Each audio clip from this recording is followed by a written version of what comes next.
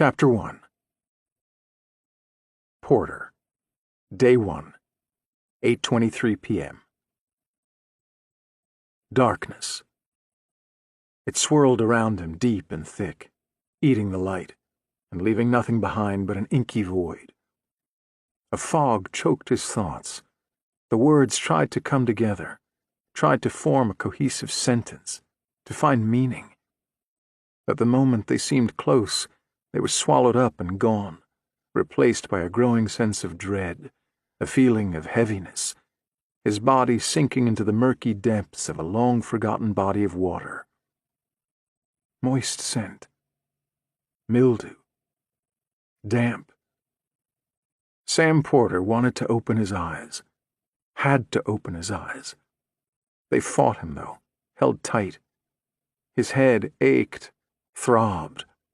A pulsing pain behind his right ear. At his temple, too. "Try not to move, Sam. Wouldn't want you to get sick." The voice was distant, muffled, familiar. Porter was lying down, cold steel beneath the tips of his fingers. He remembered the shot then. A needle at the base of his neck, a quick stab, cold liquid rushing under his skin into the muscle. Then Porter forced his eyes to open, the heavy lids fighting him, dry, burning. He tried to rub them, his right hand reaching out only to be pulled back when the chain at his wrist went taut. His breath caught, and he forced himself to a sitting position, his head spinning as the blood rushed out. He almost fell back. "Whoa, easy, Sam. The atorphine will work out of your system quickly now that you're awake. Just give it a minute." A light blinked on, a bright halogen aimed squarely at his face. Porter squinted but refused to look away, his eyes fixed on the man beside the light, the dull, shadowed shape. "Bishop?" Porter barely recognized his own voice, the dry gravel of it. "How've you been, Sam?" The shadow took a step to his right, turned over an empty 5-gallon paint bucket and sat. "Get that damn light out of my eyes." Porter yanked at the chain on his wrist. The other end of the handcuffs rattled around a thick pipe. Water, maybe gas. "What the fuck is this?" Anson Bishop reached over to the light and turned it slightly to the left. A shop light, mounted on some kind of stand. The light struck a cinder block wall with a water heater in the far corner, an old washer and dryer along the far side. "Better?" Porter tugged at the chain again. Bishop gave him a half smile and shrugged. The last time Porter saw him, his hair was dark brown and close-cropped. It was longer now, and lighter, unruly. 3 or 4 days of scruff marred his face. His business casual attire was gone, replaced by jeans and a dark gray hoodie. "You're looking a little ratty," Porter said. "Desperate times." He couldn't change his eyes, the coldness behind them. His eyes never changed. Bishop pulled a small spoon out of his back pocket, a grapefruit spoon, and twirled it absent-mindedly between his fingers, the serrated edge catching the light. Porter didn't acknowledge the utensil. Instead, he looked down, tapping the metal beneath him with his index finger. "Is this the same kind of gurney you chained Emery to?" "More or less." "Couldn't find a cot?" "Cots break." A dark red stain pooled out from under the gurney, a deep blemish on the filthy concrete floor. Porter didn't ask about that. His fingers came away sticky after touching the underside of the metal. He didn't ask about that either. A few shelves lined the wall to his left, stacked full with random painting supplies, cans, brushes, tarps. The ceiling above was constructed of wood, 2x6 boards spaced about 16 inches apart. Exposed electrical wiring, water pipes, and air ducts filled the space between.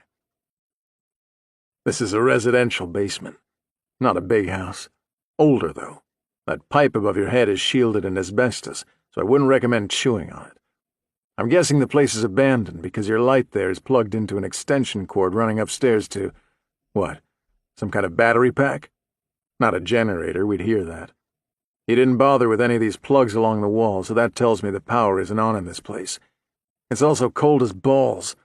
I can see my breath, so the heat isn't on. Again, that points to an abandoned house. Nobody wants to risk frozen pipes. Bishop appeared pleased with this, a thin smile edging his lips. Porter continued. Wall to wall, this house is fairly narrow. That suggests a shotgun home. Considering you wouldn't want to be in one of the trendier neighborhoods where residents have Starbucks, the internet, and tend to report known felons to the police on sight, I'd say you're more likely to stick to the west side. Maybe someplace like Wood Street. A lot of empty houses on Wood. With his free hand, Porter reached for his gun under his thick coat, but found only the empty holster. His cell phone was gone, too. Always the cop. Wood Street was a good 15-minute drive without traffic from his apartment on Wabash, and Porter had been a block from his house when he felt the stab in his neck. Of course, this was all a complete guess, but Porter wanted to keep Bishop talking. The more he talked, the less he thought about that spoon. The throbbing in Porter's head settled behind his right eye. Aren't you going to try and convince me to turn myself in? How can you spare me from the death penalty if I cooperate? Nope. This time Bishop did smile. Hey, you want to see something? Porter would have said no, but he knew whatever he said didn't really matter. This man had a plan in mind, a purpose. Snatching a Chicago Metro detective off the street was not a risk one would take without a good reason. He could feel his key ring in his right front pocket. Bishop had left it when he took his gun and phone. He had a handcuff key on his key ring, and most handcuffs took the same key.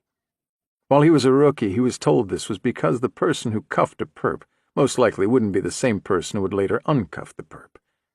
A suspect could easily be transferred 2 or 3 times during booking. That in mind, they were taught to take away keys when patting someone down. All keys. Any criminal worth their salt owned their own handcuff key on the off chance some rookie forgot to check. Porter would have to remove the key ring from his right pocket, somehow maneuver it to his left hand, unlock the handcuffs, and take down Bishop before the man could cross the 5 feet that separated them. The man didn't appear to have a weapon, only a spoon. Eyes front, Sam, Bishop said. Porter turned back to him. Bishop stood up and crossed the basement to a small table next to the washing machine. He returned to his seat, carrying a small wooden box with Porter's Glock sitting on top. He set the gun down on the floor beside him and thumbed the latch on the box, opening the lid. 6 eyeballs stared up at Porter from the red velvet lining inside. Bishop's past victims. Porter looked down at the gun. Eyes front, Bishop repeated with a soft chuckle. This wasn't right. Bishop always followed the same pattern. He would remove his victim's ear, then the eyes, followed by the tongue, and mail each to the victim's family along with a note in a white box tied off with a black string. Always. He never deviated from this. He didn't keep trophies. He believed he was punishing the family for some wrong they committed. Twisted vigilante justice. He didn't keep the eyes. He never kept the... We'd better get started. Bishop ran his hand over the top of the box, a loving caress, then set it down on the floor beside the gun and held the spoon up to the light. Porter rolled off the gurney, crying out when the metal of the handcuff tore into the flesh of his wrist, the pipe pulled back. He tried to ignore the pain, and awkwardly shoved his left hand down into his right pocket to retrieve the keys while also kicking the gurney in Bishop's direction. His fingers slipped over the keys as Bishop dodged the gurney and thrust his leg out, impacting Porter's left shin. Porter's leg fell out from beneath him, and he crashed down to the ground, the handcuff on his right arm catching on the pipe and yanking him hard enough to dislocate his shoulder. Before he could react, he felt the sting of another needle. This one at his thigh. He tried to look down, but Bishop pulled at his hair, snapping his head back. Consciousness began to drift away. Porter fought it, fought with all he had. He fought long enough to see the grapefruit spoon approach his left eye, long enough to feel the serrated edge cut into the tarsal plate beneath his eyeball, as Bishop forced the spoon into his eye socket, long enough for— "Was she hot?" Porter jerked in his seat, a seatbelt holding him back. He took in a deep breath, his head thrashing side to side, his eyes landing on Nash in the driver's seat. "What? Who?" Nash smirked. "The girl from your dream. You were moaning." 6 eyeballs. Porter, still disoriented, realized he was in the passenger seat of Nash's Chevy, an old '72 Nova he'd picked up 2 months back when his prized Ford Fiesta sputtered and died on the 290 at 3 in the morning, forcing him to call headquarters for a ride when he couldn't reach Porter. Porter looked out the window. It was coated in a thin film of road grime and ice. "Where are we?"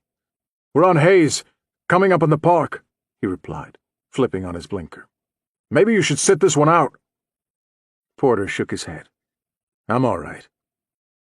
Nash made the left into Jackson Park and followed the recently plowed access road, the red and blue flashing lights bouncing off the dark trees around them. "It's been 4 months, Sam. If you're still having trouble sleeping, you should talk to someone. Doesn't have to be me or Claire, just someone." "I'm all right," Porter repeated. They passed a baseball field on the right, forgotten for the winter, and continued deeper into the bare trees. Up ahead there were more lights, a half-dozen cars, maybe more. 4 uniformed patrol vehicles, an ambulance, a fire department van. Large floodlights lined the edge of the lagoon, and propane heaters littered an area roped in by yellow crime scene tape. Nash pulled to a stop behind the van, dropped the car into park, and killed the engine. It sputtered twice and sounded like it was gearing up for a stellar backfire before finally going silent. Porter noted several officers staring in their direction as they climbed out of the car into the icy winter air. "They could have driven my car," Porter told Nash, his boots crunching in the newly fallen snow. Porter owned a 2011 Dodge Charger. Most of their co-workers referred to the vehicle as Porter's midlife crisis car. It had replaced a Toyota Camry 2 years back on his 50th birthday. Porter's late wife, Heather, bought the sports car for him as a surprise after their Toyota was vandalized and left for dead in one of the less police-friendly parts of town on the south side. Porter was first to admit sitting behind the wheel shaved a few years off his subconscious age, but mostly the car just made him smile. Heather had baked the key into his birthday cake, and he almost chipped a tooth when he found it. She led him down the steps and out in front of their apartment, blindfolded, then sang "Happy Birthday" to him in a voice that had little chance of getting her on American Idol.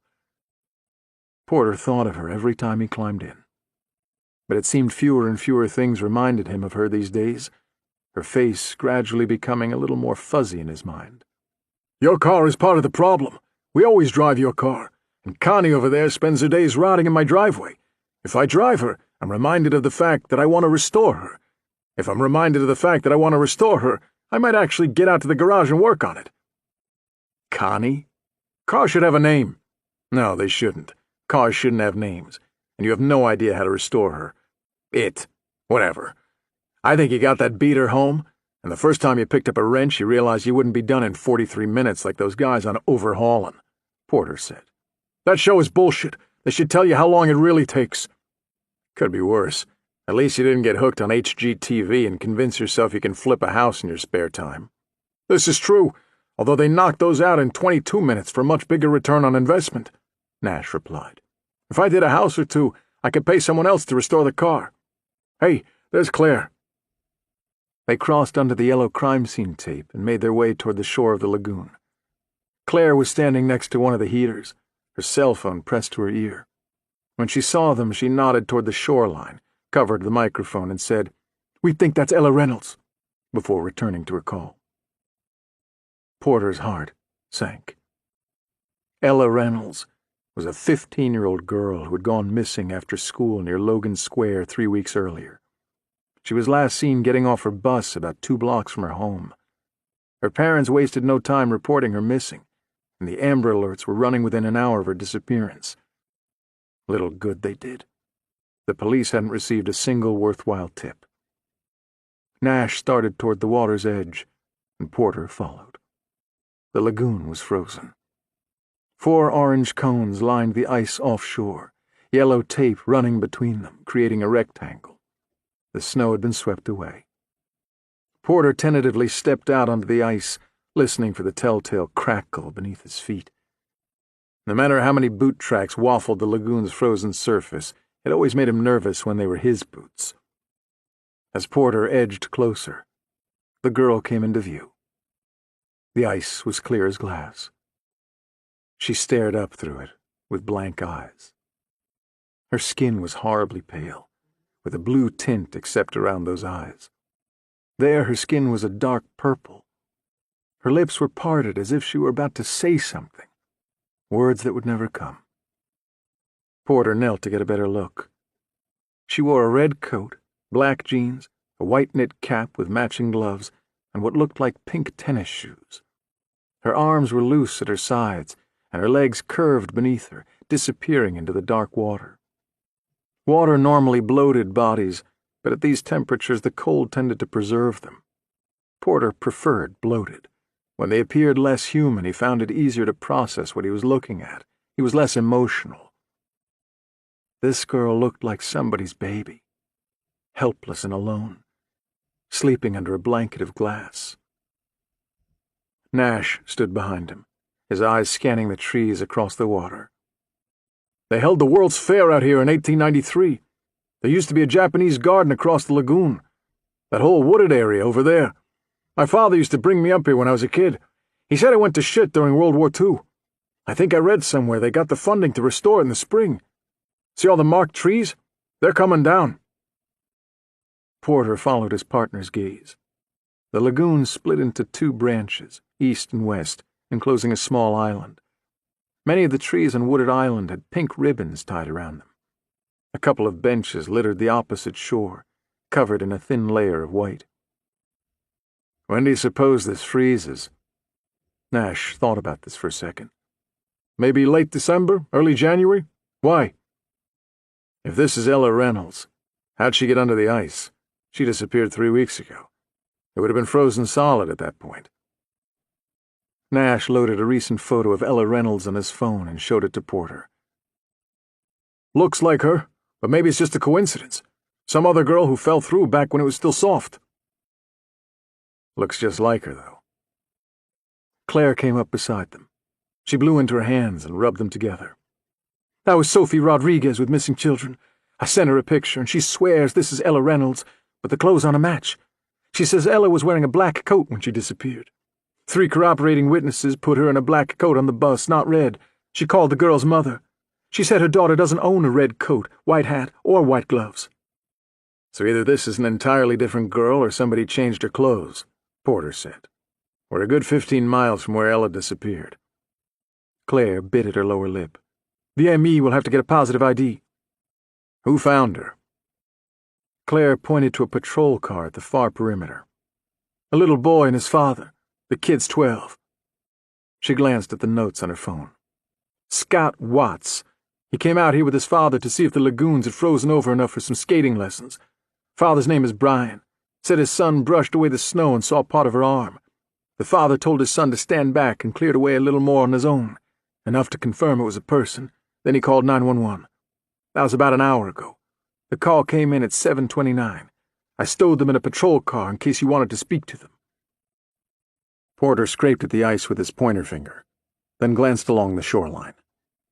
2 CSI officers stood off to their left, eyeing the 3 of them warily.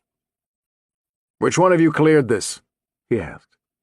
The younger of the 2, a woman who looked to be about 30, with short blonde hair, glasses, and a thick pink coat, raised her hand. "I did, sir." Her partner shuffled his feet. He looked to be about 5 years her senior. "I supervised. Why? Nash? Hand me that." He pointed toward a brush with long white bristles sitting on top of one of the CSI officers' kits. Porter motioned for the 2 officers to come over. It's okay, I don't usually bite. Back in November, Porter returned early from a leave of absence forced on him when his wife was killed during the robbery of a local convenience store. He had wanted to keep working, mainly because the work distracted him, kept his mind off what happened. The days following her death, when he locked himself in their apartment, those were by far the worst. Reminders were everywhere. Her face watched him from pictures on nearly every shelf. Her scent was in the air. For the first week, he couldn't sleep unless he spread some of her clothes on the bed. He sat in that apartment and thought of nothing but what he would do to the guy who killed her. Thoughts he didn't want in his head. Ultimately, the 4-monkey killer had gotten him out of that apartment. There was also 4MK who exacted revenge on the man who killed Porter's wife. 4MK was the reason people like these two CSI officers acted odd around him. Not exactly intimidation, more like awe. He was the cop who had let 4MK into the investigation under the guise of CSI. He was the cop 4MK stabbed in his own home. He was the cop who caught the serial killer and let him go. 4 months later, and they all talked about it, just not to him. The 2 officers walked over. The woman crouched down beside him.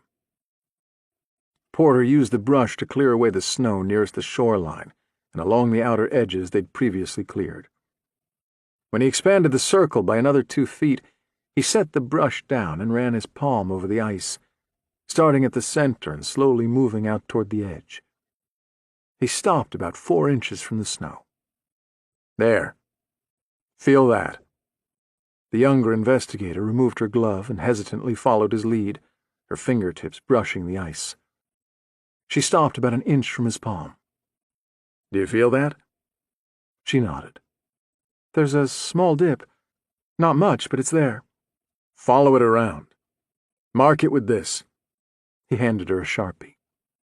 A minute later, she had drawn a neat square over the body, with 2 smaller squares approximately 4 inches wide jutting out on each side. Guess that answers that, Porter said. Nash frowned. What are we looking at? Porter stood, helping the woman to her feet. What's your name? CSI Lindsay Rolfs, sir. CSI Rolfs, can you explain what this means? She thought about it for a second, her eyes darting from Porter to the ice, then back again. Then she understood. The lagoon was frozen, and someone cut the ice, probably with a cordless chainsaw, then put her in the water. If she'd fallen in, there'd be a jagged break, not a square like this. But this doesn't make sense. What? She frowned, reached into her kit, took out a cordless drill, attached a 1-inch bit, and made 2 holes, one outside her line, the other near the body. With a ruler, she then measured the depth of both from the top to the water. I don't get it. She's beneath the freeze line. I don't follow, Claire said. He replaced the water, Porter said. Rolfs nodded. Yeah, but why? He could have cut a hole and pushed her body under the existing ice, then let the hole freeze up naturally. That would have been much faster and easier. She would have disappeared, maybe for good. Claire sighed. Can you explain for those of us who didn't take Ice Hole 101? Porter motioned for the ruler, and Rolfs handed it to him. The ice here is at least 4 inches thick. You can see the water line here. He pointed at the mark on the ruler. If you cut out a square of this ice and remove it, there'd be a 4-inch ledge from the top of the ice to the water. Then let's say you put the girl's body in the hole, she sinks, and you want to make the hole disappear. There's only one way to do that.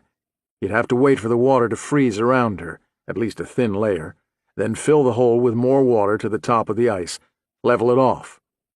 It would take at least 2 hours to freeze, Rolfs said. Maybe a little less with the temperatures that we've had lately. Porter was nodding.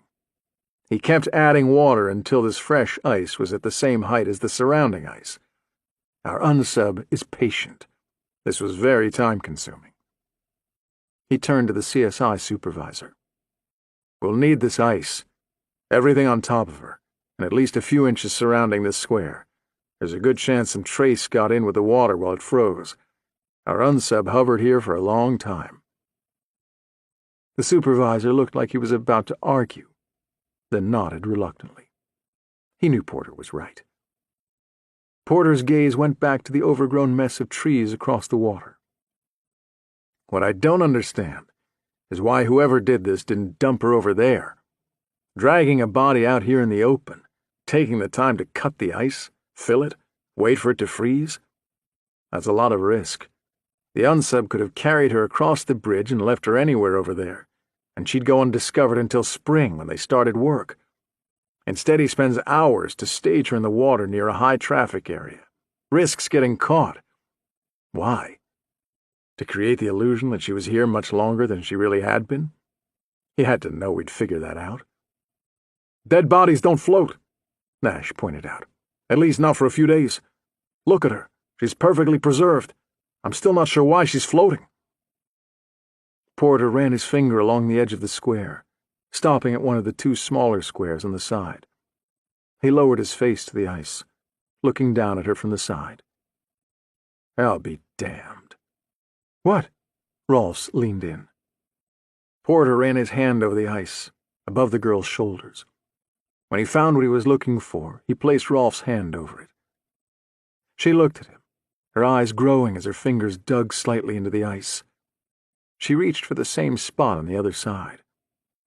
He kept her from sinking by placing something over this hole, probably a length of 2x4 based on these marks, then ran a string or thin rope around her body at the shoulders and secured it to the board while the replacement water froze. When he was done, he cut the string. You can still feel the nubs here in the ice. There's enough left to keep her near the surface. You can see a thin rope if you look through the ice at the right angle. "He wanted her to be found?" Claire said. "He wanted to make an impact if she was found," Porter replied. "He went through a lot of trouble to stage this so it appeared like she froze beneath the lake's surface months ago, even though she's only been here for a few days at best, possibly less. We need to figure out why." "This guy is playing with us," CSI Rolf said, "twisting the crime scene to fit some kind of narrative." Self-preservation and fear are two of the strongest instincts of the human condition. Porter wasn't sure he wanted to meet the man who possessed neither. "Get her out of there," he finally said.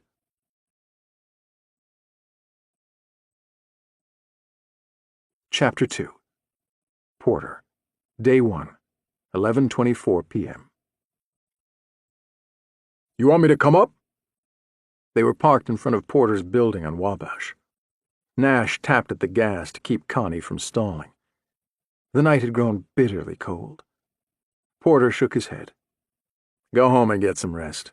We'll hit the ground running in the morning." Using chainsaws, CSI had cut the ice around the girl as one large square, then carefully broke the ice away in manageable pieces, which were loaded into buckets and transported back to the crime lab for analysis. The girl's body went to the morgue for identification. Porter put in a call to Tom Isley, and the man agreed to go in early and contact him as soon as they made a positive identification. Uniformed patrol was still searching the park when Porter and Nash left, but at that point they had not found anything. Claire agreed to stay and review footage taken by the lone security camera placed at the park's entrance. She wasn't quite sure what she was looking for, and Porter couldn't give her any direction other than to watch for something unusual over the previous 3 weeks, particularly after hours. The park itself closed at dusk, and after that, aside from a few lights in the most common areas, the grounds were dark. There were no permanent lights at the lagoon. Anyone coming or going after dark would stand out. "About earlier, on the way to the lagoon," Porter began. Nash cut him off. "You don't have to explain. It's okay." Porter waved a hand in the air. "I haven't been getting a lot of sleep. Not since Heather died. Every time I step into our apartment, the place feels so empty. I expect her to come walking in from one of the other rooms or through the front door with an armload of groceries, and she never does. I don't want to glance over and see her side of the bed empty. I don't want to see her toothbrush in the bathroom, but I can't bring myself to throw it out. Same with her clothes. About a week ago, I nearly boxed everything up for Goodwill. I got the first blouse into a box, but had to stop. Shuffling her clothes around had filled the air with her scent, and it was almost like she was back again, if only for a little while. I know I have to move forward, but I'm not sure I can. Not yet, anyway. Nash reached over and squeezed his friend's shoulder. You will. When the time is right, you will. Nobody is rushing you. You just need to know we're all here for you, if you need anything at all. Nash fumbled with the steering wheel, tugging at a flap in the faux leather. Maybe it would help to move. Find a new place. Start over. Porter shook his head. I can't do that. We found this place together. It's home. Maybe a vacation, then, Nash suggested. You've got plenty of time off saved up. Maybe, yeah. Porter stared up at the face of his building. He wouldn't move. Not any time soon. The door of the Chevy squeaked as Porter tugged the handle and stepped out. Holy balls, it's cold. Time to break out the Long Johns and whiskey. Porter knocked on the roof of the car twice. If you put some time into this thing, it could be one sweet ride. Nash offered a smile. Meet in the war room at 7? Yeah, 7's good. Then he was gone. Porter watched the car disappear down the road before making his way into the small foyer of his building, carefully avoiding the piles of frozen dog poop on the steps. He passed the mailboxes and took the stairs. He didn't do elevators anymore, not if given a choice. Stepping into his apartment, he was assaulted by the mixed odors of a dozen takeout meals. The worst of the perpetrators, a pile of pizza boxes on the kitchen table, filled the air with stale cheese and old pepperoni. Porter hung his coat over the back of a chair and stepped into the bedroom, flipping on the light. The bed had been pushed to the far corner of the room, along with the 2 nightstands. Hundreds of pictures and notes, post-its, and newspaper articles filled the wall where the bed used to be. Some were connected by string. When he ran out of string, he drew lines with a black marker. This was everything he had on 4MK, or Anson Bishop, or Paul Watson, all of them one and the same. He had details on Bishop's past crimes, but mostly he focused on just where Bishop might have gone after his escape. In the corner of the room, a laptop sat on the floor, the screen glowing bright. Porter lifted it up and studied the display. He used Google alerts, surprisingly simple for someone lacking the most basic computer skills, to flag every mention, every story, every sighting of Bishop, Watson, or 4MK on the internet, and drop the results into his personal email account. Sometimes it would take hours, but he would sort through each message and plot out the locations mentioned on the large world map tacked to the wall at the center of all his other data. Maps, too. Dozens of detailed maps, all the major cities. 4 months of data. Thumbtacks filled the maps. Red represented a sighting, blue for the location of the reporter writing the story, and yellow for the home of anyone who had gone missing or had been murdered in a way similar to 4MK's M.O. The copycats were everywhere. While many of the thumbtacks centered on Chicago, they went as far as Brazil and Moscow. Porter picked up a yellow thumbtack and located the lagoon at Jackson Park on the Chicago map. Ella Reynolds, missing since January 22, 2015. Possibly found February 12, 2015. He mumbled to himself. He had no reason to believe 4MK was responsible, but that tack would stay there until he was sure he was not. His eyes were heavy with lack of sleep. He had a brutal headache. He sat in the middle of the floor and began sifting through all the Google alerts for today, all 159 of them. When his phone rang 2 hours later, he considered ignoring the call, then thought better of it. Nobody called at 1:30 in the morning without reason. "Porter," he said. Why did his voice always sound louder in the middle of the night? At first there was silence. Then, "Detective? This is Sophie Rodriguez with Missing Children. I got your number from Claire Norton." "What can I do for you, Miss Rodriguez?" More silence. "We have another missing girl. You and your partner need to get down here."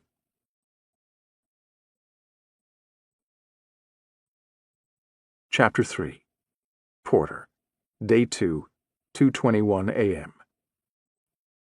Here turned out to be a graystone in Bronzeville on King Drive. Rodriguez didn't provide any details when she called, only said this case tied to the body of the girl found in the park earlier, and he'd want to be there.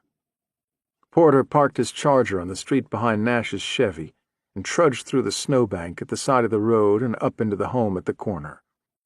There was no need to knock. A uniformed officer at the door recognized him and ushered him inside. He found Nash and a woman he didn't recognize sitting in a parlor to the left of the entrance. A man in his late 40s, salt and pepper hair, fit, wearing a tweed sport coat and jeans, stood beside Nash. Another woman, no doubt his wife, sat on the couch with a crushed tissue in her hand. The woman sitting beside her rose as Porter entered the room. "Detective Porter? I'm Sophie Rodriguez from Missing Children. Thank you for coming. I know it's late." Porter shook her hand and studied the room. Most of these graystones had been built around the turn of the 20th century. This particular one had been painstakingly restored with original trim and fixtures. The rugs looked authentic too, but had to be knockoffs, careful reproductions of the originals. Antique furniture filled the space. The man who had been speaking to Nash offered his hand. "I'm Dr. Randall Davies, and this is my wife, Grace. Thank you so much for coming out at this hour." The man gestured to a chair next to the couch. Porter declined. "It's been a rather long night. I think I'd better stand." "Coffee, then?" "Please, black is fine."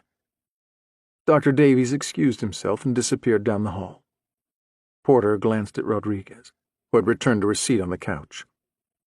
"My office received a call from Mrs. Davies shortly after midnight, when her daughter didn't come home," Rodriguez said. Mrs. Davies looked up, her eyes red and swollen. "Lily works downtown at an art gallery. On Thursdays she goes straight there after school and takes an Uber home when they close at 11. She is always home by 11:30. If for some reason she's running late, she texts me. She knows her father and I worry, so she always texts me. She is a responsible young lady, and this is her first job, and she knows we worry." She dabbed at her eyes with the tissue. "I hadn't heard from her by 11:45, so I called her, and it went straight to voicemail. Then I called the gallery and spoke to her supervisor, Miss Edwins. She said Lily didn't show up for her shift. She had tried to reach her several times and got the same thing, voicemail. No rings, just voicemail. I know that means her phone is off, which is very unlike her. She never turns her phone off. She knows I worry. I called her best friend Gabby, then—" "What is Gabby's last name?" Porter asked. "Deegan. Gabrielle Deegan. I gave her contact information to your partner." When she said this, she glanced at Rodriguez. Porter didn't correct her. Mrs. Davies continued. "Gabby said she hadn't seen her all day. She wasn't at school, and she wasn't replying to text messages. This isn't like Lily, you understand. She's a straight-A student. She hasn't missed a day of school since the 4th grade when she had chicken pox." Mrs. Davies paused, studying Porter's face. "You're the detective who chased— Oh, God. Do you think 4MK took our daughter? Is that why you're here?" Her eyes went wide and flooded with tears. "This isn't 4MK, Porter assured her, although he wasn't certain of that himself. "At this point, there's no reason to assume anyone has taken your daughter." "She wouldn't disappear like this." Porter tried to change the subject. "Where does she go to school?" "Wilcox Academy." Dr. Davies returned and handed Porter a steaming cup of coffee, then stood beside his wife on the couch. "I know what you're thinking, and like we told your partners here, Lily doesn't have a boyfriend. She wouldn't skip school. She most definitely wouldn't skip work. She loves that gallery. Something is wrong.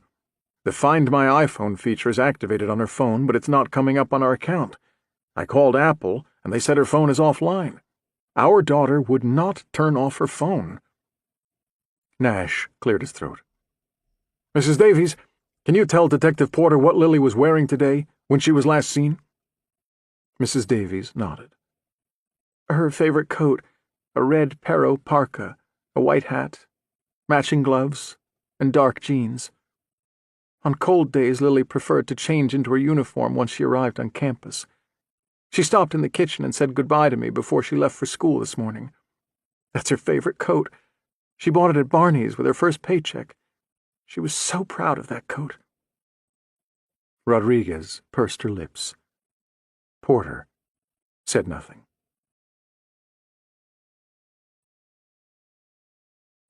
Chapter 4. Porter. Day 2, 3:02 a.m. How is that even possible? We can show them a photo of the jacket to try and confirm, Nash suggested. Porter shook his head. We can't show them a picture of a dead girl. The three of them stood outside the Davies' gravestone, their breath creating an icy fog between them. There's no way someone had the time to kidnap Lily Davies, put her clothes on Ella Reynolds, and bury her under the ice at the park. There is no way. There just isn't enough time. Porter shuffled his feet. The temperature must be in single digits. That means he would have been out at the lake during daylight hours while it was open. Somebody would have seen him. Nash thought about this for a second. In this weather, the park is nearly deserted. The only real risk would be when the unsub carried the body from his vehicle to the water. Unless someone got close, nothing else would really jump out as a red flag. He would just look like some guy out by the lagoon, maybe ice fishing or something. If he set up with a fishing pole, I bet he could spend the day without anyone giving him a second glance. Logistics aside, Rodriguez said, what's the point? Porter and Nash exchanged a glance. They both knew serial killers rarely had a point, at least not one that made sense to anyone but them. And although they only had one victim, if she tied to the second missing girl, they might be looking at a serial. Do Ella Reynolds and Lily Davies know each other? Porter asked Rodriguez. Rodriguez shook her head. Her parents only knew the name from television. We should check with Lily's friend Gabby, Porter suggested. What time did she leave for school? Rodriguez glanced at her notes. 7:15. Nash closed his eyes and crunched the numbers. That only allows about 12 hours from the time Lily disappeared to the time Ella was found frozen in the lake. Look at you doing math, Porter said, and snickered. If this is one guy, he's fast, efficient, Nash said. Porter turned back to Rodriguez. Sophie, right? She nodded. Go back in and search the girl's room. Look for anything out of the ordinary. Get her computer. Check her emails, saved documents. Look for a diary, photos. You find anything at all, you call me. Find out her route to school. Does she walk or get a ride? With friends or alone? Got it? Rodriguez chewed on her bottom lip. What does this mean for Lily? Porter wasn't ready to go there. He turned back to Nash. Let's go wake up Isley.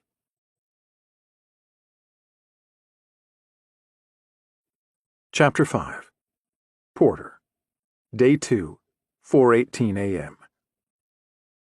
The Cook County Medical Examiner's office and morgue was off West Harrison in downtown Chicago. At this hour, Porter and Nash ran into little traffic, and they found the parking spaces out front to be relatively deserted. The guard at the front desk looked up at them with groggy eyes and nodded a hello. Sign in, please. Porter scribbled Burt Reynolds on the clipboard and handed it to Nash, who wrote Dolly Parton before returning it to the desk and following him to the bank of elevators at the back of the lobby. Porter wasn't a fan of elevators, but he was even less a fan of several flights of stairs. The second elevator from the left arrived first, and he followed Nash inside before he could change his mind. Porter hit the button marked 3. Dolly was hot back in the day.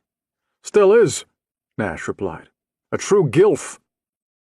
Gilf? I'll explain when you're a little older, Sam. The doors opened on an empty hallway. Nash eyed the vending machine, then gave it a pass, heading for the double doors at the end of the hallway. They found Tom Isley at his desk. He glanced up at them as they came in before returning to whatever he was reading. Porter expected him to say something about the time. Instead, he asked, Have either of you ever seen the ocean? Porter and Nash exchanged a look. Isley closed the book on his desk and stood. Never mind. Not sure I'm ready to talk about this yet. I take it you're working on our girl? Porter asked. Isley sighed. I'm trying. We've been warming up her body since they brought her in here. She wasn't quite frozen, you understand, just way below normal temperature. It's going to make time of death difficult to determine. Do you know the cause? Isley opened his mouth, prepared to say something, then thought better of it. Not yet. I'm going to need a few more hours. You're welcome to wait, if you'd like. Before they could respond, he disappeared through the door leading to the autopsy room. Nash nodded at Porter. Sounds like this might be a while. Porter fell into a yellow vinyl chair near Isley's door, his eyes heavy with lack of sleep.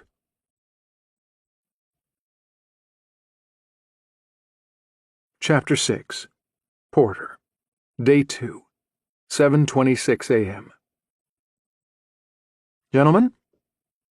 Porter's eyes fluttered open, and it took him a moment to realize he was in Isley's office at the morgue. He had slid down in the yellow vinyl chair, his neck cricked from being in an odd angle. Nash was slumped over at Isley's desk, his head resting on a stack of papers.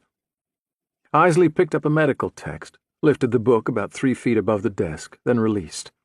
The book crashed down, loud and hard, and Nash snapped back in the chair, drool rolling down his chin. What the— Chicago's finest, hard at work, Isley chided. Follow me. Porter glanced up at the clock on the far wall, about 7:30. A little over 3 hours had passed since they arrived here. Shit. Didn't mean to fall asleep, he mumbled. He pulled his cell phone from his pocket. 3 missed calls from Claire. No voicemail. Isley led them past his desk and through the double doors at the back of his office into the large examination room. Both Porter and Nash grabbed gloves from the box hanging on the wall near the door. Noises echoed in here. This was always the first thought that popped into Porter's head when he entered. Everything sounded different due to the beige tile on the floor and walls. The second thing that always hit him was the temperature. He didn't know what the actual temperature was in the room, but it felt like it dropped nearly 20 degrees. Goosebumps prickled the back of his neck, and a shiver ran over him. The third thing, the one he'd never get used to, was the smell. It didn't smell bad, not today anyway, but the room smelled strong. The heavy scent of industrial cleaners attempted to mask the underlying odor of something else, something Porter preferred not to think about.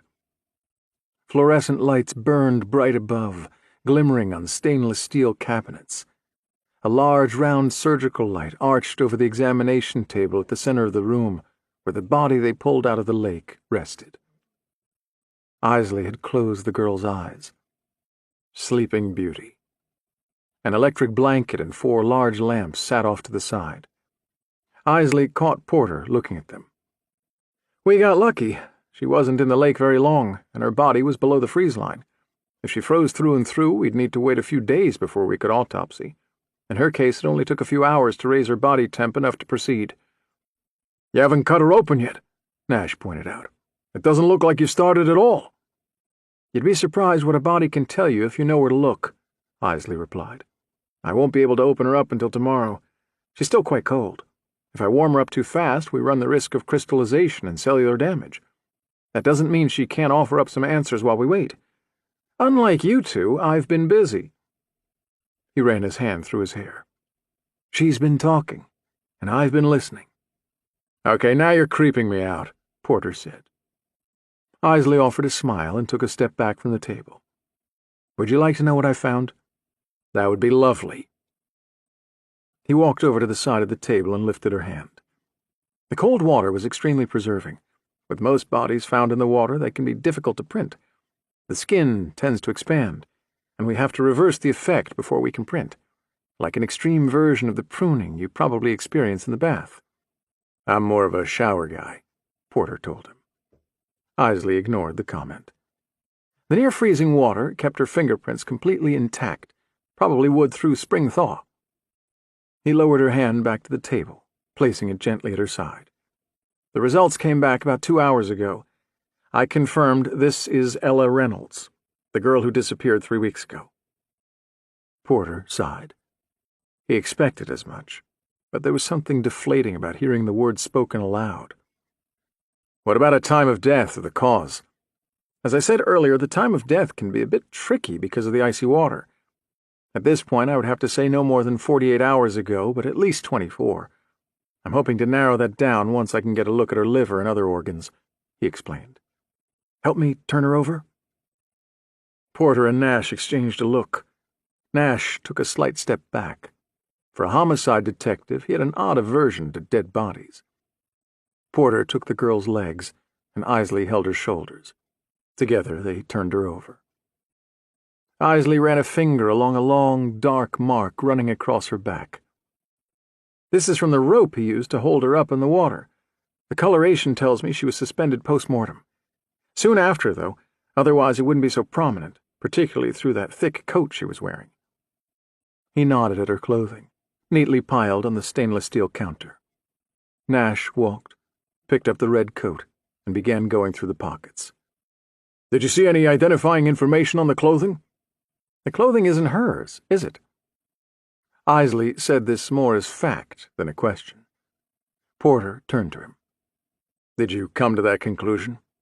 "I suspected as much, but I'm not sure I'd be willing to call it a conclusion. Everything seemed like a tight fit on her. Under normal circumstances, I would chalk that up to bloating from the water, but since there was so little, it seemed strange. Her undergarments, and jeans in particular, were at least a size or two too small. She squeezed into them, but they're tight, uncomfortable even. Take a look at the hat," he said, gesturing at the counter. "There are letters written on the tag, most likely initials." Nash set down the coat and picked up the white hat, turned it inside out. "LD. It's a bit faded, but that's definitely what it says." "Lily Davies," Porter said. "Yeah, probably." "Who's that?" Isley asked. "Another girl. Went missing sometime yesterday," Porter told him. "So whoever killed this girl dressed her in the other girl's clothing?" "Looks that way." "Huh." Porter asked, "What about cause of death? I don't really see anything on the body. No wounds, no strangulation marks." At this, Isley lit up. "Ah, yes. And you're going to find this strange." "How did she die?" "She drowned." Nash frowned. "That doesn't sound so strange. We found her under the ice in a lake." Porter raised a hand. "You said the mark on her back was post-mortem. Are you saying she was alive when he put her in the water?" "Oh, no. She was dead at that point. I'm saying she drowned, and then he put her in the lake." He went over to a microscope on a raised table to his left. "Take a look at this," he said, pointing at the device. Porter walked over and looked down into the eyepiece. "What am I looking at?" "When they first brought her in, I was able to snake a tube down into her lungs, and I extracted water. That water." Porter frowned. "What are these specks floating in it?" The edge of Isley's mouth curled up. "That, my friend, is salt." "She drowned in salt water?"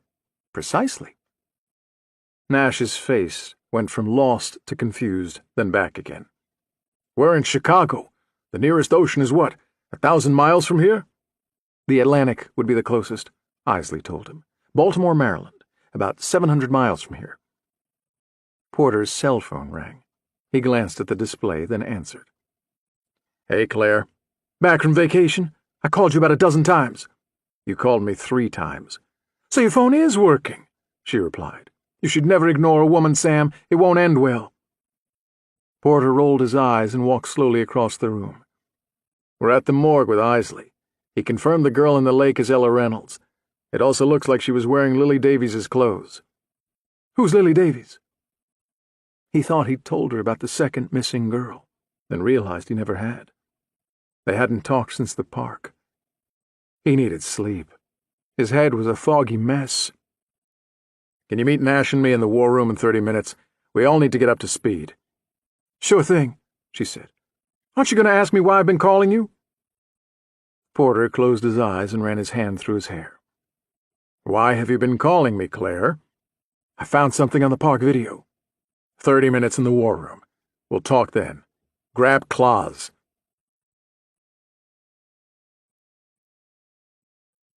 Chapter 7.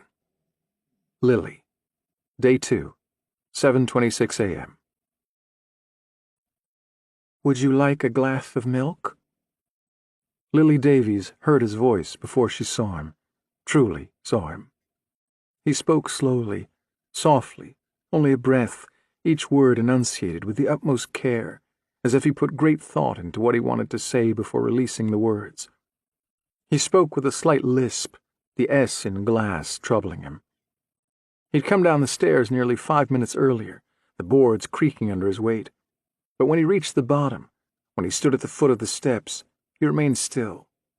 Shadows engulfed him, and Lily could make nothing out but the outline of a man. And this was a man, not a boy. Something about the way he stood, his broad shoulders, the deepness of his breaths, these things told her he was a man, not one of the boys from school, not someone she knew playing some kind of sick joke, but a man who had taken her. Lily did want milk. Her throat was as dry as sand. She was hungry, too. Her stomach kept making little gurgling noises to remind her of just how hungry. She said nothing, though. She didn't utter a sound. Instead, she huddled deeper into the corner, her back pressing into the damp wall. She pulled the smelly green quilt tighter around her body. Something about the material made her feel safe, like being wrapped in her mother's arms. He'd been gone for at least an hour, maybe more. Lily used that time to try to figure out where she was. She hadn't allowed herself to be afraid. She wouldn't allow herself to be afraid. This was a problem, and she was good at solving problems. She was in the basement of an older home. She knew this because her house was older, and she remembered what the basement looked like before her parents brought in the contractors and construction crews to renovate it. The ceilings were low, and the floor was uneven. Everything smelled like mildew, and spiders thrived. Every corner and cranny had either an old web or a new web, and the spiders crawled everywhere. When her parents brought in the contractors at her home, they gutted the basement, leveled the floor, sealed the walls, and coated everything in fresh drywall and paint. That drove the spiders out, at least for a little while. Her friend Gabby lived in a brand new house, built only 2 years ago, and her basement was completely different. High ceilings and level floors, bright and airy. They carpeted, brought in furniture, and turned the space into a fun family room. Basements in old homes could never be fun family rooms, no matter how much work was done. You could cover up the moisture, even level the floors, drywall and paint, but the spiders always came back. The spiders wouldn't give up their space. This basement had spiders. Although she couldn't see them from where she sat, she knew they were right above her, creeping in and out of the exposed floor joists. They watched her with 1,000 eyes as they spun their webs. He gave her clothes, but they were not her clothes. When she had woken on the floor, wrapped in the green quilt, she quickly realized she had been stripped nude and left here in this cage, a stranger's clothes folded neatly and left near her head. They didn't fit. They were at least a few sizes too big, but she put them on because she had nothing else, because they were better than the green quilt.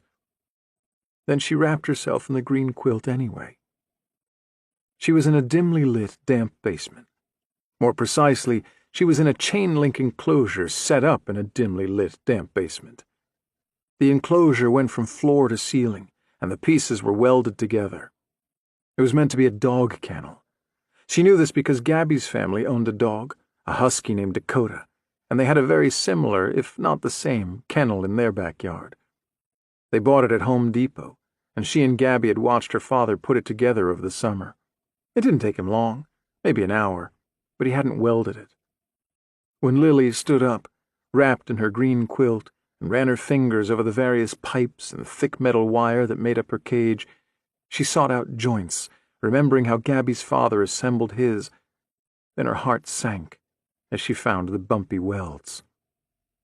The gate at the front was locked tight with not one padlock but 2, one near the top and the other near the bottom.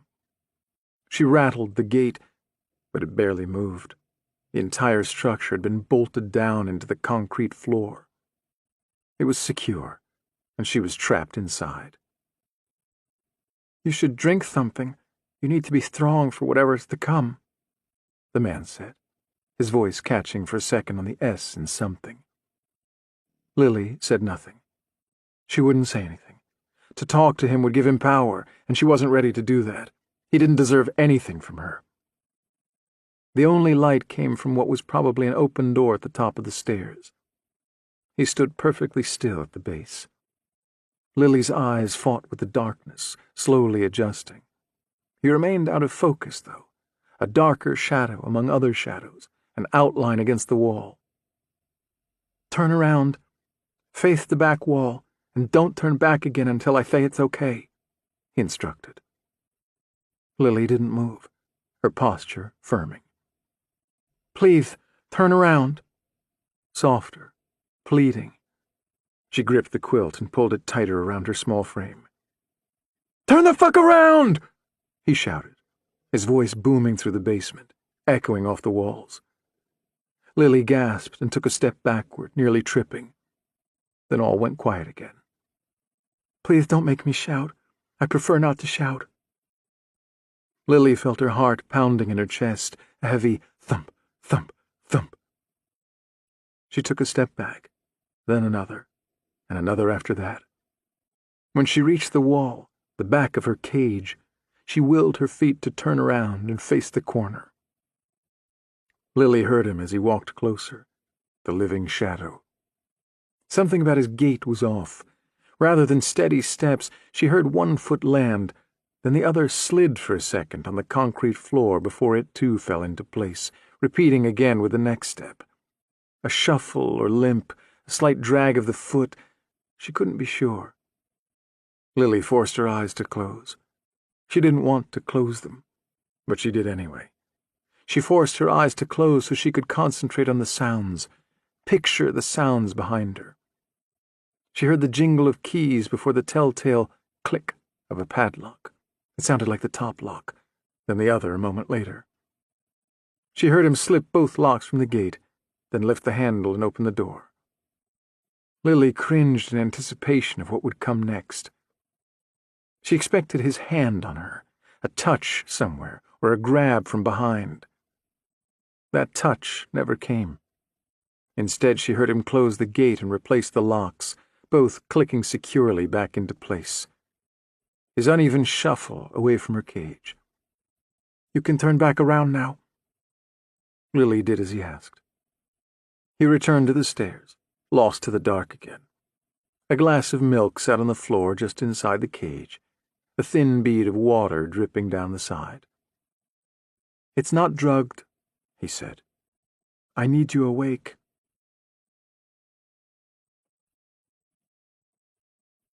Chapter 8.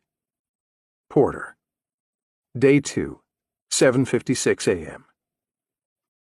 "I'll see you in there. I need to hit the head," Nash said, as they stepped off the elevator at the basement level of Chicago Metro headquarters on Michigan Avenue.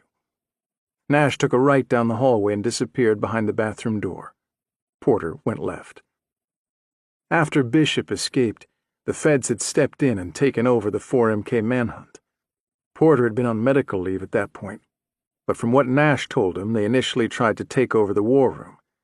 Nash used his incredible charm and threats of violence on the interlopers and banished them to the room across the hall, known primarily for the odd odor that permeated it, which seemed to come from the far left corner. Since that point, they coexisted with the civility of North and South Korea. The lights in the FBI room were off. Porter waited for the sound of Nash locking the restroom door, then tried the door to the feds' room. Open. With a quick glance back down the hall, Porter slipped inside. He left the lights off. 6 eyeballs. 7 victims. 8, if he counted Emery. His subconscious was trying to tell him something. He crossed the room to the 2 whiteboards at the front and studied the victims' photographs. The familiar faces looked back, their unknowing smiles captured forever in a moment of happiness. In those final moments on the 11th floor of 314 West Belmont, Bishop pled his case. He laid his cards bare, so proud in the twisted logic of his plan.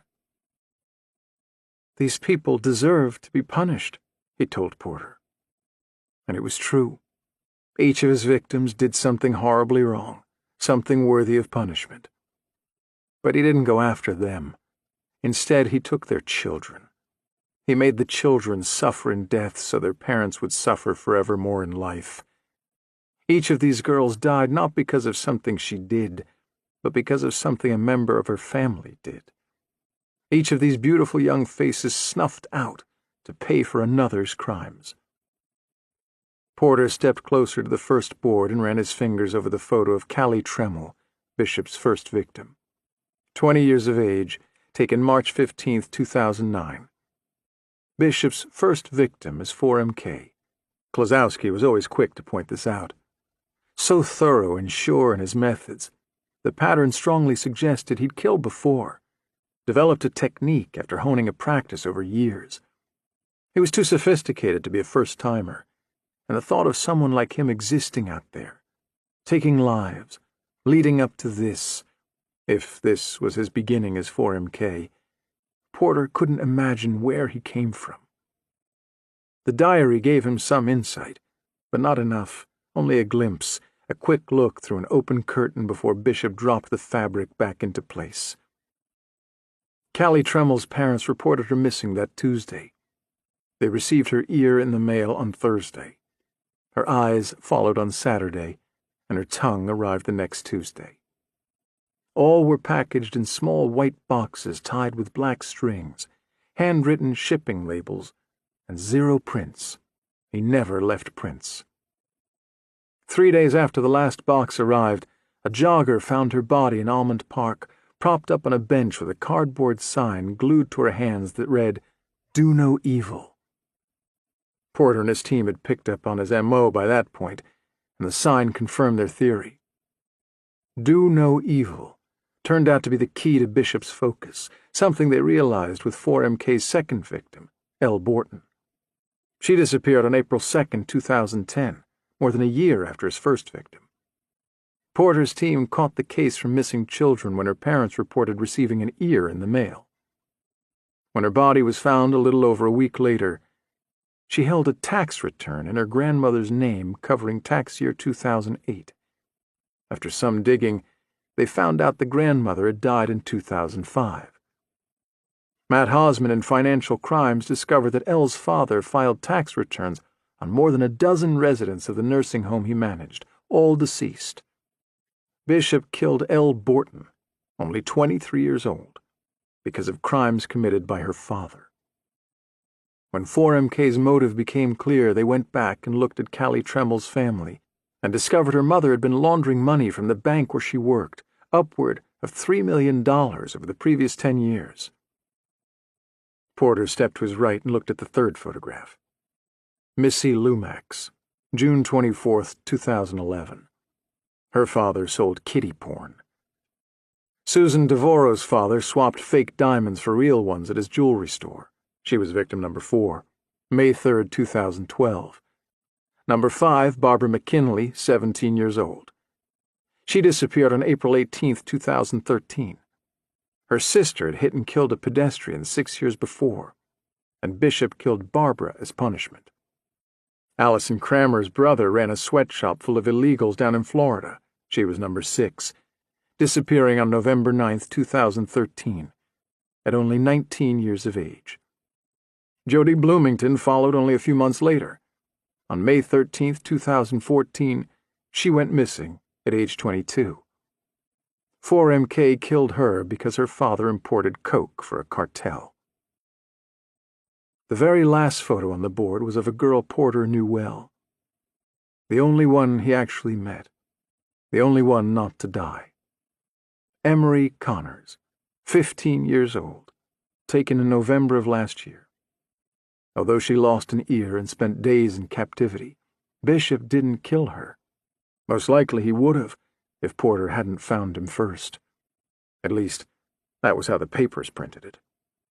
Porter knew damn well Bishop let her live. He also knew that Bishop had let Porter find him. He wanted the chance to explain himself, explain his purpose, his manifesto, before killing Arthur Talbot and disappearing. Talbot, who turned out to be Emery's father, was the worst criminal of the lot. And although Bishop had kidnapped Emery, He ultimately punished Talbot by mutilating the man before pushing him down an elevator shaft. He killed him and spared Emery.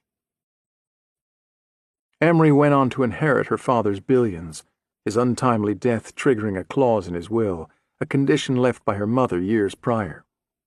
Emery lived, and Bishop eluded capture. 6 eyeballs.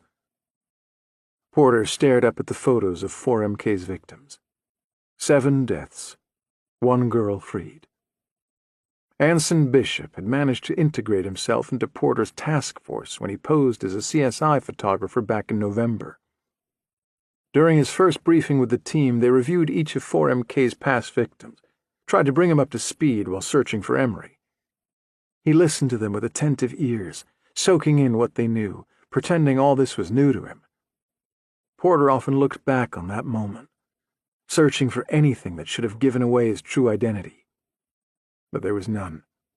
Bishop no doubt stared up at his board with a feeling of great accomplishment while portraying just the right amount of horror on the outside, just the right amount of interest.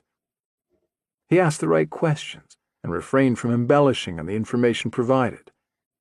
Porter imagined this was extremely difficult for him.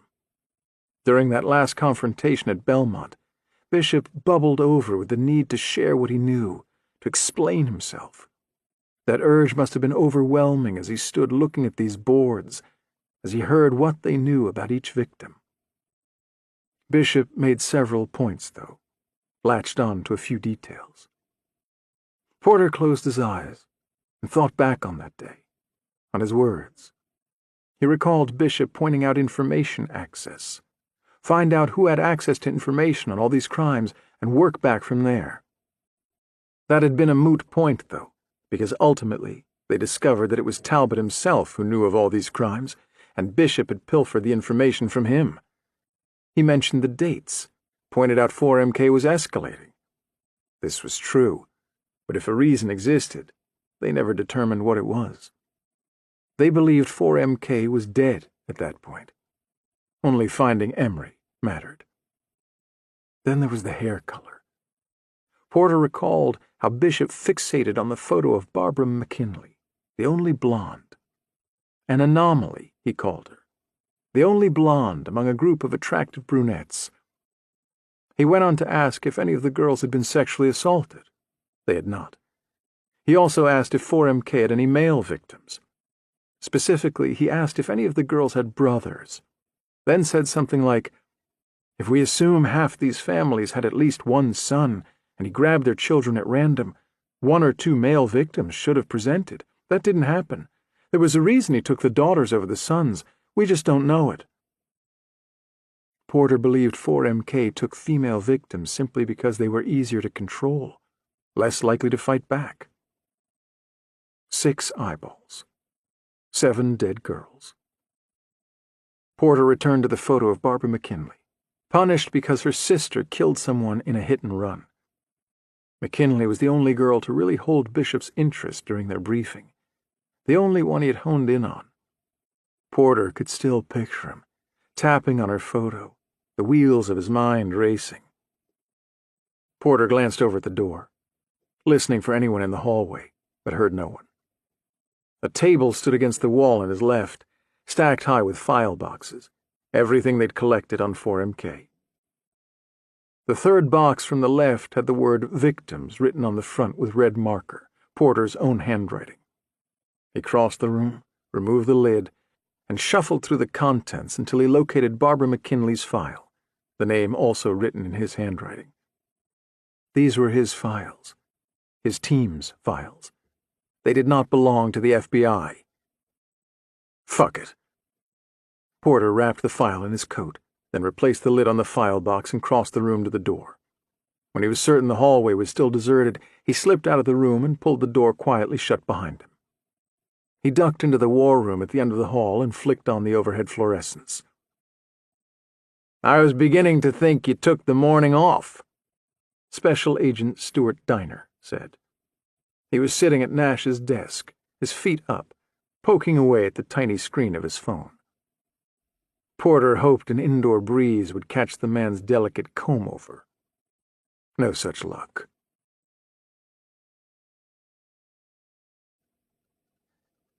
Chapter 9. Porter.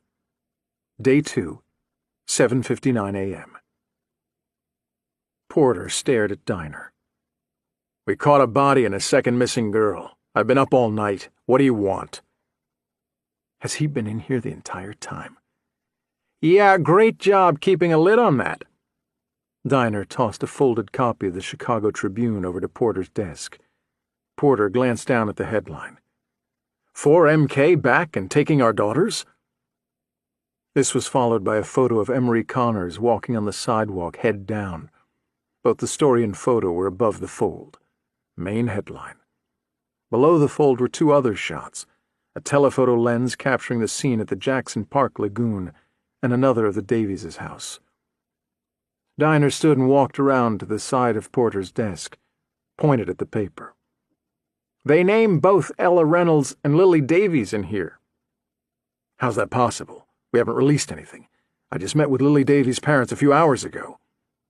Diner shrugged.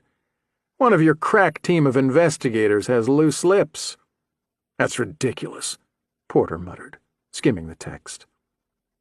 The story mentioned the body found at Jackson Park Lagoon and speculated that she was most likely missing teen Ella Reynolds. The reporter also revealed that quick on the heels of this discovery, another girl vanished. Lily Davies was last seen leaving for school yesterday, but she never got to class. The remainder of the story detailed 4MK's past victims and implied that Anson Bishop was forced to change his M.O. after his botched arrest. "What's that nutsack doing in here?" Nash said from the doorway. Porter held up the paper. "Delivering the news."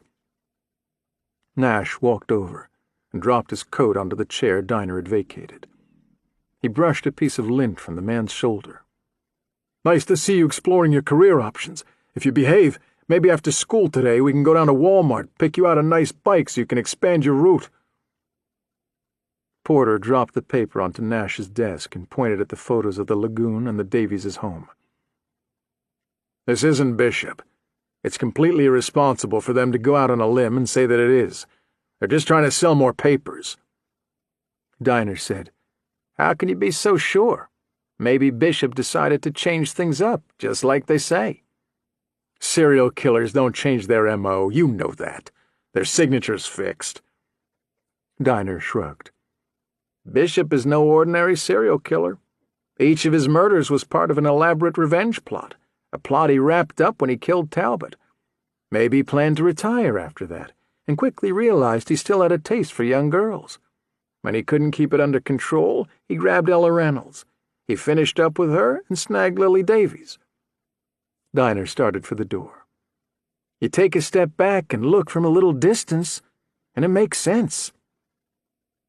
Porter dropped his coat onto his desk, Barbara McKinley's file still wrapped inside, his heart pounding. "That guy's a tool," Nash said. "Heard that!" Diner shouted from the hallway. "If you're wrong and they are 4MK's Vicks, then you need to kick them over to us." "The other guy's a little better," Porter said.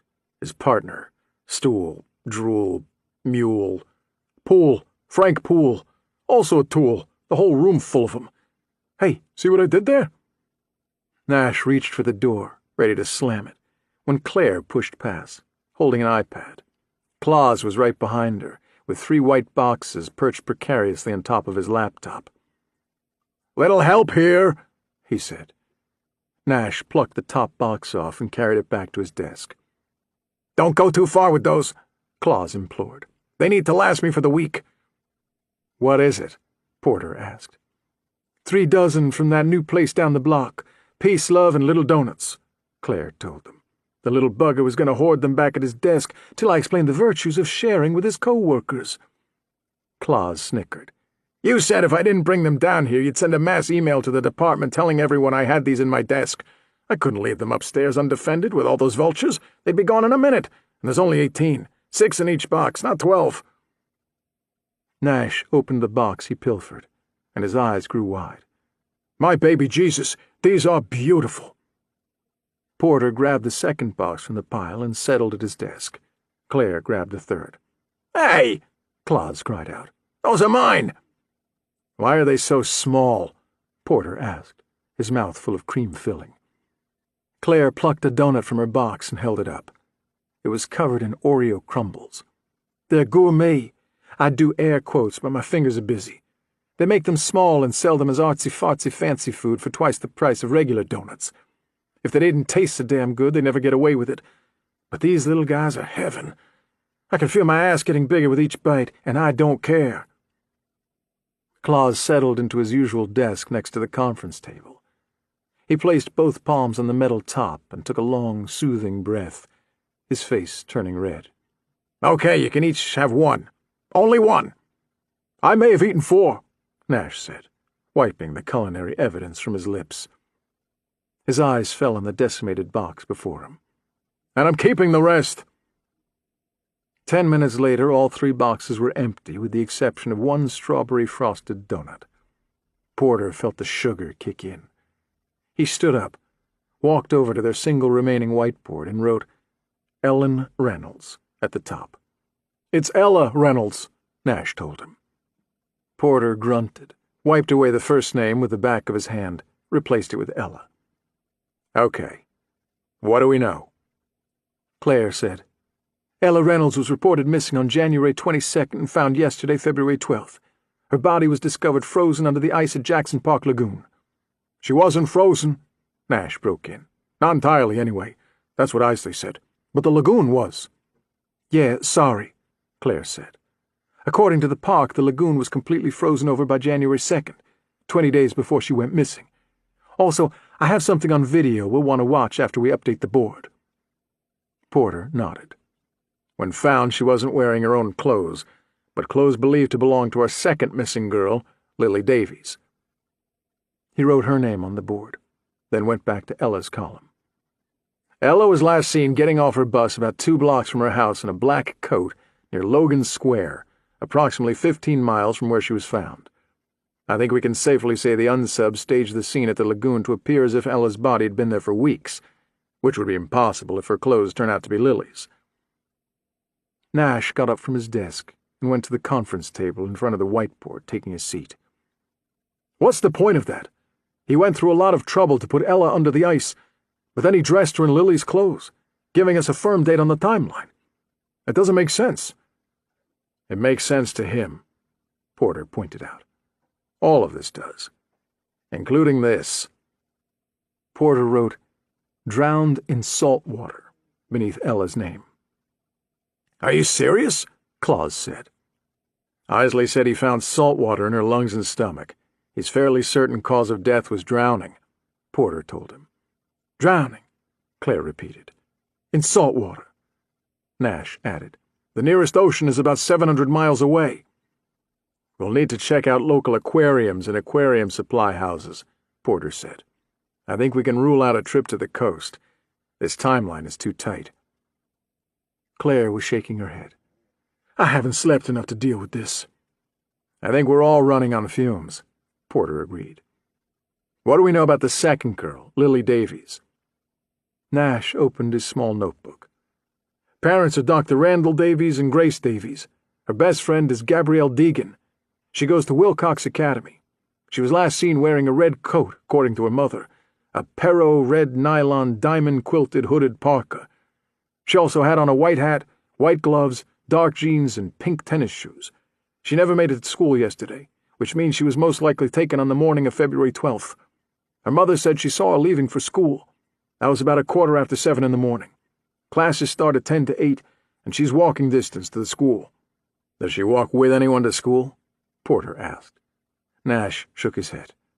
"Her mother said the school is only 4 blocks, so she goes alone." Claus gave the donut boxes a sad glance, then went to the conference table. 4 blocks isn't very far. That doesn't leave a lot of time for someone to grab her." Claire took a seat next to Nash. "Assuming she went straight to school, which we can't assume, she might have run into a friend on the way and gotten into their car.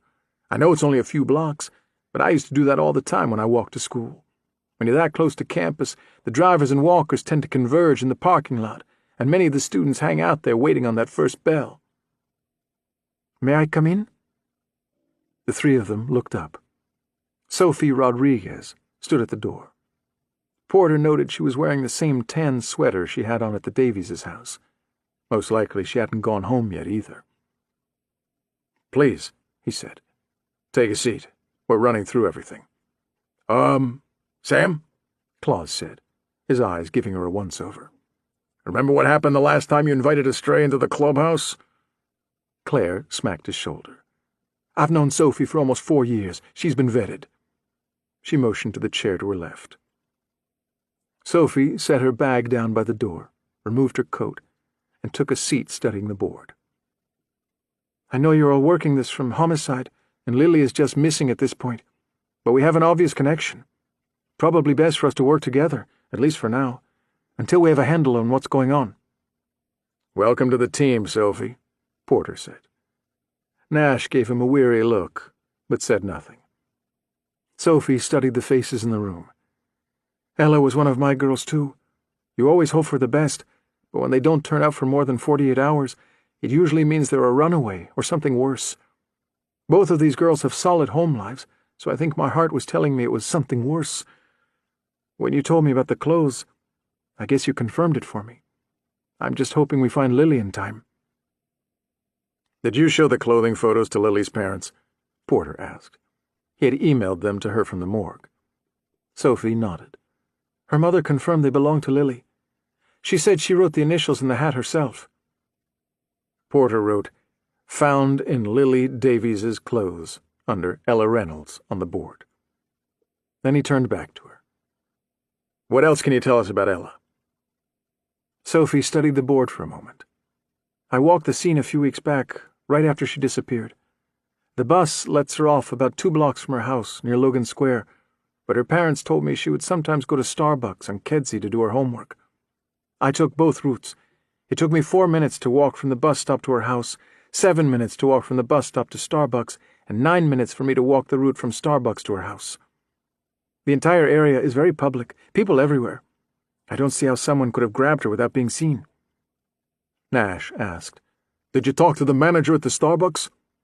Sophie nodded. "He recognized Ella from the photo I showed him, but he couldn't tell me if she was in on that particular day. She typically pays with cash, so I couldn't reference debit or credit card receipts." "Any security cameras?" "There is one, but it recycles daily. They don't store the footage. By the time we got there, it was gone." Claus cleared his throat. "Maybe I should take a look. I've never known a security system that really erased the previous day's footage. If the system is hard drive based, fragments may still exist, even if the manager thinks the footage is gone." Porter nodded and wrote, "Starbucks footage. 1-day cycle. Claus," on the board. "What else?" "We searched her computer and email but didn't find anything out of the ordinary," Sophie replied. "Her phone disappeared with her.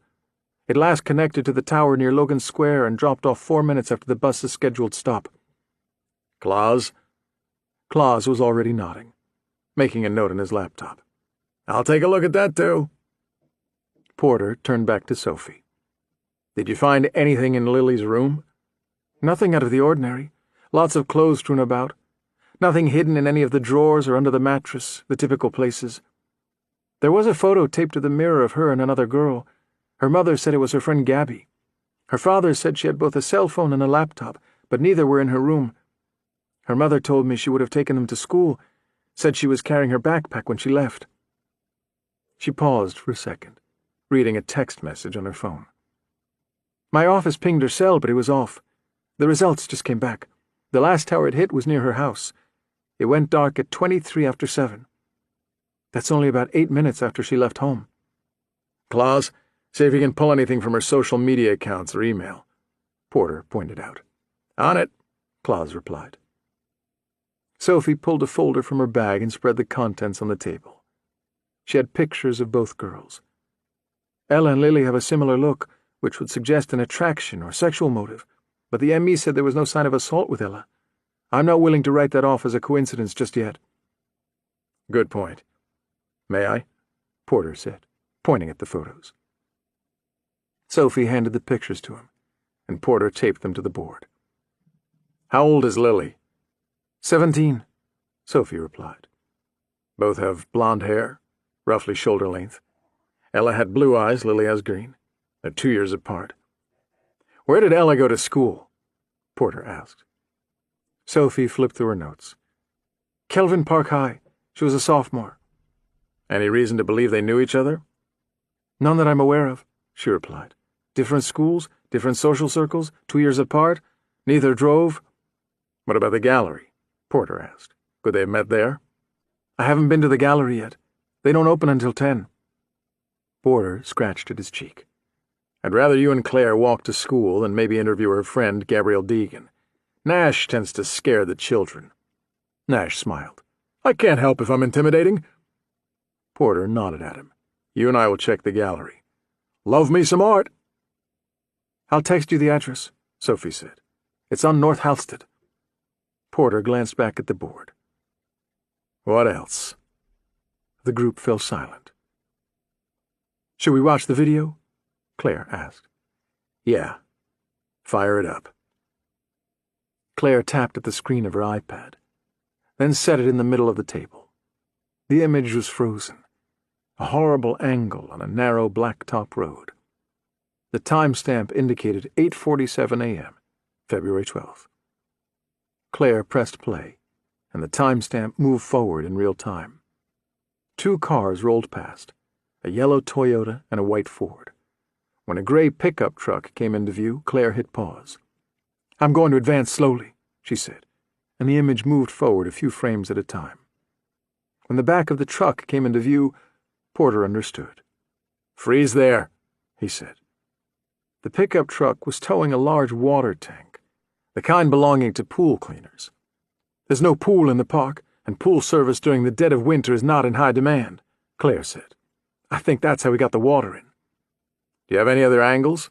Porter asked. Claire shook her head. That's the only camera. Claus leaned in. Not much I can do with it. The image is clear. The angle just sucks. Roll back a few frames, Porter suggested. Claire pressed rewind. The image reversed 1 frame at a time with each touch. Stop, Porter said.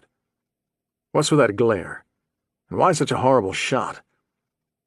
The camera pointed at a severe angle, nearly straight down.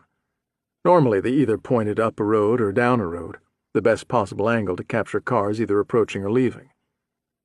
They froze the shot that captured the most of the truck's windshield, but a bright white glare obscured their view inside. Porter could make out the shape of the driver, but nothing that would help them identify the person. Claus, do you think you can enlarge this and clean it up at all? Claus chewed on the tip of his thumb. Maybe. Tough to say. I'll give it a shot. The park manager said they rarely review the footage. The camera is there as more of a deterrent than anything. At some point, either it got loose and pointed down toward the ground, or someone loosened it and purposely pointed it that way. He had no idea when or how it happened, Claire explained. He said the camera used to point down the road to capture the cars and their drivers as they approached. Porter turned to Claus, but Claus waved him off before he could speak. Yeah, I know. I'll go back through old footage and see if I can determine when it happened, on the off chance we catch our unsub smiling at the camera holding a wrench. Sometimes they slip up, Porter pointed out. Yep. This is good. At the very least, we should get a make and model on the truck. If we cross-reference that against pool cleaning companies, we may get lucky. Porter turned back to the board. Anything else we can add? Again, the room went silent. Porter capped the black marker and took a seat at the conference table. I want to get a better handle on the abductions themselves. The Sunsub works fast and appears to have no trouble taking these girls from public places. That means either blends in well or possibly gets to know them in advance so they don't feel threatened by him. He couldn't pull them kicking and screaming off the street into this pickup truck without being noticed, so somehow he convinces them to go willingly. He may have access to other vehicles, Nash suggested. Public Works, or a utility company van. Something that disappears in the background. Claus flipped his laptop around so the others could see. The screen had a detailed map of Chicago and the surrounding areas. There was a red dot near Logan Square, one at Jackson Park, and a third on King Drive in Bronzeville. We've got a distance of about 10 miles between the 2 abduction sites. In a city this big, that's a sizable hunting ground. Jackson Park, where Ella was found, is actually closer to Lily's house than Ella's own. Porter studied the map for a moment. So Lily was abducted close to where Ella was found. That may be important. Ella drowned in salt water? Sophie was frowning up at the board. That doesn't make any sense. What about a saltwater swimming pool? Claus suggested. That would fit with the truck. Is that a thing? Nash frowned. Claus was nodding. I've got an aunt in Florida who has one. She's allergic to chlorine. They're low maintenance, too. No chemicals to measure out. There can't be many around Chicago. Think you can run a list? Porter asked. Claus said, Maybe I can put something together through building permits. Porter studied the faces around the table. With the exception of Sophie Rodriguez, he had known them all for years. He retrieved the newspaper from Nash's desk and set it on the conference table. Watch your backs for reporters.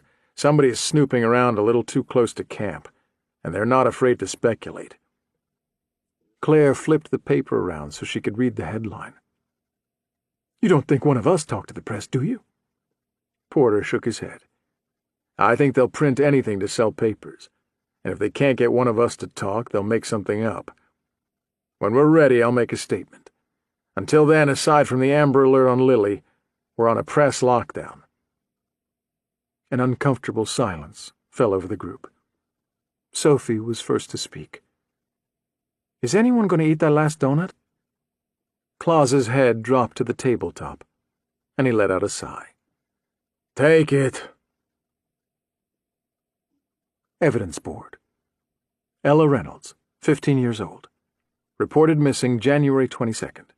Found February 12th in Jackson Park Lagoon. Water frozen since January 2nd, 20 days before she went missing.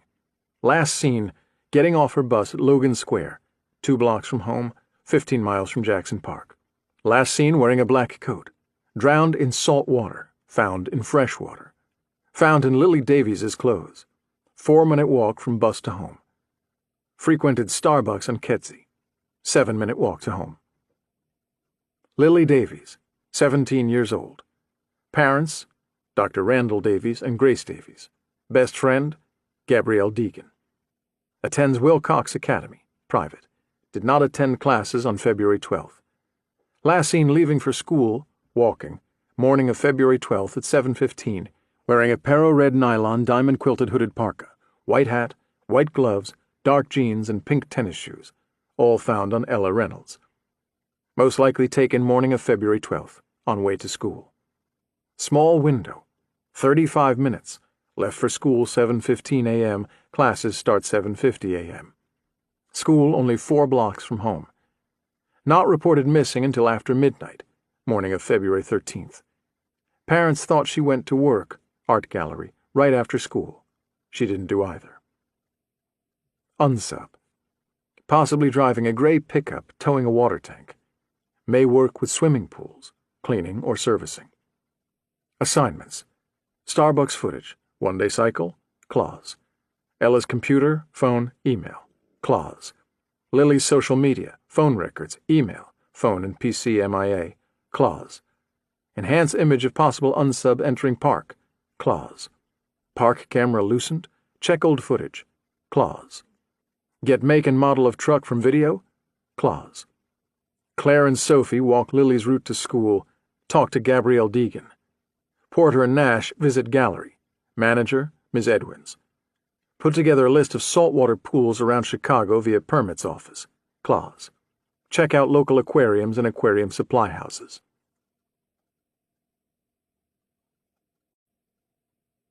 Chapter 10. Porter. Day 2, 9:08 a.m. Sam, you don't have to do this. Yeah, I do. He rang the Reynolds' doorbell. They'd driven straight here from police headquarters, lights blazing. Porter raced through at least 3 reds. Nash shuffled his feet beside him on the stoop. The department will send a uniform. Porter rubbed his hands together. The cold was slowly killing him. With the wind chill, the temperature hovered at 3 degrees. It's after 9. They may have already seen the morning paper. It's probably all over the morning news, too. Porter rang the doorbell again. The curtain over the glass window to the left of the door moved aside briefly, fell back into place. Someone worked the deadbolt. The door opened a few inches. A woman in her mid-40s peeked out, her eyes red and dark, the skin around them sunken with lack of sleep. Her brown hair looked oily, unwashed for days.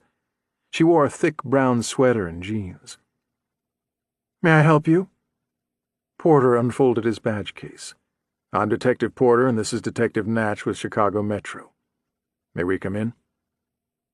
She stared at him for a moment, as if the words took a second to register.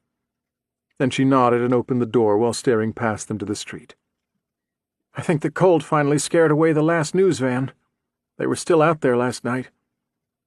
Porter and Nash stomped the snow from their feet and stepped inside, closing the door behind them. The heat wrapped around them, stifling compared with outside. Porter didn't care. He could stand in a fire pit for an hour and his fingers would still be numb. He cleared his throat. "Is your husband home?" Mrs. Reynolds shook her head. "He's not back yet." "Did he go somewhere?" The woman took a deep breath and sat on the arm of the leather sofa behind her. "He's been driving around looking for Ella since the day she disappeared. He comes home long enough to eat and get a few hours of sleep, then just goes out again.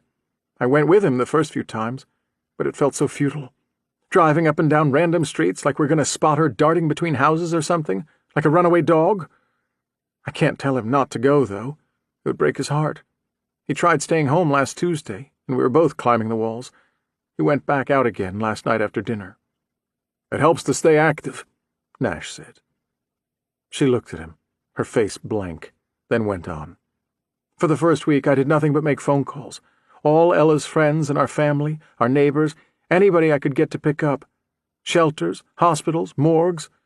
Sitting here, trapped in this house, it feels so helpless. But what else can I do? We've got posters hanging everywhere. Little good they do in this weather. Nobody is outside unless they need to be." Porter took a deep breath. "There's no easy way to say this." Mrs. Reynolds raised her hand, silencing him. "You don't have to. I saw it on the news this morning. The television hasn't been turned off in 3 weeks. I dozed off on the couch, and when I woke up last night they were running footage at the park. They never came out and said it was Ella, only that a girl's body had been found in the lagoon. A mother knows, though. I guess I've known for weeks. I think I saw you on TV. You look familiar." "I'm so sorry." She nodded and blotted at eyes that looked like they had shed their last tear 2 weeks earlier. "My Ella wouldn't run away. We knew that from the moment she went missing. I think I lost a little bit of hope with each minute after that. A girl can't just disappear in today's world, not with cameras and the internet everywhere. A girl disappears completely, and you gotta know something bad happened." She took a deep breath. "How did she die?" "We think she drowned. We're still waiting on the full report." "She drowned in the lagoon?" Porter shook his head. "No, someplace else. She drowned and was placed in the lagoon." "You mean she was drowned? Somebody did this to her, right?" "I'm afraid so." Mrs. Reynolds' eyes drifted to the floor. "I wanted to ask you if she suffered, but I think I already know the answer, and I'm not sure I really want to hear it out loud. I mean, somebody took her weeks ago. Do you know when she drowned? Do you know what this monster did to my baby in all that time?" Nash's eyes had also drifted to the floor. "At this point, we don't know much more than that. We had hoped to tell you before I heard it somewhere else. That's very noble of you. But those reporters, well—" "Do you have a way of reaching your husband? Maybe we should call him? Tell him to come home?" Again her gaze went blank as these words sank in. Porter had seen this before, the disconnect. People who are greatly traumatized sometimes separate slightly from reality. They watch the events around them rather than live within them. Mrs. Reynolds nodded and pulled a cell phone from the folds of the blanket on the couch. After a few seconds she mouthed, "Voicemail," then looked to the floor as she left a message. "Floyd, it's me. Please come home, honey. The police are here. They found her, our baby." She disconnected the call and dropped the phone back onto the couch. The back door slammed, and a little boy came marching into the living room, leaving a snowy trail behind him on the kitchen floor. Bundled in a navy blue snowsuit with a floppy yellow hat, scarf, and black gloves, he couldn't have been more than 7 or 8. "Mama, somebody built a snowman in our yard." Mrs. Reynolds glanced at him, then turned back to Porter and Nash. "Not now, Brady. I think the snowman is hurt." "What?" "He's bleeding."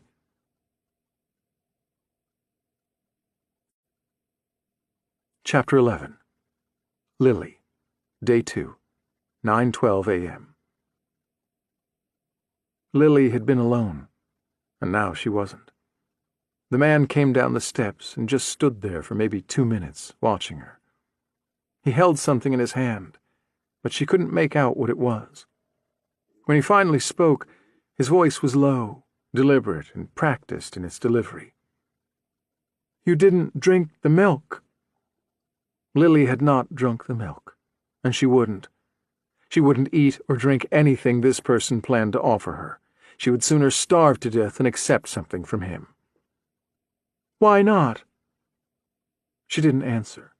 She only pulled the quilt tighter around her body as she pressed into the far corner of her cage. "This doesn't have to be unpleasant, not unless you want it to be. I'd prefer you to be comfortable and relaxed," he said. "Are you warm enough?" Against the wall to her right stood the HVAC system and water heater for the house. The unit had run on and off since she woke here, but was silent now. The vent in the side pointed directly into her cage and was in fact very warm. She wasn't about to tell him that, though. "If you get too cold, be sure to let me know." He stepped from the shadows at the base of the stairs and approached her cage. Funny, she thought, how she quickly grew to consider this her cage. From the inside, it seemed to offer her safety from the threat outside. As he stepped closer, she was grateful for the chain link and metal bars separating them, the protection they offered. Her free hand reached around behind her, her fingers wrapping around the chain link mesh and squeezing, the cold steel digging into her skin. As the man stepped into the light, she got a good look at him. His skin was incredibly pale, the color of paper. She could make out the webs of veins at his neck, tiny roadways on his cheeks and forehead. He wore a black knit cap pulled down tight on his head, covering his hair, if he had any at all. His eyebrows were thin, barely there. When she saw his eyes, she wished she had not. The way he peered at her, a deep gaze from behind cloudy gray. They were the eyes of an old man, lost behind cataracts and film. He didn't look old, though, maybe 30 at the most. The eyes did not fit. They weren't natural. The right eye seemed darker than the left, bloodshot. Lily wanted to look away, but didn't want to give him the satisfaction. She wouldn't show weakness. "I apologize for my appearance. I haven't been well. Today is a good day, though. I promise you it's not contagious. Please don't be frightened," he said, the lisp evident. Lily squeezed the chain link, welcoming the pain it brought, the distraction. She set her jaw, firm and defiant. The man's mouth hung open slightly. She heard a slight wheeze with each drawn breath. "I'm going to let you out, and you're going to do as I say." His eyes flicked to the object in his right hand, a stun gun. He said nothing of it. Lily knew they weren't fatal.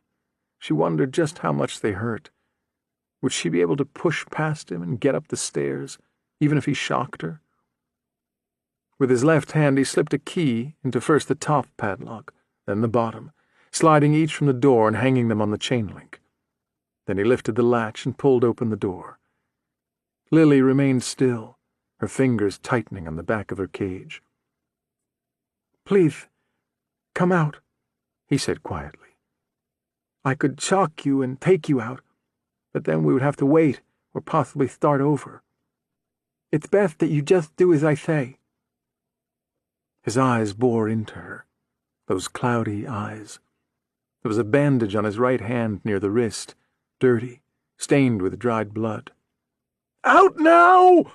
he screamed. Lily jumped and drew in a deep breath. "Why do you make me shout? Please don't make me shout. I don't want to be loud. I don't want to be mean. Just come out so we can begin, please.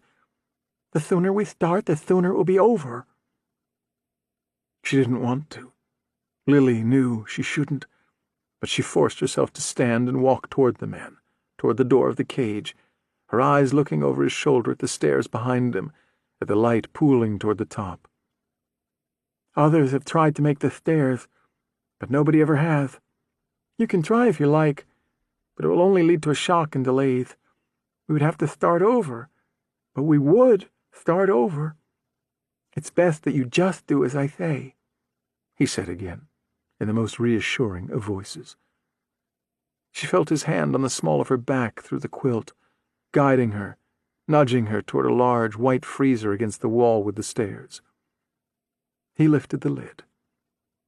Lily expected a rush of icy cold air. They had a similar freezer at her house. Instead, warm, humid air rose from inside. The freezer was filled with water. She took a step back, tried to push away from him, but the prongs of the stun gun against her back held her still. "The water is nice and warm. Go ahead and touch it." Lily watched her hand reach for the water, operating with a mind all its own. She dipped her fingers into the water. It was warm, far warmer than the air. "You'll want to take off your clothes. It's better that way." He said this so nonchalantly, casually, a conversation between two old friends. "I'm not—" The words slipped out before Lily realized she spoke. She capped them off and shook her head. Her hands gripped the quilt and pulled it tighter around her small frame. She wanted to step away from the water tank, but he was standing behind her. His warm breath drifted over her neck. His left hand fell onto her shoulder and tugged at the quilt. Lily screamed, the first real sound she'd made since waking here. She screamed as loudly as she could, the sound so powerful it felt like a knife grating at the inside of her throat. It echoed off the basement walls and cried back at her in a voice that wasn't her own. This voice sounded like a terrified little girl, like someone who'd lost control, someone who'd given up, someone she didn't want to know. The metal prongs of the stun gun bit into her neck, two cold metal teeth, followed by a pain so intense it sliced at every inch of her, a blade cutting from her toes to her fingertips. Her eyes rolled back into her head, and her legs gave out from under her. Lily's scream died away in an instant, as silence enveloped her. She awoke on the floor, lying atop the quilt. The man was tugging her panties down. He had removed all her other clothes. Lily tried to reach for the edge of the quilt to cover herself, but her arm wouldn't work. She stared at her fingers, still twitching. "I didn't want to shock you. I don't want to hurt you. Please don't make me hurt you again," the man said. "You can have the clothes back when we're done. It's better this way. You'll see."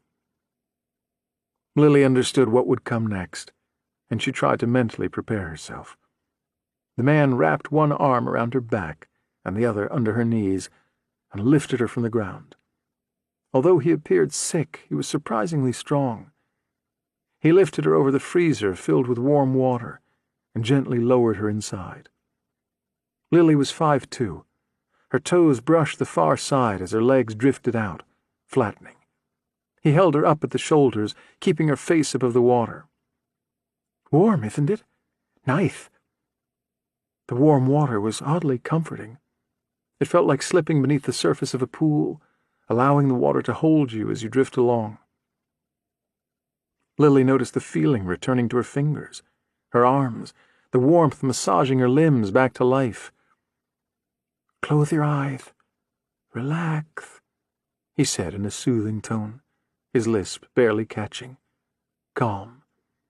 Take in a deep breath. A nice, long breath." Lily did as he said, not because he told her to, but because she wanted to. She allowed her lips to part and pulled in the basement air, allowed it to fill her lungs, a breath like those she learned in yoga class, a cleansing breath, deep and full. Now let it out slowly. Feel the air leave your body, he said in a whisper. Feel every bit of it.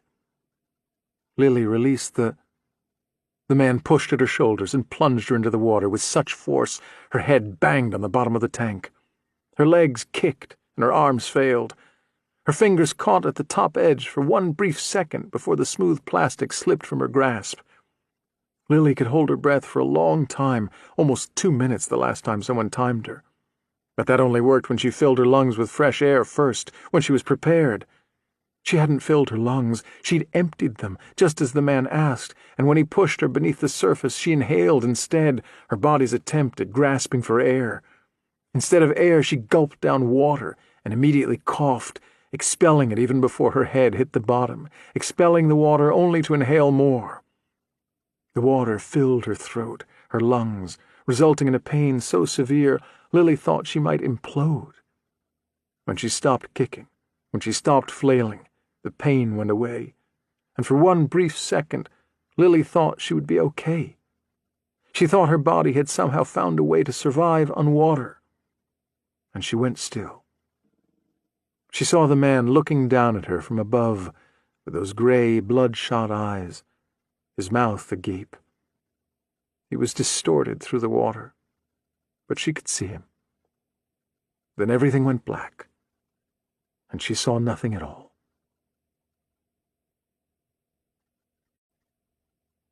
Chapter 12. Claire. Day 2, 9:13 a.m. Claire and Sophie Rodriguez pulled up to Lily Davies's house on South King Drive and parked Claire's green Honda Civic behind 2 news vans.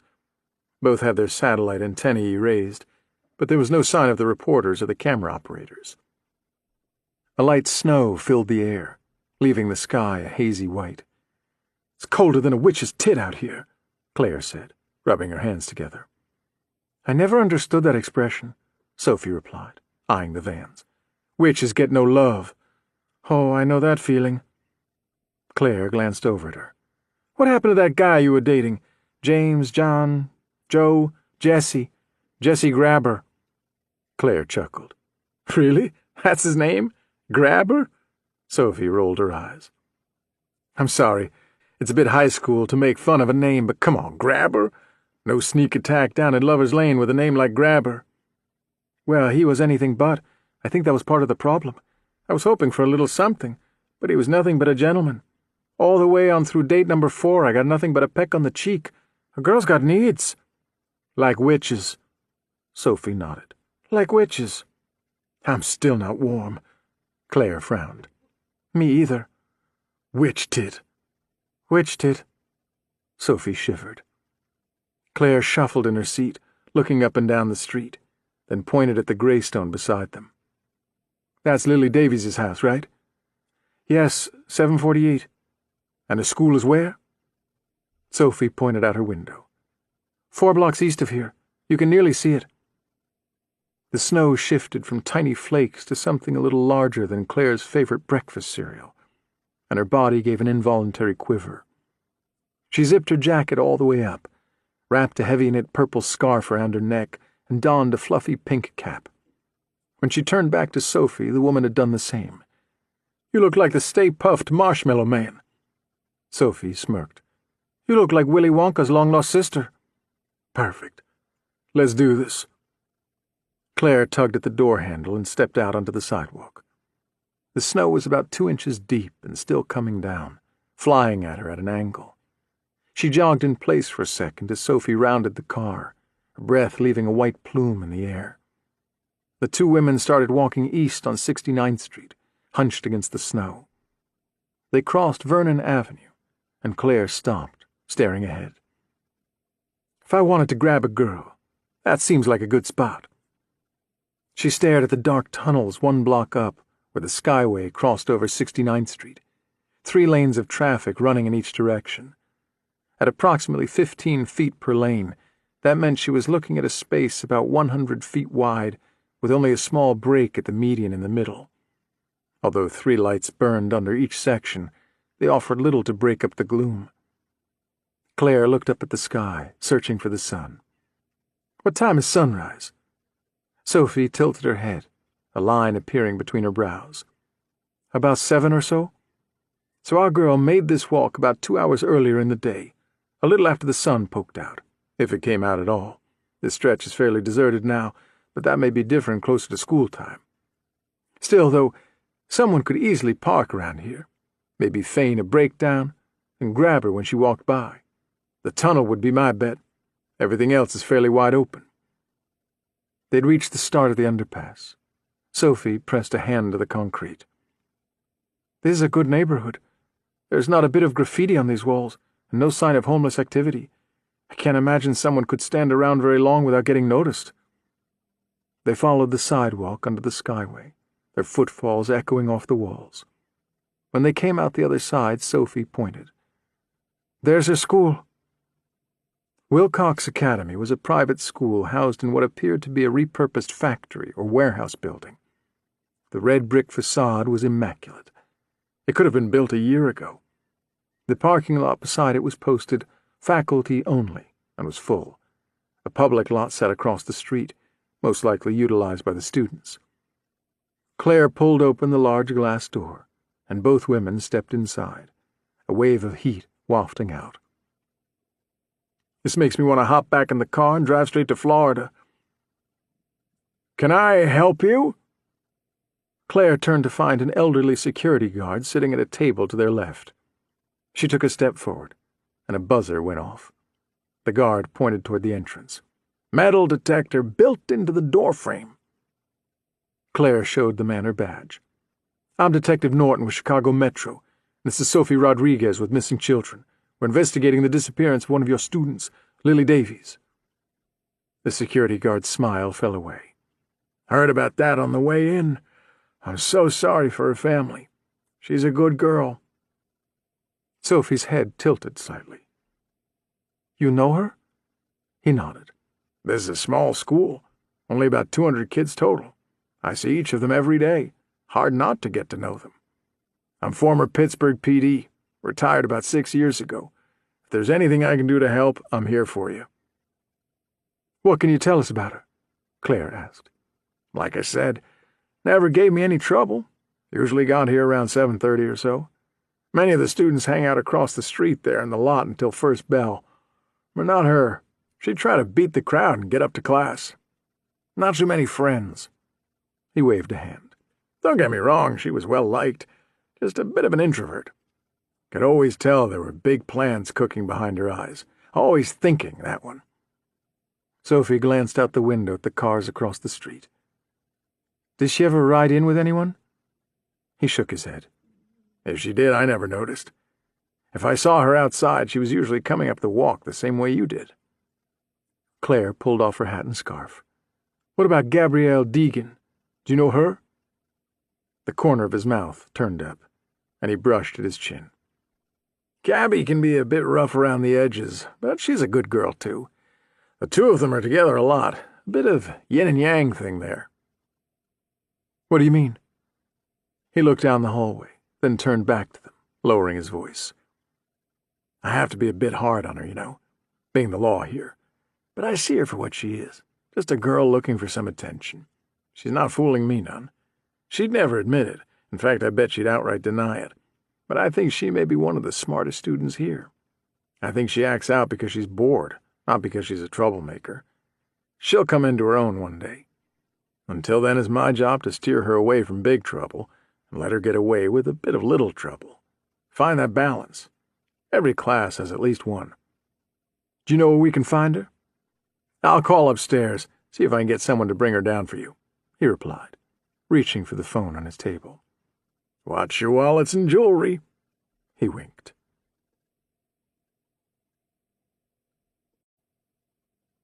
Chapter 13. Porter. Day 2, 9:14 a.m. Porter and Nash stood at the Reynolds' back door, staring out into their yard. About 50 feet out, toward the left corner under a large birch tree.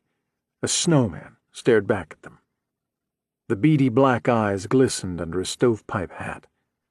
The snowman was tall, at least 6.5 feet, maybe more, the body thick and wide, glistening with ice, a red rose at his snowy lapel. The arms were fashioned from tree branches, each capped with a black glove.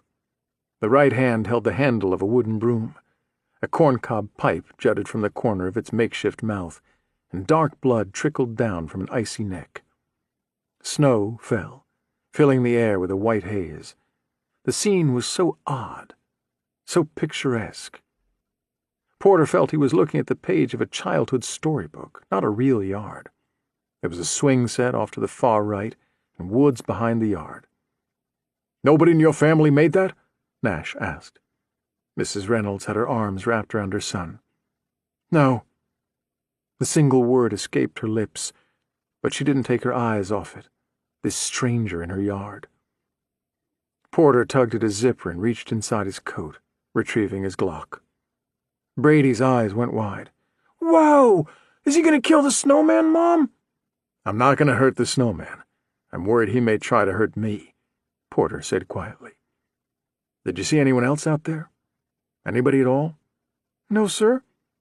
"How about you and your mother go back into the living room for a few minutes? Think you can take care of your mom while my partner and I check this out?" Brady nodded. Porter looked from the boy to his mother. "Go along now." When they were gone, he turned to Nash. "Stay here and keep a bead on those trees back there." Nash withdrew his own weapon, his eyes scanning the woods. Porter stepped out the back door, into the falling snow. From somewhere in the back of his mind, an old children's song began to play. Small footprints littered the newly fallen snow, crisscrossing the yard near the door, then petering down to a single set ending at the snowman. Porter followed the footprints as best he could, taking small strides so he could place his feet where the child had, rather than create another trail. Snow had fallen most of the night, a few inches at least, but it seemed inconceivable that someone could build such a thing without leaving any tracks. His eyes drifted to the broom perched in the snowman's hand. He supposed it was possible that whoever did this used the broom to sweep away their tracks, but that didn't explain how they got the broom back into his hand without leaving a final trail. Porter also noted that their yard was fenced, a 4-foot chain link. The gate leading to the front yard was open. Porter saw a faint trail leading from that gate to the snowman. Not footprints, more of an indent, as if something heavy had been dragged from the front of the house to the back to here. He stood in front of the snowman. It towered over him by nearly a foot. From this angle, the smile upon its face, made from tiny pieces of a broken branch, looked more like a smirk. Porter remembered building hundreds of these as a kid, pushing the snowball along until it became a snow boulder too heavy to push at all. Normally, a snowman is constructed by starting with a large snow boulder at the base, then placing another smaller one on top of that to form the torso, then another at the very top to take the place of a head. This snowman was not constructed that way. The snow on this snowman had been packed in place. Someone took the time to sculpt the snow into the shape of a snowman, rather than use the far faster traditional method. All of these thoughts rushed through Porter's mind in an instant, as he glanced over the creation from top to bottom, his eyes finally landing on the dark red at the neck, dark red seeping through the white like a giant snow cone. Porter snapped a branch of a nearby oak, and using the splinted end, carefully plucked at the snow beneath the darkest red spot, where it congealed at the base of the neck. Whoever built this had sprayed the snow with water as they worked, causing it to harden into ice, another trick Porter learned as a child. If made properly, a snowman would be as sturdy as a stone statue, standing tall for the remainder of the winter. If you failed to harden the snow, chunks would break away with the first sun. By mid-afternoon, half your work would be piled at the ground. Porter used the stick to break through the ice and to scrape away the packed snow, digging deep enough to reveal the torn neck of the man beneath.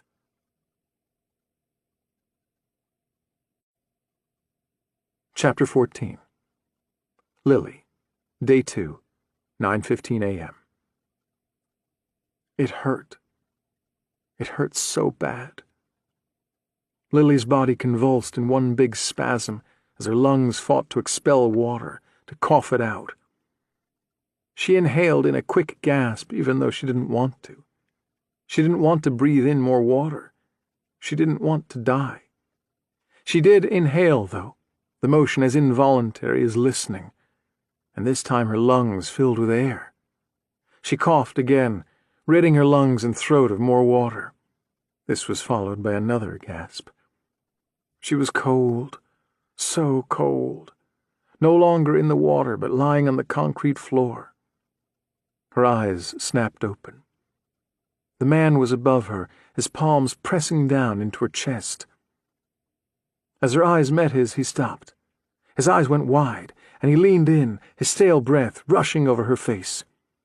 "What did you see?" Lily gulped another breath of air and swallowed, then another after that. "Slow down, you'll hyperventilate." He reached for her right hand and pressed his thumb into her wrist. "Your pulse is still a bit irregular, but it will even out. Lie still. Breathe in through your nose, out through your mouth, calming breaths." Lily forced her breathing to slow, doing as he said. Sensation returned to her fingertips, to her toes. She was so cold. She began to shiver uncontrollably. The man reached for the quilt and draped the sour material over her body. "Your body temperature began to drop the moment you died. It will return to normal in a moment. What did you see?" She tried to blink away the haze from her eyes, but it hurt to try and keep them open. The thin light seemed incredibly bright, hot, burning. When she pinched her eyes shut, she felt a light slap at her cheek. "Died? What did you see?" he asked again. He rubbed her arms through the quilt, the friction slowly warming her. I died?" She coughed again, the words scratching at her throat with the last bit of water. "You drowned. Your heart stopped for a full 2 minutes before I brought you back. What did you see?" Lily heard the words, but it took a moment for them to sink in. Her brain was sluggish, thoughts moving slowly, groggily. Her chest hurt.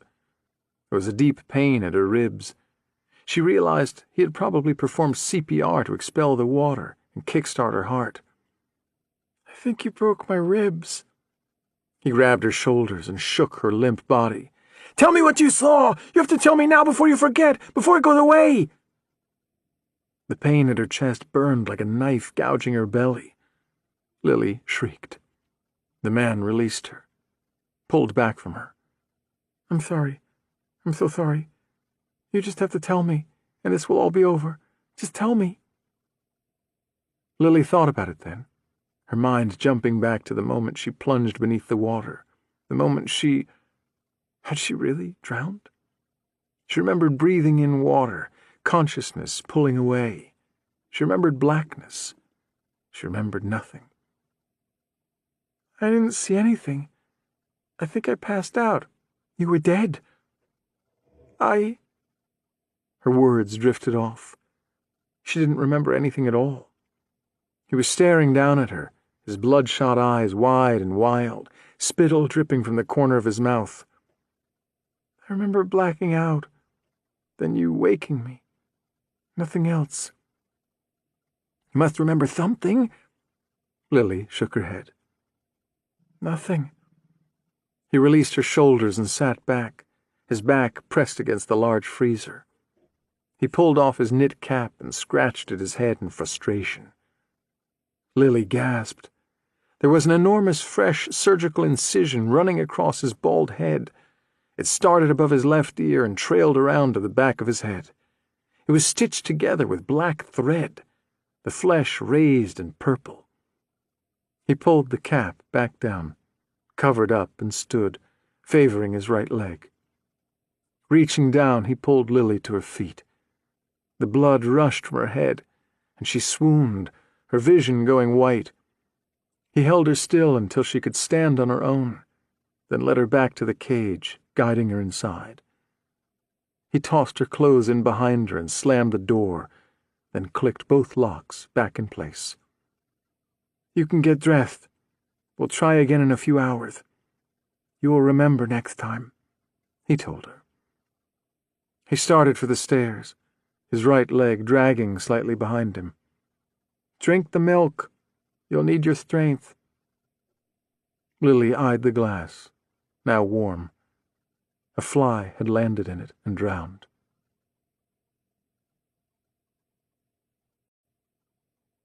Chapter 15. Claire. Day 2, 9:17 a.m. The security guard had ushered Claire and Sophie to the far corner of the school's lobby, then made a few phone calls. There was a small sitting area with a black leather couch, 2 matching chairs, and a small sign that read, "Free Wilcox Wi-Fi, password available at security." Claire studied the leaf of a large potted tree. "How do they keep this alive indoors? There's no light." Sophie glanced over. "Ficus? They're like the weeds of the tree world. They'll eat up whatever light you cast on them. This one is probably sucking up the fluorescence overhead and whatever it can pull from the windows by the door back there. It's like a franken tree. Looks completely healthy on a diet of artificial junk. I wish I could do that," Claire replied. "The one next to it is a philodendron. They're easy to maintain, too. Just water whenever the dirt feels dry. I've got a few at home. They're near impossible to kill." Claire glanced over. "Oh, I could kill it. My plant love leaves nothing but brown branches and shriveled blooms in its wake. I'm not fit to be a plant owner." They heard footsteps from above and glanced up to see a teenage girl coming down the stairs with a purple backpack slung over her shoulder. Not very tall, about 5 feet or so, with shoulder-length brown hair and pink highlights. She slowed as she saw them, eyeing them warily. "Gabrielle Deegan?" Claire said, looking up at her. The girl nodded, descended the remaining steps, and rounded the corner to the sitting area. "Are you looking for Lily?" "We are," Sophie said, gesturing toward one of the empty chairs. The girl glanced at the security guard, who offered a reassuring smile, then plopped down into the seat. Sophie and Claire sat opposite her on the couch. "I'm Sophie Rodriguez with Missing Children, and this is Detective Claire Norton with Chicago Metro." Claire noted that Sophie didn't mention she was with Homicide at Chicago Metro. "Gabby, call me Gabby. Nobody calls me Gabrielle but that guy over there." She nodded at the security guard. "Captain Law and Order. I should be out looking for Lily, and he's got these doors locked up tighter than his daughter's chastity belt." Claire exchanged a glance with Sophie, trying not to smile. "Do you have any leads?" Gabby wore the traditional school uniform, but Claire noticed her white blouse was untucked and her skirt looked like it had been hemmed up an inch or 2 from the norm. Her ears, eyebrow, and lip all had piercings, but she wore only a single set of small matching silver loops at each ear. No doubt dress code prohibited anything else. Someone seeking individuality in a sea of the same would not be doing so here. Every time Claire entered one of these private schools, she recalled the scene from The Wall, with all the identical students marching in unison into a giant meat grinder. "She's been gone a full day," Gabby went on. "She could be lying in a ditch right now, or tied to a bed with some crazy psycho telling her to call him Daddy while he jerks off on her chest. If that 4MK guy took her, who knows what he's doing to her. You need to find her." "When was the last time you spoke to her?" Claire asked. "Wednesday night. She was working," Gabby said. "She texted me from the gallery." "What did she say?" "She didn't say anything. She just sent me a picture of a new Mustang, cherry red. It was gorgeous. Her dad said he'd buy her a car when she graduates next year, so we've been doing this thing where we send each other pictures of cool cars when we find them. She's not sure what she wants yet, but her dad said if she graduates with straight A's, he'll buy her whatever. He's a doctor, so I think he's serious. I told her she should get a Maserati, but she doesn't want to take advantage of him. She's trying to find something cool but still affordable. I keep telling her to break the bank if she can, so she sent me the Mustang pic, and I sent her this one." She held up her phone. Claire leaned in closer. "What is that?" "A Tesla Roadster. They don't make them anymore, but it's a way cool car. Fully electric, and can do 0 to 60 in 2.7 seconds. You'll even get a few hundred miles per charge. They stopped making them in 2012, but the specs are much better than anything else out there, even the new electric cars. You can find them for around $70,000 now, even though they went as high as a few hundred when they first came out. Claire thought about her 7-year-old Honda Civic, parked down the street, and made a mental note to call her dad and ask for a car. Apparently that route was much more fruitful than saving pennies, followed by a visit to the buy here, pay here lot. May I see that? Gabby handed her the phone. Claire scrolled through her text messages. No actual words were exchanged with Lily, only photos of cars over the past few weeks. Gabby went on. She was hoping to get her license soon, and maybe talk her dad into buying the car earlier.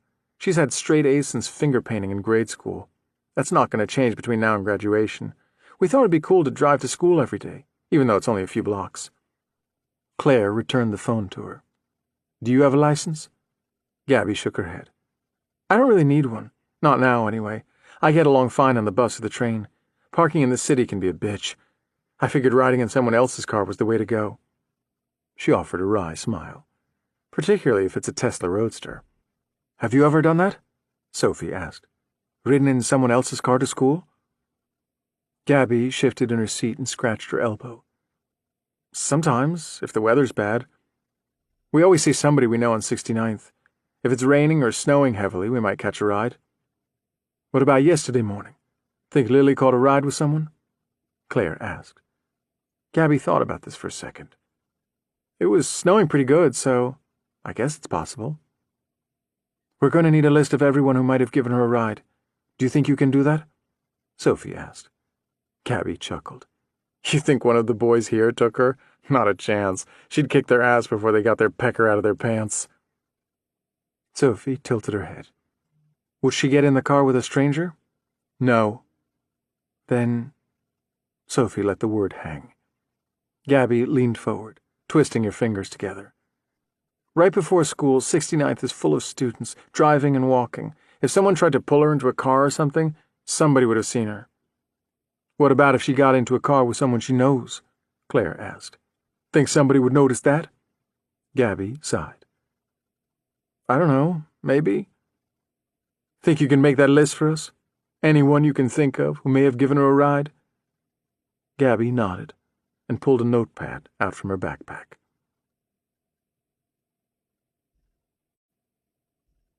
Chapter 16. Porter. Day 2, 10:26 a.m. They found Floyd Reynolds within the body of the snowman, a deep gash in his neck. Someone had tied him to the metal pole of a large bird feeder, then built the snowman around him, slowly covering him in ice and snow. Porter and Nash watched in awe as CSI painstakingly removed the snow in bits and pieces, carefully bagging and tagging each one for analysis back at their lab, slowly revealing the man beneath. This took time, a lot of time, Nash said under his breath. Few hours at least, Porter agreed. How can he do something like this completely unnoticed? Porter motioned around the yard. We've got nothing but a tree line at the back here, hedges to the right blocking the view from the neighbors, a wood fence on the left. For someone to really see what was going on back here, they'd have to come through the gate at the front yard. This isn't visible from the street. Mrs. Reynolds is preoccupied, and the boy was probably in bed by the time he got started, Nash added, thinking aloud. Porter's gaze fell to the ground. He started for the front yard. Nash followed a few paces behind him, careful to duplicate his steps and avoid multiple tracks. He did this more out of habit than necessity. CSI had already searched the snow and found nothing. Porter pushed through the gate, paused for a second, then went to the silver Lexus LS parked in the driveway. The car was parked at the side of the house, not visible from the front door. Mrs. Reynolds thought her husband had left, but most likely he'd never gotten the car in gear. The unsub opened the rear door and slipped into the car behind the driver's seat. He was hiding back here when Reynolds came out, probably ducked down and back. There's a motion light up there. Mrs. Reynolds said her husband left after dinner, so it was probably dark out. He would have tripped the light. Only place to hide is the back seat. They waited for Reynolds to get in, maybe get the seatbelt around him, and close the door. Then he came up and got something around the man's neck. Something thin like a piano wire, judging by the way it cut into his throat. As Porter spoke, he climbed into the back of the car and acted everything out, moving in slow motion. He looked at the back of the driver's seat. "We've got a shoe print here in the leather. Looks like he tried to wipe it away and missed part. He must have put a foot against the back of the seat for leverage." "CSI said it's a size 11 work boot. They don't know the make," Nash said. "It takes a lot of strength to kill a man like that. He'd be thrashing about, fighting back, trying to work his hand under the cord. Reynolds' movement would be highly restricted. The steering wheel would see to that. He might have tried to get the door open, but most likely both hands went to his neck. The power position is in the back seat. Reynolds wouldn't have been able to get the cord off, even if he were the stronger man. The leverage and angles all work against him," Porter said.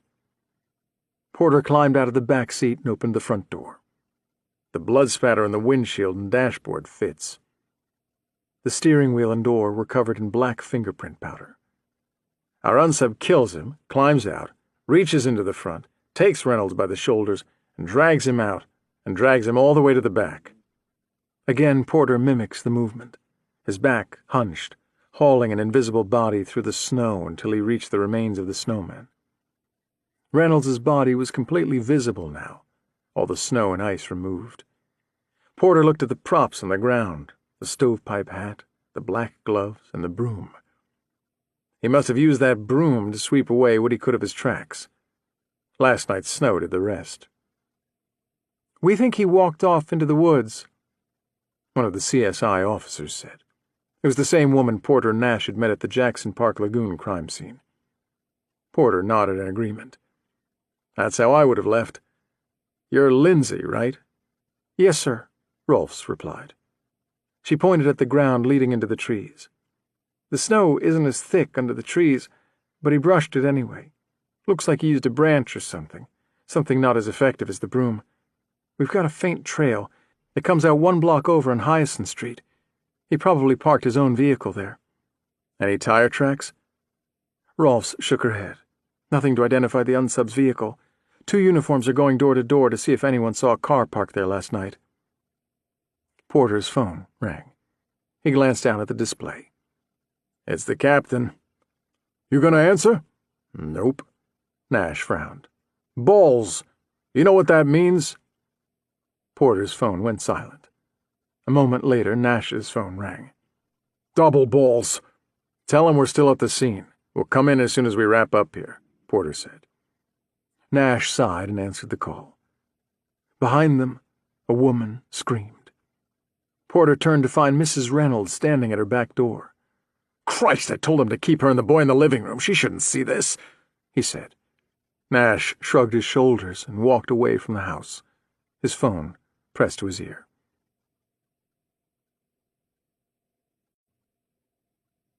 Chapter 17. Claire. Day 2, 10:26 a.m. Claire fell back in the squeaky-wheeled office chair and picked at the cracked green leather on the armrest. She reached for her coffee cup and brought it to her. Empty. Damn it. "Do you want another refill?" she asked Sophie. Sophie glanced up from the sheet of notebook paper in her hands. "I'm good. We've got 2 more left. Let's wrap this up so we can get out of here." After they spoke to Gabby Deegan, the security guard had escorted them to the second-floor administration office and introduced them to Noreen Ooten at the front desk. She'd looked up at them with a forced smile from behind glasses thick enough to leave the top of her nose red with their weight. Claire felt a headache coming on just watching her eyes strain. After identifying themselves, they'd sent her off on 2 tasks: round up the students, on the rather extensive list Gabby provided them, 16 names in all, then check the attendance records for the 12th. They were looking for anyone who didn't make it to class that day, any class, and the off chance a student picked up Lily and left with her. While the woman plugged away at her homework assignment, Claire and Sophie had begun interviewing the students lining up in the hallway outside the office. Now they were 14 down, 2 to go. So far, none of the students remembered seeing Lily that morning, either walking to school or in the building. "Who's next?" Sophie glanced down at Gabby's notes. "Malcolm Leffingwell and Leo Gunia. Want to flip for it?" Claire tilted her head back in the chair. "Leo!" Sophie giggled. "Geez, Claire, do you have to shout every name? I love the way kids jump when they hear their name shouted out from the admin office. Every bad thing they've done since wetting their first diaper runs through their head. See? Look how white that kid's face is." Sophie glanced up at the boy coming through the door. "You're a damn sadist, woman. Just keeping them on their toes." Leo Gunia wore the same white shirt, navy pants, and blue-striped tie as all the other boys they'd spoken to. His black hair was neatly cropped, and he had the slightest amount of stubble growing under his chin. Claire suppressed a smile. Why is it all teenage boys think they can grow some form of facial hair? She had yet to meet one who actually could. Instead, they had these bitty shadows and patches of peach fuzz. She was tempted to send each one on his way with a razor and a bottle of testosterone. "Please, take a seat, Leo." Sophie explained who they were and why they were there. Leo held their gaze, nodding as she spoke. "The whole school is talking about it." "Really? What are they saying?" Sophie asked him. The boy shrugged. "Only that somebody might have taken her on her way to school the other day. That 4MK guy." "It wasn't 4MK, Claire told him. He shrugged again. "Well, somebody then. Did you see her that morning?" The boy didn't say anything. His eyes fell to the floor. He shuffled his feet. "Leo?" "I should have stopped. It was so cold out, she must have been freezing. But I had to get to class early to try and prep for a test. I had to work the night before and didn't have time to study," Leo said quietly. Claire leaned forward in her chair. "So you saw her? Where?" "On the 69th, right before the overpass." He glanced up, his eyes watery. "She was hunched over, walking against the cold. It was snowing kind of heavy, and I didn't see her until the last second. I don't know what happened. I thought about stopping. I think my foot even reached for the brakes. But that test came into my mind, and I looked at my clock, and I was already 5 minutes late. That meant I only had about 20 minutes to study. By the time I parked and got upstairs, probably less. Anyway, I saw her at the last second. I couldn't have stopped if I wanted to, and I didn't have enough time to double back. I figured someone else would give her a ride." Claire glanced at Sophie, then back to Leo. "Did you see anyone else stop for her?" Leo lowered his head. "No. I'm not sure I would have noticed even if the car behind me did. I wasn't thinking, and with the snow... If I would have picked her up, she'd probably be okay right now. This is my fault." Sophie asked. "What time was it when you saw her?" Leo sighed. 7:30. "You're certain?" He nodded. "I needed an A on that exam, remember? I was counting the seconds all morning." "What did you score?" Leo sighed again. B-. Claire took down Leo's contact information and gave him her card. They sent him back to class. Malcolm Leffingwell had not seen Lily all week. Noreen Uden poked her head back in. "That the last of them?" Claire stood up and stretched her back. "Yes, ma'am. Any luck with the attendance records?" Noreen pushed her heavy glasses back up her nose, then skimmed a small notepad. "We had 2 students out sick that day, both phoned in by their mothers, Robin Statz and Rosalie Newhouse. Nobody late to first period, nobody unaccounted for. We have good students here. They wouldn't get mixed up in any shenanigans." Sophie nodded at the notepad. "Do either of those girls know Lily?" Noreen said, "Well, let me think. Robin is a freshman, Rosalie is a junior.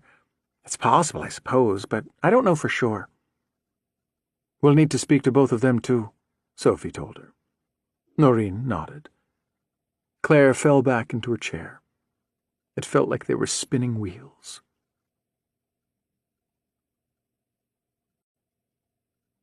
Chapter 18. Porter. Day 2, 10:31 a.m. "Why does the captain want to meet us at my apartment?" Porter asked. He had both hands on the steering wheel, his knuckles white. The red and blue lights flashed in the corner of his eye atop the Charger, and the siren wailed behind the throaty engine. He was doing 81 on I-94. Beside him, Nash held the oh shit handle above the door with his right hand and gripped the seat with his left. He wouldn't say. I tried to get it out of him. His exact words were, "Get Porter back to his apartment now." Porter pulled the wheel to the left and circled around a gas truck. Well, did he sound angry? Upset? Worried? Nash shrugged. He sounded like the captain always sounds. I couldn't get a read on him. Fuck.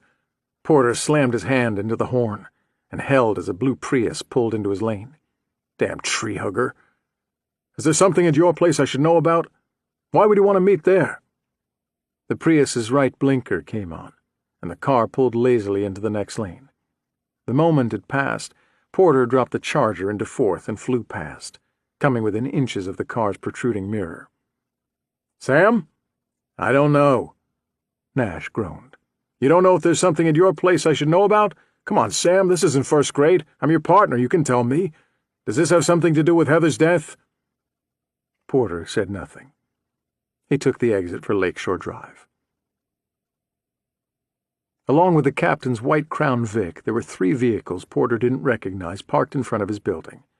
2 black sedans and a van. All bore federal plates. He double-parked, blocking in the van, killed the siren, and left the lights flashing as he bounded from the car and up the steps with Nash behind him. They were in the hallway at his door. Captain Dalton, Special Agent Diner, Agent Poole, and Special Agent in Charge Hurless of the Bureau's 4MK Task Force. There were 2 federal crime scene techs Porter didn't recognize. Dalton saw them push through the door at the stairs and hurried over. The fuck were you thinking, Sam? What do you mean? You know exactly what I mean. Nash stood beside Porter. He said nothing.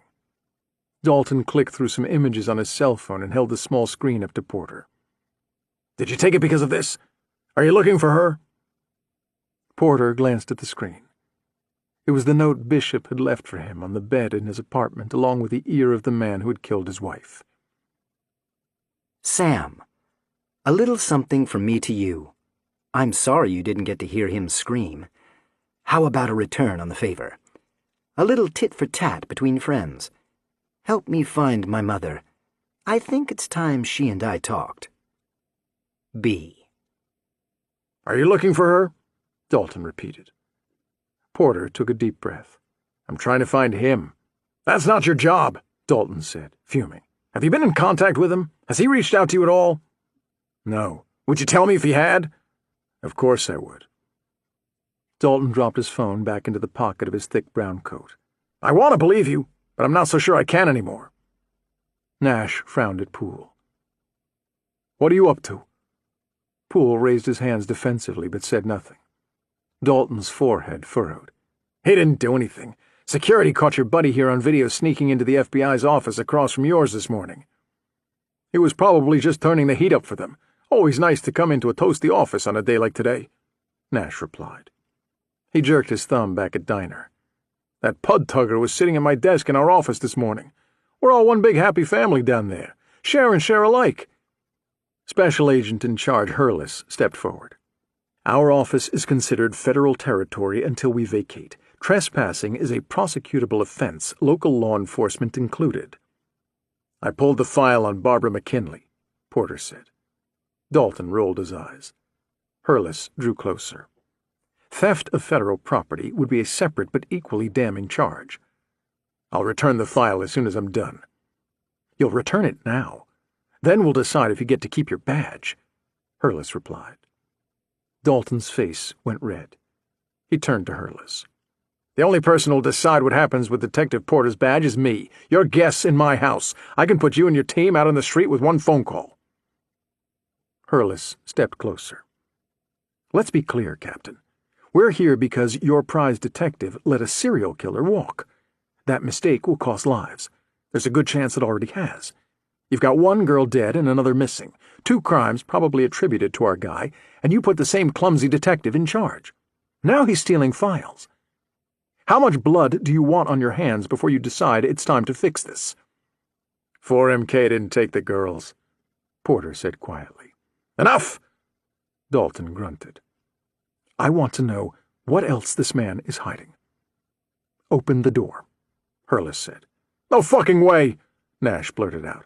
Unless you have a warrant, you've got zero business in there. Hurless began ticking off items on his fingers. federal trespass, theft of federal property, impeding a federal investigation, aiding and abetting a wanted federal fugitive. Notice the key word? Losing his badge is the least of your friend's worries right now. Dalton took Porter by the shoulder and led him back down the hall. You need to open that door. Why? You let them in, let them take a sniff around, and the charges go away. You share whatever you've got cooking in there, and this goes away, Dalton said. You don't, and I can't protect you. Screw them, Sam, Nash said. Porter glanced back down the hall at the men standing at his door. Poole met his eyes. All right. Sam! Porter offered a weak grin at his partner. It's fine. I really don't give a shit anymore. Maybe it will help catch him. Dalton drew in a deep breath and steered Porter back down the hall. Porter pulled his keys from his pocket, unlocked the door, and pushed it open. Hurless and Diner pushed past him into the apartment, followed by the two crime scene techs. Poole went in next. His eyes dropped to the ground as he walked past Porter and the others. Porter followed, with Dalton and Nash at his back. A whistle from the bedroom. Holy hell, Hurless said. Oh, Christ, Dalton said, his breath catching as he stepped into the room. Nash said nothing. He stepped up behind the others, dragging his feet. What am I looking at? Hurless asked. Every mention of Bishop in the past 4 months worldwide, Porter replied. He stepped up to the map, located the yellow thumbtack he had placed at the Jackson Park Lagoon, and pulled it out, dropping it onto the nightstand. Diner was watching him. What was that one? Jackson Park. I told you he didn't take these girls. This is someone different. Poole crossed the room and kneeled down at the laptop, his eyes drifting over the text on the screen. Google alerts? Every mention of Bishop or 4MK online, Porter replied. Poole positioned the screen to get a better look, prepared to type, then turned back to Porter. May I? Sure. Porter watched as he scrolled back through the messages, scanning the subjects of each, then refreshing the screen to load the previous 50, repeating. When he reached the end, he looked up at the maps. Where do you think he is? I have no idea. Hurless started opening drawers, rifling through his clothes. Nash crossed the room and stood between him and Porter's dresser. You seriously going to go through the man's underwear drawer? Step aside, officer, Special Agent in Charge Hurless said. It's fine, Nash. Let him look at whatever he wants. I'm not hiding anything, Porter said. Hurless faced him. Where's the McKinley file? In my car, under the driver's seat. Porter tossed him the keys. Hurless tossed the key to one of the techs. He disappeared out the front door toward the elevator. What other files are we going to find in here? Hurless asked. Porter crossed the room and sat on the edge of the bed. That's the only one I have. Because you put the others back? Because it's the only one I took. Poole stood up from the laptop and turned to him. Why Barbara McKinley? Porter thought about this for a second. Not sure he wanted to say anything. Then decided he wasn't helping anyone by keeping his thoughts to himself. A gut instinct, that's all. Something feels off about that case. Off how? Poole asked. Agent Diner snickered. Who cares? He's not Philip Marlowe. Gut instincts only sub for evidence in old black-and-white movies and pulp books. Off how? Poole repeated. Porter ran his hand through his hair. She's the only blonde. 8 girls taken, and she's the only blonde. You're kidding with this, right? Special Agent in Charge Hurless said. Poole stepped closer. He took the loved ones of the true criminals in his eyes. The McKinleys only had blonde children. He didn't have a choice. Porter shrugged. Maybe, but the crime doesn't fit either. Barbara McKinley's sister hit and killed a pedestrian.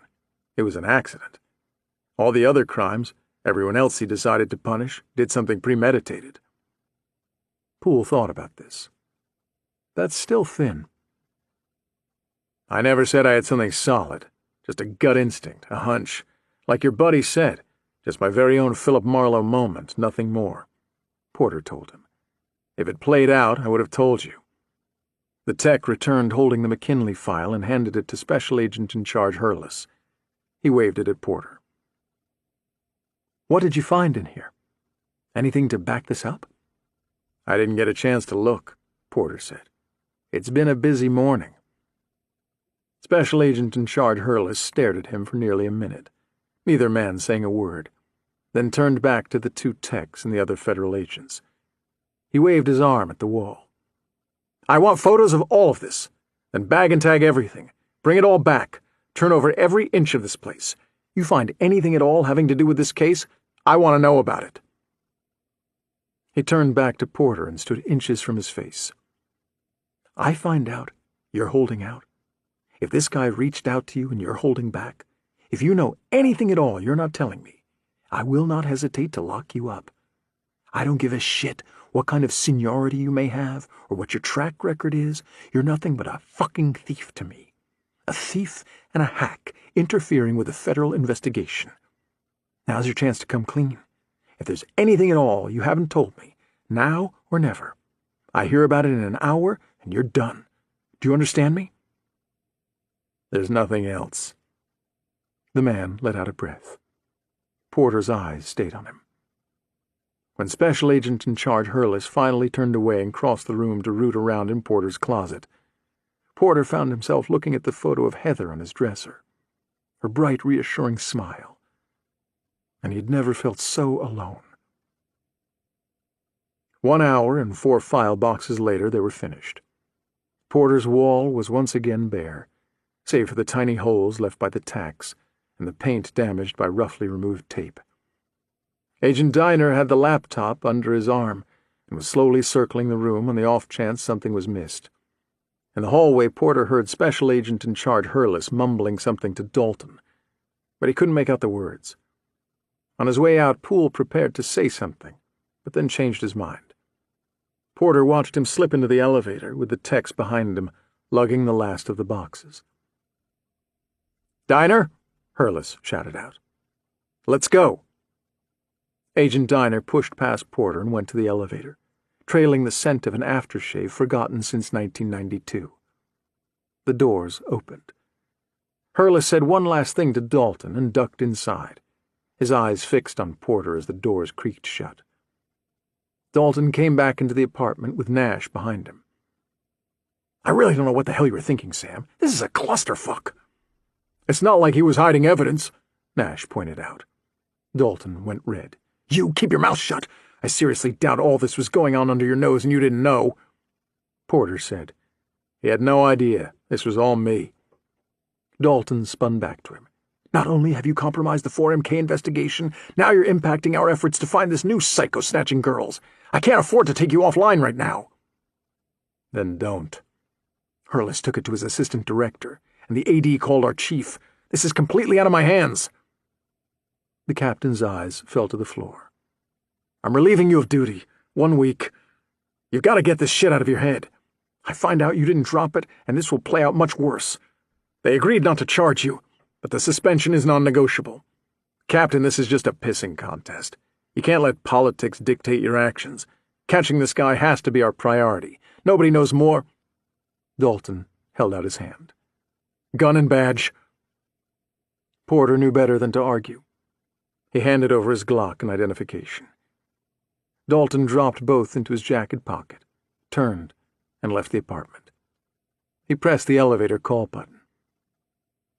"This new guy is nasty, Captain. He's escalating fast," Porter said. Without turning, Dalton replied, "Nash and Claire will handle it. I don't want to hear anything from you for the next 7 days. I do, and you'll get another 7. Do we understand each other?" Porter said nothing. "Do we understand each other?" the captain repeated. "Yes," Porter said. The elevator arrived, and Dalton stepped inside, his hand holding the door open. "Nash, you're with me." Nash looked to Porter but said nothing. Porter offered a slight nod. Nash stepped inside the car. The doors closed, and Porter found himself standing in the middle of his apartment, his heart pounding in his chest, The silence, screaming.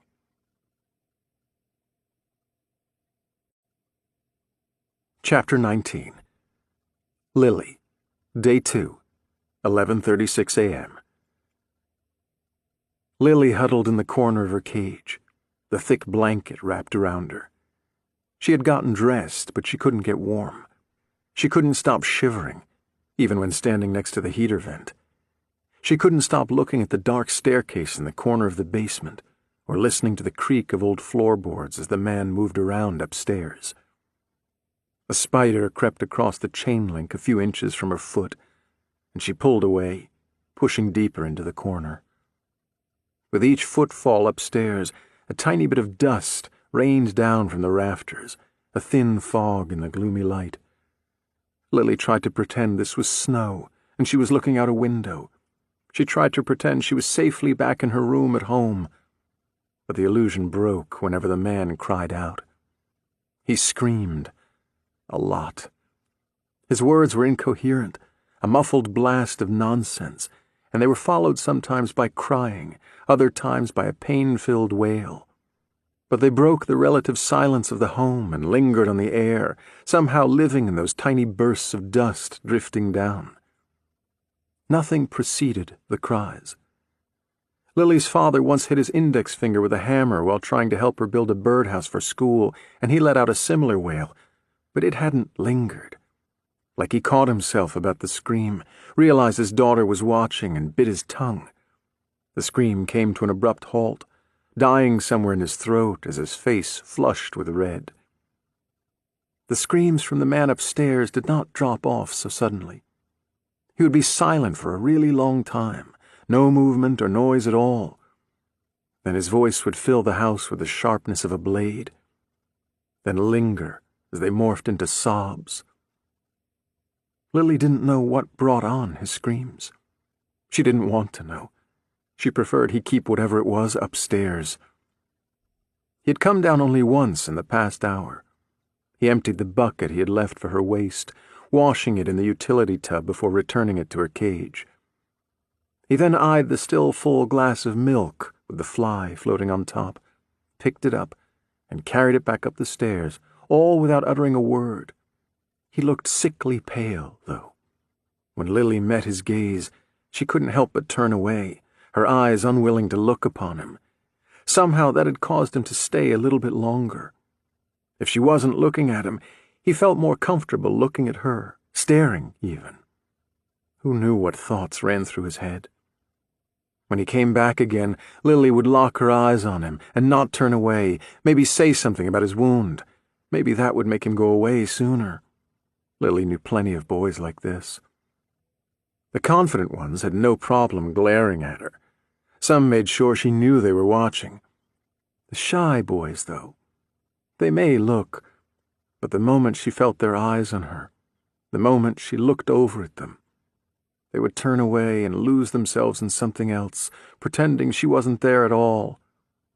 Her friend Gabby thought of it as some kind of game, always calling out the shy boys and making them feel all embarrassed whenever she caught one. There was one boy in their class, Zachary Mayville, notoriously shy. Gabby got partnered with him during science class last week, and just to mess with him, she unfastened 2 of the buttons on her blouse, just enough so her bra was visible when she bent down over their workbench. He turned bright red every time, looking but trying not to get caught looking, and Gabby managed to get through the entire hour with a straight face. Lily hadn't, though.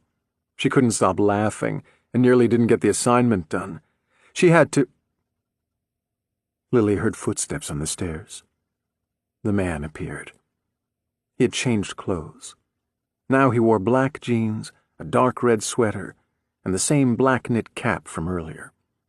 When he reached the bottom of the steps, he sat, and this time he did stare at her. Only minutes earlier, Lily had told herself that she would stare back, that she would watch him with an intensity in her eyes, unflinching, unnerving. She would rattle him. She didn't, though. Instead, she looked away. She focused her gaze on the concrete floor and watched him from the corner of her eye. He sat there for a long time, at least 20 minutes, his breath coming in short, wheeze-filled gasps. When he finally spoke, his voice was low. "I'm sorry if I alarmed you. Sometimes it hurts." Lily wanted to ask him what he meant, but she didn't. Instead, she remained silent. "Sometimes," he went on, "I feel like someone's got their fingers around my eyeball, and they're squeezing with all their might, not enough to pop it, but almost. I have meds, but they make it hard to think, to focus, and I need to concentrate right now. I need my wits about me." Lily wanted to ask him about it, find out what was wrong, but kept her thoughts to herself. She wouldn't speak to him. He reached up and scratched at his cap, then stood. "It's time to do it again."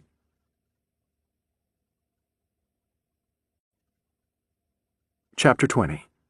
Claire. Day 2, 11:49 a.m. Claus gave his chair a push with his right foot and sent it spinning. "No shit. Sam couldn't stop being a cop? Not exactly a newsflash." Nash sat on the edge of the conference table, Sophie and Claire at the opposite end. "He should have told us." "It's not like we could have covered for him," Claire said. "Sounds like the captain didn't even give you a chance." Nash pointed across the hall. "It's those ass clowns over there." Claus gave his chair another spin. "This has conspiracy written all over it." "What do you mean?" Nash asked. "Someone higher up is covering their ass. We should be working directly with the feds on this. Instead, they scooped up the investigation and cut us out. In what world does that make sense? I'll tell you. In a world where someone higher up wants to distance this department from the case." "Who? Dalton?" "Maybe higher. The mayor was friends with Talbot. He took a lot of flack when that all went down. Then you got the press saying Sam let Bishop go." Claire threw a pen at him. "Sam didn't let anyone go. He saved that girl." Claus caught the pen and put it in his pocket. "We know that, but it's a juicier story if he lets him go. The mayor's bestie is a criminal. The lead detective lets the serial killer walk. It makes perfect sense for the feds to come in and lock everyone else out." Claire turned to Nash. "Do you think he's in contact with Bishop?" "Sam?" "Yeah." Nash shrugged. "Dunno." "Would he do that?" Sophie asked. "Talk to that man on his own?" Nash shrugged again. "He's been playing things close to the vest since Heather died." "Who's Heather?" Sophie asked. Claire tilted her head. "You didn't hear?" Sophie shook her head. "Sam's wife was killed in a convenience store robbery a few weeks before all this went down with Bishop. He probably shouldn't have been working, but he had been on 4MK since the beginning, so when we thought he died, we had to bring him back in. 4MK was his case. They caught the guy who killed her, and then he escaped police custody.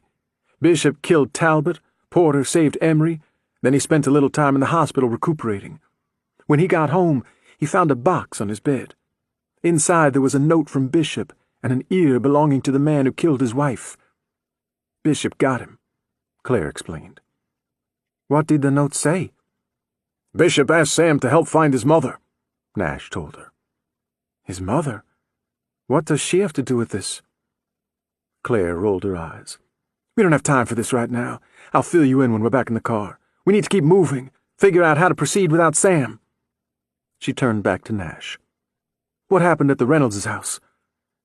Nash loaded up the photos on his phone and slid it across the table to Claire and Sophie. Claus leaned in to get a better look. "The same guy who killed Ella Reynolds did this?" "I don't believe in coincidences," Nash replied. "But why? That's the million-dollar question." Sophie swiped back through the images. "That doesn't make sense. If the unsub is targeting the Reynolds family, why would he take Lily Davies? They don't know each other. There's no connection." "There must be a connection. We just haven't figured it out yet." "What do we know about the father?" Claire asked. Nash stood and went to the whiteboard. He wrote, "Floyd Reynolds," and underlined it. Then wrote, "Wife, Leanne Reynolds," under it. "He worked for Unimed America Healthcare, has for the past 12 years, sold blanket insurance and healthcare policies. According to his wife, he brings home about $200,000 a year before bonuses, and they have no debt aside from an American Express card they pay off every month." Klosowski whistled. That's a nice scratch. I'm clearly in the wrong line of work. We have Unimed, Sophie pointed out. They're the number 3 provider in the state, Nash told him, before writing size 11 work boot print found on the board under unsub.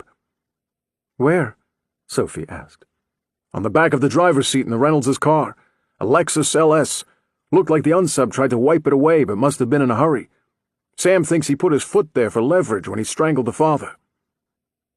Claus's eyes turned toward the ceiling. Size 11 would put him around 71.5 inches, about 6 feet tall. How do you know that? Sophie asked.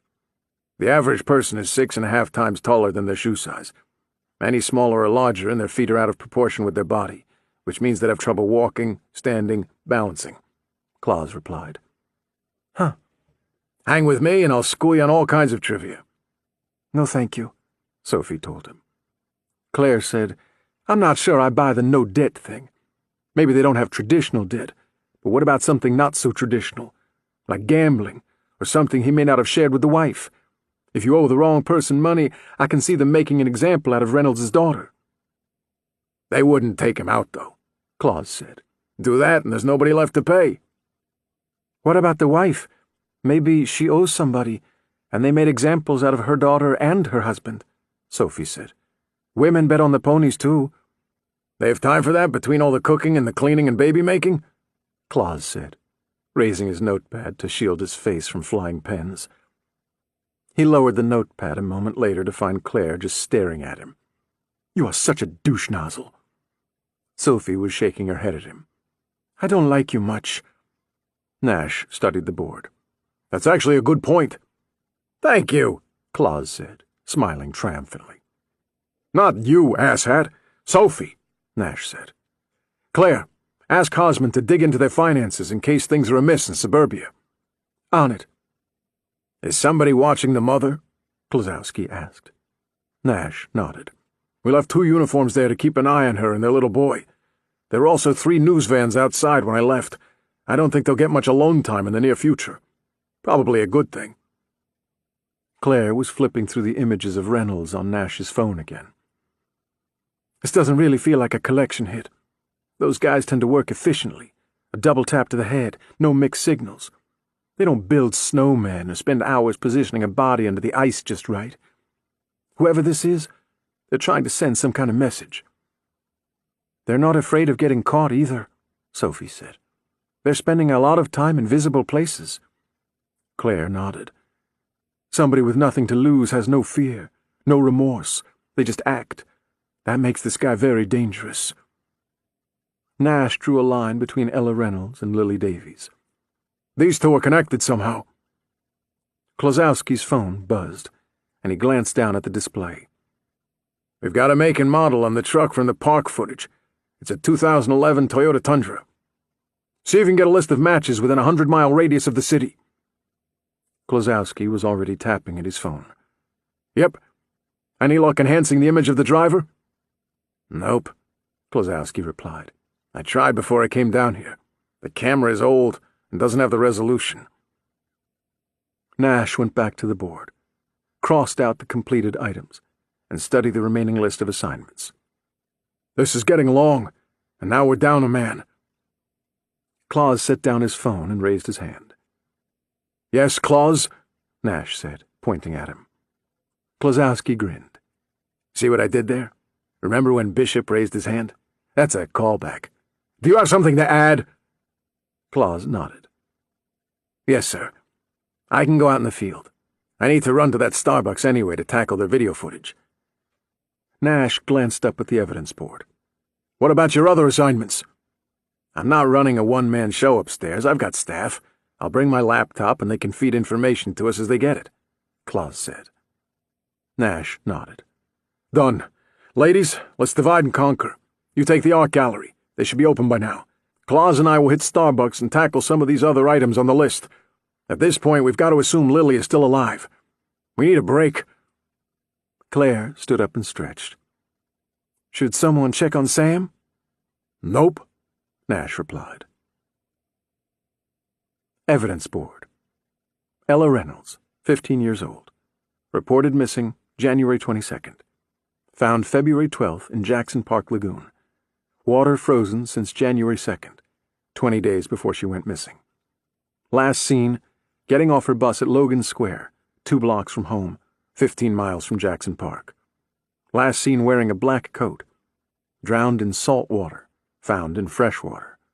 Found in Lily Davies's clothes. 4-minute walk from bus to home.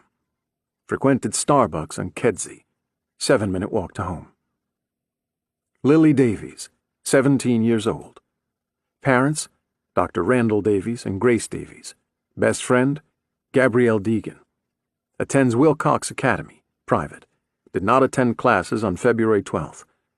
Last seen leaving for school, walking, morning of February 12th at 7:15.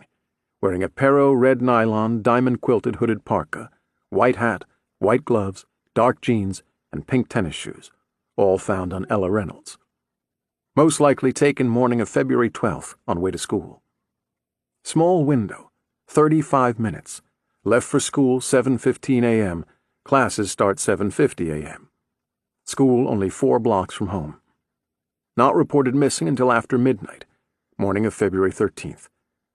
Parents thought she went to work, art gallery, right after school. She didn't do either. Floyd Reynolds. Wife, Leanne Reynolds. Insurance sales. Works for Unimed America Healthcare. No debt. Per wife. Hosman checking. Unsub. Possibly driving a gray pickup towing a water tank. 2011 Toyota Tundra. May work with swimming pools, cleaning or servicing. Size 11 work boot print found. Back of driver's seat. Reynolds car. Lexus LS. Used for leverage? Assignments. Starbucks footage. One-day cycle. Clause. Ella's computer, phone, email. Clause. Lily's social media, phone records, email, phone and PC MIA. Clause. Enhance image of possible unsub entering park. Clause. Completed. Park camera loosened. Check old footage. Clause. Get make and model of truck from video.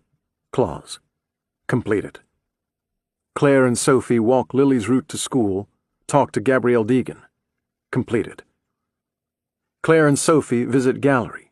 Manager, Ms. Edwins. Put together a list of saltwater pools around Chicago via permits office. Clause. Check out local aquariums and aquarium supply houses. Hosman to check debt on the Reynoldses.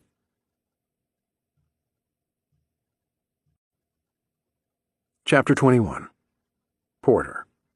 Day 2, 12:18 p.m. Porter needed a Big Mac. Not only a Big Mac, but a large fry, chocolate shake, and an apple pie for dessert. He needed it so badly, the craving drove him to walk steadfast from his apartment, 3 blocks down Wabash, and directly into the nearest McDonald's, which was hopping this time of day. He ordered, took his meal to a small table in the back, and devoured every bit. 7 minutes later, he found himself staring at an empty tray, his stomach still rumbling. He desperately wanted to talk to Heather. The immense hole in his heart, once filled by the sound of his wife's voice, burned. Heather had been gone for 6 months now, and it felt like 4,000 lifetimes. People told him he would heal with time. The hole would grow smaller, filled with other loves, with life lived. It hadn't, though. Instead, the void only seemed to grow larger, and he found himself missing her more each day. Heather understood. Heather listened. Porter wanted to tell her about the past 6 months. He needed her advice. He needed the sound of her voice. "You kept me from venturing down the rabbit hole, Button," Porter said quietly. "Now I'm knee-deep and sinking fast." Last month he canceled her cell phone service. Until then, he'd called her regularly, sometimes 3 or 4 calls in a day, just to hear her sweet voice on the other end of the line, enough distance to make it sound real, to make her sound real. Silly, he knew, but it was all he had. Her presence slowly faded from his life, no matter how tight he held on. Her body may have died suddenly, but her spirit lingered. Porter held that spirit's hand with all his might, unwilling to let go at first, finally coming to the realization that he had no other choice. That was the night he turned off her cell phone. And when he called her the next morning, it wasn't her voice that answered, but instead a robotic operator telling him the number was no longer in service. At that point, her hand slipped from his, and she was gone. He would kill to have her back, even if only for 5 minutes, to have her back, to hold her, to ask her what to do next. "I love you, Button," he said quietly. With a deep sigh, Porter stood up, gathered his trash, and dumped everything into the overflowing can at the door. He stepped out into the icy day, welcoming the numb of it. Then he wandered. 20 minutes later, Porter found himself standing in the lobby of Flair Tower in West Erie, a small puddle forming at his feet. He hadn't planned on coming here, and as he pushed through the doors, he considered turning right back around. But instead he found himself standing still, his eyes looking out across the lobby, but not really taking anything in. Dazed. "Detective?" Porter hadn't heard her walk up. He hadn't expected her to walk up a building this size, but there she was, standing in front of him. "Hello, Emery." The last time he had seen her was at the hospital shortly after she was rescued from 4MK. Bishop had placed her at the bottom of an elevator shaft in that building on Belmont, used her as bait to lure Porter in. She had been malnourished, gaunt, her skin pale. Her right wrist had been badly damaged by the handcuffs he used to restrain her, and Bishop had removed Emery's left ear. Yet she still managed to smile that day. Her hair was longer now, her face fuller, color in her cheeks. "Detective? Are you okay?" I'm sorry. I'm not really sure why I'm here. I meant to come and see you, after.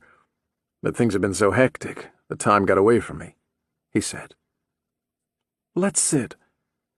She took his hand and led him to some couches placed in front of a fireplace in the corner of the lobby. A log crackled, wrapped in thick flames, the heat reaching out and lapping at the air. Porter tugged off his gloves, his fingers nervously twitching together. "I probably shouldn't be here." Emery smiled. "That's silly. It's good to see you. I meant to stop by the station a dozen times, but couldn't bring myself to go. Silly. I guess it's hard to find the words after something like that. The whole thing feels like a bad nightmare that happened to someone else, like a movie I watched a few months ago and left at the theater. I can't talk to my friends. They don't understand. Miss Burrow either. She tried to coax the story out of me a few times, but I couldn't. It all made her very uncomfortable. She wanted me to talk for my own sake, not because she wanted the details, and I didn't see the point in burdening her with those details. It was my nightmare. There's no reason for her to suffer, too, have those thoughts in her head." "Did you see a shrink?" Emery laughed and shook her head. "They sure wanted to see me. I don't know how many dozens of them reached out. I tried to talk to one, but I couldn't stop thinking she planned to write a book about whatever I told her. And the idea of walking past a book at the store, knowing this ordeal was carved in stone for others to read, the idea of all that shut me right up. I couldn't tell her anything." "I don't think they're allowed to do that. She would have lost her license." "I suppose." Emery's hands rested in her lap. Porter could still see a faint scar on her right wrist, but for the most part the surgeons had done a wonderful job repairing the damage. On her left wrist, a small figure-8 tattoo. Bishop gave her that, too. She raised her right wrist and pulled back the sleeve. "They did a good job, right?" "If I didn't know what happened, I'd never guess. It's barely noticeable." "I'm going back in next May. The doctor says he can wipe it out completely, but we need to give it a chance to heal up first," she told him, rotating the wrist. "I still don't have full motion, but it seems like it's coming back."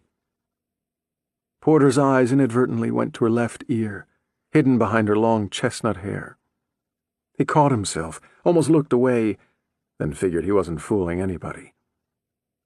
How's the ear? A wide grin spread across her face. Want to see? Porter couldn't help but smile back.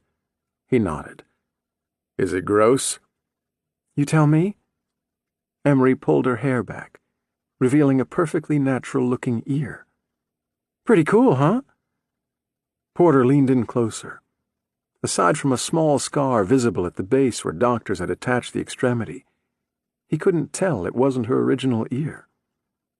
That's amazing. Emery rolled up the sleeve of her right arm and showed him a small scar below her elbow. They grew it here, using cartilage from my ribs. It only took a few months. The surgery was about 6 weeks ago. The doctor said Bishop removed mine with near-surgical precision, so they had no trouble attaching the new one. Usually when they do this, the ear is torn off in some kind of accident, and they have to try and piece the mess back together again. I guess I got lucky. I think you're a very strong girl. You want to know the best part? What's that? She turned her head and showed him her other ear. Notice something different between the two? It took Porter a minute, and then it came to him. Your right ear is pierced and your left one isn't. Yep, she beamed. The left was, but not anymore. I think I'm going to leave it that way. She held up her left wrist, showed him the small infinity tattoo. I'm on the fence about keeping this. I think a small reminder of what happened isn't necessarily a bad thing. Sometimes it's good to remember the bad. It makes other things seem not so terrible. You are one remarkable, inspiring girl. She let her hair fall back. Why, thank you, Detective. The two went quiet for a minute. Not an awkward silence, but something a little more comfortable. Porter found himself watching the flames as they wrapped around the logs in the fireplace, the wood slowly growing red and white. The crackle they produced was soothing, relaxing. This girl had lost her mother as a child, now her father, and yet she smiled. Porter wanted desperately to smile. He wanted to smile and mean it. As if reading his mind, Emery leaned in closer. He wasn't much of a father to me. I barely knew him. If not for the money, the way my mom drafted her will, I'm not so sure he would have wanted me around at all. He was your father. I'm sure he cared for you. He just had trouble showing it. He was a horrible man, she said quietly. Not to me, but to so many other people.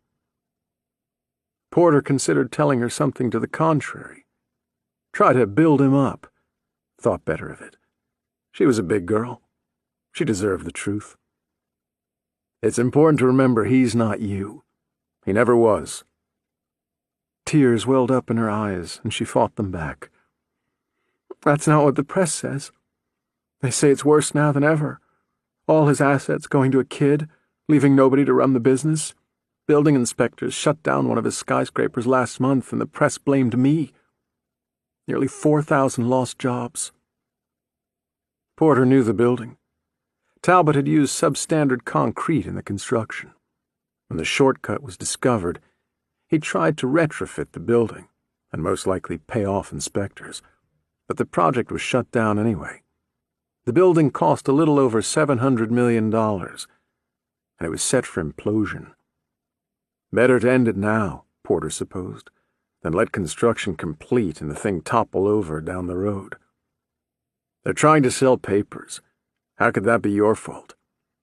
There's a lot of fighting going on at Talbot Enterprises, Emery explained. 3 of my father's senior officers are contesting his will. They're saying he drafted it under duress, that my mother forced him to leave everything to me. With all of them making grabs for the money, key decisions aren't happening, and things are falling apart. I'm not old enough to assume control, so Patricia Talbot stepped in as interim CEO until somebody can take over full-time. Emery let out a sigh. She's suing me directly. She claims my father didn't have the right to leave all that he did to me, that everything rightfully belongs to her. Then there's Carnegie. Porter knew all about Carnegie, Talbot's other daughter. She regularly made the papers before Talbot died. Constant partying and arrests, a fixture on the Chicago social scene, and not a good one. She's been bad-mouthing me on social media and in every interview she does whenever she gets the chance, Emery said. She calls me bastard bitch. She ends every message with #bastard bitch. I've never met her, and she acts like she'd stab my eyes out with a pen in the street if we were to cross paths. With that, the tears did come, and Porter put an arm around her. After a minute or so, she wiped her eyes. I'm being so selfish, going on about me. What about you? How are you doing? Emery asked. I heard about those girls. The papers say it's 4MK, that they wouldn't have been taken if it wasn't for you. The Tribune actually said you let him go, which is silly. I should know. It's not 4MK. No? Nope, Porter replied. Emery shook back the tears and forced a smile. You'll find them. You found me. Porter hoped to God she was right. Nearly an hour had passed. He had to go. Emery somehow understood. She rose from the couch, and when he did too, she wrapped her arms around him and squeezed. I can't talk to a shrink. Maybe we can talk sometimes, if you're willing to listen? I think I'd like that. Yeah, me too. When Porter left Flare Tower, the hole in his heart felt a little smaller.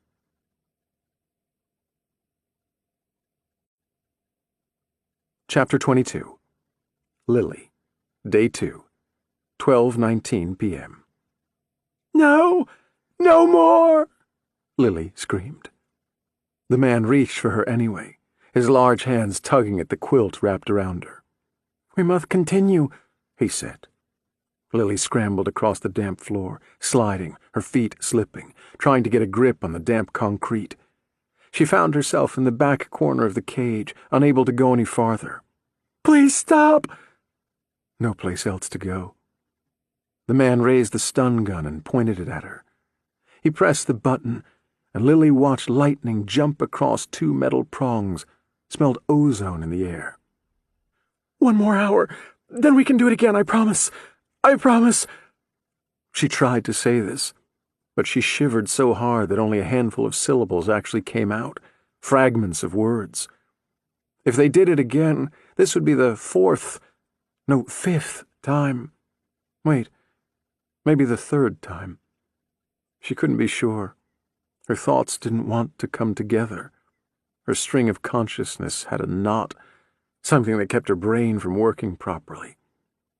White flakes whirled across her vision, making it difficult to see what was happening around her. A snowstorm in the basement, that's what it looked like, a whiteout of haze and gray. He reached for her through the snow, the fingers of his left hand outstretched. Now, while we're close. His other hand, the one with the stun gun, drew within an inch of her, the gun nearly touching her neck. Lily couldn't take the pain of another shock. It felt like fire chewing at her bones, gnawing away from her inside out, a pain worse than dying. She knew what that felt like now, too, to die. He thrust the stun gun at her face, pressed the button again near her eye. Okay, she shouted. At least, she tried to shout. Only the sound of the letter K left her throat from somewhere behind chattering teeth. The man pulled back, if only slightly. His free hand scratched at the knit cap, at the festering incision beneath. Lily tried to stand, but her feet failed her, her legs folded, made of jelly now. He reached in and offered a hand. His nails were bitten to the quick, the tips of his fingers red and puffy. Lily's fingers wrapped around his. His palm felt cold, clammy. She didn't want to touch him, but she knew she couldn't stand on her own. Not now. And she had to stand. She had to do this willingly, or it would only hurt more. He would make it hurt more. He led her from the cage, Lily putting most of her weight on him to stay upright. When they reached the water tank, she looked up at him. She looked deep into his cloudy, lifeless eyes. 30 minutes, please. Just let me rest. We're too close. Lily stared at him for a long time, the seconds ticking away like hours. Finally, she nodded. Lily released her hold on the quilt around her neck, and the tattered material fell to the ground, pooling at her feet. She hadn't gotten dressed again after the last time. Not after he said they would do it again in a few minutes. Instead, she only curled up with the quilt, the soft green quilt, her quilt. She curled up with the quilt in her cage and waited. She saw the clothing he gave her, his daughter's clothing he had told her, folded neatly in her cage just inside the door. He put the clothing away some time after she dumped the articles on the floor beside the tank. Lily had thought they were alone in the house. The last time, an hour or so ago, Lily screamed for his daughter, but there'd been no answer. She pictured a girl her age sitting alone in a small bedroom upstairs, her hands over her ears, unwilling to accept what her father was doing down below. How could she? How could anyone? At first, Lily refused to believe the girl knew what was happening. But soon she realized she must. The house wasn't that big.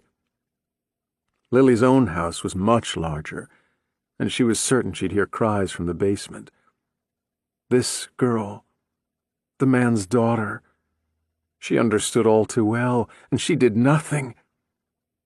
"Get in," the man said. Lily looked down at the water. She knew it was warm, warmer than the basement, soothingly warm, comforting. But she feared it more than anything else in her entire life. More than the anger of her parents, or the pain of a horrible injury, more than this man beside her.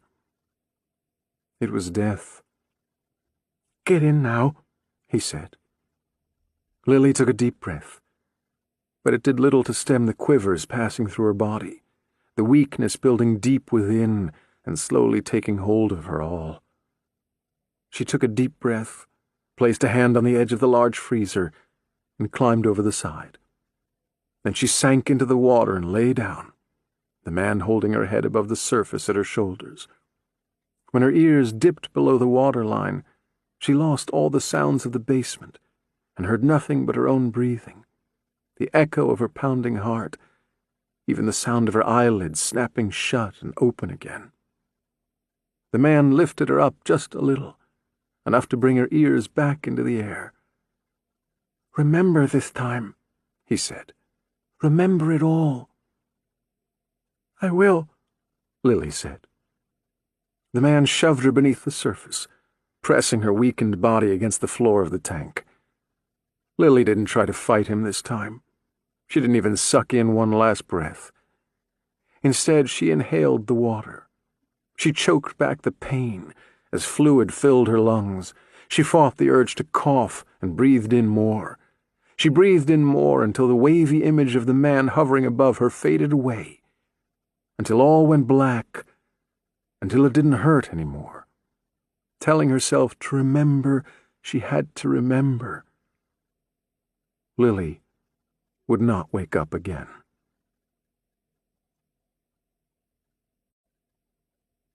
Chapter 23. Nash. Day 2, 12:20 p.m. "You can't possibly expect me to work my magic surrounded by the scent of freshly ground coffee without a venti caramel macchiato in my hand, can you?" Claus said, as he sat behind the manager's desk in the back office of the Starbucks on Kedzie. The room was cluttered, no more than 100 square feet, with the desk pressed against the back wall and random boxes of supplies littering every inch of open floor space. With Claus behind the desk and Nash standing to his right, the manager had to stand in the hallway outside the office. "What about you? Would you like something?" the manager asked Nash. He had thinning brown hair, glasses, and about 30 pounds more than his frame was built to carry. He shuffled from side to side, his hands in constant movement. Nash couldn't help but wonder what inhaling coffee fumes for 10 hours a day would do to a person. "Can I get a regular large coffee, black?" "What kind? We've got blonde, dark, decaf Pike Place, cafe misto, clover, regular large coffee, black," Nash repeated. His shoulders slumped. "I'll see what I can do." Nash watched him disappear down the hall toward the front of the shop, then turned back to Claus. "Well?" Claus had 3 windows open on the monitor. He was studying the text on the third with narrow eyes. "This thing is old, at least 5 years. The drive is only a half gig, and they're running an HD camera setup at 1080p. Don't make me hurt you. I need it in English." Claus rolled his eyes. "Because the camera's recording a high-end, detailed image, it takes a lot of space to record. This computer doesn't have a lot of space. When the drive runs out of room, the program automatically starts recording over the oldest images. How far back can you go?" Claus expanded one of the windows and studied the text. "It's not as bad as Sophie said. I can pull all recordings going back for about 2.5 days. Full recordings, nothing deleted. When computers overwrite data, they don't do it in a linear date-based way as we would. They record in bytes. This means when older videos are written over, fragments of that full video can stay on the drive." Nash leaned in. "So you can pull snapshots older than 2.5 days, but not full uninterrupted video?" A grin spread over Claus's face. "Now you're getting it. So anything with our girl?" "I think we're too late for that, too. I'm running a program to piece back together the fragments, but so far the oldest image we've got is less than 2 weeks. And she went missing 3 weeks ago." "Yep." The manager returned holding 2 large cups and handed them to the detectives. Nash sniffed at his, then took a sip. "It's coffee?" "That's what you wanted, right?" the manager asked. Nash nodded. "Yeah, I just expected you to come back with some frou-frou drink." Claus took a slurp from his cup. His lips came away covered in white foam. "I love me a good frou-frou drink. This is 300 calories of yum." "Are you serious?" Nash frowned. 300? The manager shrugged. "That's a venti, 20 ounces at 150 calories per 10, so yeah, 300. Nash set his cup down and stared at it. "How much in mine?" "0, unless you add sugar. It's just black coffee." Claus took another drink. "Don't judge me." The manager glanced at the computer screen. "Any luck?" "This thing is a piece of shit." He nodded. "I told that to the detective who came by the last time. Corporate rarely upgrades them unless they break down, and believe me, I've tried to break this one, but it's a workhorse. They really don't care about long-term storage. If we get robbed, corporate wants to capture the event, but there's really no reason to keep more than a day or two's worth of footage." The manager's phone dinged, and he pulled it from his pocket, read the message on the display, then put the oversized Samsung away. Claus was staring at him. "You have Wi-Fi here, right?" "Of course." "What kind?" "ABGN and AC at 2.4 gigahertz and 5, he replied. "All the best, right? Your customers probably demand it." He nodded. "Corporate does stay on top of that. Our best customers park themselves here for hours." "What are you getting at?" Nash asked. Claus stood up and began tracing the wires, particularly a thick blue one. He followed the cable behind 3 cases of cups stacked in the corner. There were shelves behind them. He slid the containers aside, revealing a number of gizmos with flashing lights, nothing Nash recognized.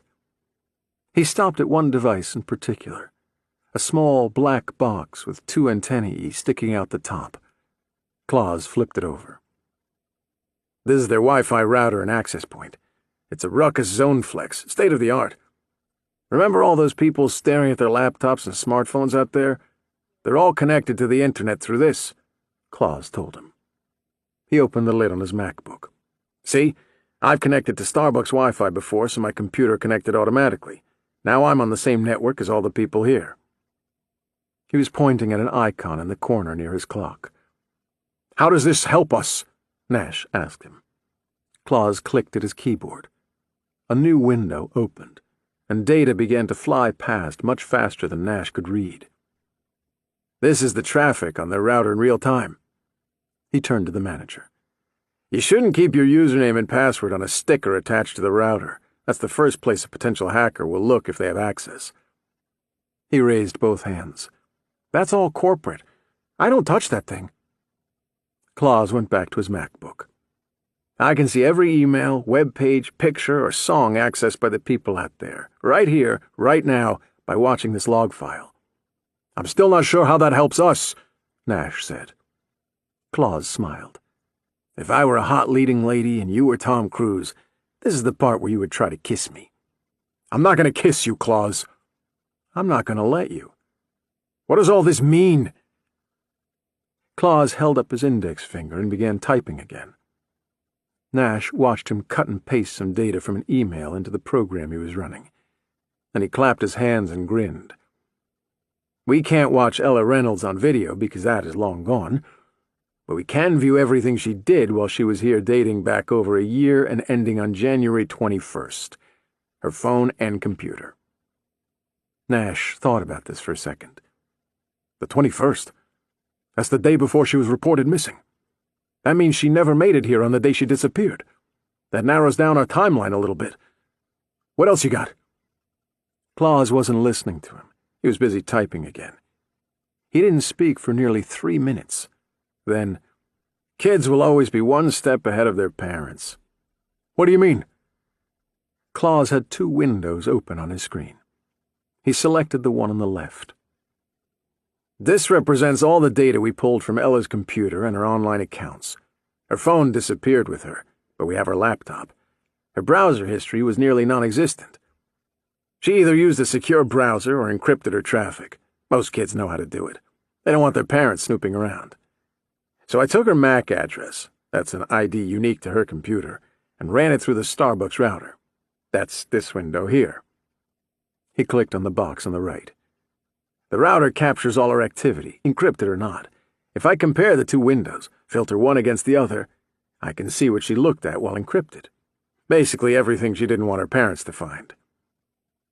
Is it porn? The manager asked.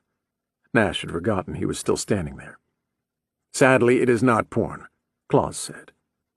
He opened another window and turned the computer so Nash could see. Nash clucked his tongue. Huh!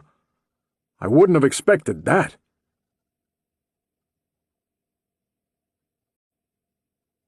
Chapter 24. Claire. Day 2, 12:46 p.m. There it is, 3306, Sophie said, pointing out her window at the blue and white awning above the storefront's large picture window, the Lee Gallery, printed in large block letters. Claire maneuvered her Honda into a vacant space in front, and the 2 women shuffled across the cold street, careful not to slip on the icy sidewalk. A tiny bell rang as they pushed through the doorway, and a woman with shoulder-length blonde hair and glasses looked up at them from a desk at the back of the store. "Good afternoon, ladies," she smiled. "Let me know if you have any questions or if there's something I can help you with." Claire took in the store. She had never seen so much color in one place. The walls were covered in paintings from floor to ceiling, every inch of space filled with canvases ranging in size from a few inches to 4 or 5 feet big. The works ran the gamut from abstract to landscapes, lit by strategically positioned track lights at the ceiling. Tables filled the open floor space on either side, covered with statues, vases, figurines. Claire couldn't spot a method to the organization. It appeared to be total chaos. Yet it was wonderful. If she wasn't working, she could have spent hours here. Sophie had picked up a small statue from a table on the right. "I love penguins. They're so cute." The woman stood up from the desk, placed her glasses on top of her head, and walked over. "Those are made by a local artist named Tess Marcham. She crafts each one by hand. I love the way they stand guard at the table, watching over all the other pieces. She made the giraffes and zebras, too. Such a talent." Claire made a mental note to return to this place when she had time to browse. She turned to the woman. "Are you Miss Edwins?" "Yes. Please, call me Colette." Sophie set the penguin back down on the table, patted it on the head. "My name is Sophie Rodriguez. I'm with Missing Children, and this is Detective Claire Norton with Chicago Metro. We'd like to ask you a few questions about Lily Davies." The woman's smile left her face. "Have you found her? Is she all right?" "Not yet, but we have a lot of people out looking for her," Claire said. "When was the last time you saw her?" "The night before last. She closed for me. She was supposed to work last night, too, but she didn't come in. When 5 o'clock came around, I really began to get worried. It wasn't like her. I can't remember the last time she missed a shift, and if she was running late, even only a few minutes, she always called or texted. What time was she due in? She usually works the 4 to close shift and locks up, Colette replied. The night before last, when she did come in, did you notice anything strange about her? Claire asked. The woman shook her head. Not at all. She got in a few minutes early and was her usual bubbly self. Always smiling, that one. The customers love her. She hesitated for a moment, then lowered her voice. I saw the paper this morning. Do you think the monkey killer took her? Claire shook her head. This isn't the monkey killer. She spoke the words aloud, but wasn't so certain herself. After the events a few months ago, it felt as if Bishop was finished. His ultimate target had been Arthur Talbot, and he got him. He had no reason to continue. Killers rarely stopped of their own accord, though. If Bishop had just been on hiatus, he'd be itching to come back. And even though these recent crimes didn't fit his usual M.O., they reeked of him. Claire could see Bishop's smiling face, and she shook the image from her mind. But somebody took her? Colette asked. We think so, yes, Claire told her. Have you noticed anyone strange in the gallery over the past few weeks? Someone you didn't recognize? Or someone who may have paid just a little too much attention to Lily and not enough to the artwork? Sophie asked. The woman chewed at the inside of her cheek. Most of our customers are regulars. We do host events here a few times each month and tend to draw in a couple new faces. On a regular day like today, we get our share of browsers, too, people I don't know, but nobody in recent memory jumps out at me. Usually Lily gets in at 4, and I leave around 5, so our schedules don't overlap much. It's very possible someone came in after I left. Lily is such a pretty thing. I'm sure she's got her share of male suitors who stop by after I leave. I've caught her friends hanging out in here on more than one occasion, but they're never any trouble. I don't mind it, as long as they don't interfere. It can get quiet in here sometimes, all alone. Claire eyed the ceiling. Do you have any security cameras? Colette shook her head. I'm afraid not. This is a nice neighborhood, and we don't work with cash, so I've never felt the need to install them. You mentioned events, Claire said.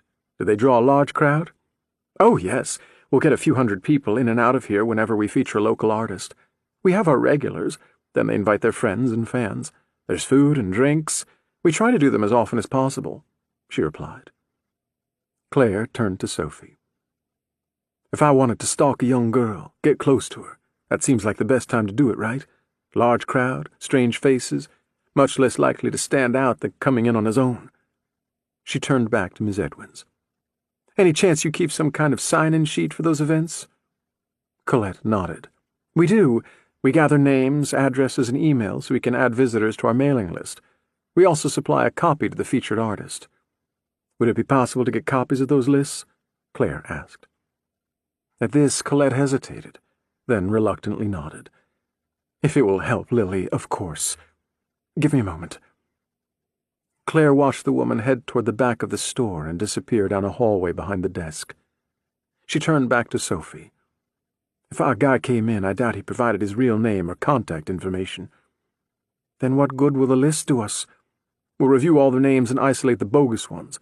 Names that don't tie out to the addresses provided, bad email addresses. Hopefully that will narrow it down to only a handful of records. Once we do that, we can— A scream erupted from the back of the gallery. Claire tugged her Glock from the holster at her shoulder and ran toward the sound with Sophie behind her. They maneuvered around the desk, down the small hallway, past a dark bathroom, and found themselves in a small storage room.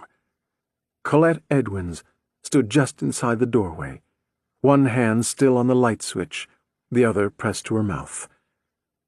She stared at the center of the room.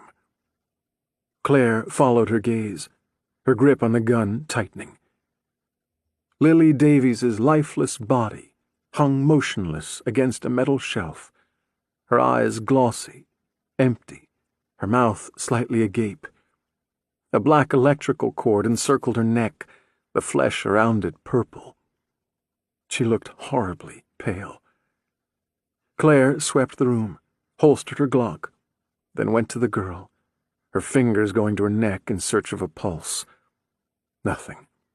Her skin was cold. The cord around her neck had been tied to the supports of the metal shelf holding her up. "Did she hang herself?" Colette choked out. "No," Claire said. "She was dead before her body was placed here." "Who else has access to this room?"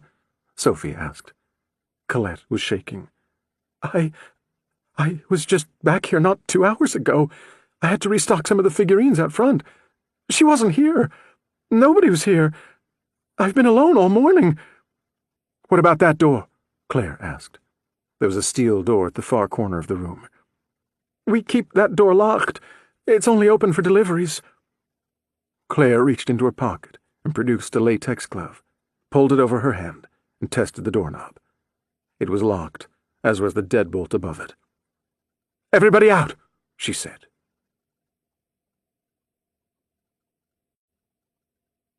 Chapter 25. Pool. Day 2, 1:03 p.m. Special Agent Frank Poole settled into the rusty metal desk he had been assigned in the basement office of Chicago Metro. The boxes of information taken from Detective Porter's apartment were on the table beside him. Special Agent in charge Hurless and Special Agent Diner had gone back to the FBI's field office on Roosevelt to check on their other cases after a rushed lunch at a small diner on Wabash. Poole decided to come back here. He expected Hurless to fight him, but instead his supervisor only helped him load the boxes into his car and instructed Poole and the techs to bring everything straight here. Poole closed the door and switched off the overhead fluorescents, plunging the room into total darkness, except for the small lamp burning at his desk. He opened the file on Barbara McKinley and flipped through the contents. He preferred to work like this, in the dark, no distractions, no noise, no bustling office around him, not a single voice except the evidence. Barbara McKinley, 17 years old, the monkey killer's 5th victim. Bishop took her because her sister, Libby McKinley, hit and killed a pedestrian on March 14, 2007.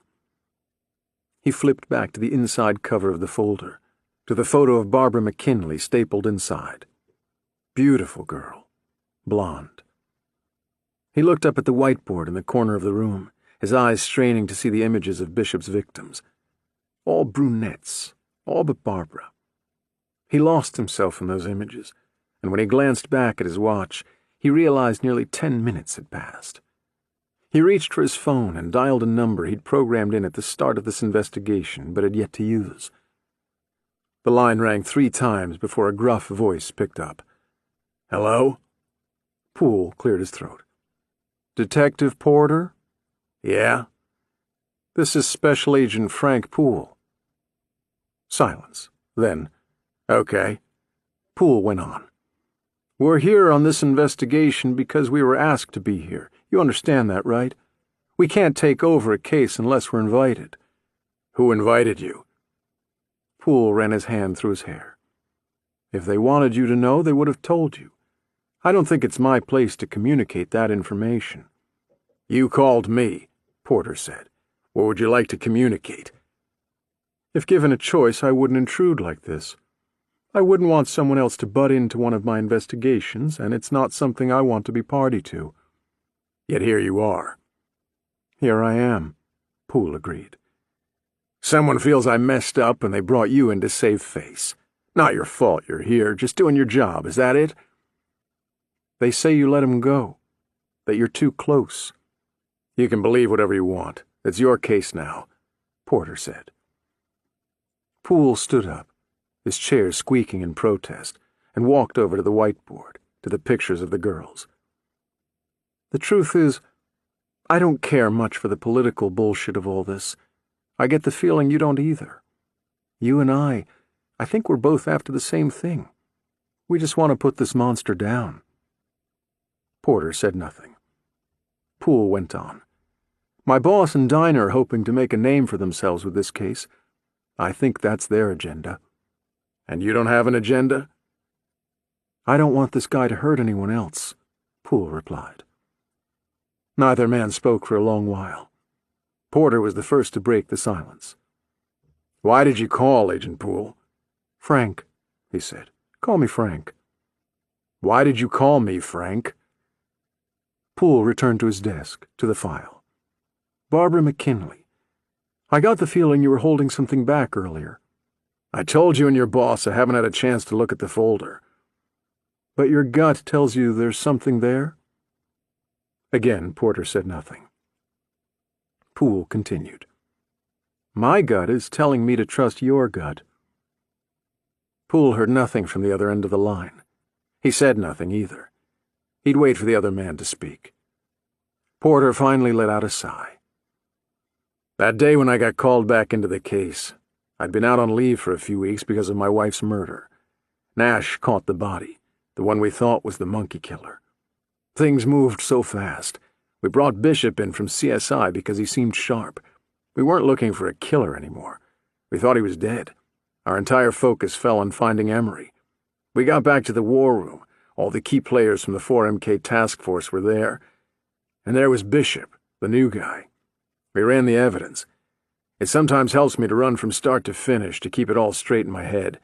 Sometimes it sparks something new. Something jumps out. Anyway, we ran the evidence for Bishop, but also for the rest of us. A bit of a refresher." Poole nodded.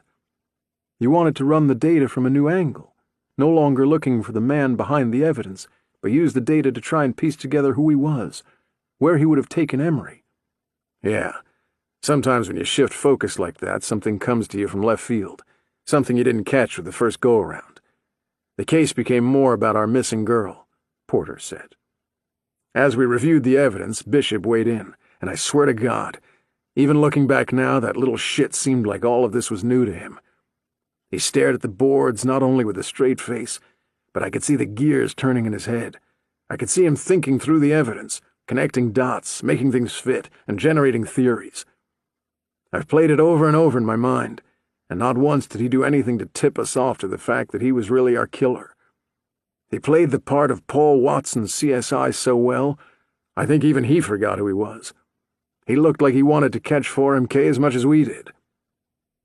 I know you probably think I'm just making excuses, that I was sloppy, that someone should have seen through the ruse, but his character was that complete. He not only wore a mask, he became that mask." "He's a sociopath," Poole said. "In that moment, he may have been Paul Watson. People like him, when they don't have a conscience of their own, they're like a blank canvas, an empty vessel. They can drop a personality into that space and it takes over, fills that void. I've seen others like him. In some, the personality takes over completely, and in others, they're all somehow in there together, aware of each other." "Well, like I said, in that moment he was Paul Watson, and Paul Watson looked like he wanted to catch 4MK. As we reviewed the evidence, as we went over each victim's story, he paused at McKinley. He made a point to mention she was the only blonde. At the time, it just seemed like a rookie comment. I mean, we obviously all knew she was the only blonde. We'd stared at these photos for 5 years. But he lingered there, if only for a second. As a rookie comment, I let it pass, but now you're replaying that scene. You know you were in the room with 4MK, and 4MK lingered on Barbara McKinley," Poole summarized. "Yeah. That's not much."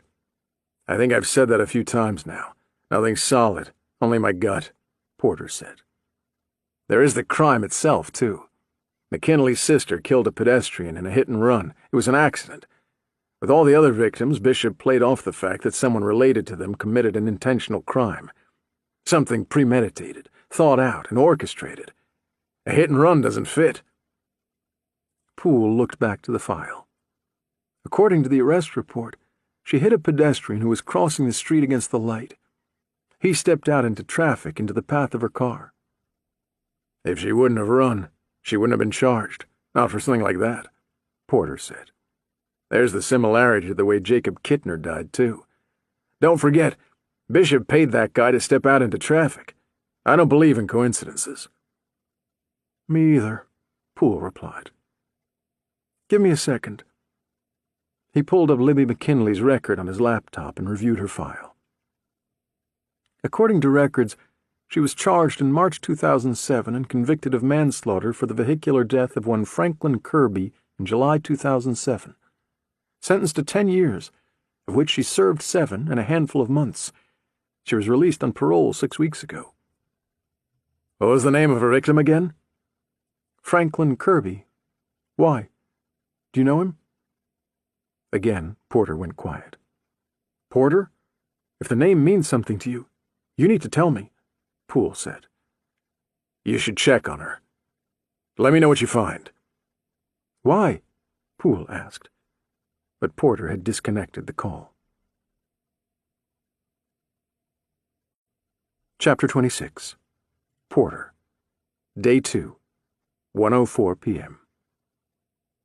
Across town, Porter stood at his mailbox in the lobby of his apartment building, his cell phone in one hand and the TV guide in the other. He was staring down at the floor, at the picture that had fallen from the pages of the magazine when he freed it from his cluttered mailbox. Porter knelt, leaned in closer. The photo was 5 by 7, black and white, on matte paper. A picture of a woman in a prison jumpsuit being led through an outdoor chain-link walkway, one guard in front, another behind her. Her hands were cuffed behind her back, and her head hung low, her face barely visible in the shadows. It appeared to be a distance shot, grainy, as if enhanced with software beyond the capabilities of the original lens. Porter could make out Orleans Parish Prison on the wall behind her in block letters. Porter dropped the TV guide to the floor beside it, picked up the photograph with his gloved hand, and flipped it over. On the back was one simple sentence, written in black ink. I think I found her. B.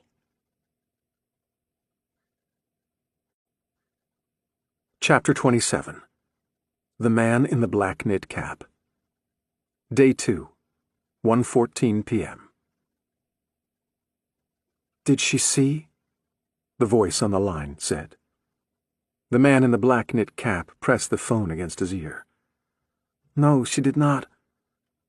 He sat at a small desk made of pressboard and black plastic, the top littered with paper, colored markers, and drawings. So many drawings. The desk was under a window overlooking the street. Outside, his neighbor walked his dog, a small white Lhasa Apso dressed in a red and green sweater. The dog lifted its back leg and peed in the snow. The man in the black knit cap watched the yellow stain grow, a stain besmirching his yard. His neighbor lived 10 feet over, yet he walked his dog here every day to pee. The dog finished its business, scratched at the edge of the sidewalk with its stubby back legs, then tugged toward their house. The wound on the side of his head itched, and he scratched at it, the knit cap shifting position under his fingers, slipping on his bald head. The next one we'll see, the voice on the other end of the call said. She will be the one. I hope, though. Did you put her where I told you? Yes. Did anyone see you? Nobody sees me anymore. Did anyone see you? The voice repeated. No. Good. Yeah. The man picked up a green marker and began coloring one of the drawings on his desk. His hand began to shake. The ink crossed the lines, and he threw the marker across the room. He heard a sigh through the phone. The man behind the voice could see him, somehow. He could always see him. Sooner or later, they all see. It's just a matter of time. He was talking about the girls again. The man in the black knit cap missed the girls. The house seemed so quiet without them. He picked up a red marker, held it to the drawing, and watched his hand begin to shake. He put the marker down, and the shaking stopped. He stretched his fingers out, made a fist, stretched again. The movement felt good, felt normal. He stopped. His hand wasn't shaking. He picked up the marker. His hand wasn't shaking. He touched the marker to the paper. His hand did not shake. He began to color. The small lines he made grew longer, wider, the marker taking on a mind of its own, scribbling, the hand shaking. He pressed hard, but it did no good. The ink crossed the lines. The red ink spread over the green he had tried moments earlier, the color turning a muddled brown. The lines of the drawing disappearing under these involuntary scribbles, the image slowly dying under his touch. He dropped the marker and turned in the chair, facing the room. His daughter's red sweater lay crumpled on the floor behind him, her tiny shoes beside the bed. "I want to get the next one now, before it gets dark," he said. "You must be patient." He knew the voice was right. The voice was always right. He scratched at his head again, his nails digging into raw flesh, his fingers coming away moist with blood. "But you'll tell me when?" "I will." "I'm ready." "I know." The line went dead then. The man in the black knit cap turned in the chair, again facing the desk, and set the phone down. He looked out the window. The dog was gone, his neighbor was gone, and the stain in the bright white snow remained. He picked up a yellow marker and began to color the drawing.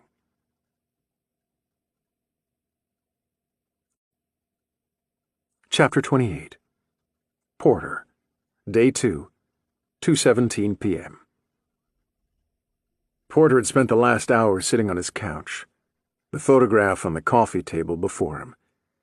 He had brought over the reading lamp from his bedside, removed the shade, and swapped out the bulb for 100-watt. The light was bright, unforgiving. He leaned over the picture, studying every inch, every pixel. His mind raced. Libby McKinley killed Franklin Kirby.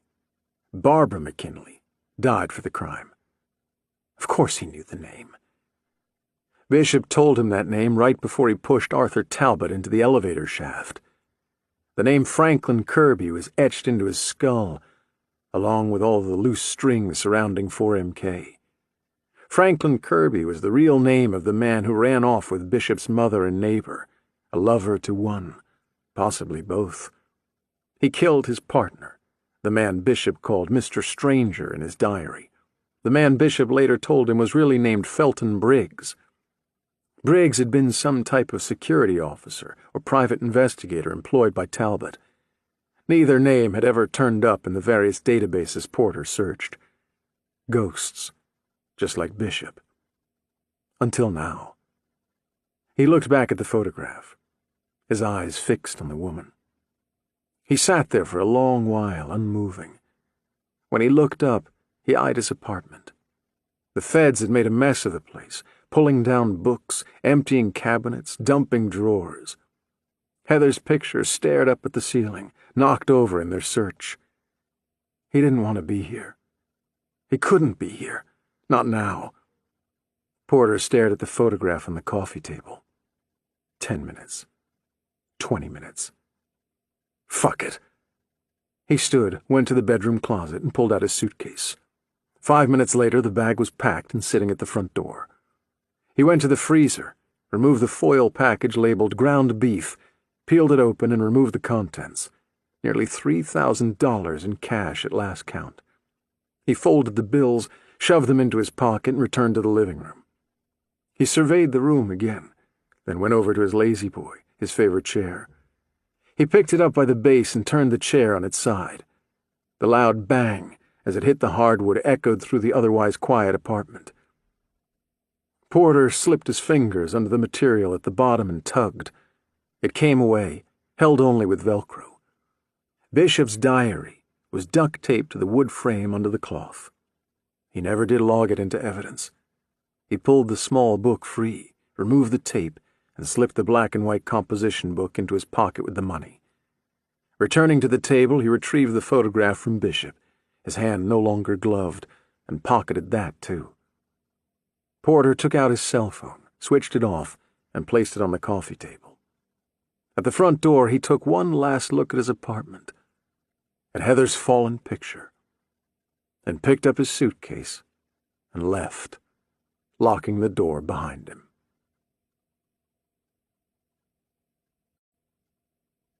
Chapter 29. Claire, Day 2, 6:23 p.m. Claire handed Nash a cup of coffee and fell down into the chair beside him. "This guy's like a ghost. You could have heard a pin drop in that gallery. And somehow he managed to pick the back door locks, 2 of them, mind you, get into the storeroom and position Lily's body, all without making enough noise to get the attention of the manager, who wasn't more than 10 or 15 feet down the hall." Nash took a drink of the coffee, his nose wrinkling. "This is horrible." "It may have been sitting in that pot for a while. It looked a little crusty around the edges." He looked down into his cup, shrugged, and drank some more. Isley had agreed to perform an emergency autopsy on the body of Lily Davies. They'd been waiting in his office at the medical examiner's office for a little over an hour. Aside from Lily's body, no evidence was found at the gallery, not a single fingerprint or shoe track. The unsub most likely wiped everything down on his way out. There was only the girl. Isley had ordered she be brought straight here so he could get to work.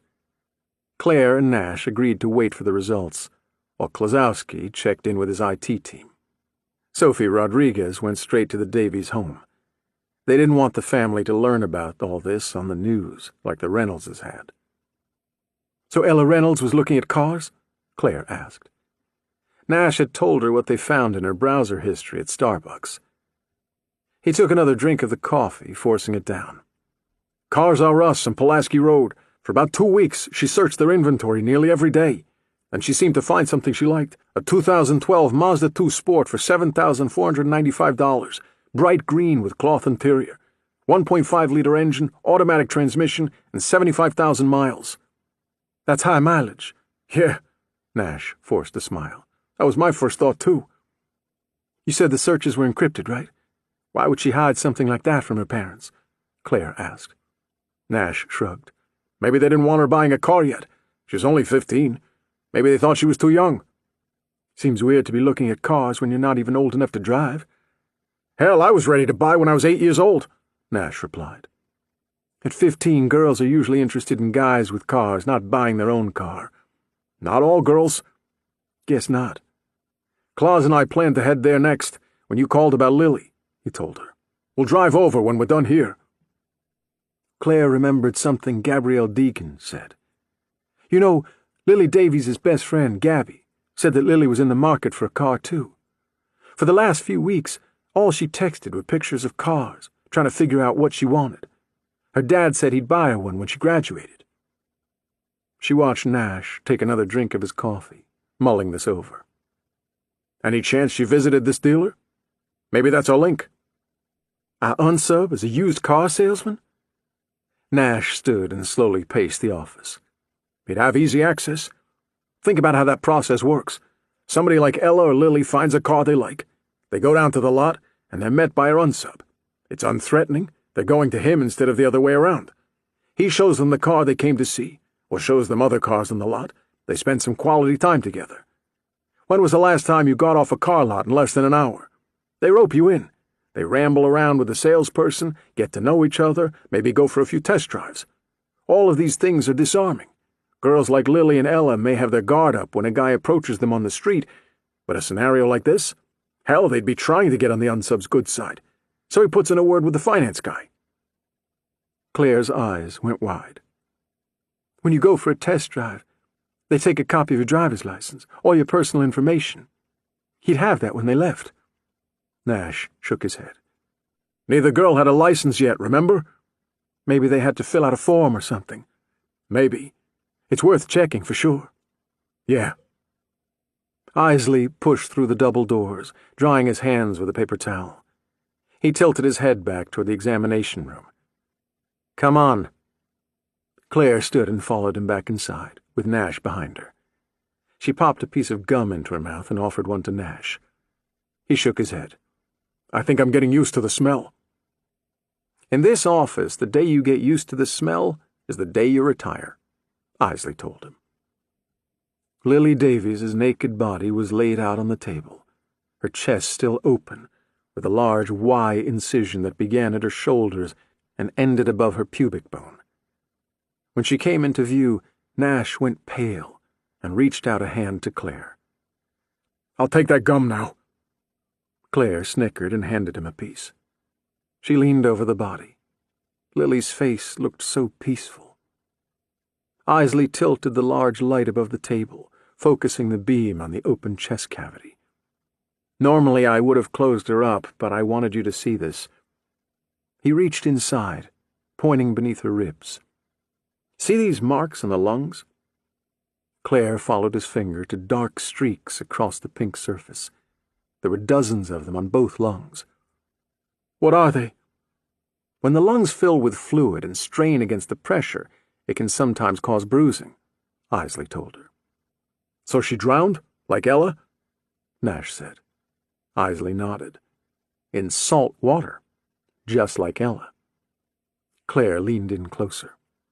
I thought our bodies don't bruise after the heart starts pumping. If she died from drowning, should there be bruising? It's normal to find both pre- and post-mortem bruising on the lungs from drowning, Isley told her. Then why are you showing this to us? Isley leaned back in, his finger tracing the girl's lungs. See how some of the marks are much darker than others, like these here? Claire nodded. This indicates multiple traumas. Some are older than others. You mean she drowned more than once? Nash said. From what I am observing, this girl drowned 6, maybe 7 times over a 24-hour period. Claire frowned. How's that possible? I think your unsub drowned her, then revived her, he said. If you look closely at her ribs, you'll see microfractures. I think he performed CPR on her. I also found multiple electrical burns from a stun gun, so he used one either to subdue her or to revive her. Would that work? Isley shook his head. No, the electricity would dissipate across her skin. It would need to be directed to the heart. Maybe if he placed a metal plate under her when he did it, but I'm skeptical even that would work. CPR, though. He could have brought her back with CPR. Multiple times, Claire said.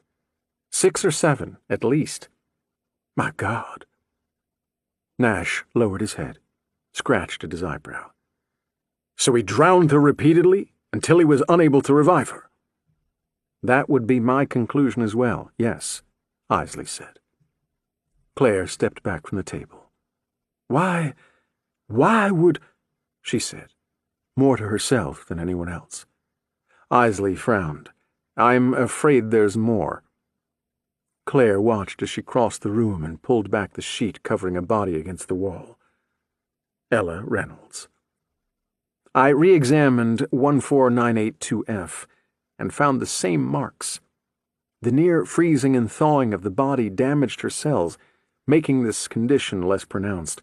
I should have noticed regardless. I have no excuse. It slipped by me. I focused primarily on the drowning aspect itself in my attempts to minimize damage from the conditions in which you found the body. Ella, Nash said softly. Her name is Ella. Isley raised his left palm. Well, yes, Ella, of course. He drowned and revived her over and over again, too? Nash asked. Isley nodded grimly. In her case, it appears this took place over a much longer period of time, sometimes days between each event, whereas with with Lily, only an hour or less elapsed between each. There's a clear escalation in your unsub's behavior. Had Lily been permitted more time to recover, she may have been able to survive. Unfortunately, the human body can only take so much. She wasn't given a chance. What about Ella's father? Claire asked. What did you find there? Isley gently replaced the white sheet covering Ella's body, then crossed the room to the metal drawers built into the wall. He tugged one open and gestured for them to come closer. I've been trying to call Porter, but I'm getting voicemail. Sam had to take a step back for a little while, Nash said. Everything okay? Just a personal matter. Isley looked like he was about to press further, then changed his mind. The body of Floyd Reynolds was encased in a thick black body bag. He slid the zipper down from the head to midsection, then spread the plastic so they could see inside. The skin was pale white save for the thick purple and black cut at his neck. It was worst at the center, above the Adam's apple, and grew thinner and lighter as it spread out across his neck, ending at about the ears. Isley followed the line, with his finger hovering about an inch above the surface. This is from a very thin wire. Piano or electric guitar string, most likely. They sell thin cable at most hardware stores, but to me this appears thinner than what you would find there. Like I said, resembling string from a musical instrument. Porter had mentioned finding a footprint on the back of the car seat. That fits with what I'm seeing here.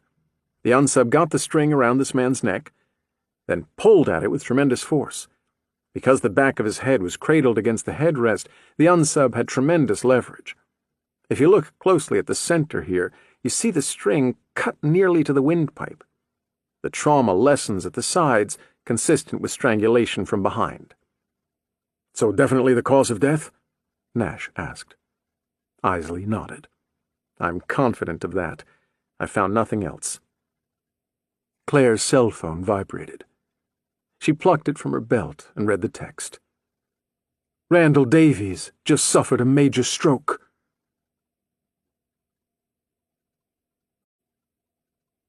Chapter 30. Claire, Day 2, 6:51 p.m. Claire and Nash fought the tail end of rush hour traffic and pulled into the emergency room drive of John H. Stroger Jr. Hospital about 30 minutes later. They found Sophie Rodriguez sitting in the corner of the waiting room with Grace Davies, Lily's mother. Sophie spotted them as they came through the automated glass doors and quickly walked over to meet them. "We were in their kitchen. I broke the news about Lily, and they took it about as well as could be expected. He was holding his wife, then his body just went limp. She tried to hold him up, but he's a big guy. He fell to the floor and began to convulse. I dialed 911 immediately, and the paramedics arrived about 4 minutes later. The convulsions stopped by that point, but his breathing was labored and his heart rate was very low. I had trouble finding a pulse, but when I did, I only recorded about 40 beats per minute." "Does he have any kind of history?" Claire asked. Sophie shook her head. "Nothing, according to his wife. He exercises daily. Even with all this going on, he was prepping for a run when I got there. Said it helped him clear his head." "His daughter is missing, and he wanted to go for a jog?" Nash said. "People cope in strange ways." Sophie glanced back at Grace Davies. "She lost her daughter, and now her husband is in ICU. I can't imagine what she's going through."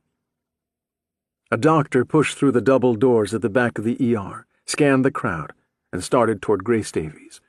Claire, Nash, and Sophie rushed back over. "I am so sorry, Grace," the doctor said. "This is the last thing you need in your life right now." "You know each other?" Claire asked. The doctor's eyes went narrow. "And you are—" "I'm Detective Claire Norton. This is Detective Nash and Sophie Rodriguez with missing children." His face softened. "You're helping to find Lily." He nodded. Then, "She's such a sweet girl. I've known her entire life. Who would do such a thing?" Grace's face went white, and her red, puffy eyes again filled with tears. Sophie put an arm around her. Claire told the doctor Lily had been found. His eyes were on Grace Davies the entire time. When she finished, he took a deep breath. "This is horrible." He went to Grace and wrapped his arms around her, whispered something at her ear. "How do you know the Davies family?" Claire asked. "Randall works here in oncology. I've been head of ER going on 6 years now. We're a tight group at this hospital," the doctor said. "Randall and I both completed our residency at McGaw." Nash took a step closer. "What is Dr. Davies' condition? Is he going to pull through?" "He's stable for now, but the stroke may have caused permanent damage. I'm waiting for the results of the CT scan to come back." He released Mrs. Davies and took a step back. "Grace, how long has Randall been taking lisinopril?" The woman's forehead puckered. "What's lisinopril?" "It's used to regulate high blood pressure." "Randall doesn't have high blood pressure." The doctor placed a hand on her shoulder. "Is it possible he had high blood pressure and didn't want to tell you? Maybe he didn't want to worry you." Mrs. Davies shook her head. She pulled her phone from her purse and began tapping at the screen. "He doesn't have high blood pressure. We both test a few times each week with this Bluetooth cuff he brought home from a conference last year." She handed him the phone. "See, it records our results." The doctor scrolled through the readings. "These are all normal. "Randall exercises daily," she told him. "At his last physical, the doctor told him he was as fit as a 30-year-old. "If that's the case, we have a serious problem," the doctor said, stroking his chin. Claire had remained silent through all of this. Something was wrong. "What is it?" At first the doctor didn't speak, lost in his own thoughts. Then, "We found a concentrated level of lisinopril in his blood. If I had to guess, he took a rather large dose. 3, maybe 400 milligrams. "What's considered normal?" Nash asked. "Anywhere from 2.5 milligrams to 40, no more than that." Claire turned to Sophie, but before she could ask her question, Sophie started nodding. I'm thinking. We were in the kitchen. I had a glass of water. Mrs. Davies was drinking. I was drinking orange juice," Mrs. Davies said. "Randall made a pot of coffee. I don't drink coffee. It tends to keep me up at night." "You think someone spiked the coffee?" Nash said to Claire. Claire began to speak, then pulled him aside, outside of earshot. "Our unsub killed Ella Reynolds' father," she said in a low voice. "He strangled and nearly removed the head of Ella Reynolds' father with piano wire," Nash said. "This is a drug overdose, hardly the same M.O. Maybe Dr. Davies had high blood pressure and was self-medicating to manage the condition, hiding it from his wife for some reason. Who else takes their blood pressure on a regular basis at home?"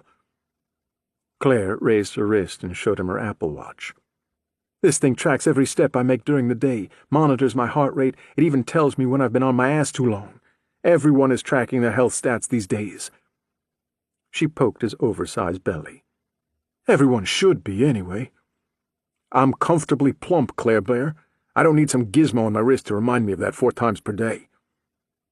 "If a normal dose is 2.5 milligrams to 40, and he had 10 times that, it's no accident. Someone tried to kill him," Claire said.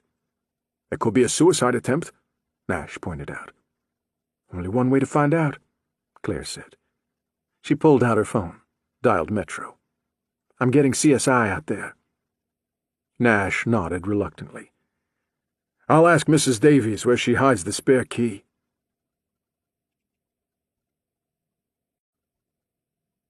Chapter 31. Pool. Day 2. 7:04 p.m.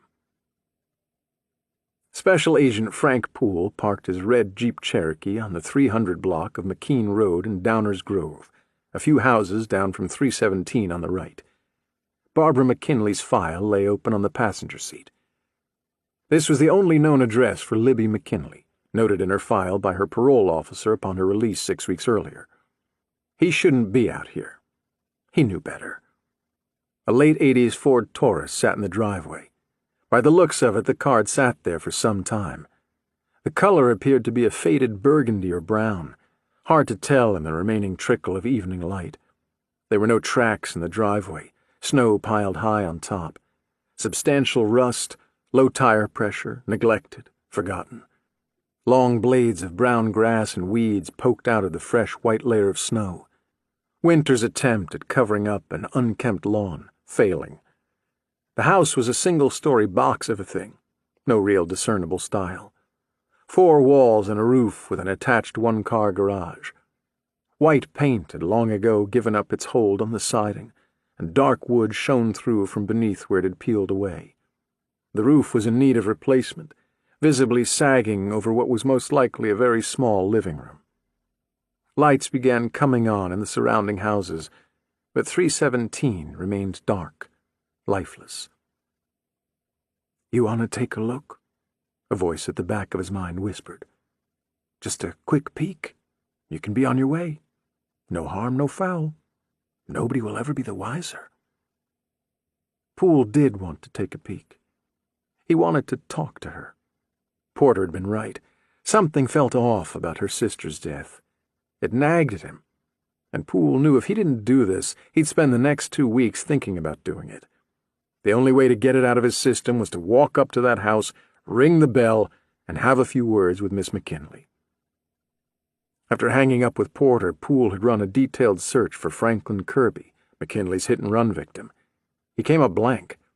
The man had been identified by the driver's license in his wallet. There was a photo of it in the McKinley file, but no record of him in the driver's license database. The number on the license was assigned to a woman named Leslie Carmichael, 46, living in Woodlawn, not Franklin Kirby. Libby McKinley hit and killed a man carrying false identification, although still a name Porter clearly recognized. Poole stepped from the Cherokee out into the cold evening wind, closed the door behind him, and crossed the street to 317. Neither the public sidewalk nor the stone walkway leading to the front door had been shoveled. The front porch was also lost beneath a layer of at least 4 inches of snow. He pressed the bell with a gloved finger, heard the double chime inside, and waited. Nothing. He rang again, glancing back at the driveway. Poole turned back to the door. No sound from within. No lights. Libby McKinley might have spotted him, killed the lights. She wouldn't be the first person on parole to hide from a cop on their doorstep. There was no current employment information listed in her file. She probably had little reason to leave the house. Hell, he wouldn't be out in this weather if he didn't have to be. He knocked on the door. 3 loud raps. "Miss McKinley, I'm Special Agent Frank Poole. I know you're in there. Open the door." He had no idea if she was in there, but the ruse typically worked. Poole blew into his gloved hands. He felt like he was standing in a tub of ice water. His breath fluttered through the air and dissipated. Poole stepped off the porch and over a small hedge, then pressed his face to the large picture window. The glass was cold, covered in frost. He couldn't see inside. If the heat were on, you'd feel it at the glass, right? Who doesn't have their heat on in this kind of weather? He stepped back and began to circle the house, attempting to look in each window as he went. If one of the neighbors saw him, they'd surely be dialing 911 by now. At the side of the house, he nearly tripped over a rusty bicycle, an old red Schwinn lost beneath the thick snowdrift. There were also the remains of potted plants, long since dead, and random lengths of garden hose, coiled and forgotten for the winter. Around back he found a wood deck. A black Weber barbecue lay on its side, lost to slumber, lawn chairs piled up around it, no rhyme or reason. He stepped up onto the deck, the boards creaking under his weight, popping noises. Could be rotten. Might fall through. He carefully made his way to the back door. The screen was cut. A straight cut, about 5 inches long, enough for a man to get his hand inside the door. Enough to unlock the screen door, get to work on that deadbolt with a lockpicker's kit. Poole tried the doorknob. Unlocked.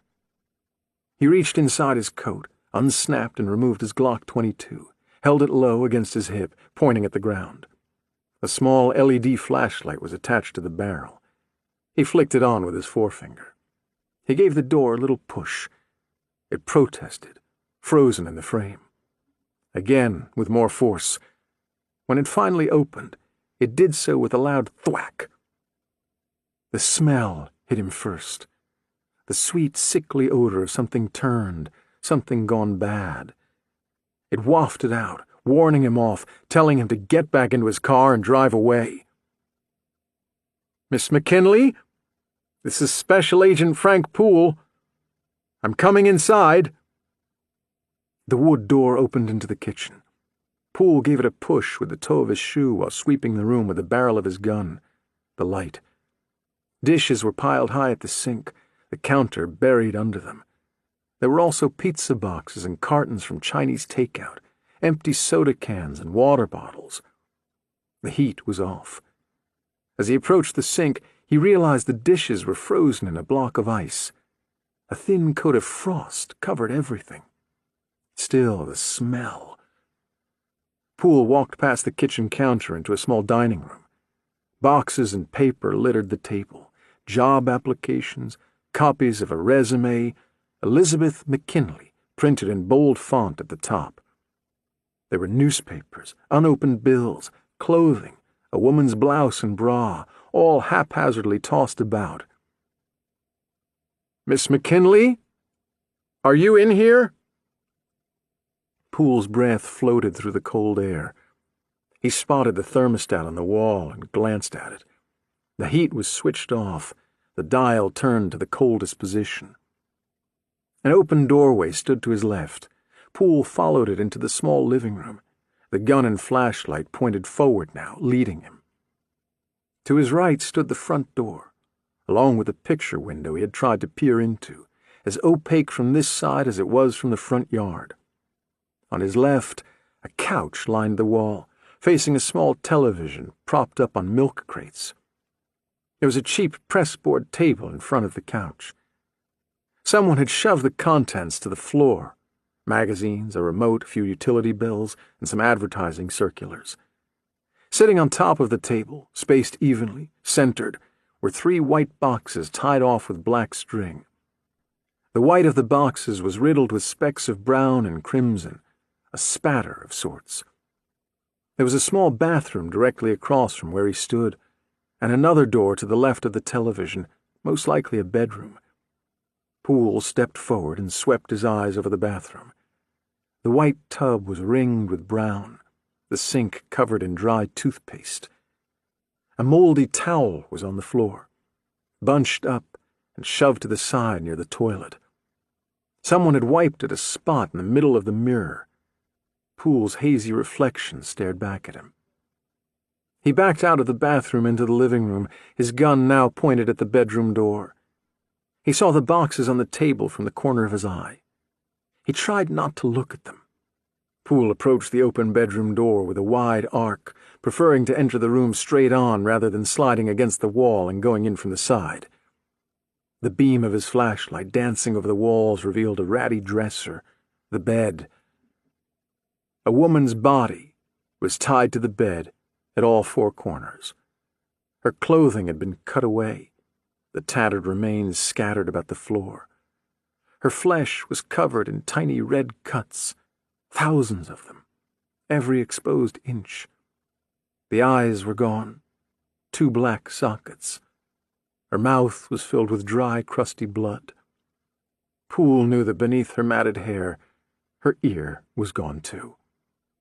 He'd find those things in the boxes. He removed the flashlight from his gun and holstered the weapon. He stared at the remains of Libby McKinley.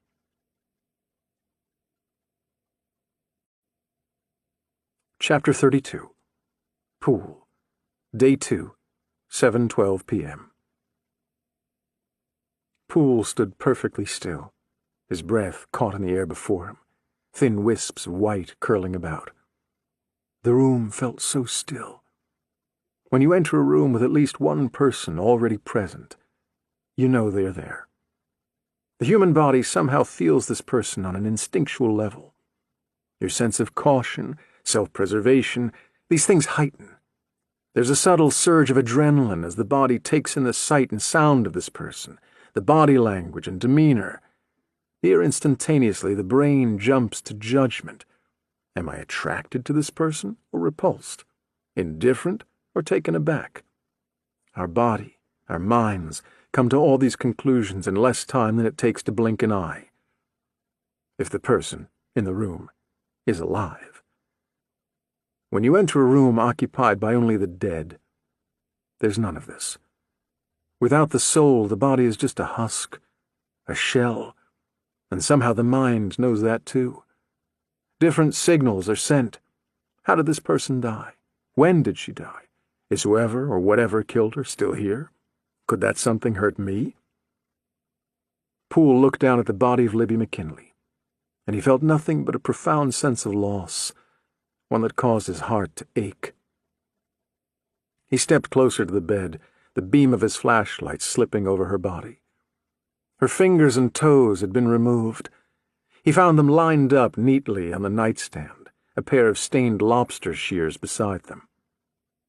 Bishop had never done that before. He was escalating. Poole tried a lamp beside the bed. The bulb had been removed. With 4MK's previous victims, the kill room always eluded them. He staged the bodies when he wanted them to be found. Not once had they learned where he actually killed them. Special Agent in charge Hurlis suspected that he killed them in the tunnels beneath the city, but Poole always felt differently. Poole believed Bishop had a kill room, someplace secluded, meaningful to him, someplace he could work without disruption, someplace that could eat the screams before they escaped. Libby McKinley died in immense pain. She died slowly, and she died here, alone. There was blood everywhere. The beam of Poole's flashlight traced it up the walls behind the bed, across the sheets, to the green shag carpet beneath his feet. He shouldn't be stepping here. Not like this. He was most likely contaminating potential evidence. But something told him they wouldn't find anything here. Nothing useful, anyway.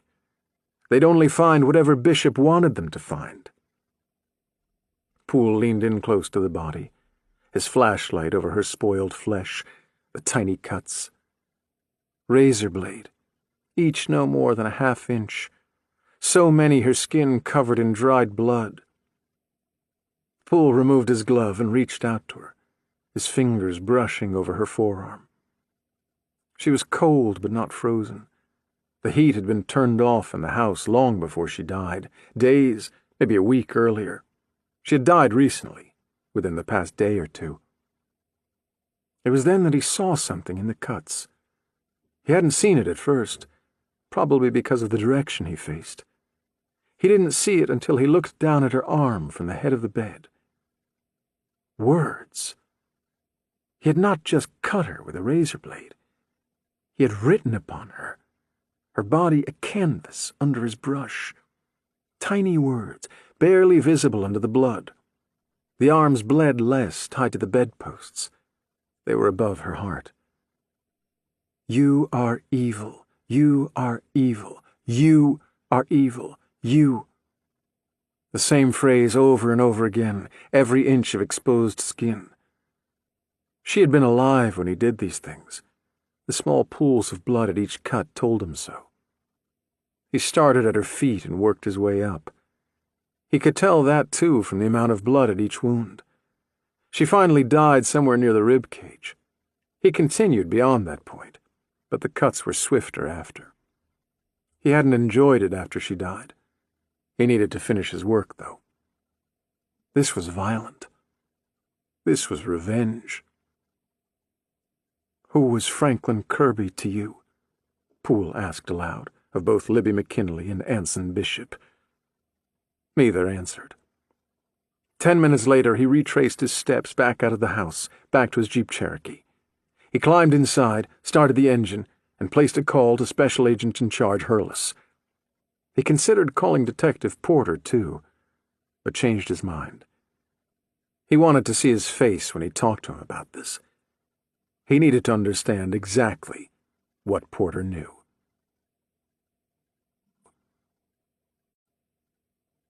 Chapter 33. Porter. Day 2, 10:04 p.m.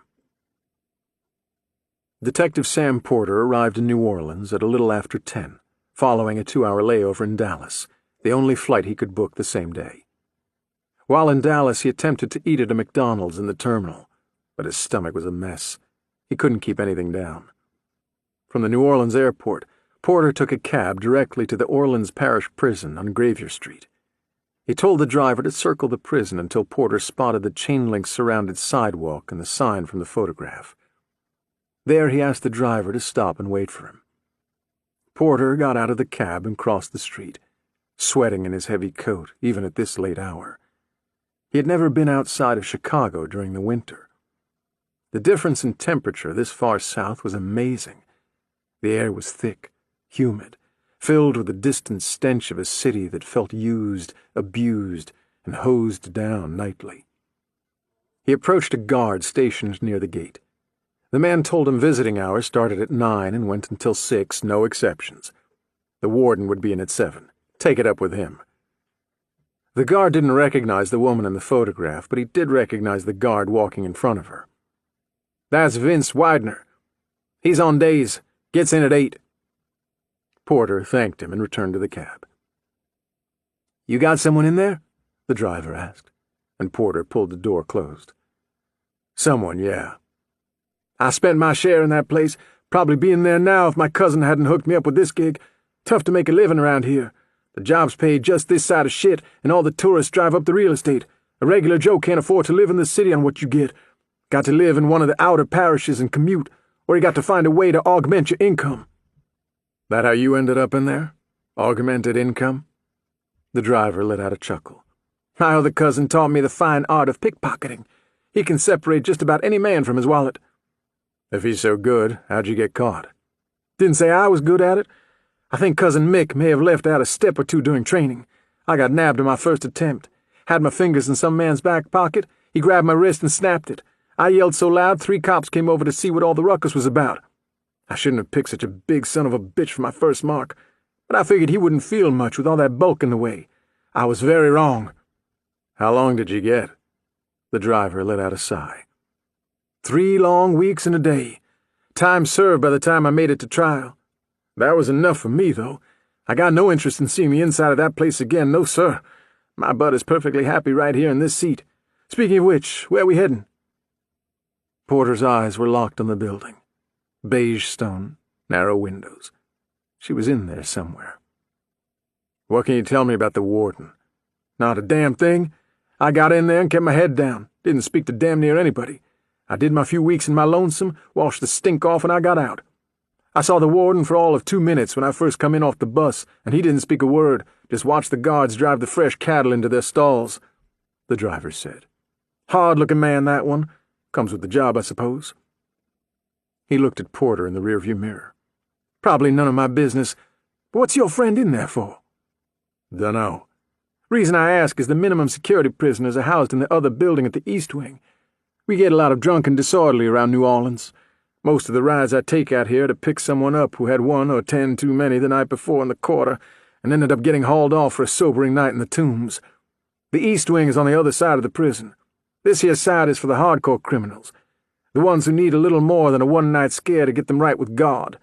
You gotta go into the right building or you'll waste an hour getting to the front of the line before you find out you're in the wrong place," he explained.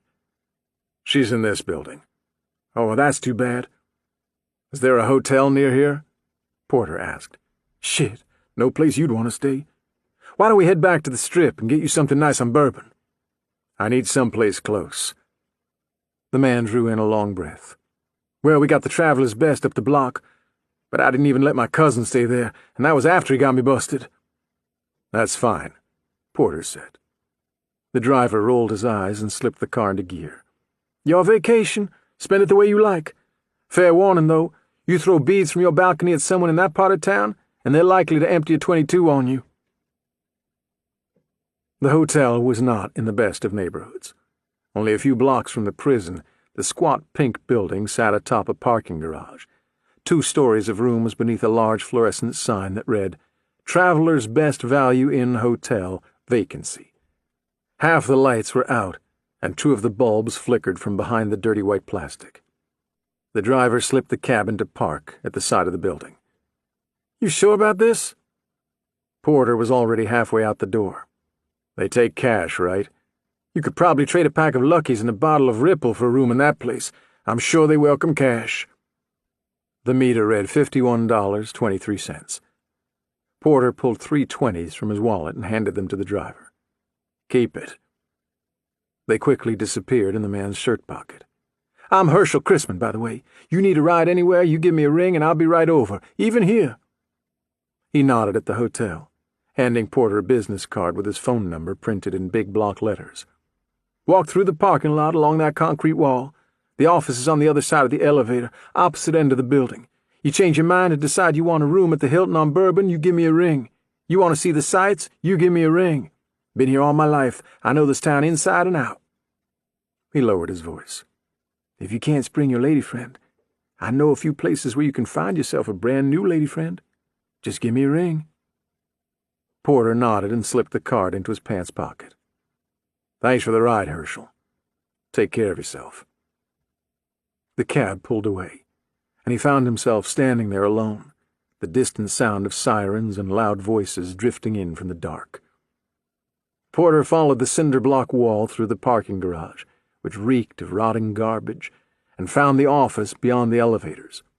There was no door or friendly lobby, only a thick glass window stained and smeared with God knew what. A man in his late 50s, pudgy, with a balding gray head and black-rimmed glasses, watched Porter as he approached, first on a small computer monitor, then from the window. Porter stepped up to the glass. "I'd like a room, please." The man licked at his cracked lips. There was something at the corner of his mouth. It looked like a crumb of Doritos, orange and moist. "I'll need to see 2 forms of identification and a credit card." Porter pulled out his wallet. "No idea, I'm paying cash." The man shrugged. $29.95 per night plus $100 security deposit. We need to protect our valuables." Porter fished 5 20s out of his wallet and shoved them through the small slot at the bottom of the window. "That's $100. If I decide to stay longer than 3 nights, I'll be back." The manager scooped up the bills, hit the side of an ancient cash register with a balled-up fist to open the drawer, and slipped the bills inside. "What about the security deposit? Can't have you walking off without sheets or towels." "I recently redecorated, so I'm all set, no need to worry. I won't even touch the minibar." The manager narrowed his eyes, studied Porter, then must have figured it wasn't worth the fight. He slid a clipboard through the slot in the window. "Sign in, please." Porter scribbled Bob Seeger on the next available line and passed the clipboard back to him. The man studied the name, then pulled a key from a pegboard at his side and dropped it into the metal tray under the slot. "I've got you in our penthouse suite. It's located on the east side of the building with a wonderful view of the city.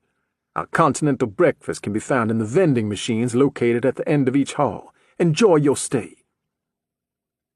Porter reached for the key, not one of those credit card keys, but an actual key on a plastic ring, with 203 stamped on it in faded black letters. He dropped it into his pocket, picked up his bag. "Thanks." The manager had returned to the security monitors. He waved a non-committal hand at him, the fingertips orange from chip dust. Porter walked past the elevators to the stairs, followed them to the 2nd floor, and located 203. If he had any neighbors, he couldn't tell.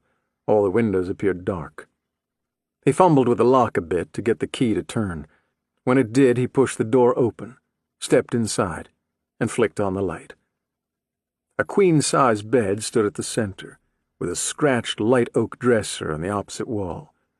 There was a sign beside the television remote that read, "Free HBO," but there was no television, only an empty space where one once sat, evidenced only by the scuff in the wood. A faded brown stain took up much of the floor. There was no discernible pattern to it.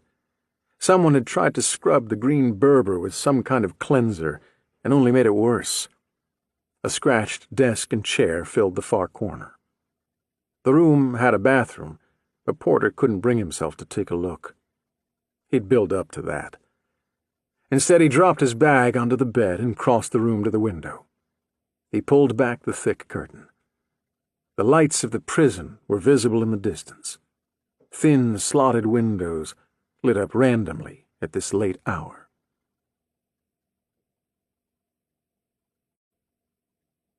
Chapter 34. Claire. Day 3, 4:56 a.m. The phone rang. Claire's eyes snapped open. The room was sideways. Her head was down on the cold metal of her desk, floating in a pool of her own drool. "Fuck me," she muttered, glancing up at the clock. It would be light out soon. After the hospital, Nash had gone to the Davies house to supervise, and she had come back to the war room to work the boards. She reached for the phone and accepted the call. "Yeah?" "Detective Norton? Speaking. This is Lindsay Rolfs in the crime lab. I've been trying to reach you, but your voicemail is picking up." "It does that when I sleep on the job," Claire told her. "What's up?" "I emailed our preliminary findings on the Davies' house to you and Detective Porter about 20 minutes ago. We found a concentrated dosage of lisinoprol in the remaining coffee. There were also some scratches noted at the deadbolt on the door in the mudroom. They were inconsistent with marks made by a key or normal use," Rolfs said. "So someone broke in?" "That is our conclusion. They picked the lock, came in through that door, and most likely poured a liquefied version of the drug into the water tank of the coffee maker." Even if Davies filled the tank to the top, this dosage was so high it would not dilute to safe levels. She hesitated for a moment, her voice wavering. I called the hospital to review the results of Randall Davies' toxicology screen with his doctor, and I was told Randall Davies passed away at 10:34. He suffered a severe stroke, and they weren't able to bring him back. Claire drew in a deep breath. The two girls, now their fathers. There's more, Rolfe said from the other end of the line. We positively identified the clothing Lily Davies was found in as belonging to Ella Reynolds. There were trace elements of skin tissue and hair from both girls in the material. We also found a small amount of vomit on the sleeve, which matched Lily Davies. I included those findings in my email as well. Anything to indicate when the unsub was in the house? Nothing. We found no evidence that the unsub went beyond the kitchen either. I get the impression he knew exactly what he had planned before entering, got in and out fast. Thanks for tracking me down. Let me know if you find anything else, Claire told her.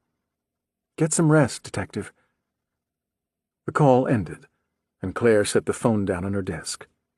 She couldn't rest. Not now.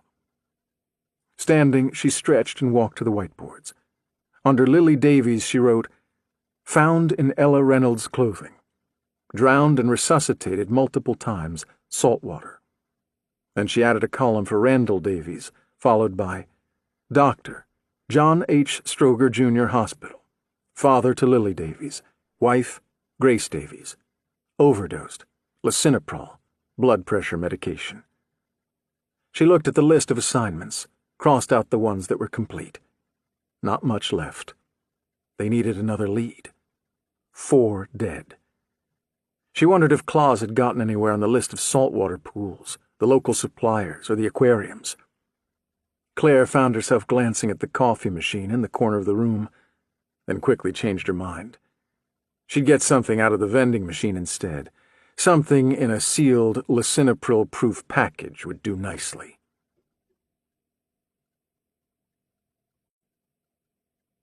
Chapter 35. Nash. Day 3, 6:43 a.m. The heater in this clunker is for shit, Klosowski said, rubbing his hands together in front of the vent. They were parked across the street from Cars R Us in Pulaski. According to the sign, the dealership wouldn't open for another hour, 2 hours earlier than normal, for some kind of Valentine's Day sale. Red streamers hung all around the lot. After spending most of the night at the Davies' house supervising CSI, Nash found just enough time to run home, shower, and change clothes before picking up Claus at his apartment downtown. He found him sitting on the stoop outside chugging Red Bull. Nash patted the dashboard. Connie has seen better days, but I'll get her back to prom queen status. It's just going to take a little work. Claus's hand stopped moving, and he stared at him. You're creeping me the fuck out right now. I'm serious. I'm getting a Christine vibe from you, and that didn't end well for anyone, not even the car. Why don't you trade this hunk of scrap in on a nice Toyota or Honda? Something with airbags and a CD player. That's an 8-track player, Nash. A fucking 8-track player. Where the hell are you going to find an 8-track?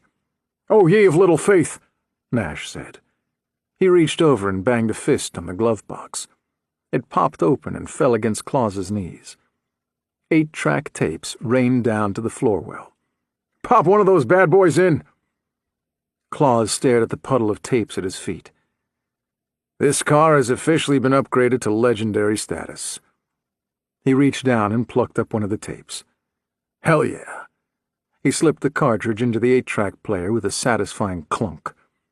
A moment later, the opening riff of Neil Diamond's Sweet Caroline started crackling through the blown speakers with a wheezy trill. Nash drummed his fingers on the steering wheel, while Claus began to sway back and forth to the beat. John Lennon had nothing on this guy. Pure genius.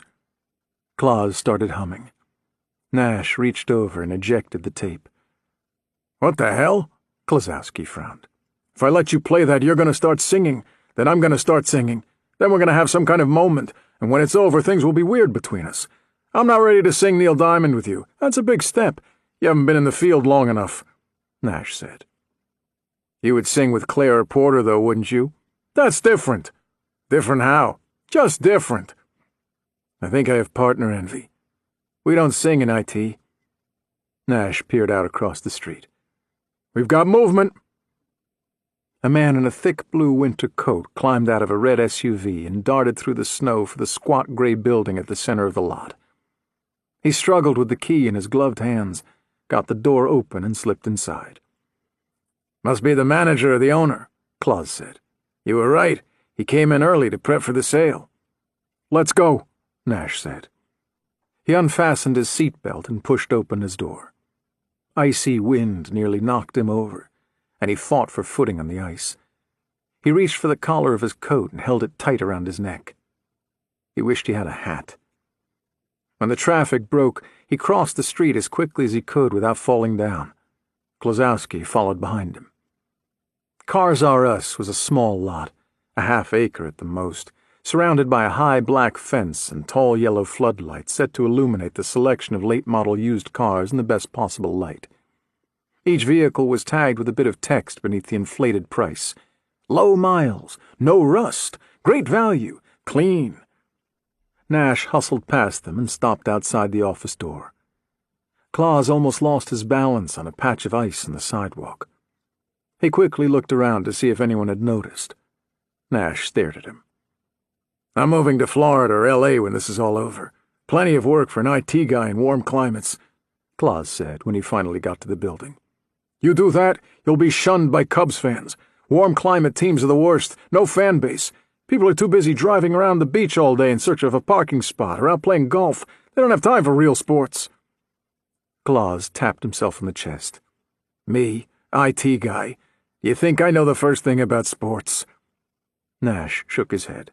I will never sing with you. Whatever. The door to the small office building was locked, but Nash could see the man moving around inside. He knocked at the glass and held up his badge and identification. The man inside turned from a file cabinet in the far corner, a coffee scooper in his hand. He had no trouble displaying his annoyance at the interruption and made a show of dropping the scooper back into a Costco-sized can of coffee before shuffling over to the door. He still wore the blue coat, now unzipped halfway down his large belly. A green sweater poked out from beneath. The man studied the badge through the dirty glass door. What do you want? That's no way to greet public servants, Claus said. We're with Metro PD. We need to speak to you, Nash shouted back, competing with the howling wind. The man gave a longing look back at the coffee maker, then twisted the lock in the door and pushed it up, ushering them in. Hurry up! Don't let the heat out! Nash and Claus slipped inside, and he locked the door behind them. He looked back at the coffee maker. You seem pretty intent on getting that thing going, Nash said. He sighed. Sorry, I quit smoking last year and quit drinking the year before that. Caffeine is the only vice I have left. Go ahead, Nash said. They watched the man hustle back over to the file cabinet and carefully measure out 10 scoops of coffee grounds and fill the machine's reservoir from a small sink in the corner of the room. He pushed a button, and the coffee maker came to life, hissing and popping as the water heated. He turned back to them and finally relaxed. I'm Mel Cumberland. What can I do for you fine officers of the law? I'm Detective Nash, and this is Edwin Klosowski. He pulled his cell phone from his pocket, tapped at the screen, and held it up. Do you know this girl? Cumberland's hand shot over to the desk at his side, and Nash nearly reached for his gun before he realized the man was only retrieving a pair of glasses. He heard Claus snicker behind him. Cumberland slipped the glasses on and stepped closer. May I? Nash handed him the phone.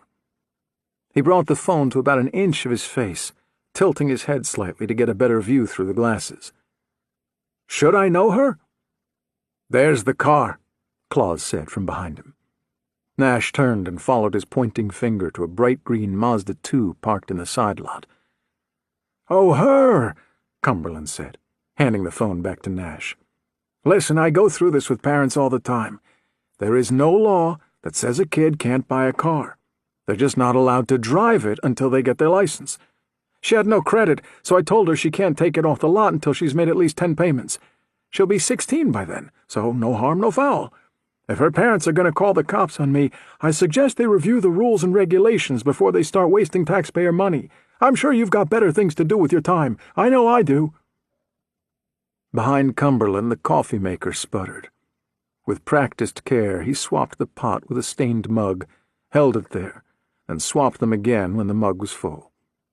Printed across the front in faded black letters were the words, "No funny saying here, just something to hold my caffeine, and sometimes whiskey."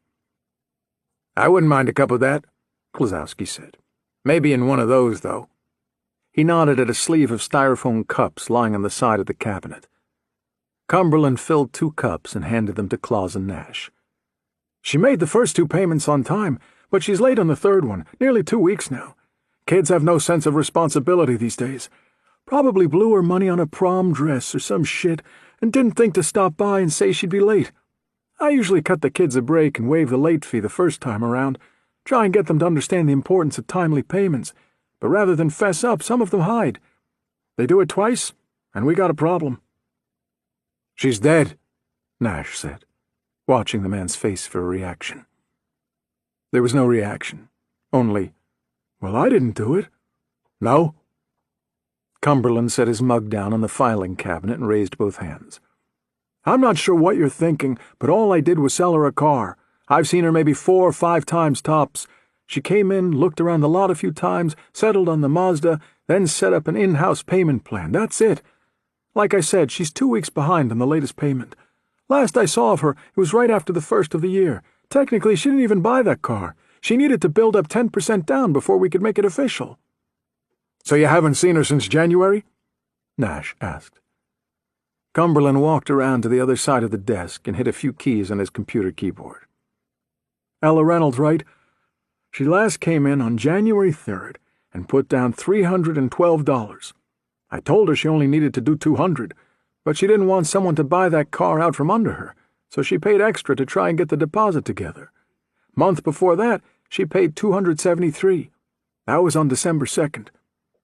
"Wonder where she was getting the money," Claus said. "We don't have a record of her working." Cumberland scrolled through his file. "According to her application, she tutored other students. That's what she wrote for employment, anyway." "She might not have told her parents about that," Klosowski said. "I used to tutor too, and I never told Pops. He would have cut my allowance. I kept my mouth shut and collected from both." "I'm sure you were a stellar example of a child," Nash replied. "Tutoring explains all the Starbucks visits. Aside from browsing for a ride, she might have been meeting students there." "Starbucks and the library, that's where I always did it," Claus agreed. Nash scrolled to a photograph of Lily Davies on his phone and showed it to Cumberland. "How about her? Have you ever seen her here?" He peered at the tiny display, squinting behind his glasses. "Nope. Her I do not know." "Could she have come in and met with another salesman?" Cumberland shook his head. "Even if she did, I'm always here. I make it my business to know every face that comes through the gate. Some of these younger sales guys are good, but I'm better. Somebody may walk away from them without buying, but not me. I always get the sale." "We're going to need a list of all your employees," Nash said. "That's easy. There's me, Brandon Stringer, and Doug Fredenberg. Doug's my mechanic. He's been out sick the past 2 days with the flu. Brandon is due in at 8. "Did either of them have contact with the Reynolds girl?" "Not that I know of," Cumberland told Nash. "The first time she came in, Brandon was with another customer. She was a determined little thing. Gave the Mazda a quick once-over outside, then came right up here into the office and told me she wanted to buy it. No test drive or nothing. Not that I would have let someone without a license test drive, but I would have taken her for a ride in it." "Where was the other guy? Fredenberg?" Cumberland tapped at his computer again. "Looks like he was under a Pontiac in the garage, changing out a master brake cylinder. He rarely has contact with the customers. You're more than welcome to wait for Brandon to get in. Maybe take a look around the lot?" He nodded at Nash's Chevy Nova parked across the street. "Your car's got the potential to be a sweet ride, but do you really have the time and resources to get it there?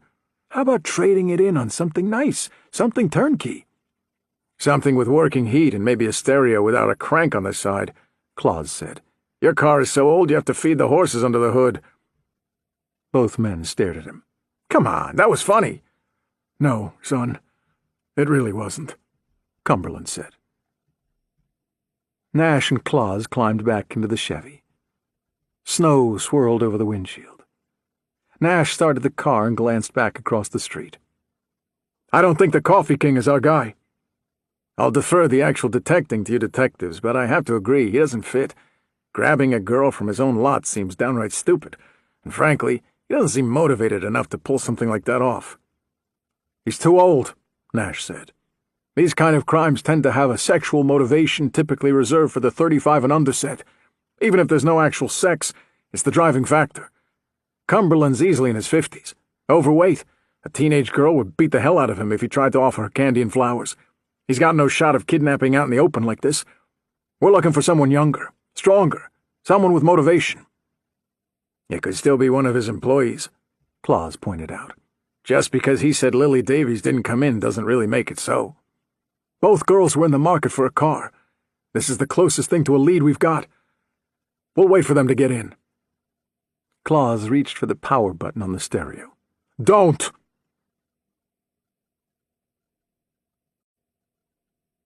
Chapter 36. Pool. Day 3, 6:44 a.m. They had been there all night. CSI moving in and out of Libby McKinley's battered house in thin plastic suits, at least a dozen of them in all. Poole watched from the driver's seat of his Cherokee. Careful as they were, he tried not to think about what all that traffic was doing to his crime scene. Special Agent in charge Hurless was on the front stoop, his cell phone pressed to his ear. Special Agent Diner was somewhere inside. Poole watched as Hurless disconnected his call and crossed the street to where Poole was parked. He rolled down the window. "She's been dead a few days, according to the M.E. We think she was bound to the bed around this time Wednesday, and he took his time with her, 10 to 12 hours from the first wound to the last. He started with her toes, finished with her fingers. The eyes, ears, and tongue were somewhere in between." "What about the cuts?" "The M.E. says he did those as he went along, probably alternated between cuts and removing appendages," Hurless explained. "He kept her in the bed. She urinated and defecated in place. The bindings at her right ankle cut clean through to muscle." Poole wouldn't close his eyes. He knew if he did that, he would see all of this play out. He would see Bishop tying this woman to the bed and torturing her for the better part of half a day as her screams went unanswered. It seems sloppy for him, for Bishop. He's evolving. We know who he is now. He doesn't have to be as careful as he was before, Hurless said. Maybe. You think it's something else? Something, yeah. That's a bit cryptic. Poole said, he never cut a body like that. The toes and fingers. That's all new. Like I said, escalating. I suppose. Hurless shuffled his feet. His breath hung around him in the icy air like a smoker's cloud. Snow had begun falling again. Thick, heavy flakes. You followed Porter's breadcrumbs out here, didn't you? This was more of a statement than a question. Poole nodded. He's got good instincts. Good instincts? He worked with this guy for the better part of a week and had no clue. Then, when he had the chance to bust him, he let him go. Let him walk right out from under half of Chicago Metro. He should have caught Bishop 5 years ago. We shouldn't be here. And that woman... He nodded back at the house. Should still be breathing. Keep this in perspective. Poole said nothing to this, his eyes on the house. The broken-down car in the driveway, the bike on the side. She was isolated here, a shut-in. When we check with her parole officer, I think we're going to find he couldn't get her out of the house at all. He came to her. It was Hurless's turn to go quiet. A year ago he might have jibed Poole for such a statement, but Poole had proven himself time and time again. He requested his assignment to this task force for precisely that reason.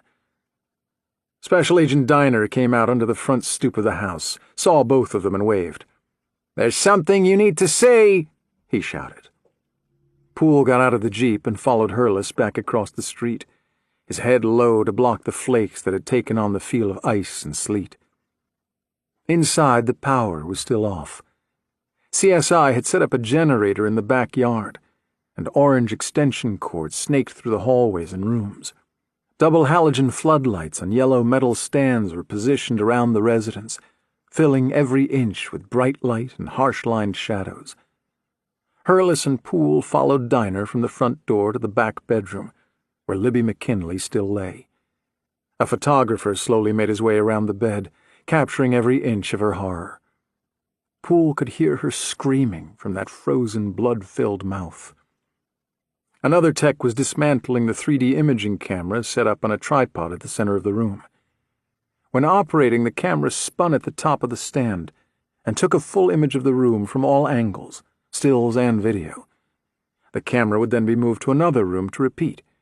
Images would be captured from the entire house and possibly outside. A computer would stitch the images together, and agents could virtually walk the crime scene from anywhere at any time as it appeared today. Poole had no need for this technology.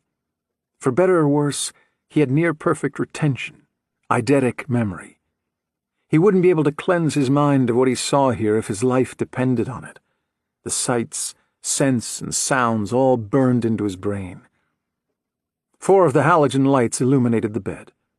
They were bright, but the photographer's flash was brighter. Poole looked away. Diner stood next to the dresser in front of an open drawer. He held a small mag light, the beam pointed inside. Poole followed the light, peered down into the drawer. "Any one of those things could send her back to prison. Why risk it?" Diner said. Poole pulled a pair of purple latex gloves from his pocket and slipped them on, then reached into the drawer. He removed a driver's license and passport, both with Libby McKinley's photograph, both with the name Kaylin Selk. He set the fake identification down on the top of the dresser, then reached back inside, retrieving the gun, a matte black .45. "It's loaded." "Doesn't look like she even made a play for it," Hurless pointed out. "She wouldn't have had a chance," Poole said. "Bishop would have taken her by surprise, subdued her. The ME will find something in her toxicology, some kind of sedative, propofol or Nubane. He's used both in the past." Hurless turned to Poole. "You said she was a shut-in. This looks like she was planning to run." "You only have to stay ahead of the demons. An inch outside their grasp will do," Poole said under his breath. "What the hell is that supposed to mean?" Diner scoffed. "Just something I read once, in a Thad McAllister novel," Poole told him. "I don't think she was agoraphobic. She was hiding from someone. She was scared." "Bishop?"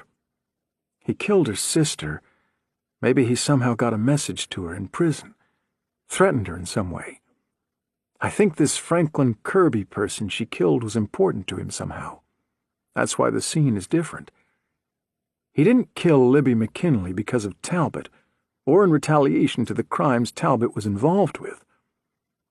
I think this is some kind of revenge killing. He wanted her to suffer, to feel pain," Poole said. He spotted something poking out from beneath a folded brown sweater.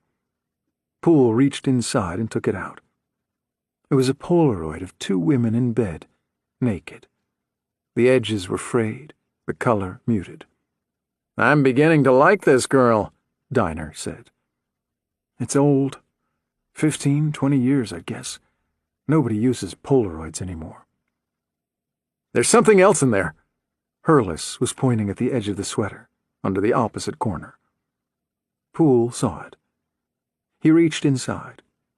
It was a lock of blonde hair, about 6 inches long, held together with nylon-covered black rubber hair ties on each end.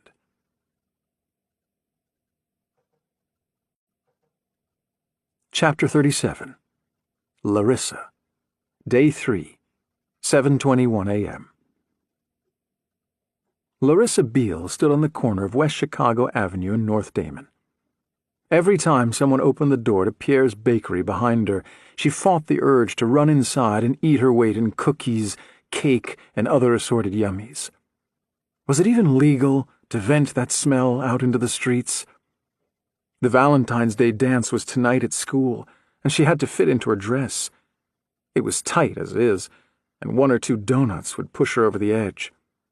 Kevin Dew would be there, and she knew the moment he spotted her in that strapless black dress, he'd forget all about chasing Keisha Garou and ask her out instead. The bakery door opened again, and an old guy wearing a fluffy blue coat and green scarf with little elves climbing on Christmas trees came out eating a breakfast sandwich. Steam rose from the thick bagel with eggs and bacon, and her mouth began to water. No more. She walked a couple more feet down the sidewalk, closer to the corner. The icy wind reached around the building, and she shivered. Where was this guy? She stomped her feet and began running in place. 10 minutes ago she would have cared what the other people on the sidewalk thought, but not now. Now she was freezing her butt off, and if she didn't keep moving, she'd become a human popsicle. She saw him then. He pulled to the curb directly in front of her, sliding between a FedEx truck and a beat-up SUV with the flashers on. Larissa tugged at the door handle and pulled the door open the moment he stopped moving. She dropped down into the seat and shut the door behind her, holding her hands up to the heater vent. "You're 20 minutes late. I almost left." He scratched at the side of his black knit cap. He looked like he was bald, but it was hard to tell under the hat. "Do you have your paperwork?" Larissa nodded and handed him a printout from her pocket. "So, how does this work?" He offered her a thin smile as he attached the paperwork to a clipboard and tossed it onto the back seat.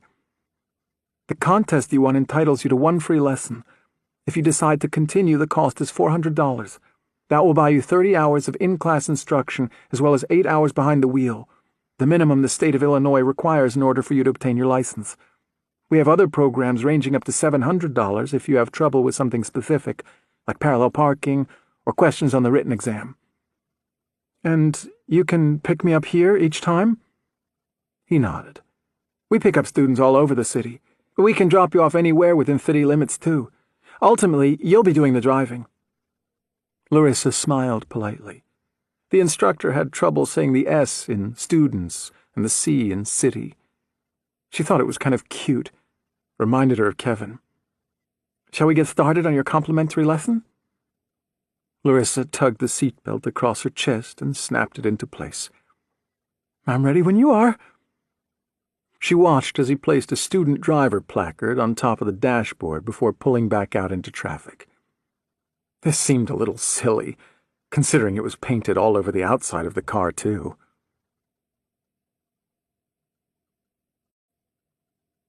Chapter 38. Porter. Day 3. 7:33 a.m. Porter sat on a wooden bench just outside the warden's office, deep within the concrete bowels of Orleans Parish Prison. He'd walked from his hotel and quickly determined this part of town was better viewed at night. The city of New Orleans had an odd smell to it. Even in the best parts of town, it hovered an inch or so above the roads, just enough to drift up to your nostrils and remind you of where you were. Near the prison, that scent didn't bother to hide. You could almost see the fumes, an oily residue on every surface, dripping from the street lights and sewer grates. Every alley and vacant lot had its share of residents, not only locals but tourists who drank their fill and wandered off from the lights, music, and action of the main drag to this place, somewhere behind Oz's curtain. When he arrived at the main gate, the guard had met him with tired indifference. Before Porter could talk, the man went into a canned rant about visiting hours and the locations of the visitor gates. Porter handed him one of his Chicago Metro business cards and told him why he was here. The guard had not asked to see his badge, and when he passed through security, he told them he'd left his gun in his hotel room safe. He ran the risk of someone calling Chicago Metro to check his story, but he had little choice. He wouldn't get access as a civilian. The corridors of the Orleans Parish Prison were walled in cinder block and painted a dull white. He was led through a series of hallways and switchbacks until he had no idea what direction he faced. The air felt stale and stagnant, and the echoes of their shoes gave the impression of being deep underground. The guard escorting him said this was a shortcut to the warden's office, passing through the belly of the beast. Porter had never been claustrophobic, but if he spent too much time here, that particular condition might be in the cards. He couldn't imagine working here, spending every day here. At each steel door they had to pause and wait for someone to buzz them in. He felt the camera's blank stares. They encountered one every 20 feet or so. At the end of the corridor, they passed through a series of doors spaced only about 10 feet apart, reminding Porter of an airlock or a decontamination chamber in an old sci-fi movie. On the other side stood the administrative offices. While also cinder block and steel construction, the space had been sparsely decorated with a worn rug and plastic fern, a bit of civilized oasis in the barrens. The guard pointed at the bench. "Warden is here, but making rounds. Should be back soon. Sit tight." That was nearly 30 minutes ago. No fewer than 6 cameras covered the room from the various corners, some moving, others stationary, all watching. "Detective Porter?" Sam hadn't heard anyone come in, yet this man was standing not 4 feet from him. "Yes?" "I'm Warden Vina. What brings you to our little slice of paradise?" "I need to see one of your prisoners." "I haven't worked in visitation for over a decade, but last I checked, visiting hours still start at 9, and it's fairly easy to follow the signs outside to the line. Not much of a need for me to be involved. I tend to like it that way." The warden was a few inches shorter than Porter, standing around 5'8". His hair looked like it had gone gray some time ago, and he kept it shaved close to his skull. His small eyes were set close together over a nose that looked like it had been broken and reset multiple times. There was a scar on his neck, thin and pink. It disappeared beneath the collar of his blue shirt. He was stocky and sure of himself, and his gaze didn't falter. His eyes remained locked on Porter's, a prisoner's stare. "We have reason to believe this particular prisoner may be connected to 4MK. "Oh, you're that Detective Porter?" "Yep. I'm that Detective Porter. I've been following the case on TV. Crazy. Connected how?" "I'm not at liberty to say." "Well, then I guess I'm not at liberty to let you see one of our prisoners." "I could come back with a warrant," Porter said. The warden shrugged. "Please do, and when you come back with that warrant, show it to the guard at the visitor's gate." He turned and started for his office door. "Enjoy your time in New Orleans, Detective." "She may be his mother," Porter said. "I need to keep this visit under the radar. If the press gets wind, they could burn the only lead we've got. I need your help, Warden." The warden stopped short of his door, shaking his head. "I really hoped for a nice quiet weekend. Helping you does not sound nice or quiet." "You can save lives, Warden. I just need to speak to her." The warden turned back to him. "What's her name?" Porter fell silent for a moment. He had the guy in the hook. He couldn't lose him. "I'm not sure. I have no idea what she was charged with either." The warden smirked. "Detective, we've got around 2,000 prisoners here, but we've had as many as 6,500 before Katrina. Some are awaiting trial for felony, and some are here on lesser charges like traffic, D&D, or municipal. The rest are here on behalf of the Louisiana Department of Corrections or the federal government for a long-term stay. How exactly do you expect to track her down without a name?" Porter pulled the photograph from his pocket and handed it to the warden. "This is all I've got." The warden took the photograph, then pulled a pair of glasses from his pocket. He flipped it over, read the message on the back, then turned back to the grainy image. "That's the West Gate," he said, studying the image. Porter pointed at the guard walking in front of Bishop's mother. "This is Vincent Widener," the warden said. "I recognize him." "Maybe he remembers her?" The warden let out a deep sigh. "Come on," he said, nodding toward his office door. "Let me see what I can do."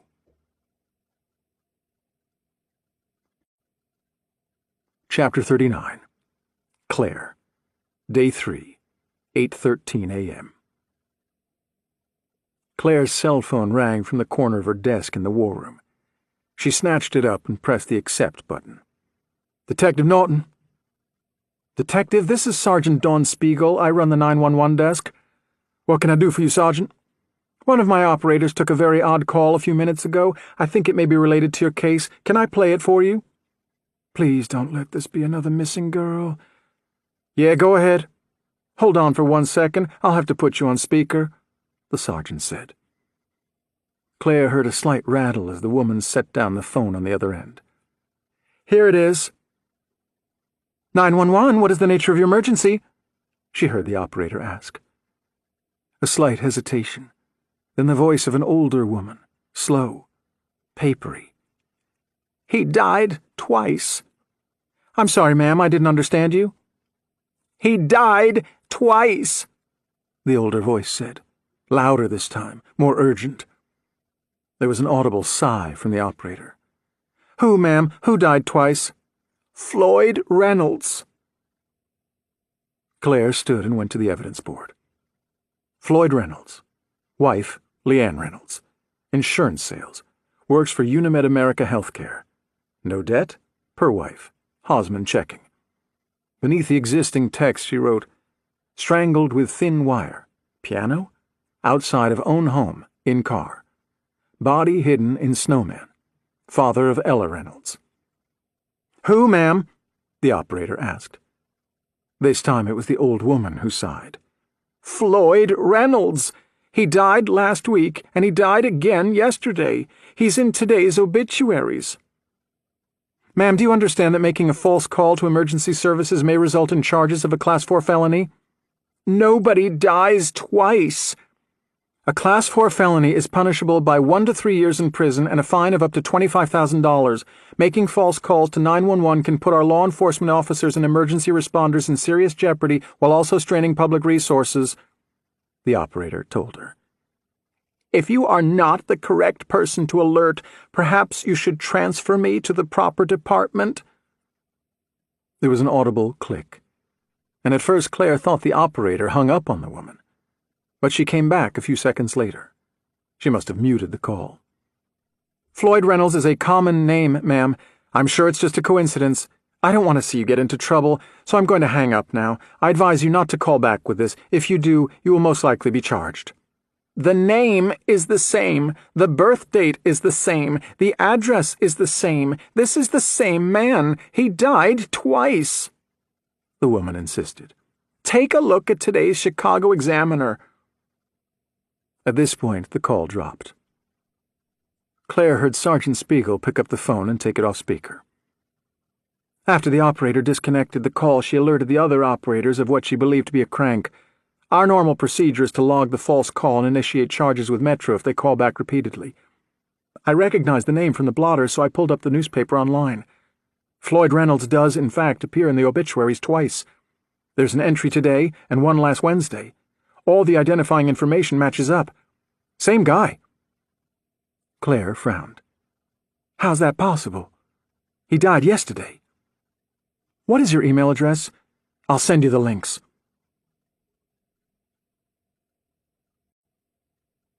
Chapter 40. Porter, Day 3, 8:16 a.m. "Is that Nicolas Cage, yeah," the warden said, leading Porter into his cramped office. The framed mugshot hung on the wall to the left of his desk. "He was our guest in April 2011, after getting wrapped up in a fight at a local bistro. Even busted a window. Them Hollywood types sometimes forget when the camera stopped rolling. He enjoyed his stay so much he stopped back a month later after a couple too many drinks. He got into a loud argument with his wife in the middle of the French Quarter. We would have let it pass, but he kept pushing the officers. They had no choice but to arrest him. Great actor. I loved him in Con Air." "Is that the one with Sean Connery?" The warden held up a finger and picked up his phone. "C.O. Widener to the warden's office. C.O. Widener to the warden's office," he said into the receiver. A moment later, Porter heard his words echo through the prison's intercom system. "The film with Sean Connery is The Rock," the warden told him, hanging up the phone. He gestured to one of the empty seats in front of his desk. "We get our share of celebrities through here, being a bit of a party town. We let them sleep it off, just like the college kids who get a bit too rowdy, and put them out the door the next day. Unless there's property damage or someone gets hurt, there's not much need to push charges. If we charged every D&D who passed through the quarter, the prison would be full inside of a week, and there'd be nobody for the women to flash their tits at." A knock at the warden's door. Porter looked up and immediately recognized Vincent Widener from the photograph. His dark hair was a little longer than most prison guards, hanging above his collar, and he had a close-cropped goatee. There was a scar on his neck about 2 inches long below the base of his chin. Porter figured it to be a few years old. It was ragged, not a professional incision, but an injury resulting from a knife or broken glass. Porter thought about the scar on his own leg, where Bishop had stabbed him in the thigh. It itched in return, and he fought the urge to scratch. Widener's eyes fell on Porter for a moment, and then he turned back to the warden. "Good morning, sir. What can I do for you?" The warden pointed to the other vacant chair, and the guard sat, moving slowly. Prison guards always seemed to move with caution, running every possible scenario before making a move. At least the good ones did. The rest tended to get hurt. Considering the scar, Porter wasn't quite sure which camp Widener fell into. "This is Detective Sam Potter with Chicago Metro. He's chasing down a lead and asked for our assistance," the warden explained. He nodded at Porter. "Do you have that photograph?" Porter pulled the photo from his jacket pocket and handed it to the guard. He pointed at the woman walking between the two guards. "Do you recognize her?" Widener tilted his head a little to the right. "She's a Doe." "A what?" "A Doe, unidentified. Jane Doe, number 2138, I believe," Widener said, returning the photograph. "What's this about?" The warden pulled his computer keyboard closer and typed with both index fingers. "Jane Doe, number 2138. She joined us on January 18th of this year, a little over 3 weeks ago. She's been arraigned, pled guilty, and is awaiting sentencing, picked up for grifting down in Bourbon." "I guess your catch-and-release policy doesn't apply to petty theft," Porter said. The warden scrolled through the screen. "She stole the wallet of a man from Jersey, and it contained—" "Oh, that's rough." "What?" "He had $512 in his wallet," the warden said. "Theft of anything over 500 in Orleans Parish carries a felony charge. If the man had bought one more hurricane, she would have most likely been tagged with a misdemeanor and would be heading home soon. As it stands, she's looking at a minimum stay of 2 years, maybe longer, if this isn't her first offense." "Ouch. Yeah, well, if you're going to play, though, you gotta be ready to pay," Warden Vina said. "Apparently she had 3 other wallets on her person. None of the identification matched her, and she hasn't given a name." "What about her prints?" Vina shook his head. "Not in the system, ours or national. She has one identifying mark, a small tattoo on her wrist." He turned the monitor around so Porter could get a better look. Porter's eyes widened. He leaned over the desk. It was a small figure 8, identical to the one found in the wrist of Jacob Kittner, the man killed by a city bus and originally believed to be 4MK. Bishop branded Emery Connors with the same tattoo. "I need to see her," he said. The warden turned the monitor back around. "We'll need to get permission. She's lawyered up." Porter frowned. "How'd she get a lawyer without providing a name?" Widener cleared his throat. "I was there for that. It happened on intake during her initial interview. She didn't say a word from the moment we took her off the bus until more than an hour after we sat her down at interrogation. She just stared at the detective running the questioning, Detective Dunleavy. She had this grin on her face the whole time. After an hour or so, she leaned across the table and said 3 words. 'Lawyer, Sarah Werner.' Then she leaned back in her chair, folded her arms, and smiled again. I don't know how Dunleavy kept his cool. I sure as shit couldn't." He caught his language and glanced at the warden, who waved him off. "Who's Sarah Werner? A local?" Porter asked. "You'd have to ask Dunleavy," Widener replied. The warden put his phone on speaker and dialed a number. A gruff voice answered. Yeah? Dunleavy, this is Warden Vina at the OPP. I'm here with a detective from Chicago and one of our guards. What can you tell me about that Jane Doe from a few weeks back, represented by Sarah Werner? Oh, hell. That bullshit again? Dunleavy sighed. Not much to tell about the crime. She got caught grifting the wrong pocket. He said he'd been pickpocketed in the past and had a habit of checking his wallet sporadically when he walked in public. She gave him a light tap walking past, his fingers went to his pocket, discovered the lack of wallet bulge, and he grabbed her arm. She countered with a mean scratch to the side of his face and started screaming at him. Random shit like, "I'm not coming back. You've got to let me go. I'm not going to let you hurt me anymore. I've had enough." That got the attention of a couple local boys who'd been partaking in happy hour at the Crooked Broom. They came stumbling out, pulled the two apart, and proceeded to beat the hell out of the guy. "Crap," the warden said. "Broke 2 ribs, knocked out 3 teeth, and blackened up both his eyes real good. Could have been much worse, but the man's wife came out of the bar at that point, saw her husband at the wrong end of the shit-kickery, and screamed." Dunleavy took a breath and went on. "Scream number 2 was enough for the local boys to snap out of caveman mode, and one of them grabbed our little grifter before she could disappear in the crowd. A tourist saw the local grab her, thought he might hurt her, and nearly got into a fight of his own, pulling her away from him. PD showed up at that point and pulled everyone off everyone and sent them to neutral corners and zip-tie cuffs until they could sort things out." Dunleavy covered the phone and shouted something to someone. Porter couldn't make it out. He came back a moment later.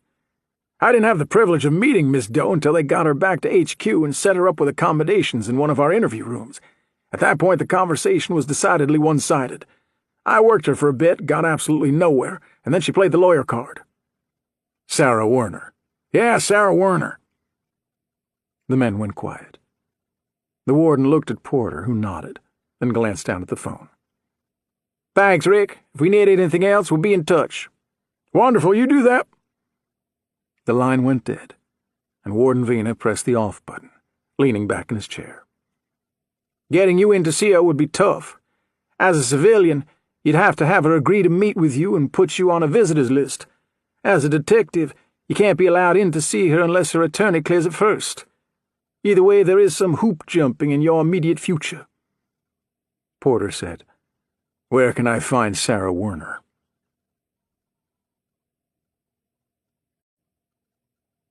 Chapter 41. Larissa. Day 3, 8:53 a.m. Black murk, tiny flecks of color, and dust spinning through the air, dancing in her vision. Larissa Beale rolled over, reached for her quilt to pull it over her head. Saturday. No class today. No class meant sleeping in. No school meant she could burrow under a thick quilt and sleep until mid-morning, maybe later if she wanted to. Her mother was working today.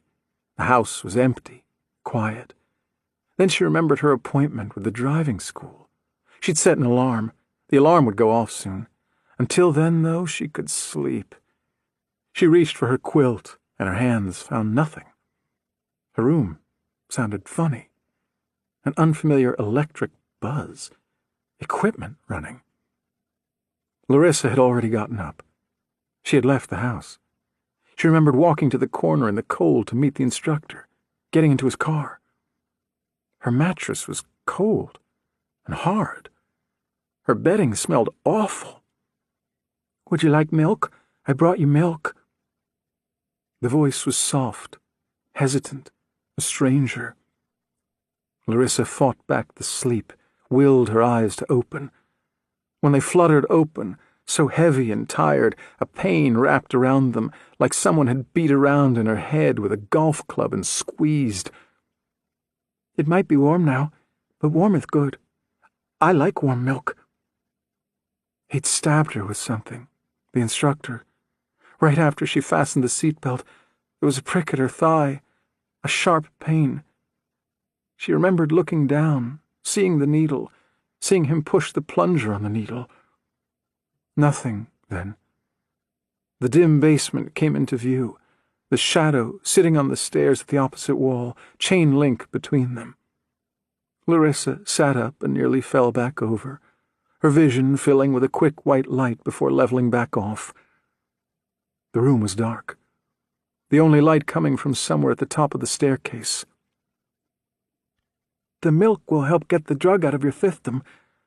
I'm sorry I had to do that to you, but she wouldn't have come if I hadn't." The man in the black knit cap. The instructor.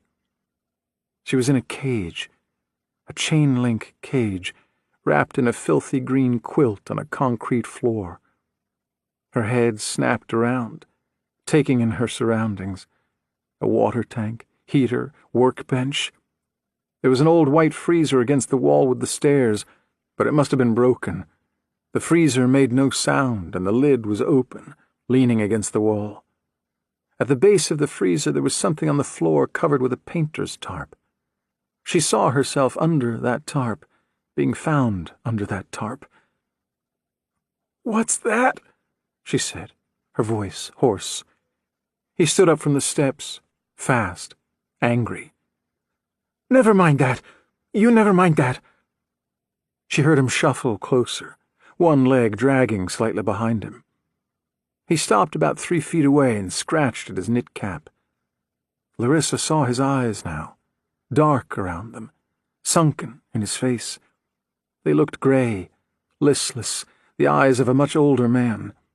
They were bloodshot, and dried tears crusted in the corners. "Don't look at me! Not like that!" He took a step back, backlit now by the light at the top of the staircase, his features obscured. Larissa forced herself to her feet, every muscle in her body protesting, weak and tight. The filthy green quilt fell to the floor. Her jacket was gone. She crossed her arms at her chest, pulled the sleeves of her sweater down, and curled her hands up inside. "If you let me go, I won't tell anyone about this. It can be our little secret." She thought about the dance tonight. She thought about Kevin Dew. She couldn't be here. This wasn't real. "My parents know where I am. They know I met you for lessons.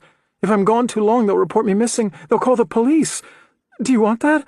If you let me go, it won't come to that. I'll forget all about this." This was a lie. Her father had left early for the construction site, and her mother had planned to go into the office. She liked to work on Saturday afternoons because nobody else was there. Her parents planned to go out to dinner tonight, and both knew Larissa was going to the Valentine's Day dance. When they got home from work, they just assumed she was at a friend's getting ready. They wouldn't expect her back until midnight, maybe later. Nobody would be looking for her. Nobody would miss her.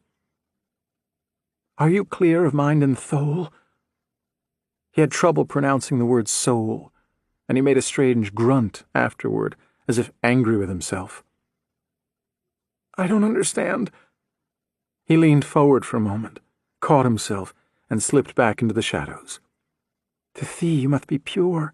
To be pure, you must be clear of mind and soul." He began to rub his thumb and forefinger together in a circular pattern, some kind of nervous tick.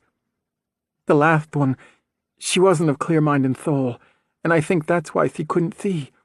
It will be different for you, I'm certain." Larissa's eyes went back to the tarp on the floor. "The sooner we start, the sooner you'll be free. You want to be free, don't you?" "Yes, I want you to let me go." "I can set you free, but I'm afraid I can never let you go." She crossed her small cage and went to the gate, secured by a padlock at the top and another at the bottom. She gripped the gate with both hands. "Let me go, you crazy fuck! Let me out of here!" Aside from the rubbing of his 2 fingers, the instructor didn't move, a shadow against darker shadows. He licked at his dry, chapped lips. Larissa screamed. She screamed as loud as she could, a scream so loud her throat burned. She stared him directly in the eyes and screamed until every ounce of air had left her, and then she sucked in another breath and screamed again. When she finally stopped, the room fell into a deep silence. Nothing but the hum of electrical appliances and a slight ticking noise from the water heater. "I sometimes scream too. Screaming makes me feel better," he told her.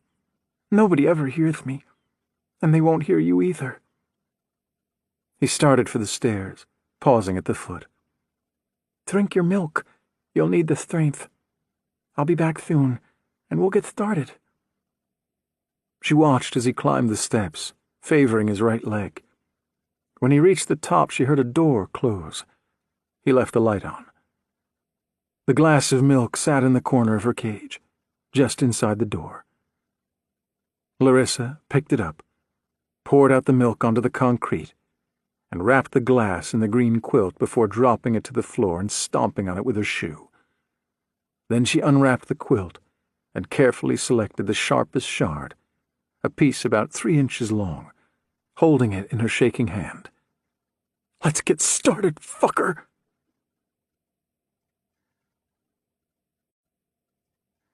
Chapter 42. Claire. Day 3, 8:59 a.m. Claire heard Nash and Klosowski in the hallway a few seconds before they came through the door. They were arguing. Something about Neil Diamond.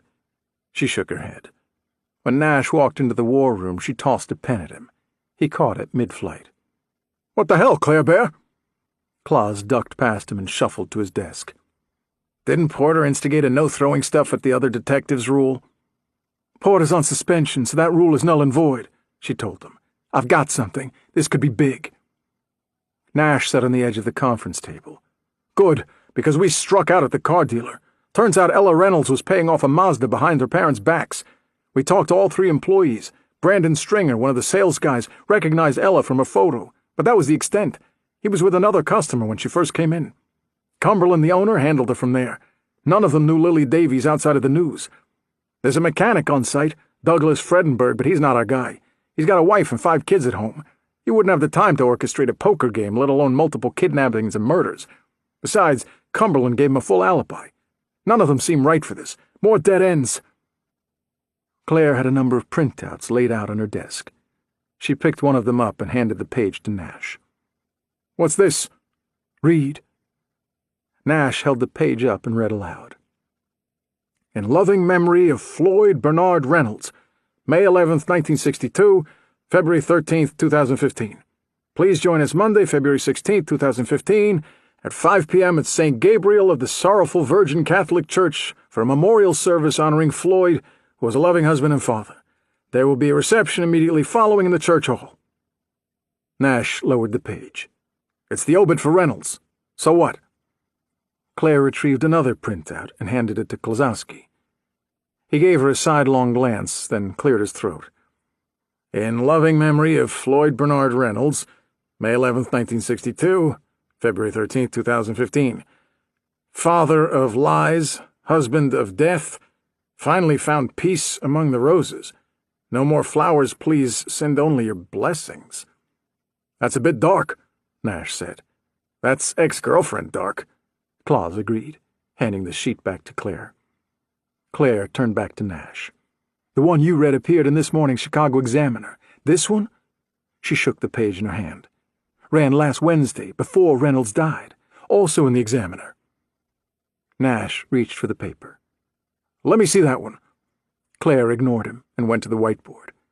She taped both pages up beneath Floyd Reynolds' information. "Or not," Nash said under his breath. Claire went back to her desk. "There's more." She snatched up another sheet and read aloud. "Dr. Randall Frederick Davies, husband of Grace Ann Davies, father of Lily Grace Davies, has left us with bated breath, smelling of lavender and cat's claw at both the end and start of his wasted journey as he walks in hand to the light." "Not exactly ringing of sunshine and rainbows either," Claus said. "Davies died?" Claire nodded. "Late last night. He suffered a severe stroke, a complication from the drop in blood pressure." "They got the obit out that fast?" Claire walked back to the board and taped the page up under the name Randall Davies. Whoever ran it didn't wait for him to die. His obituary ran 4 days ago, also in the Examiner. "So this guy is running obituaries in advance for the people he plans to kill?" "Yep." "What about the girls?" Claus asked, pulling his laptop from his bag. "I looked, but I couldn't find anything on the girls, only the fathers." Nash walked over to the whiteboards and studied the printouts. "Do we know who ran them?" "That's the odd part." "That's the odd part?" "I just got off the phone with the woman in charge of obits at the Chicago Examiner. She's been there for 43 years. says she personally reads every obituary before they go to print, because in her words, common folk have no respect for grammar, and she swears she has never seen the 2 messages that appeared last week. She did remember the one from today. She even recalled the correction she made before going to press.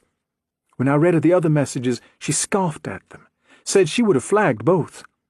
Apparently obituaries are submitted via a form on the Examiner's website, and they get their share of false deaths, mainly kids playing pranks. Normal practice is not to run anything without verification. She usually gets a copy of the death certificate or confirms with the funeral home. There is also a charge. She crossed the room and sat back at her desk. Obits are big moneymakers for the papers. In all 3 cases, credit card data was provided. The card used for both of Reynolds' obituaries is the same and belongs to his wife. The card used for the false obituary on Randall Davies was Grace Davies's American Express.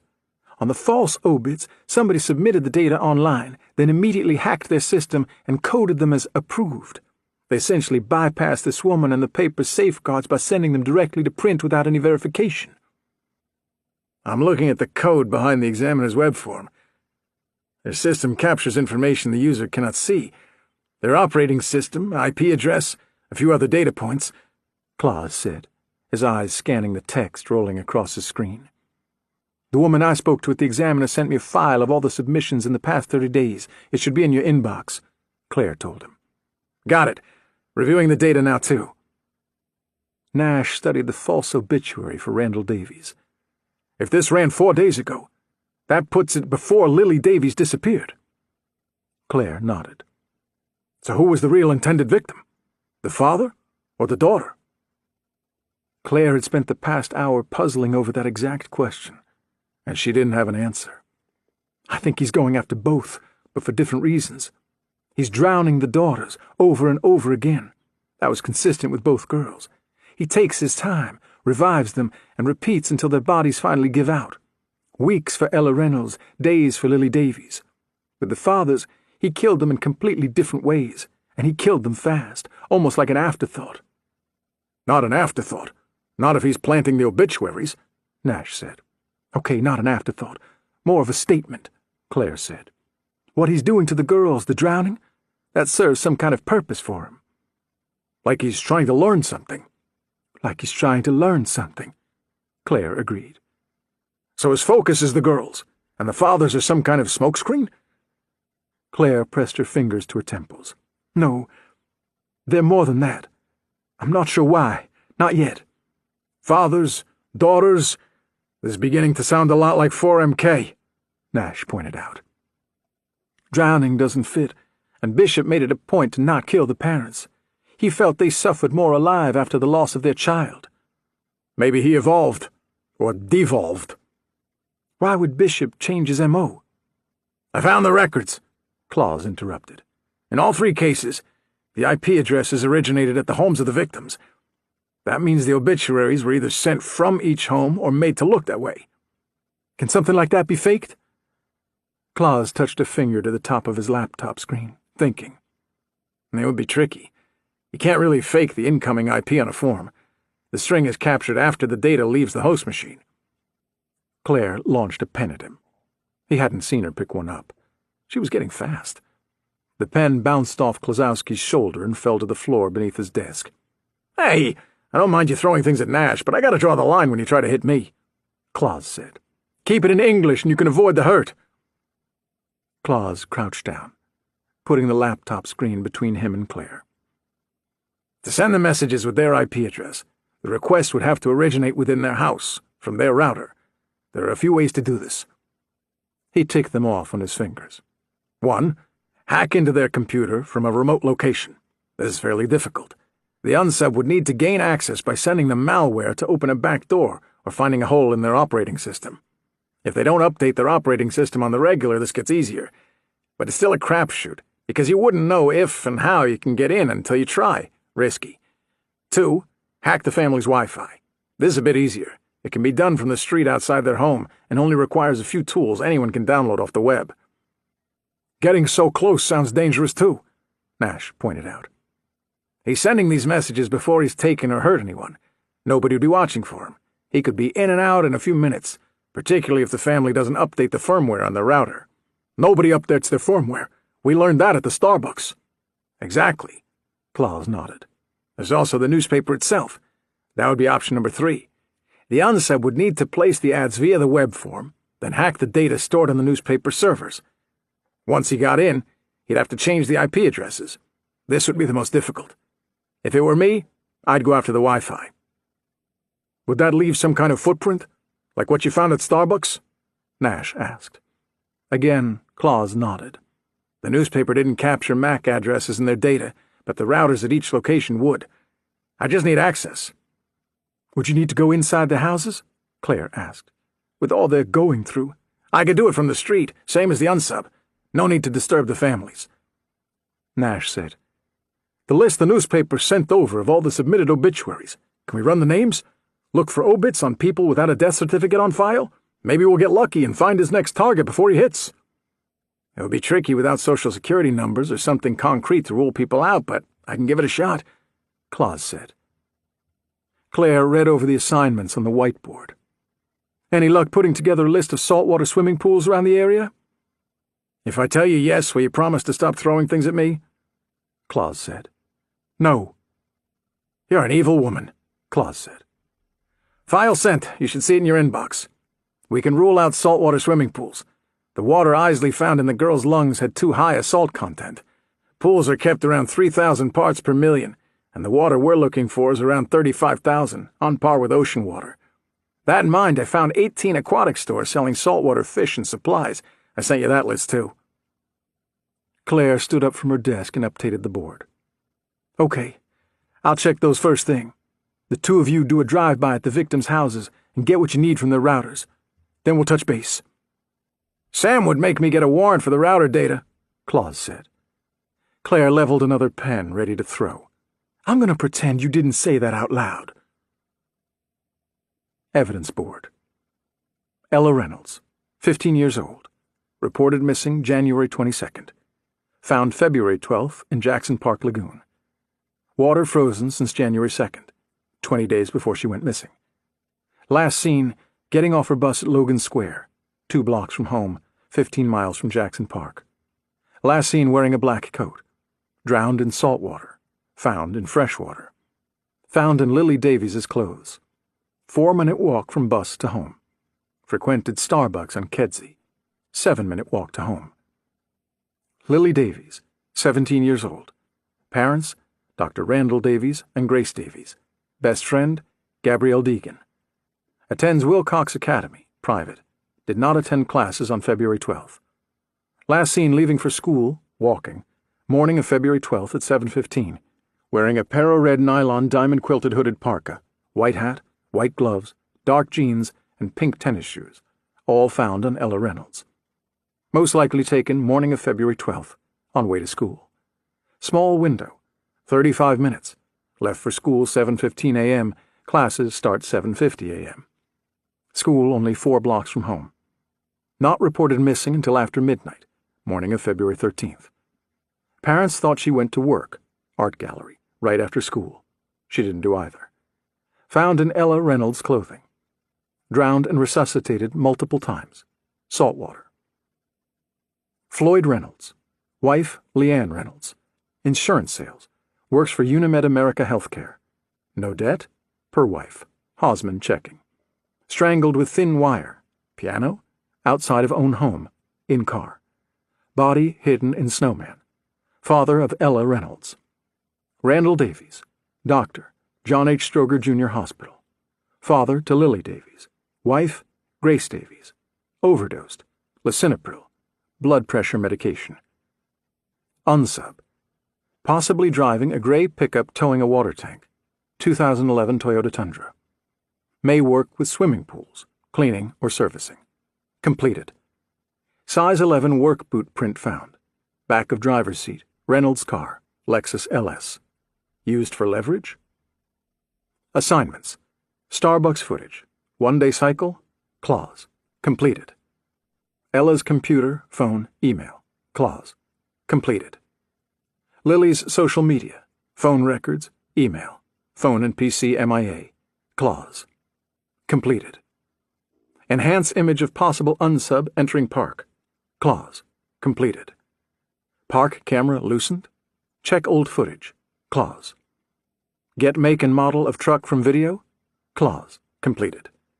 Claire and Sophie walk Lily's route to school. Talk to Gabrielle Deegan. Completed.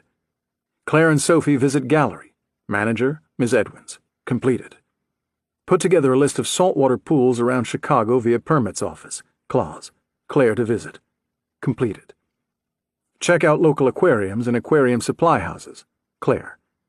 Hosman to check debt on the Reynoldses.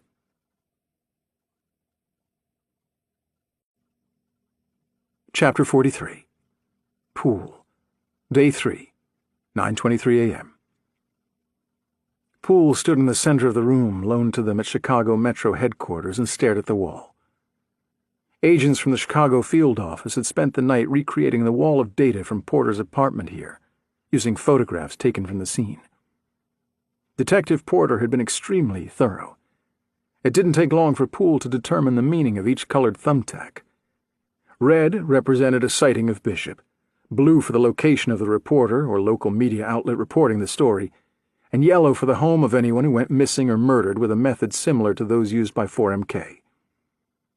There was a yellow thumbtack at Jackson Park, where the body of Ella Reynolds was found. Porter insisted Bishop had nothing to do with her disappearance or death, yet he'd felt the need to mark it on his map, then tried to remove the marker. Poole found this interesting. He was aware of at least 3 other homicides in the Chicago area over the past 2 months that had not been flagged on Porter's map. So why Ella Reynolds? There was no thumbtack for Lily Davies. There was a good chance Porter had fully intended to put one up and never had the chance. Poole hadn't seen his own apartment in nearly 2 days. He knew Porter's wife died recently.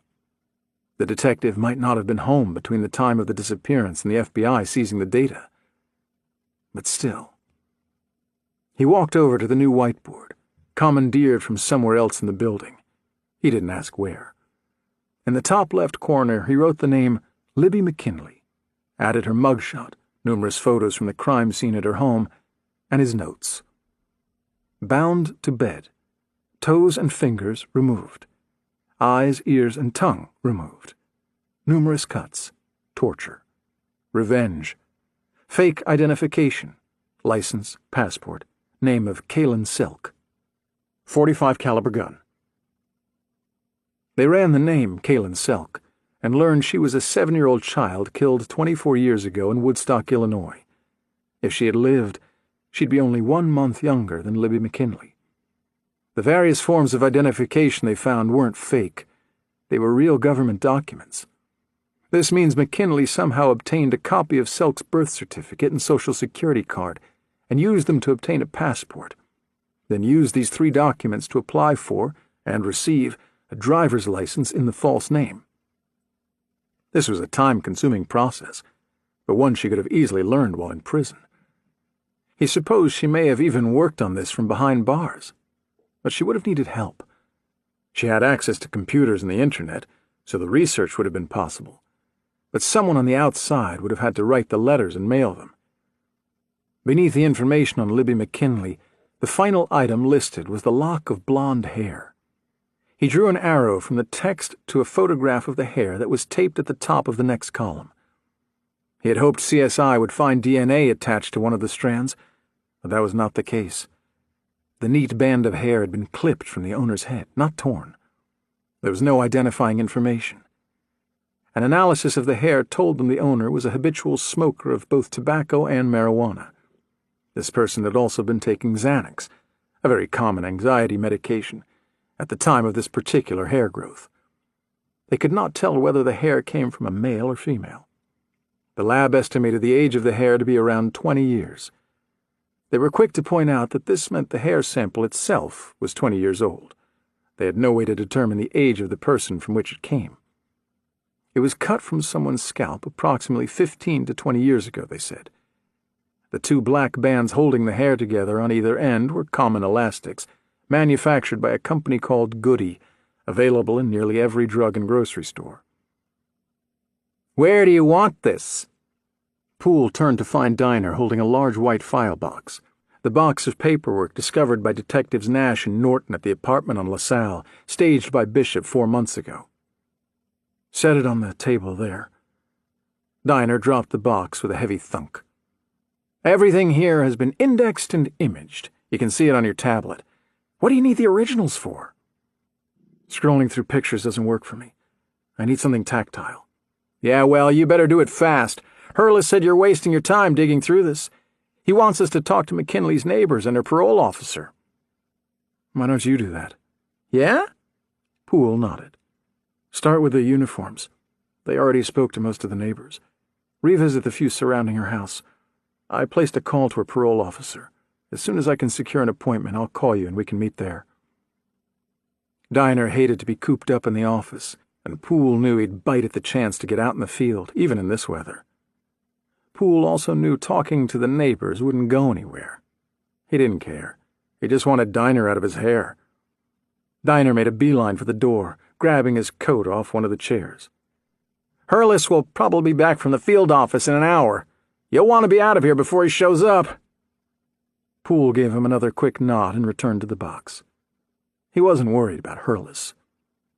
He began removing the bound stacks of papers and placing them on the table in neat rows.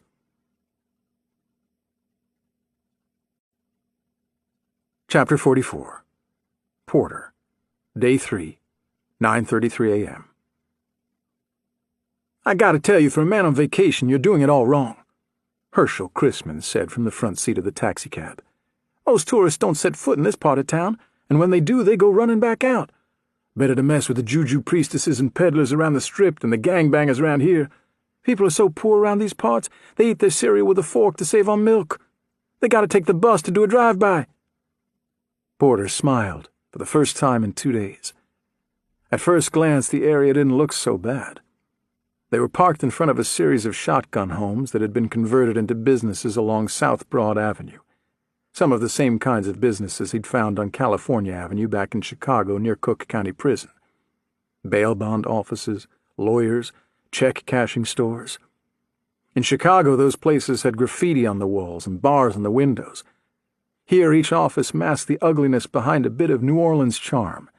Brightly colored paints, ornate architectural design. The bail bond office next door even had a porch with 2 wicker chairs placed around a knee-high table ready for morning lemonade. They were parked at a white and green converted shotgun house with a small plaque on the door that read, Sarah Werner, Attorney at Law. Might be a while, Herschel said. I don't mind waiting. He shrugged. Your dime. What did you think of Traveler's Best? The night before, Porter hadn't been able to decide what would be worse. Sleeping under the sheets in the bed at his hotel or sleeping on top of them. The last time a cleaning crew passed through that room, Reagan was probably president. He spent the night in a straight-back wooden chair with his feet up on the desk. Best to stay off the floor. It was wonderful. A slice of home. Herschel snickered. I told you that place was a shithole. Across the street, a man wandered out of the alley, came to the sidewalk, and dropped his pants.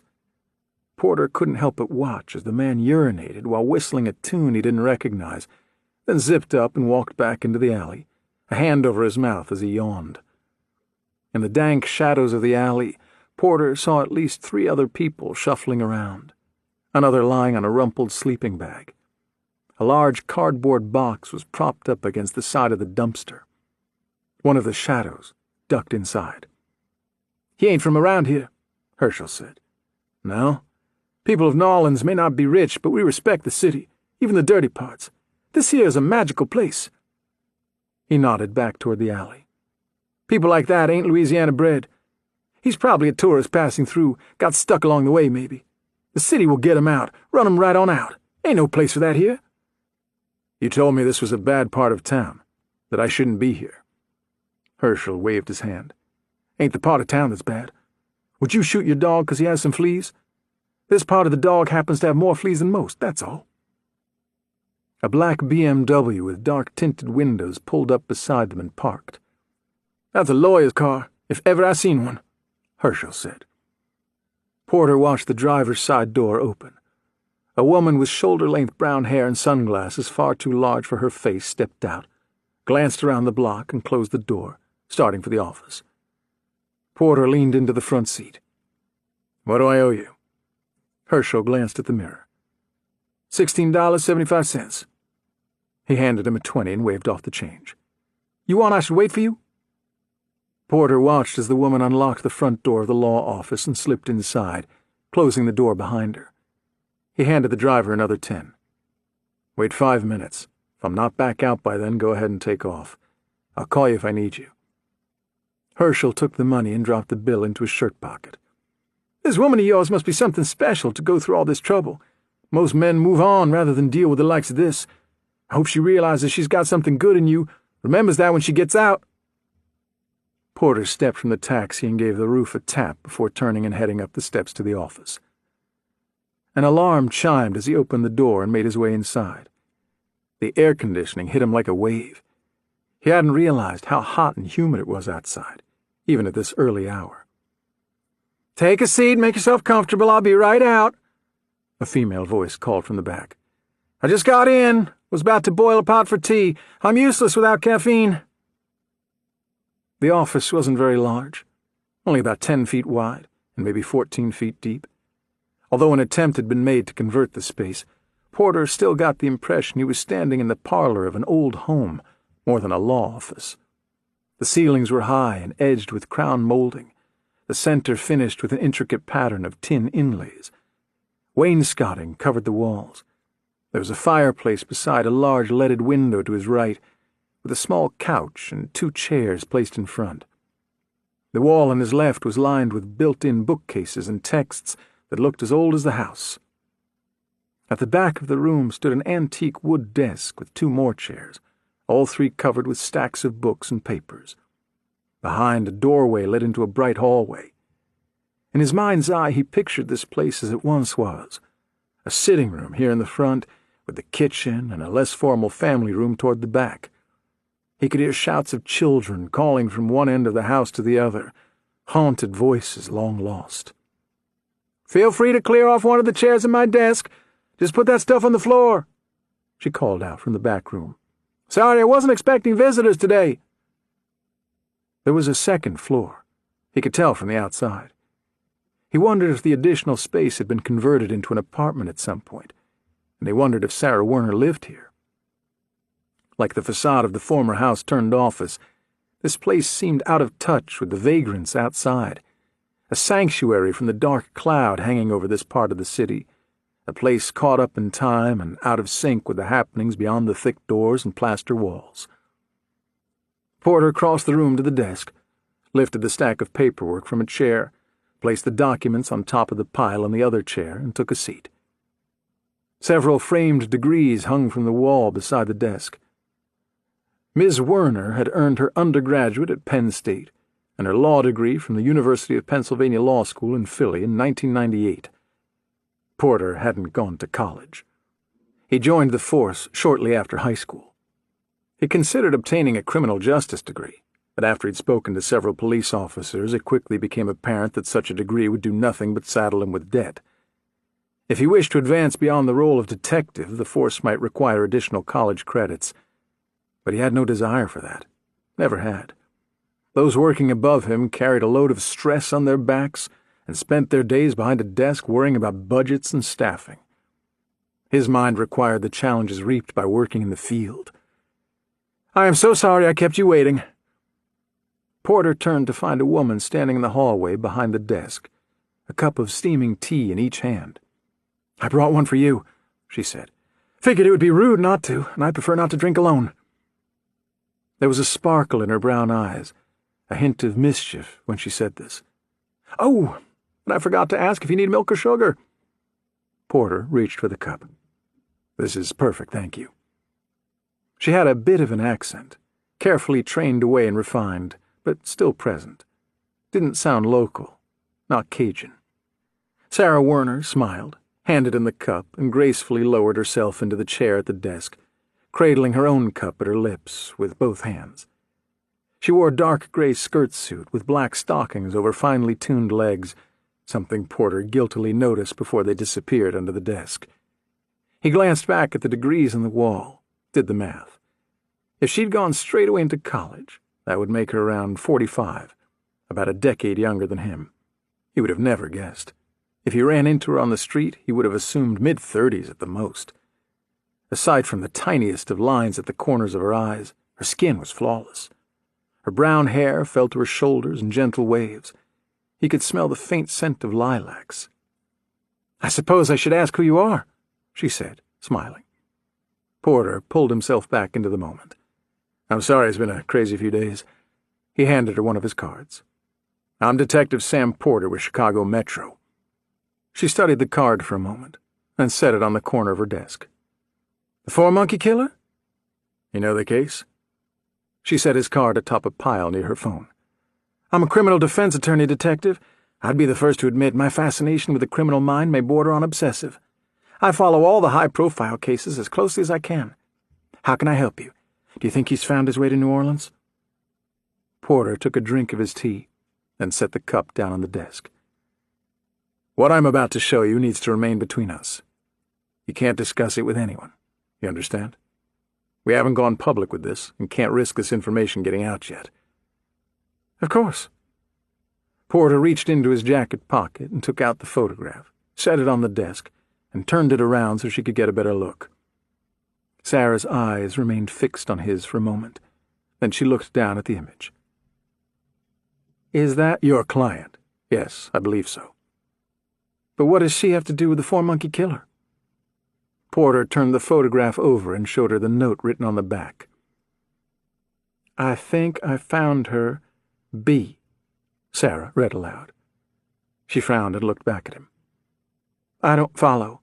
Found who?" "That is Anson Bishop's handwriting. He believes your client is his mother."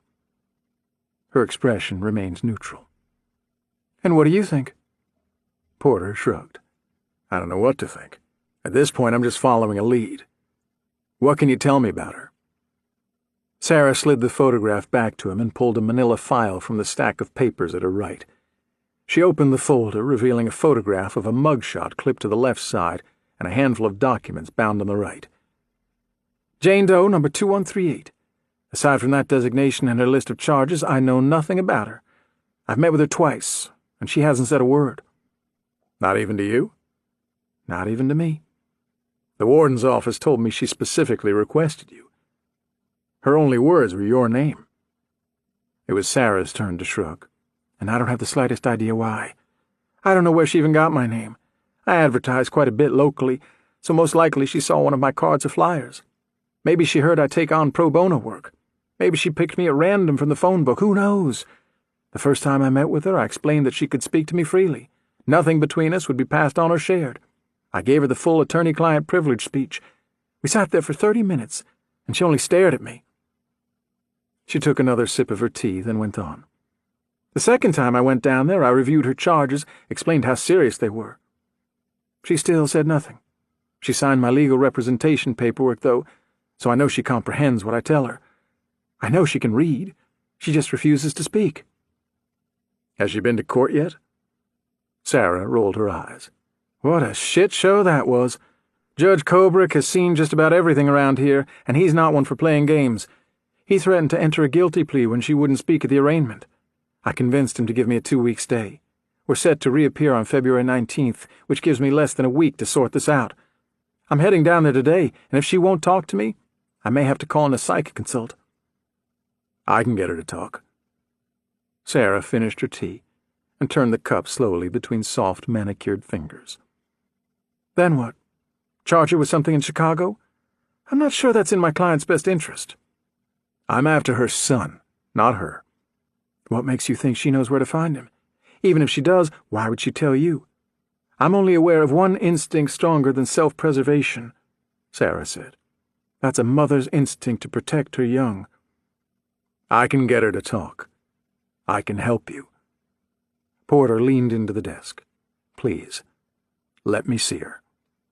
She smiled, closed the folder, and finally nodded. "All right."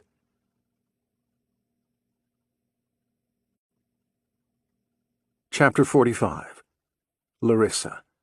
Day 3. 10:06 a.m.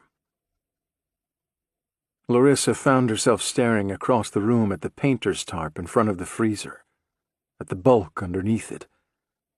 He had said, "the last one," the instructor. Larissa knew he was talking about another girl. He had done this before. He was too prepared, too systematic about it, all for this to be the first time. She'd clutched the shard of glass in her palm a little too tightly and had already cut herself twice. Nothing serious, but enough to draw blood. She wiped her palm on her jeans and held her hand there until the pressure sealed the wound and the bleeding stopped. Then she gripped the shard again, willing herself not to squeeze. With each passing second, though, her grip tightened, her fingers tightened. They pressed against the razor edge of the glass until she again felt the warmth of blood. This time she didn't attempt to stem the flow. Instead, she focused her mind on the pain. The pain awakened her senses, made her alert, helped her concentrate on her surroundings. She checked every inch of the cage. The metal frame was bolted into the concrete, and there wasn't enough room at the top to climb over and slip past, no more than 2 inches. The padlocks on the door were both heavy-duty, with "Master" stamped across the front. They were round, designed to prevent the use of bolt cutters, not that she had any bolt cutters. If she had a pin or a paper clip, she could try to pick them. But she had neither of those. Her cell phone was gone. No doubt he took the iPhone and smashed it. Even she knew the police could track her down from the signal. A loud scream came from upstairs. A man's scream. Larissa almost dropped the shard of glass, now slick in her hand. The instructor sounded like he was in great pain. The cries lasted for about a minute and died away, going from a shriek to muffled sobs. Then nothing at all.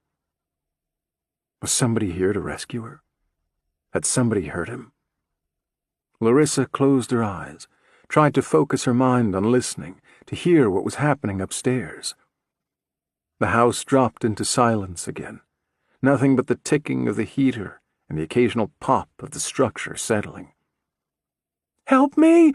I'm down here!" Her voice sounded small and weak against the newfound wall of silence. She heard the handle of the door at the top of the stairs. First it rattled, then the door opened, squeaking as someone pulled it wide. Light from above reached down the steps, bright fingers extending to the bottom of the stairs before the basement shadows pushed them back. Larissa gripped the shard of glass, felt blood trickle down the side of her hand, and drip to the ground at her feet. Footsteps on the stairs. She tensed. When she saw the instructor, when he came around the corner and his gray eyes found her, she willed herself not to look away. She glared at him, her jaw tight. With her fingers she drew the shard of glass farther up against her palm, concealing it. She pressed her hand against her jeans so he wouldn't see the blood. She'd get him the moment he opened the door. She'd launch herself at him and dig the glass deep into his neck and twist it just to be sure. He carried something in his hands. When he drew nearer, she realized he held a neatly folded pile of clothing. He set it on the ground near the door. "I have a daughter your age. These are her clothes." Larissa looked down at the pile. Black leggings, socks, underwear, and a red sweater. The sweater looked old, worn, the color faded. "Do you like them?" She said nothing. "You will put them on when we are done." "You have a daughter?" The instructor's face was blank. "I'll tell her that you like them. She'll be happy to hear that." "Where is she? Does she know I'm here?" Larissa took a step back. "Help! Your father's fucking crazy! Help me!" He lowered his gaze to where the glass of milk had been. "She doesn't come down here. She doesn't like the basement." From the corner of her eye, Larissa saw the painter's tarp. She turned away. She couldn't look. She needed to stay strong. He stared at the place the milk had been, and then he spotted the puddle of milk toward the back of her cage, partially mopped up with the quilt. "About half the girls break the glass and try to hurt me. The other half do not. He told me you'd be a fighter. A fighter is good. That strength is good. The instructor touched the pile of clothes with his shoe. You will put these on when we're done. You'll be pretty then. You'll feel pretty. This is her favorite sweater. There's a pony on the front, see? He unfolded the sweater, held it up. When we're done with what? The question came out before Larissa realized she'd spoken, and she wished she could take the words back. She didn't want to know the answer. The instructor continued to hold up the sweater, her words lost on him.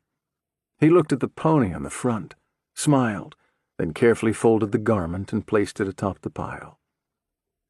You need to remove your clothes. Larissa shook her head slowly, her grip tightening on the shard. She backed deeper into the cage. No. No way. The man's mouth was open just a little, as if he were breathing through it rather than his nose. His tongue slipped out, licked at his cracked lips, and disappeared back inside. He produced a stun gun from his back pocket, held the little black device up, then pressed the trigger. Lightning jumped between the two poles. You will set down the piece of glass in your hand. You will put it on the concrete. Then you will undress so we can get started. Then you will see. Once you see, everything will be okay. Larissa almost slipped on what was left of the milk. The cut in her palm deepened as she tightened her grip. Blood dripped to the floor. The instructor's eyes widened. Do not hurt yourself. Drop the glass. He pulled a set of keys from his pockets and fumbled with the locks. Larissa held the shard of glass against her own neck, pressed into her flesh. Stop or I'll cut myself. I'll slice my own throat. So help me God, I'll do it. She tried to sound calm, collected. She tried to sound as if she were in charge. But instead the instructions came out at a high pitch, choked by waiting tears. She backed deeper into the cage, slipped on the quilt, and fell against the back wall. Her free hand tried to steady her, but instead landed on the remains of the glass, tiny shards cutting her palm in a dozen places. The instructor had the first lock off and was working on the second one. Her breath caught in her throat. She couldn't get enough air. Her eyes locked on this man, this monster, as the second lock opened. He wiggled it from the door and tossed it aside, stepping into the cage, coming toward her. He stepped on her arm, the one with the shard of glass, pinning her to the concrete while simultaneously lunging with the stun gun. Larissa's fingers gripped a handful of the glass from the concrete with her other hand, little diamonds of glass, and without a second thought, she got them to her mouth, as many as she could, and she swallowed. 5, 10, 20, she didn't know how many. She thought they would hurt as they slipped down her throat, but they didn't, like swallowing a pill or a piece of an ice cube. The instructor wrestled the large shard of glass from her hand. He tossed the makeshift weapon out through the door of the cage, causing it to shatter into several smaller pieces when it hit the concrete. By the time he forced her other hand from her mouth, it was too late. She swallowed. He threw her back against the floor, tossing her like a discarded rag doll, as a scream erupted from his own throat, a scream louder than any she could have managed. He screamed for nearly a full minute, before finally backing out of the cage and securing the locks. "What have you done?" he growled. Larissa felt the tiniest of pains in her belly, nothing more than a pinprick.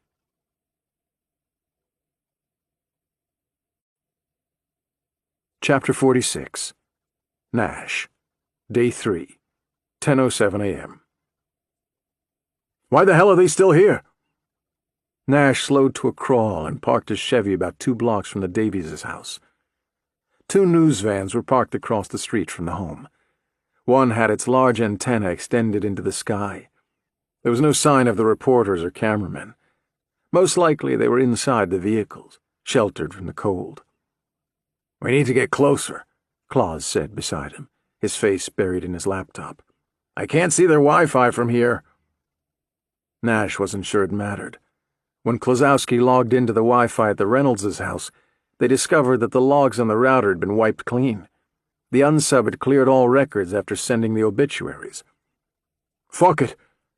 Nash pulled back out into the street, past the vans, and parked in front of the first one. Claus chuckled. What's so funny? They named their Wi-Fi network FBI Surveillance Van. Anyone trolling the local Wi-Fi signals would think the FBI is camped out somewhere nearby. That doesn't seem to be scaring away the media. Most people just use their last name or their street address, which is a bit silly. Why tell the bad guys which house the Wi-Fi belongs to? That's like putting your address on your house key, Claus said. Nash eyed the news van behind them. The back door had opened the moment they parked. We've got about 30 seconds before the sharks ascend. That's going to be a problem. Why? I've got the make and model on the router, but it looks like they changed the default password when they changed the name of the Wi-Fi. I'm running a brute force attack on the password, Claus explained. How long? Minute, maybe 2. The cameraman was out of the van, pulling the hood of his coat up over his head to shield himself from the snow. He reached inside for his camera and rested it on his shoulder. Nash glanced toward the house. All the blinds were closed. If anyone was inside, he couldn't see them. A woman climbed out of the van wearing a thin trench coat that highlighted her figure, but couldn't have done much to protect her from the cold. Lizeth Luden from Channel 7. She said something to the cameraman and looked toward Nash's car, one hand holding a microphone, the other fixing her hair. Someone stepped out of the second van, a man in a suit. Nash didn't recognize him. He started for their car, too. A cameraman jumped out and followed behind him. Shit! Claus's eyes remained fixed on the screen. A knock at the window. Lizeth Luden. She made the universal sign for roll down your window. Nash waved at her. Now would be a good time to finish up. Almost got it. The second reporter walked past her, barked out an order to his cameraman, and pointed at the space in front of Nash's car, directly in their path. The cameraman unfolded a tripod and started walking there. Oh, hell no, Nash said. He dropped the Chevy into gear and pulled forward with a lurch. The cameraman jumped back, the bumper nearly clipping the tripod. I'm in, Claus said. Careful, don't pull out of range. Nash reversed and came within an inch of the van. When the cameraman again started for the front of the car, he dropped the Chevy back into first and pulled forward. This time he did hit the tripod, and the cameraman slipped on the ice and dropped into the snow, his camera beside him. Another knock at the window. Luden was shouting at them. Nash smiled, waved back at her. The red light on the camera behind her came on. Now would be a great time to finish up, he said, grinning through clenched teeth. Got it, Claus said. Go! Nash floored the accelerator. The Chevy skidded and fishtailed as the back wheels spun, attempting to gain traction. Snow flew up in all directions, covering the reporters and their equipment. The car shot forward, a cloud of white smoke behind them.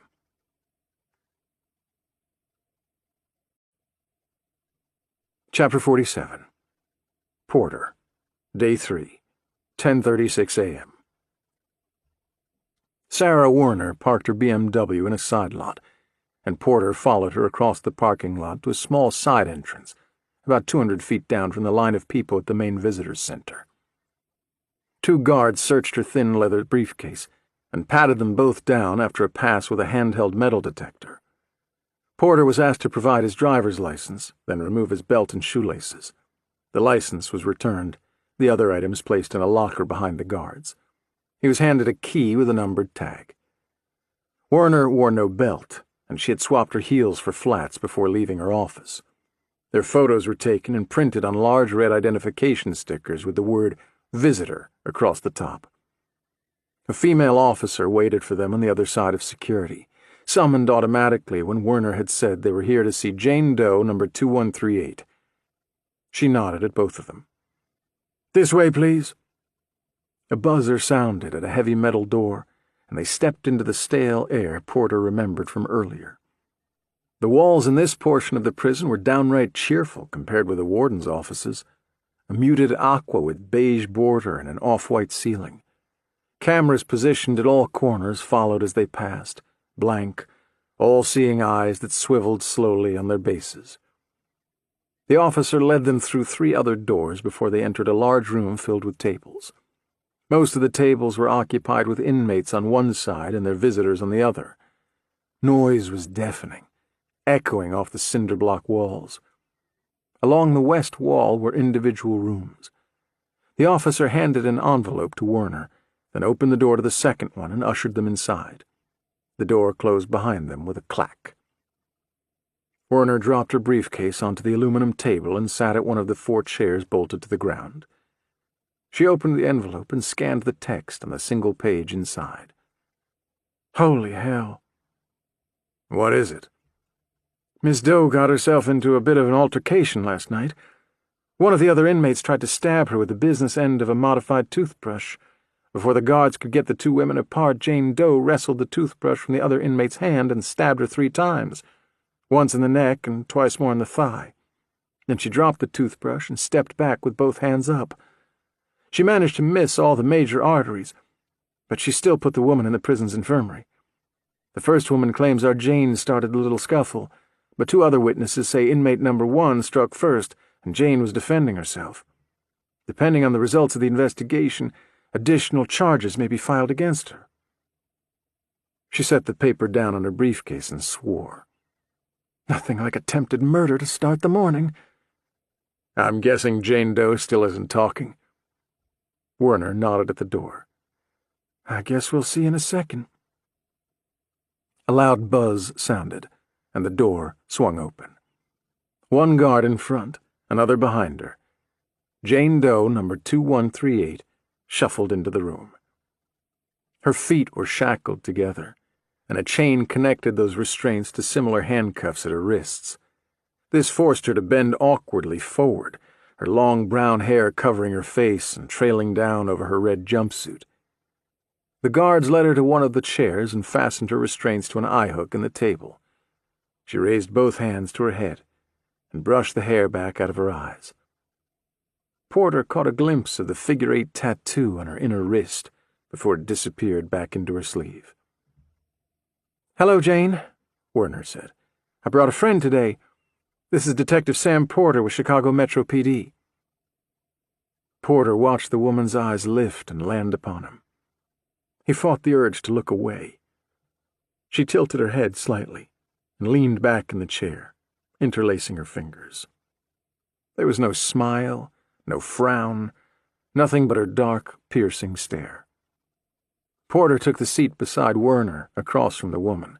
He reached into his pocket, took out the photograph, and set it on the table between them.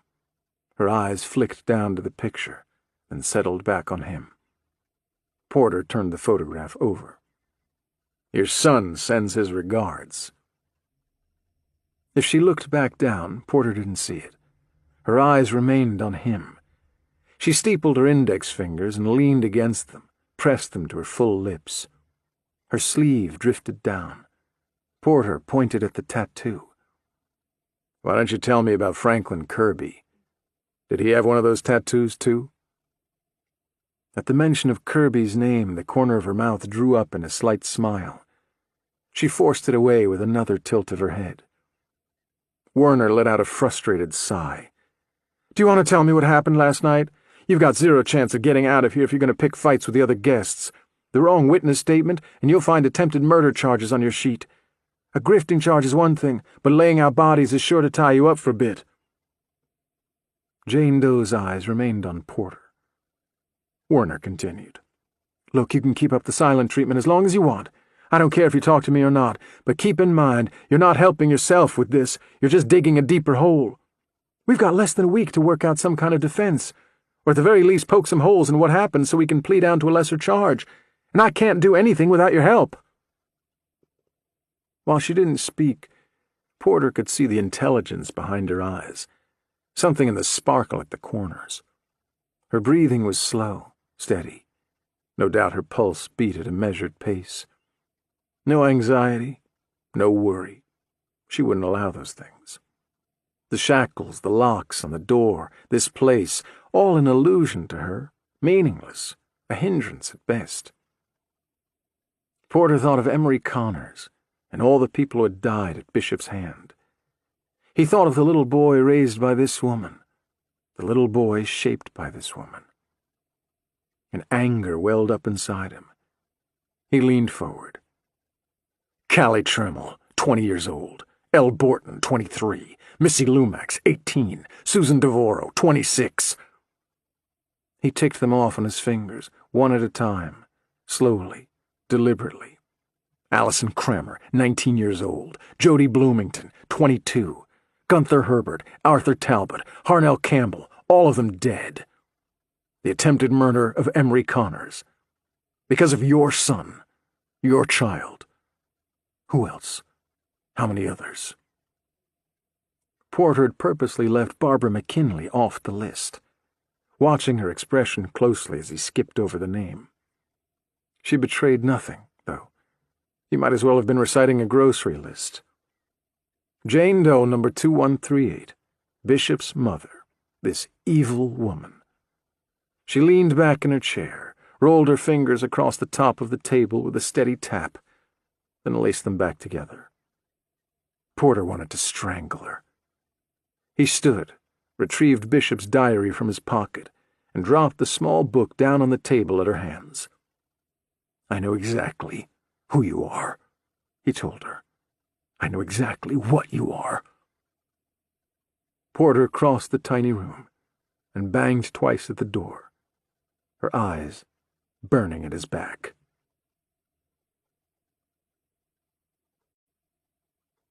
Chapter 48. Nash. Day 3, 10:40 a.m. Nash pressed the end call button on his phone and dropped it back into his pocket. "I'm getting nothing but voicemail for Sam. His line's not even ringing." Klosowski didn't look up. His gaze was fixed on his center monitor, a 27-inch surrounded by 4 22-inch screens. Nash felt like he could get a tan standing here. Although Claus had his laptop in the car, he insisted he could analyze the data faster at his desk at Metro. "You said we shouldn't call him," Claus said in a distant voice as he scrolled through text. "He made his bed and all that." Nash pulled his phone back out of his pocket and dialed Porter's home number. "It's not like him to go silent." 4 rings. Then an answering machine picked up. He hung up. "Maybe we should swing by there." "I think I've got something." Claus studied the screen. Nash leaned in, carefully avoiding the Batman memorabilia and candy bar wrappers scattered haphazardly around Klosowski's desk.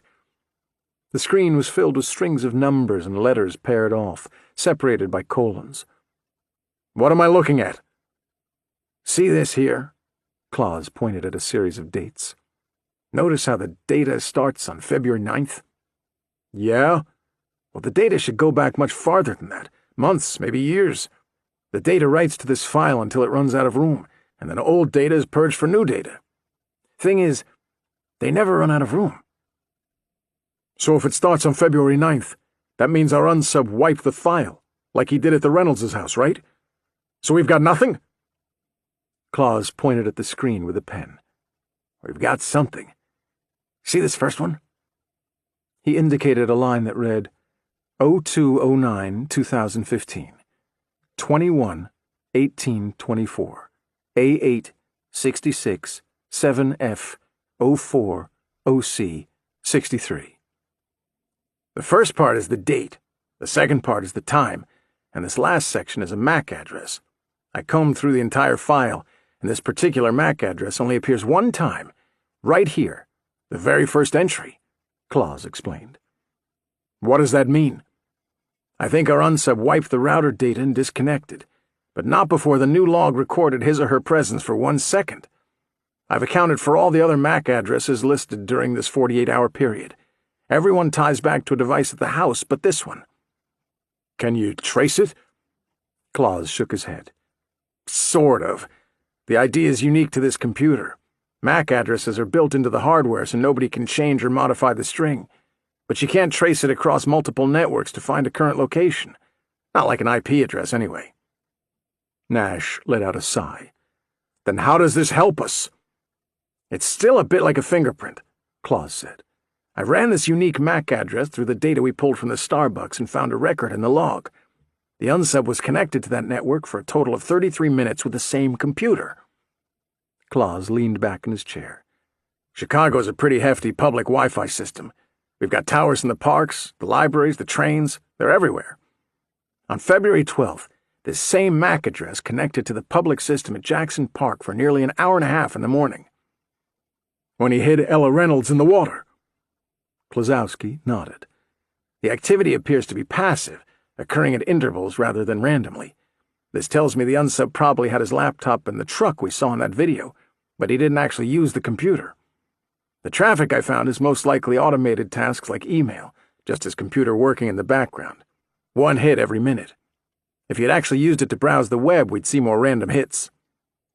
Why would he connect to the Wi-Fi and not use it? I don't think he purposely connected this time, Claus said. Most likely he connected the laptop to the public network at some time in the past and didn't delete the connection. By leaving the entry in the system, his computer would automatically connect whenever he's in range of that same network again, like mine did at Starbucks. It's a time saver. In this case, any time he's within range of the city Wi-Fi. So back to my original question. Can you trace it? Back to what I said earlier. An IP address is a bit like a landline telephone installed at a house. The number is always the same and always on, so it can be traced back to a static physical location. A MAC address is specific to the device, in this case a laptop. That laptop can be switched on or off and connect to a million different networks. It can move from one to the next or go dark for an indefinite period of time. This means we can't trace it, but we can watch for it. How? When the city planners rolled out free public Wi-Fi, they built in a back door for law enforcement. I can write a bot and put it out there. If our unsub's laptop connects to the public system, we would be alerted. At that point, we'd be able to narrow his location down to the specific hub he's attached to. That's going to be a much wider grid than an IP would give us, though. The towers have about a quarter-mile radius. A quarter-mile of city blocks might as well be different countries, Nash said. We'll know where he is in the city. It's a start. Maybe we'll get lucky, and it will cross with something else.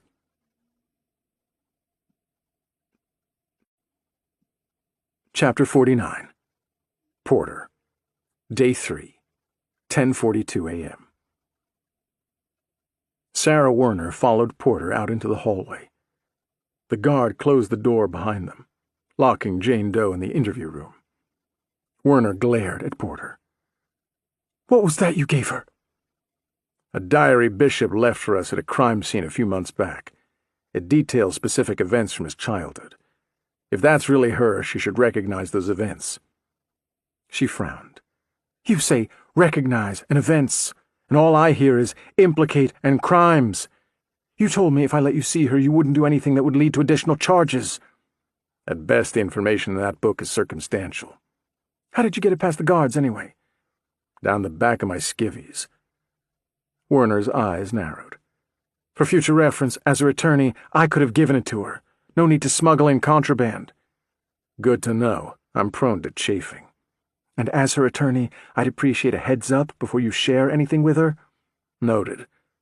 How long will they leave her in there?"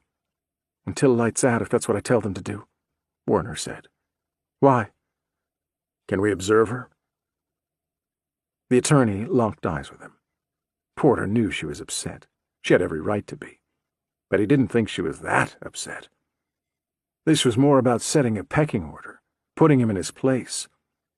Porter gave her his best poker face. She clucked her tongue as she thought it over, then shook her head and turned toward the door to their left. "Come on." The small observation room was little more than a narrow hallway. Judging by the doors, similar rooms were placed between each of the interview rooms. There was a large one-way mirror window on the wall to the left overlooking the interview room. There was also a small desk with a computer monitor. On the monitor was a close-up of Jane Doe, sitting at the table from the angle of the camera in the corner of the room. A single chair stood at the desk. Porter offered it to Werner, but she declined, opting to stand. Jane Doe hadn't moved. She faced them, the small book in front of her on the table, her fingers drumming over the cover. Her eyes were fixed on the mirrored side of the glass. yet Porter still felt she could see them. 5 minutes passed, then 10. Porter was ready to go back in when she sighed, flipped the cover open with a finger, and began to read. His body relaxed, and he leaned on the desk. Werner stood beside him, the envelope bouncing against her thigh. "Has she been in other fights?" She stopped tapping the envelope, crossed over to the desk, and sat on the corner. "This prison is horrible, one of the worst I've seen. The staff turnover is so high, more than 50% just in the past year. I have yet to see the same guards twice. There's a revolving door on this place. Most of the inmates know the facility better than the guards at this point. Many of the inmates are lifers with absolutely nothing to lose and an axe to grind on any surface presenting itself." "Like a new prisoner who refuses to speak?" "Like a new prisoner unwilling to play by any of the rules. She keeps to herself in the yard. If someone tries to talk to her, she walks off. You send those kind of signals in a place ruled by hierarchy, you're bound to piss someone off." She raised the envelope. "Now, with this, she's declared hunting season. I'm worried other prisoners smell blood, and they might gang up on her. They'll join just about any cause to help break up the boredom." "Can you confine her to isolation?" She grunted. "Sure, if there's room. Violence is at a record high, and prisoners see those spaces as the only reprieve. It's gotten so bad the feds are considering taking over management of this prison from the city of New Orleans and the sheriff's department. Who knows if that would help? A report came out last month. In the past 12 months, there have been over 200 inmate-on-inmate crimes, 44 uses of force by the staff, 3 reports of sexual assault, who knows how many others unreported. They've had 16 suicide attempts, 29 inmates transported to a hospital with injuries too severe for the on-site infirmary. Here's the real kicker, though. When the feds published their findings, they said these numbers were seriously understated." "How so?" "They keep a log in the infirmary, a handwritten log. Only the warden has access. The log listed 150 incidents of assault since last January. 119 of those were never reported by the Orleans Parish Sheriff's Office. Broken bones, stitches, traumatic injuries, all swept under the proverbial rug. Prisoners are supposed to be housed based on a classification system, risk factors like mental health, past violence, both outside and inside. The guards don't seem to take any of that into account. I wouldn't be surprised if some of them get off on the violence. I've heard rumors of backroom betting and purposeful placement of problem inmates together to get something going. Internal investigations are a joke, just memos between staff and management, the warden. Nothing concrete gets to the files."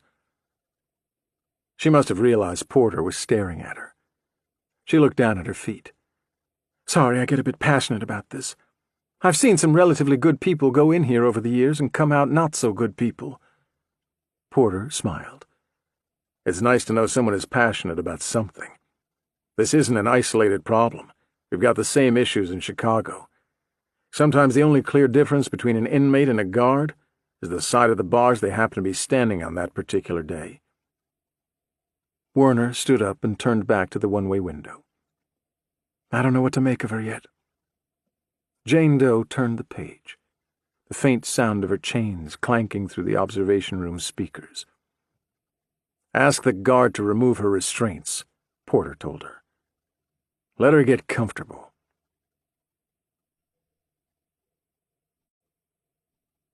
Chapter 50. Pool. Day 3. 11:02 a.m. "Oh, holy hell, I'm gonna catch shit for this." Vernon Bedard plopped down into the wooden chair behind his desk and let out a slow breath. "I was supposed to check on her last Wednesday, a surprise visit, and I never had the chance. My caseload is bullshit." Libby McKinley's parole officer had called Poole back about an hour ago, and he met Poole and Agent Diner in the lobby of the Cook County Adult Probation Department downtown, not far from Metro HQ. Bedard had spotted them both the moment he stepped off the elevator. A pudgy man with thick hands and even thicker glasses, he wore a yellow button-down shirt and brown slacks that looked about 2 sizes too small. He escorted them to his office on the 3rd floor, a small box with a single window overlooking the parking lot. Stacks of files covered his desk and the cabinets lining the far wall. 3 staplers sat on his desk. Poole found his eyes drifting to them as the man spoke. "Gave me a bad feeling, that one." "When did you see her last?" Diner asked. Bedard swiveled in his chair, dug through yet another stack of files in the credenza behind him. "Here we go." He turned back around and opened McKinley's file. His thumb slipped down a log attached to the inside flap. "January 9th. She was quiet and adjusting well after release," he read, his voice tapering off. "You seem hesitant. Is that not an accurate assessment?" Poole asked. Bedard leaned back in his chair, pulling the file with him. His index finger flicked at a yellow post-it note in the corner. "Here's the thing. Many inmates have trouble when they first get out. 5 years or more seems to be the magic number in my book. When they're incarcerated for more than 5 years, the prison lifestyle tends to feel more normal to them than life on the outside. I think it's the structured routines. Meals at the same time every day. Yard at the same time. Lights out, lights on. Every day they spend in there with someone else driving the car, they get a little more dependent on the structure. A little more of their free will dies off. This is great while they're in prison. They become easier to control over time. But they also forget what it's like to be self-sufficient. When they get out, some of them are overwhelmed by all the decisions, the choices. Little things we take for granted, like where, when, and what we're going to have for lunch, can become monumental, staggering problems." Poole leaned forward and studied the log in Libby McKinley's file. "So she wasn't quiet and adjusting well after release?" Bedard studied both men for a moment. "She was neither of these things. She was a mess." "Then why write it?" "I'm here to help these people put together a life on the outside, hold their hand, teach them how to take care of themselves again, while also avoiding all the temptation and problems that landed them in prison in the first place. It isn't easy, for me or them." He laid a hand on the file. "My files are easily accessible by nearly everyone in the system, not by just my superiors. Certain employers, government jobs mostly, educators with work release, government-controlled housing landlords, law enforcement." He eyed them both. "I write the wrong thing in a file, and I create a problem for this person, a handicap that follows them for a very long time. I write Libby McKinley is experiencing problems adjusting on the outside, and before you know it, she's denied educational opportunities because another parolee seems better suited. Work release may gloss over her. Before you know it, she can't function at all out here." "Is that what the yellow post-it note means?" Poole asked. "Some kind of internal code so you know what's really happening regardless of the notes?" Bedard nodded. "Green means all good. Red signifies problems. Blue means adjusting but slowly." "Her tag is yellow." "Yellow means she wanted to go back. I've seen parolees commit a felony, then turn themselves into the nearest police station just to get back inside." Bedard glanced down at the photo of Libby McKinley in the file. "I was hoping to get her into a halfway house. She was on the list for an opening. If that didn't work, I would have pushed her to take on a roommate or two. Sometimes the extra contact helps." Poole found himself looking at the 3 staplers again. He forced himself to turn back to the parole officer. "Mr. Bedard, I'm going to ask you a question, and I want you to think about your answer very carefully." He leaned forward, an elbow on the man's desk. "In your opinion, did Libby McKinley want to go back because she wasn't self-sufficient and couldn't take care of herself, or because she feared something on the outside and felt safer in prison?" Bedard frowned. "You mean like was she in danger? Somebody could have been after her?" "Yes." Bedard drew in a long breath, let it out slowly. "That's tough. She didn't communicate anything to me. The last time I saw her, she seemed frazzled. She got me a glass of water from the sink, and I noticed her hands were shaking. Her eyes were dark and puffy from lack of sleep. She appeared thin to me. She dropped weight, probably wasn't eating well. Nothing to indicate she thought she was in danger, though. I think I'd pick up on that. I see it a lot with gang members." "Do you ever search a parolee's residence?" Agent Diner asked. Sure, if there's probable cause. Did you ever search Libby McKinley's residence? The parole officer shook his head. She was in on a hit and run, no drugs or weapons. Even in prison, she steered clear of those things. Drug testing is mandatory while on parole, and she passed every time. I never had cause to search her house. What are you boys getting at? Was she mixed up in something? Bedard shifted in his seat. Poole knew what the man was really asking. Was she mixed up in something I should have caught? How much trouble am I in here? Does the name Kalen Selk mean anything to you? No. Diner leaned in closer. Are you sure? Bedard turned to his left, located his computer keyboard under a few sheets of notepaper, and keyed in the name. I don't recognize the name. She's not one of my parolees. I don't see her in the system either. Poole said, We found a driver's license and passport in Libby's house, both in the name of Kalen Selk, but with Libby McKinley's photo. Real or fake? Real. Not easy to put that together. Poole went on. The real Kalen Selk died at age 7. She was hit by a car while riding her bike. That was 24 years ago. Probably got a birth certificate and used it to get a passport, then used both of those for the driver's license, Bedard said, thinking aloud. If she did this while in prison, she had help. If she did it after she got out, she still had help. What makes you say that? Bedard shrugged. It happens more than you think. Like I said earlier, starting over for these guys is tough. Some of them feel they have a better shot under a new identity. About 10 years ago, a guy doing life at Ohio State Penn was busted for running an ID assembly line. He'd isolate prisoners closing on release, sell them on the benefits of starting over, then sell them again on package deals. The prisoner would arrange for payment through someone on the outside to the man's cousin, also on the outside. Then the cousin would set up the ID, and he'd be waiting when the prisoner got out.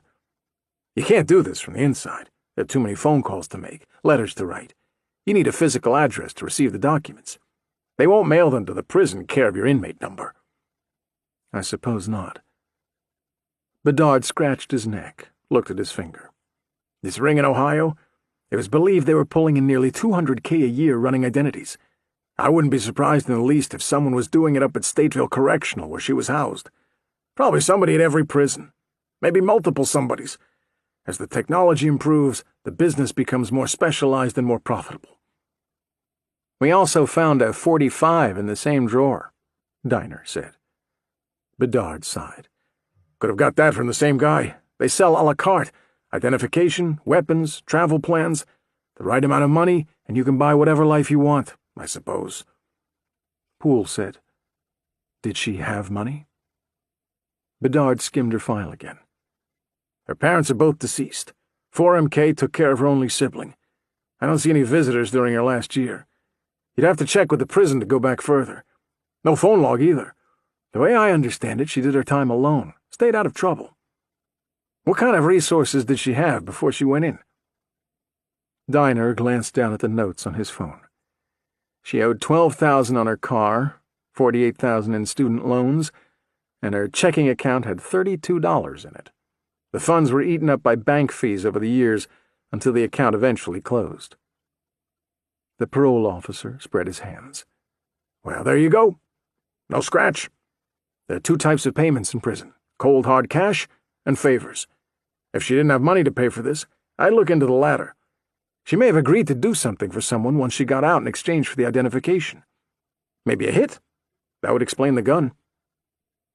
You had contact with her? Did she seem capable of something like that? Poole asked. After a few years in prison, I think anyone could go there. Even an innocent girl from the suburbs. 10 minutes later, they stood outside next to Poole's Jeep. The snow had lessened into light flurries, and everything was white.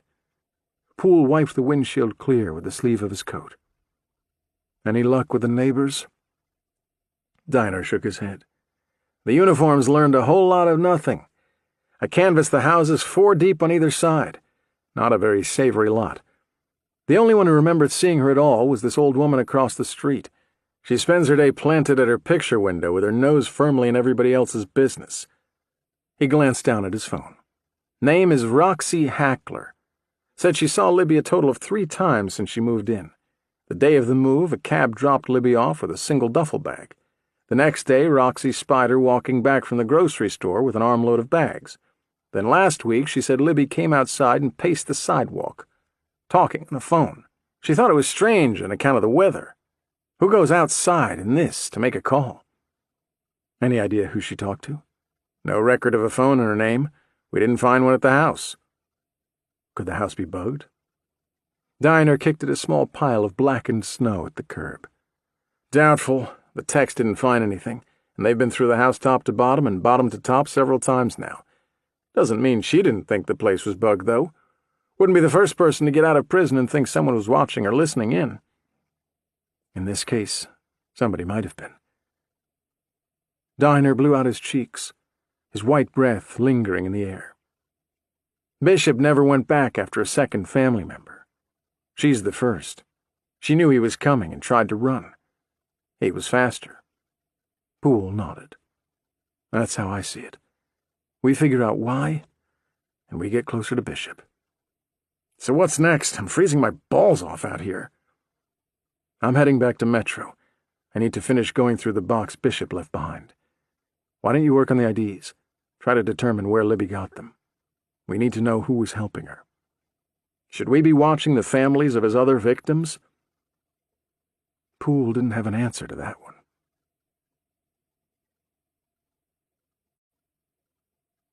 Chapter 51. Larissa. Day 3, 11:21 a.m.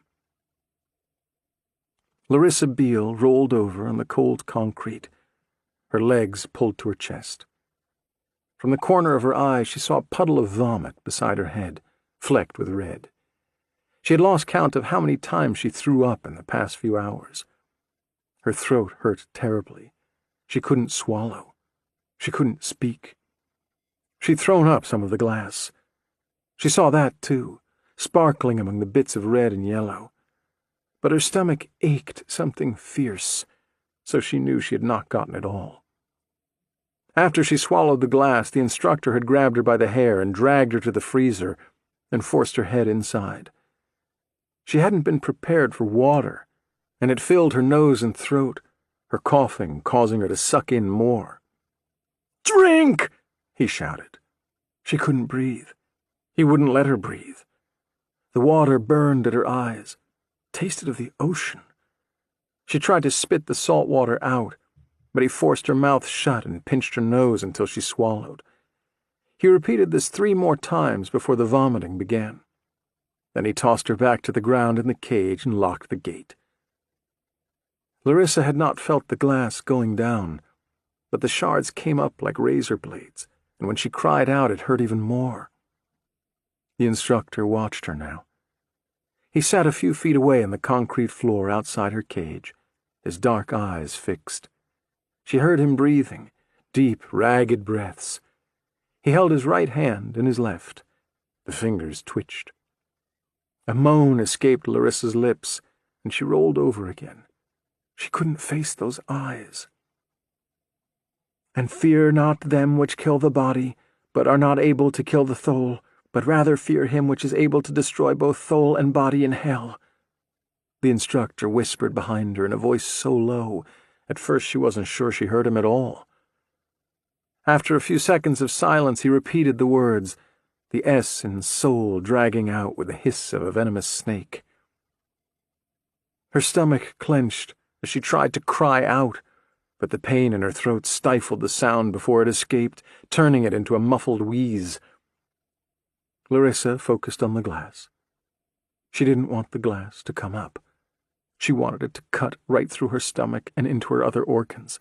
She wanted the glass to end this. She would swallow more if she could. The pain meant she was still alive. When the pain stopped, she would find peace. The pain didn't stop, though. She felt a burn at her belly like a hot knife from inside. Larissa clenched her knees and let out a silent scream. Behind her, a cell phone rang. A distant voice on the other end of the line, not on speaker, but loud enough to hear. Swallowing glass may not prove to be fatal. She may still see. The instructor let out a watery sigh. "She's damaged. She's been compromised.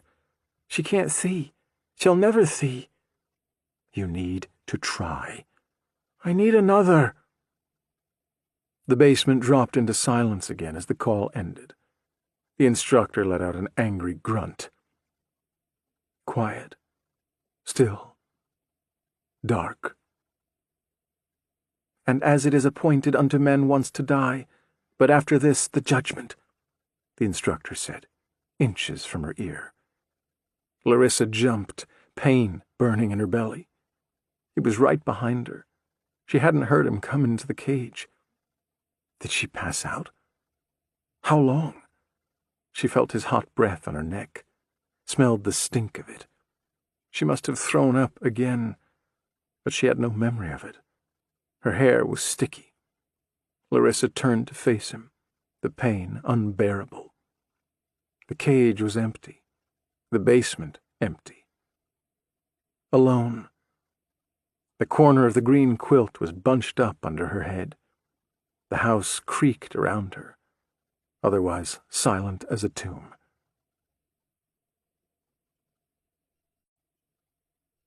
Chapter 52. Claire. Day 3, 12:23 p.m.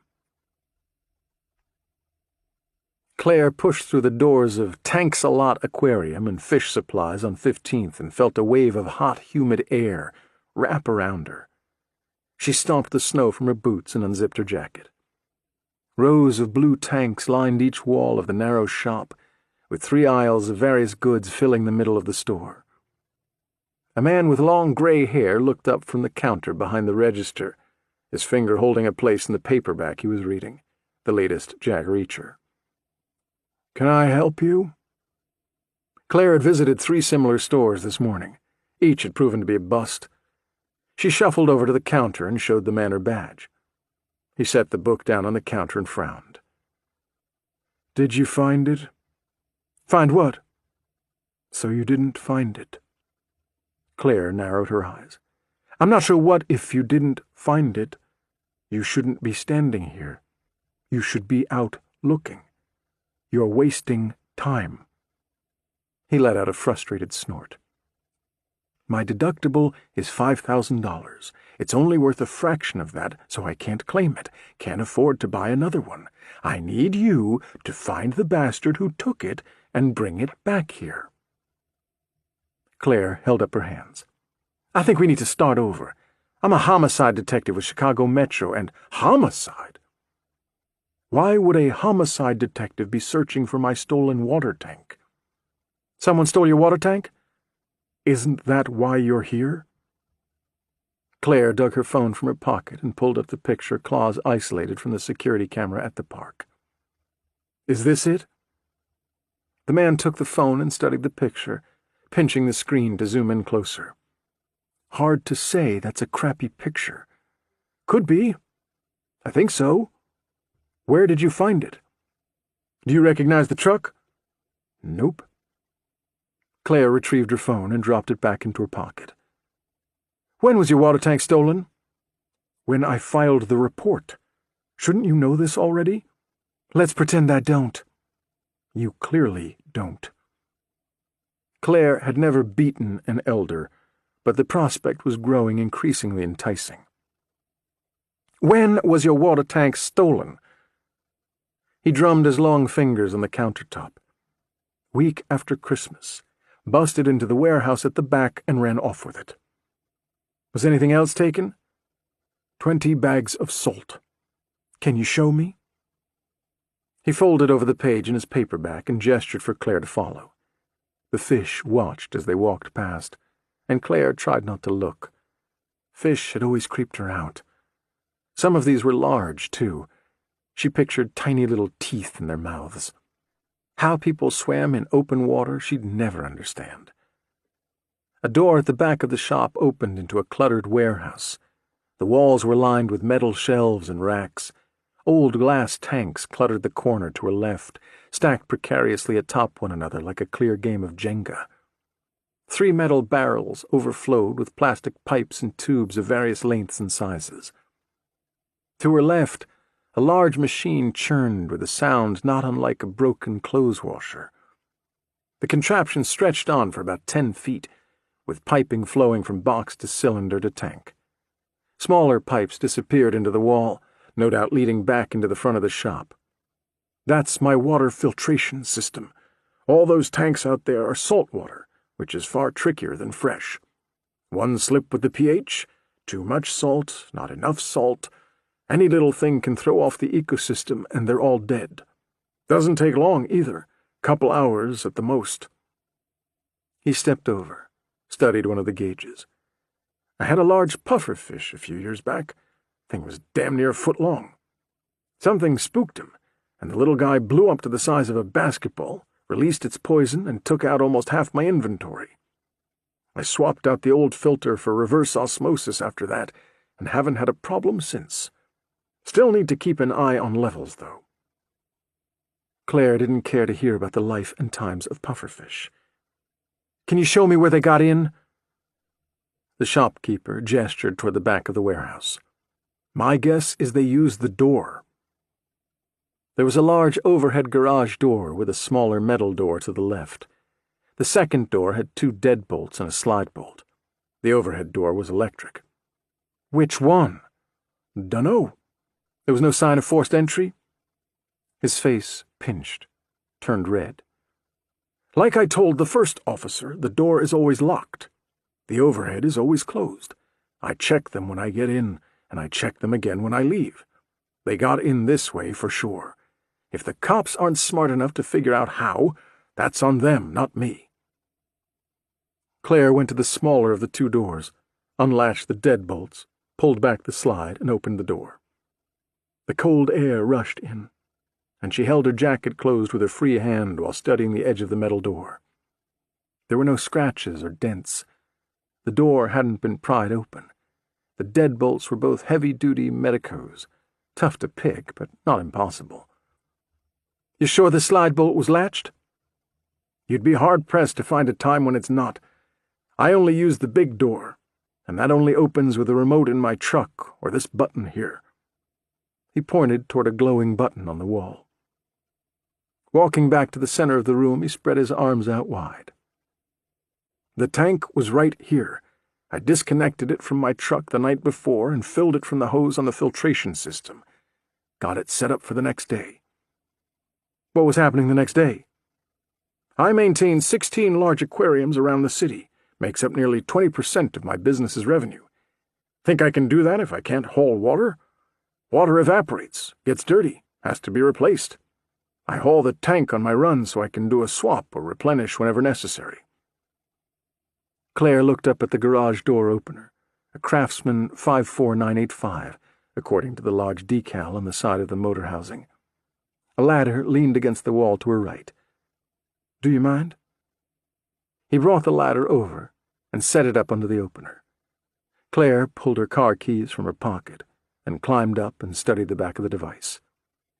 She found a yellow button, pressed it, then pressed the button on the remote for her own garage. The light bulb in the opener blinked as the unit memorized the signal. When she pressed the button on her remote again, the motor above whirred to life, and the door began to open.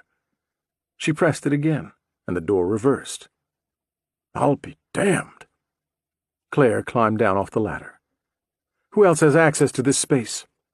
"Just me. No vendors, employees, landlord.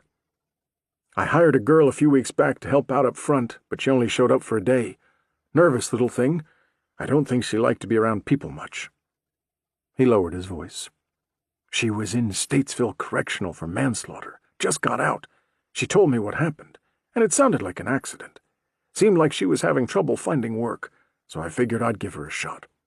We don't do a lot of cash business here, and I didn't see her walking off with a handful of fish. I'm a pretty good judge of character, and no alarm bells went off when I interviewed her, so why not, right? I'd been thinking of putting an ad in the paper anyway to get some part-time help."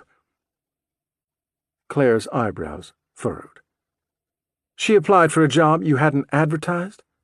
Not even a sign in the window?" He shoved his hands in his pockets. "She came in on a busy day, saw I needed help, and offered. Like I said, I'd been thinking about advertising. What was her name? Libby. Libby McKinley. Claire took out her cell phone and dialed a number from speed dial. Straight to voicemail. This is Detective Sam Porter of Chicago Metro. She disconnected. Damn it! She'd meant to dial Nash.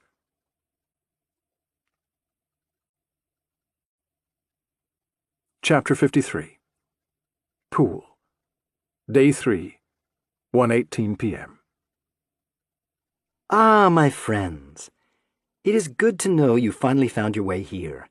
I had hoped to be there with you when this moment came, but alas, it was not meant to be.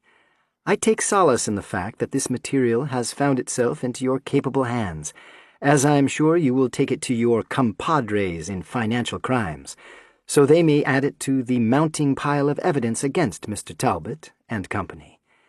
While I believe this box contains more than enough information for a substantial conviction, I'm afraid I couldn't wait for the trial portion of the program, and went ahead and passed a sentence I believe to be more than fitting for the crimes at hand. Much like his longtime business partner, Gunther Herbert, Mr. Talbot will meet with justice face-to-face today, and he will answer for his actions on the swiftest of terms. Perhaps I will allow him to give his daughter one last kiss before goodbyes are said. Perhaps not. Maybe it's best they just watch each other bleed. Truly yours, Anson Bishop. Poole smoothed the edges of the paper, studying the handwriting. Neat and readable, yet oddly disturbing. The note had been in the box found at an empty apartment by Detectives Claire Norton and Brian Nash days after Bishop kidnapped Emery Connors, hours after he kidnapped her biological father, Arthur Talbot. The apartment address appeared on employment documents Bishop completed as part of his fake identity and immersion into the Chicago Metro Crime Lab as Paul Watson. Bishop wanted the information found, and had orchestrated a plan, one of many, to ensure it was found no earlier or later than he wished. He knew they'd track the address once his cover was blown, but no sooner. Poole had laid out the contents of the box in neat rows on a folding table before leaving to visit Libby McKinley's parole officer. Reams of paper all bundled together, 12 in total. The first 7 bundles contained information centered on Arthur Talbot, specifically his real estate transactions and financial holdings. The Financial Crimes Division of both Chicago Metro and the FBI were still unraveling the details, but to date they had seized more than $50 million in assets believed to be derived from criminal activity. Due to the large size of Talbot Enterprises, most assets were frozen, but the courts allowed the company's operating accounts to remain funded. Ultimately, they wished to sort this mess out without jeopardizing the thousands of legitimate jobs created by Talbot's endeavors. Emery Connors's trust had also remained untouched, as it was entirely detached from Talbot, something he apparently insisted upon. Poole set these bundles aside. The next 4 bundles were also tied to Talbot, but branched out to include 2 organized crime families operating in and around Chicago, as well as 23 individuals. The crimes ran the gamut from gambling and money laundering to drugs and prostitution. This data led to 6 arrests, with many more in the pipeline. Poole slid these bundles aside as well. It was the last one that interested him. The final bundle held about 300 pages of paper. The topmost sheet was lined in green and white, with tiny, concise handwriting. The first line read, 163.WF14 2.5K.JM. Attached to the bundle was a manila envelope containing 26 Polaroid pictures of teenagers in various stages of undress, both male and female. Each Polaroid was numbered. The handwriting did not match Bishop's. According to the report Detective Nash filed, the envelope hadn't originally been attached to this bundle, but had been at the bottom of the box. While the two were most likely connected, Poole preferred to leave evidence exactly as found to preserve the findings. Attaching the 2 items based on assumptions was careless and could lead to false conclusions. Poole ran a finger over the first line of text. 163. 163.wf14 2.5k.jm.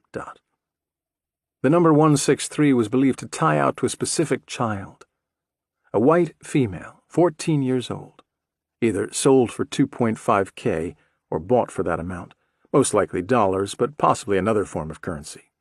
Bitcoin was the currency of choice for most human traffickers. Poole knew Bitcoin well.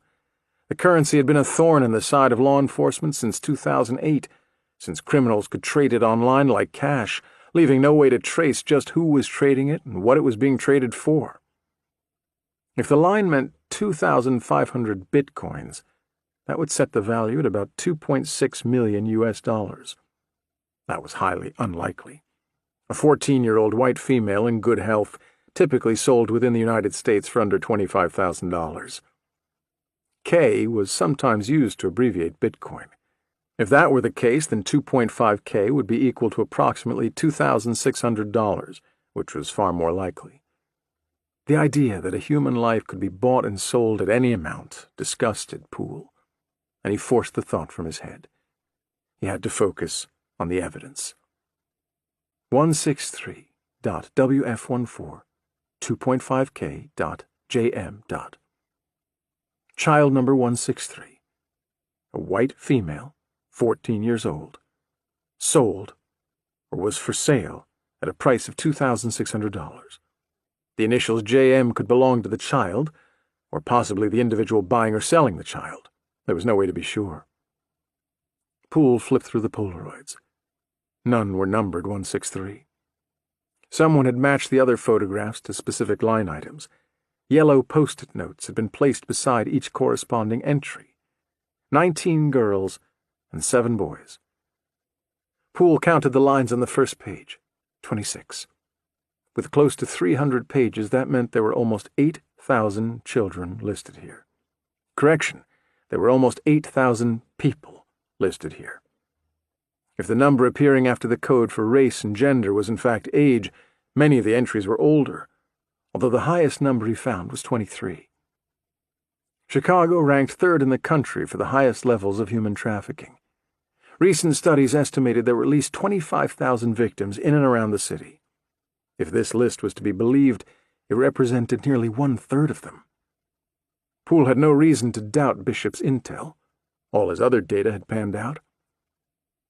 The Cook County Human Trafficking Task Force, the Chicago Regional Human Trafficking Task Force, CTTF, and the Illinois Task Force on Human Trafficking all received copies of the data, but they hadn't made any headway determining the exact meaning.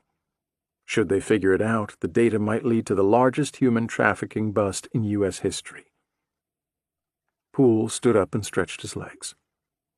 He picked up one of the Polaroids and walked over to the whiteboard, held the picture up against the one they discovered in Libby McKinley's house. He had initially hoped they came from the same camera. A long shot, to be sure, but he needed a common thread, something to connect all the pieces. The pictures had not come from the same camera. Analysis indicated the photos of the children were taken with 780 turbo Polaroid film, while the photo discovered at McKinley's house had been taken with PX680 color shade FF. He also learned that Polaroid cameras were much like the barrel of a gun. Each camera left a unique pattern on the photos printed, a series of fine lines too small for the human eye to distinguish, but enough to identify pictures taken with the same camera with the aid of a microscope. All of the photos Bishop provided in that box had been taken with one camera. Serial numbers embedded within the film traced back to manufacturing dates and told them that the pictures had been taken over a 2-year period, sometime in the late 90s. Poole's phone rang, and he shuffled back to his desk. Diner. He pressed the accept button. "Frank, I've got something. You were right." The IDs? "Yeah.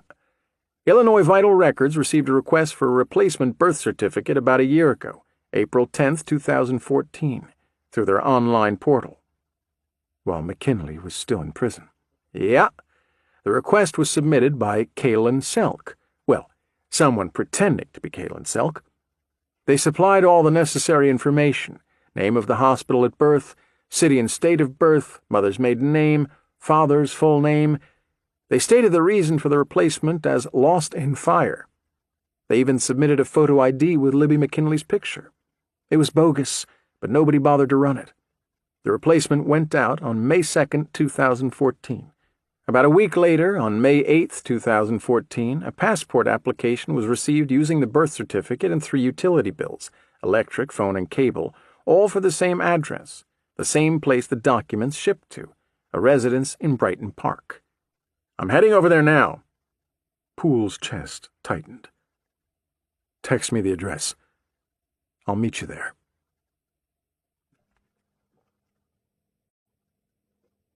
Chapter 54.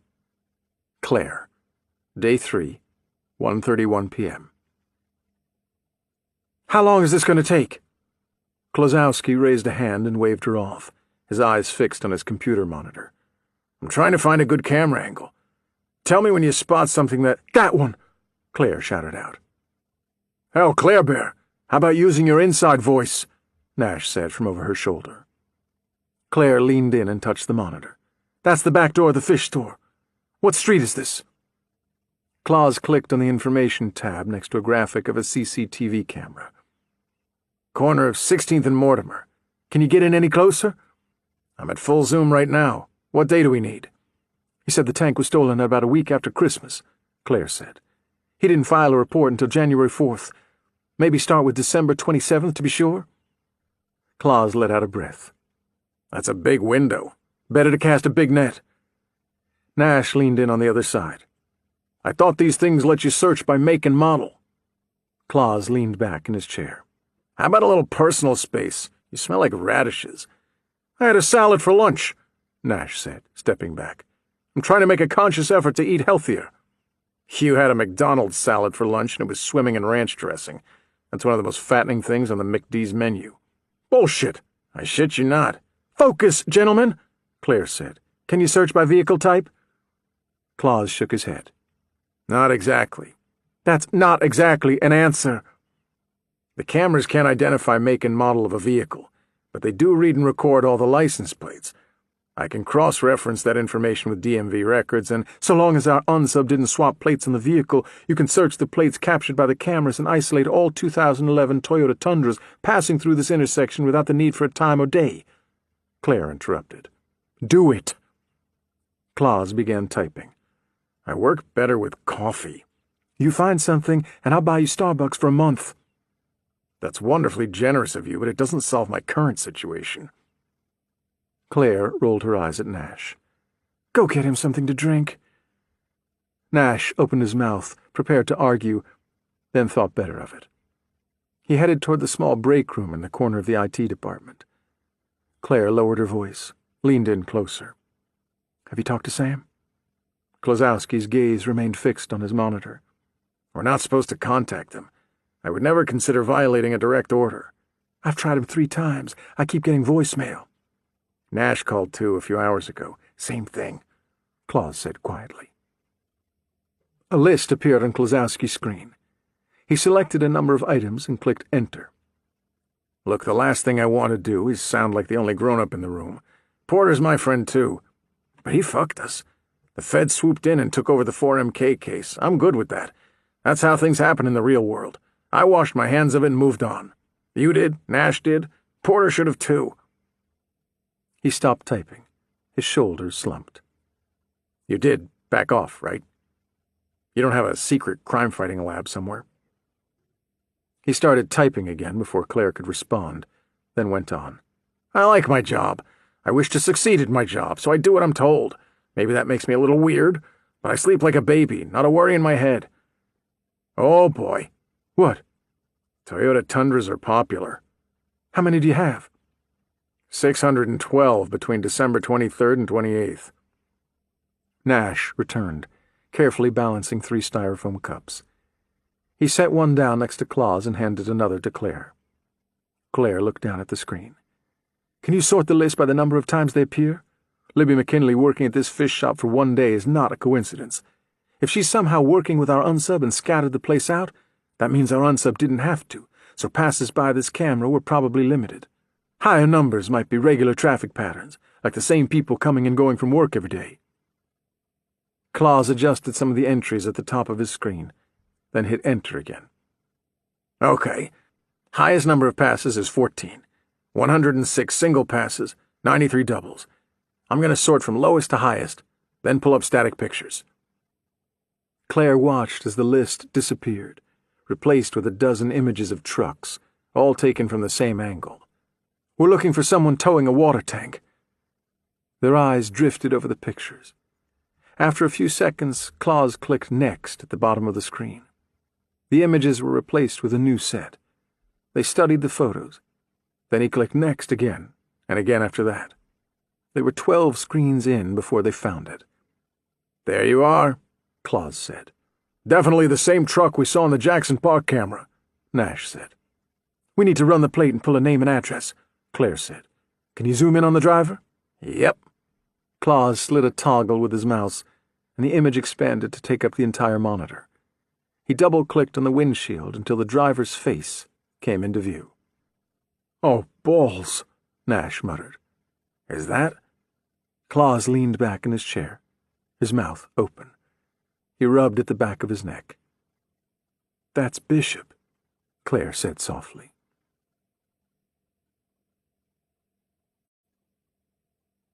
Chapter 55.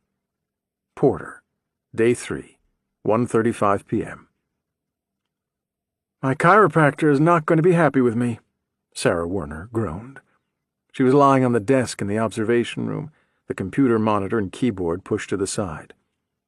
Guards had checked on them regularly, about every 30 minutes, and Werner waved them off each time.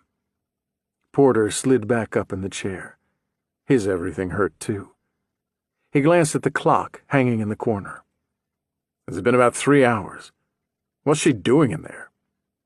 Sarah turned her head and looked back through the one-way window. Still reading. We should have gotten lunch. Porter's stomach grumbled in agreement. I want to be here when she finishes. Best not to give her time to digest. No words related to food, please. Sorry.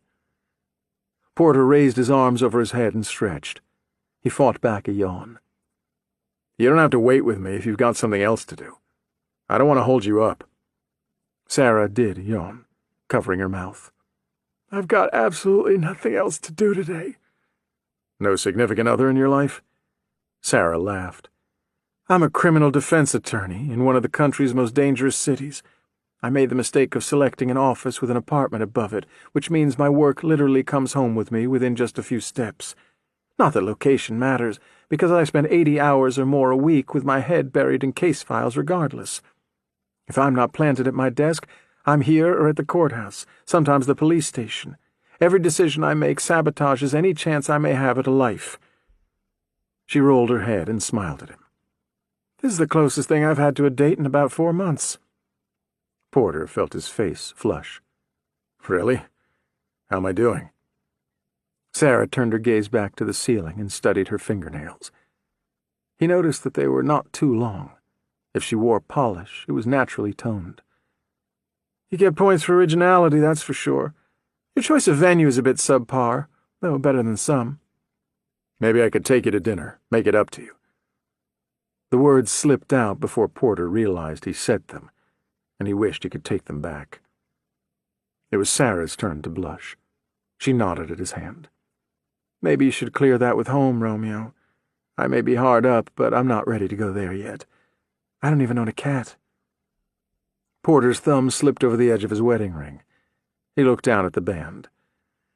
My wife passed away last year. I probably shouldn't wear it anymore, but my finger doesn't feel right when I take it off. Sarah turned back to the ceiling. Our date just officially turned awkward. I'm sorry. I'm out of practice.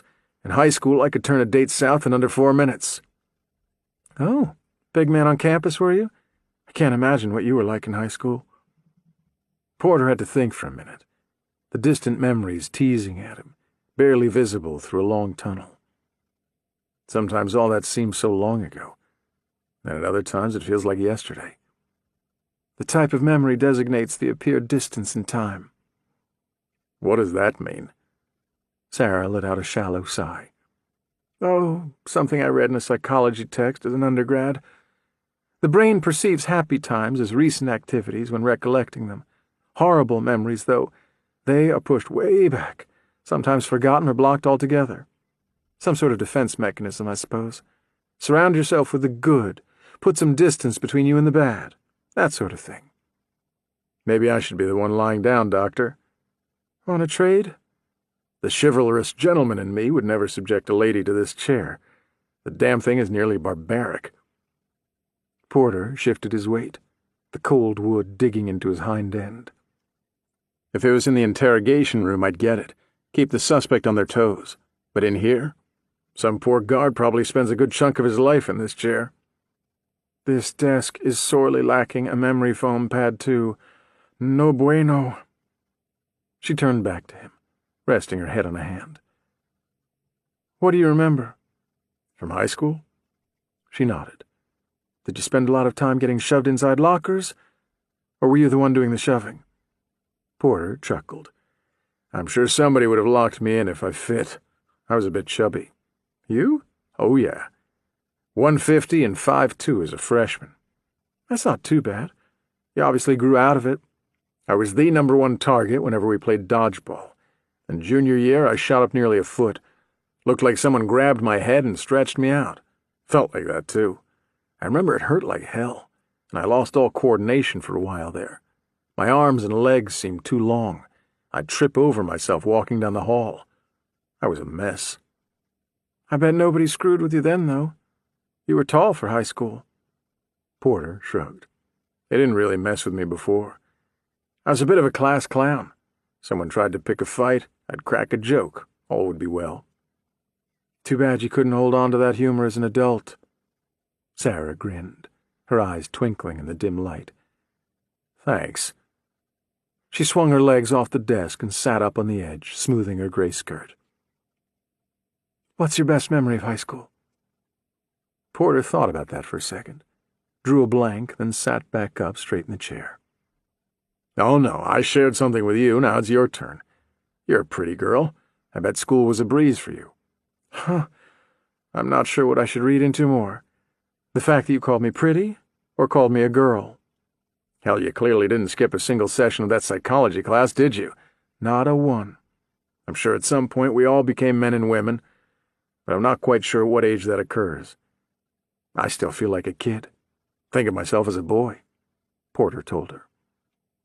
I think it's about the time we get a mortgage, a real job, when we stop being the responsibility of others and take on responsibilities of our own. When we become fully visible, Porter said quietly. What? Just something in Bishop's diary. He felt little children were invisible to the rest of the world and become less transparent with age.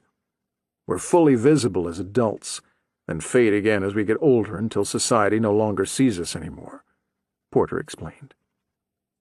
Huh. That's a bit profound.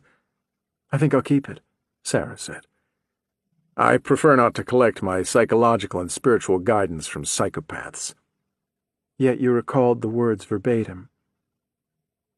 The bang at the glass caused her to jump off the desk with a yelp. Porter stood up, his eyes fixed on the one-way window. Jane Doe stood there, inches from the other side, the diary pinned against the window beneath her outstretched palm.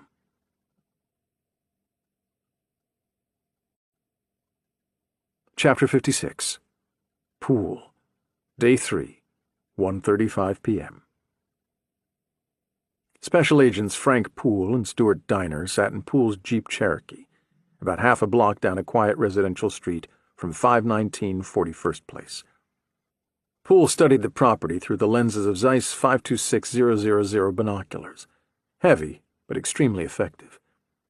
The house was small, probably 2 bedrooms, maybe 1 bath, single story. The light green paint was faded and chipped. A chain-link fence surrounded the property. A for rent sign hung sideways at the gate, held in place precariously by a single black twist tie in the corner. The sidewalks, yard, and driveway were all buried under at least a foot of snow. Nobody had shoveled here in some time. There was no car in the driveway.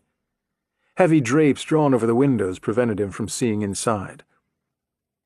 Both the birth certificate and passport were shipped here, Security footage at the DMV has Libby obtaining the driver's license herself using the false docs 3 days after she was released from Stateville Correctional, Diner told him. Looks abandoned. No footprints in the snow leading up to the house. Can't see inside. Curtains are drawn. Poole lowered the binoculars. Probably some kind of drop house. Whoever helped her get the documents used this place for the address, nothing more. Poole zipped up his jacket and wrapped a scarf around his neck. I'm going to get a closer look. Diner eyed the falling snow.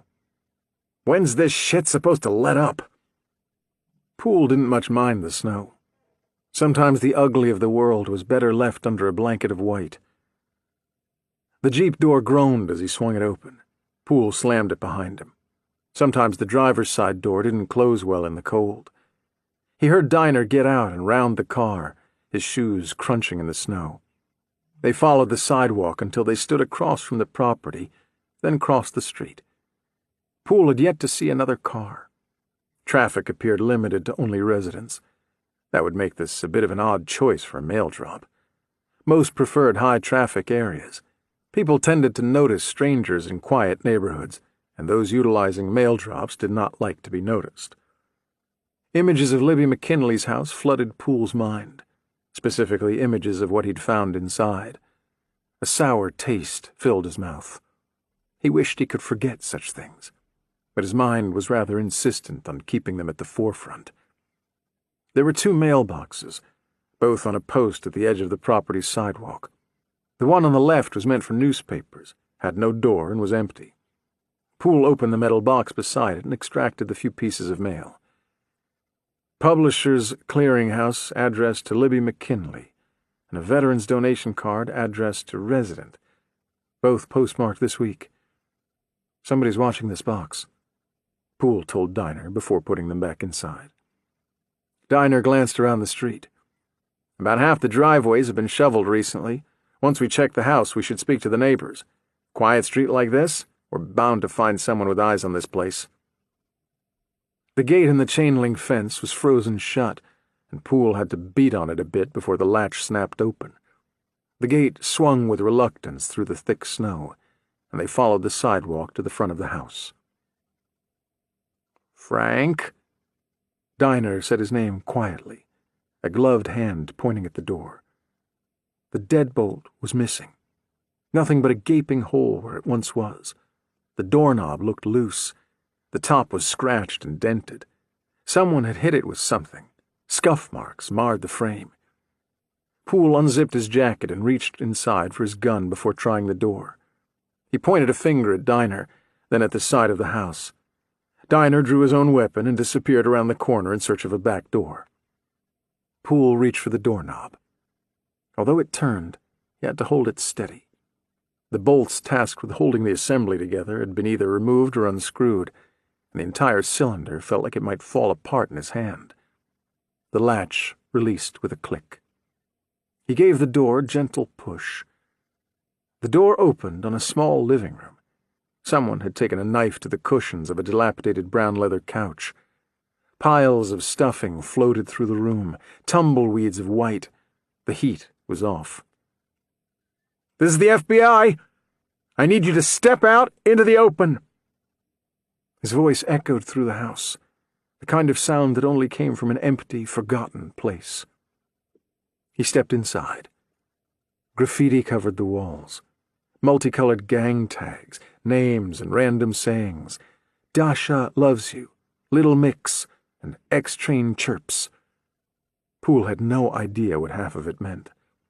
Across the house, a back door popped open with a loud crack. Diner entered the kitchen with his weapon drawn, barrel pointed at the ceiling. He nodded at Poole and turned to the hallway at his right. He pulled a small flashlight from his pocket, switched on the beam, and held it under his gun, sweeping the light down the hall. Poole crossed the room and followed him. The drywall in the hallway had been either kicked or punched in. There were dozens of holes from top to bottom.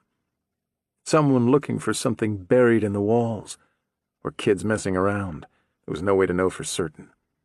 Once gold, now a soiled brown, the carpet stank of urine. In the first bedroom, they found a mattress on the floor surrounded by empty food and beverage containers. A blanket was bunched up in the corner. Someone had taped newspapers over the windows beneath the drawn drapes. The bathroom had been used recently, but since the water was off, the bowl overflowed with a frozen mess Poole refused to think about. The bathtub had not fared much better.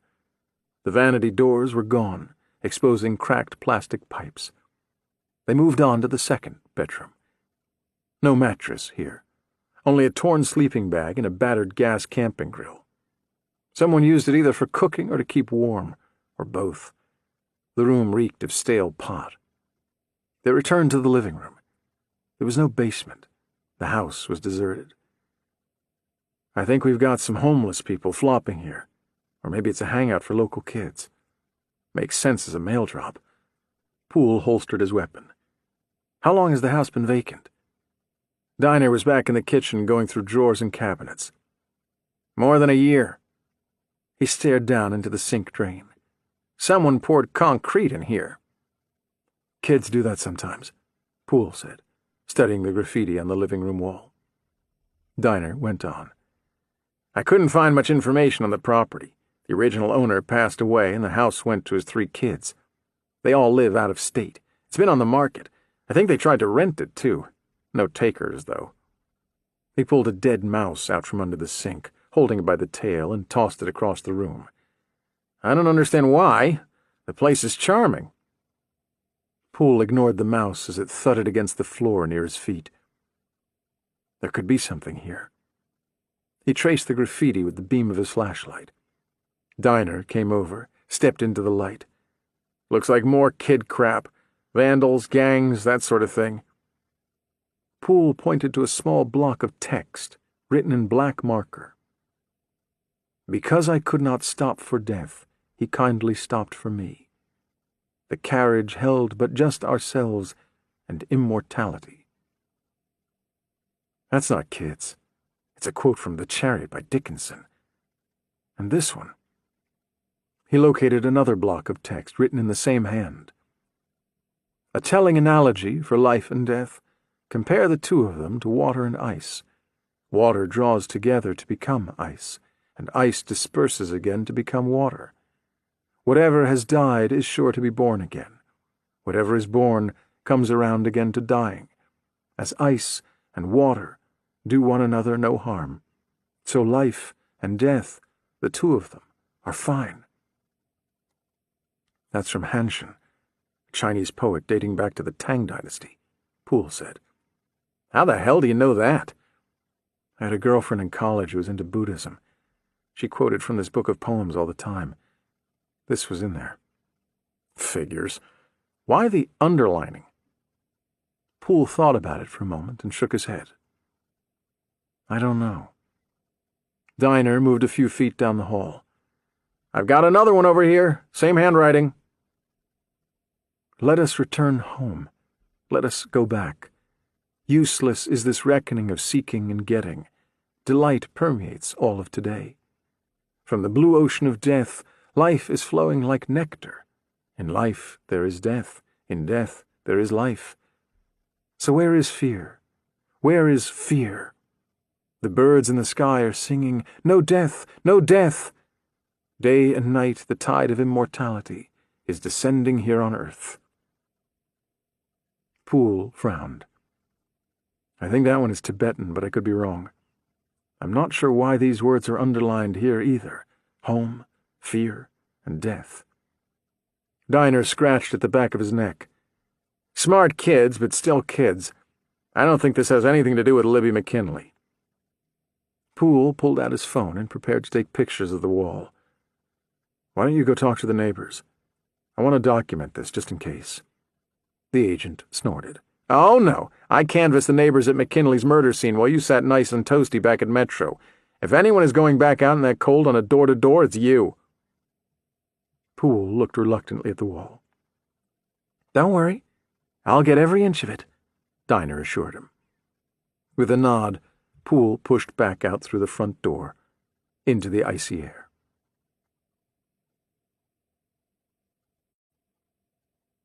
Chapter 57. The Man in the Black Knit Cap. Day 3, 1:35 p.m. The man in the black knit cap pressed his fingers to his temples and squeezed. His thoughts pounded from inside, trying to get out, and it hurt. It hurt so much. He didn't realize he'd screamed again until the sound trailed off from his lips, a bit of saliva dripping down to the collar of his sweatshirt. He opened his eyes, and the light from the window pushed in, sliced at his pupils, his retinas, a new pain on top of the old. He fumbled with the lid of the prescription bottle in his left hand, the child-proof white top slipping under his bloody fingers 3 times before he finally got the bottle open. He shook out 2 tablets, placed them in his mouth, and swallowed them dry, the chalky tablets gritty on the way down. The bottle dropped to the top of his desk, and the remaining pills spilled out across his drawings, some clattering to the floor. He didn't care. He looked down at his left hand, at his bloody fingers. He scratched at the incision on his head until he drew blood. Yet even that wasn't enough. The moment he stopped, there was a second of relief, maybe 2. Then the itch started again, beginning at his left ear and trailing to the back of his head like 1,000 insects on a death march below the surface of his skin, burrowing deep into his head. The insects ate his thoughts. He knew that now. They fed on his memories. That was why he had so much trouble remembering. They fed and multiplied, and the itch grew with their numbers. Only a couple at first, but now so many. He reached for the phone, missing the first time. He grabbed at it and hit the first programmed speed dial, his number, the only number. The line rang once, twice, 3 times. The mailbox you have reached has not been set up by the user and cannot accept incoming messages at this time. Please try your call again later. He hit end call, then the speed dial again. 3 rings. The mailbox you have reached has not been set up by... He hung up. He wanted to throw the phone across the room. He wanted to watch the cheap plastic shatter into 1,000,000 pieces as it hit the wall. He didn't, though. He couldn't. He needed another girl. He needed the man to get him another girl.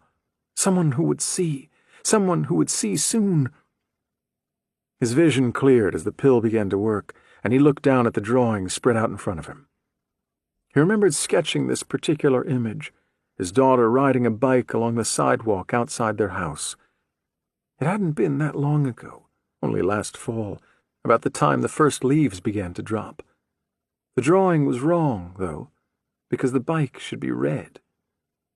His right hand squeezed around the soft material of his daughter's sweater.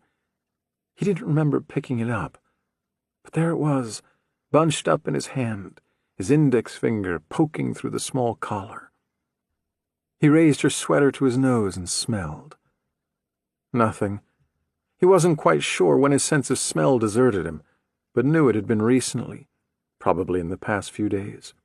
She was disappearing along with his senses, with his thoughts, his memories, as the insects feasted. Shuffling through the contents scattered over the top of the desk, he found the red marker and removed the cap. He carefully lowered the tip to the paper, aiming for the metal frame of the bike. He knew the shakes would come, and he anticipated them, his face hot with blood as the anxiety built beneath his flesh. The tip of the marker found the page, and his hand remained steady as he cautiously moved the felt side to side. Tears came as he colored the image, as his hand moved like it once did, sure and steady. Tears came and fell upon the picture. His daughter, on her shiny new bike. From the basement came a muffled cry, but he ignored it. He hated that girl for what she had done. Damaged, unable to see, useless.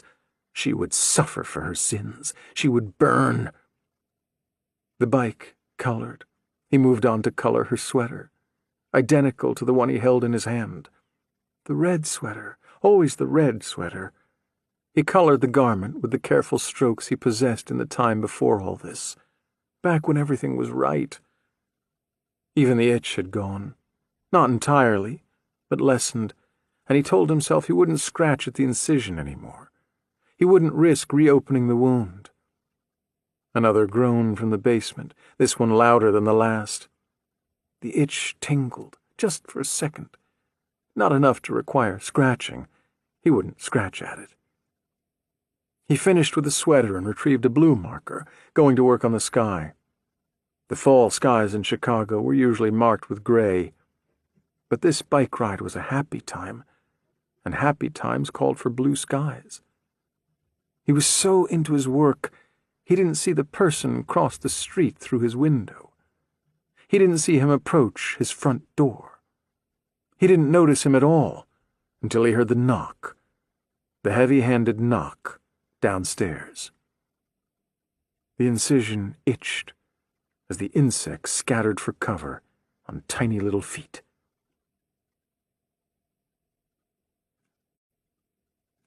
Chapter 58. Porter, Day 3, 1:36 p.m. "I think she's done," Sarah said, her fingers pressed to parted lips. "You think?" Porter let out a breath.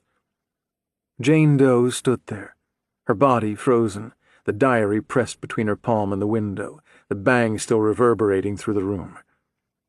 Sarah started for the door. "Give me a second. Let me talk to her before you go back in." Porter nodded, his eyes fixed on the woman on the other side of the glass. He knew she couldn't see him, but that didn't change the feeling that she was looking directly at him. Her eyes were filled with rage, dark and haunted, yet her breathing appeared measured. He couldn't get a read on her. Her heart could be racing, or possibly slow and steady. He imagined the latter. During the course of his career, he had encountered many people who could control their bodies. These physiological responses, to a certain extent, trained themselves to remain calm when pressed with detrimental emotions. Their eyes, though. There was no such filter on the eyes. Sarah appeared on the other side of the glass, and Jane seemed not to notice her at first. She remained still. It wasn't until her attorney took a seat at the table that she finally turned. She crossed the room and sat beside Sarah, placing the book on the table. She leaned over and whispered in Sarah's ear. Sarah looked up at this, startled, maybe the first time she had heard her client speak. She said something too low for him to hear in return, then stood and went to the camera controls in the far corner. Porter watched as she flicked two wall switches. The first disabled the video feed, the second shut down the audio. The observation room became deathly quiet as Sarah looked toward him from the other side of the glass, her eyes landing a little to his left, unsure of his actual location, before she returned to her seat beside Jane Doe. The woman smiled at him then, subtle, to be sure, but a smile nonetheless. Then she turned back to her attorney and leaned in close. Porter watched their lips move, a silent movie playing out before him, their hands and bodies telling a story he couldn't quite make out. Jane referred to the diary more than once, flipping to specific pages, her finger running along the text as she mouthed the words to the other. Through all this, Sarah Werner listened. She nodded, she shook her head, she frowned. She read parts of the diary as the other woman pointed them out. Porter wanted to pick up the chair, throw it through the glass, and climb into that room. He wanted that more than anything.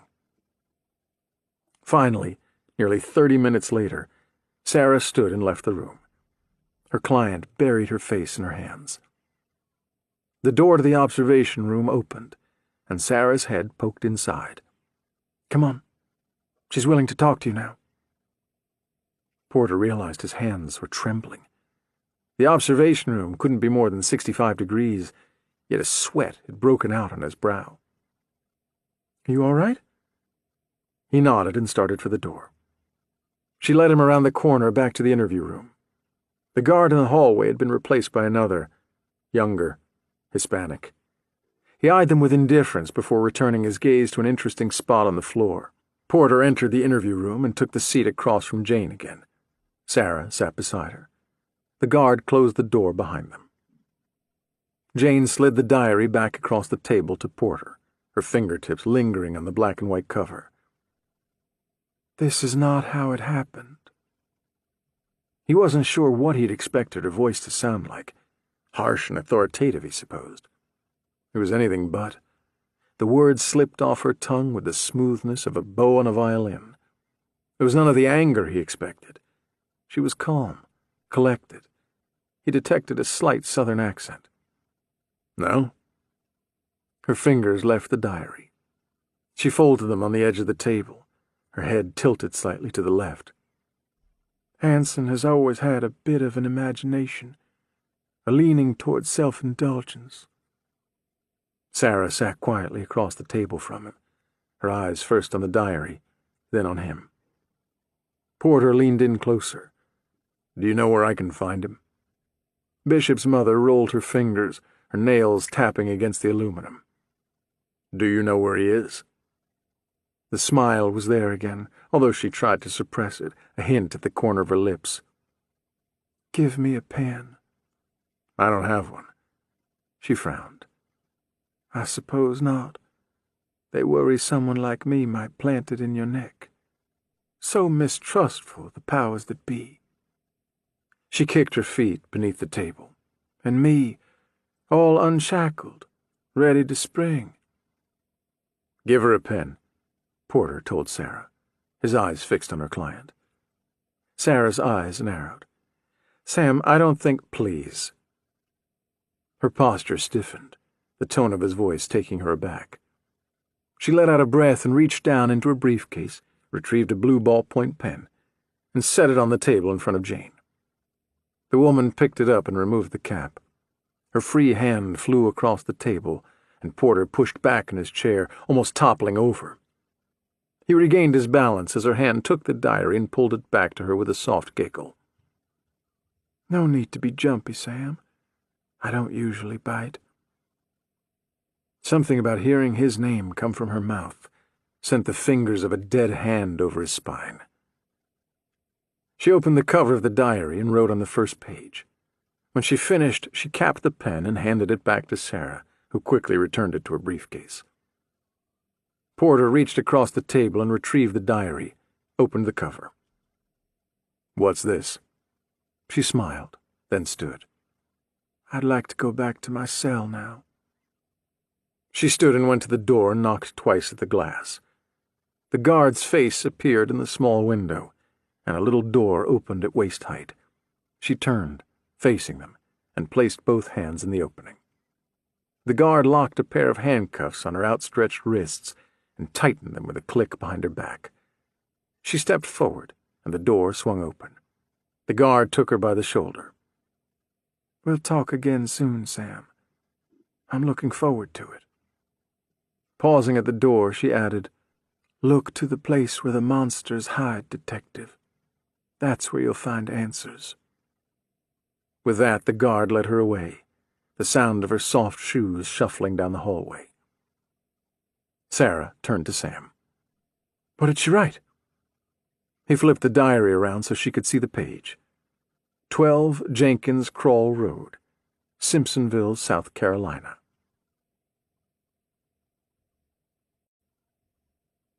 Chapter 59. Pool. Day 3, 2:03 p.m. Poole knocked again, louder this time. The icy wind numbed his cheeks and neck, and he cursed himself for not wearing a scarf.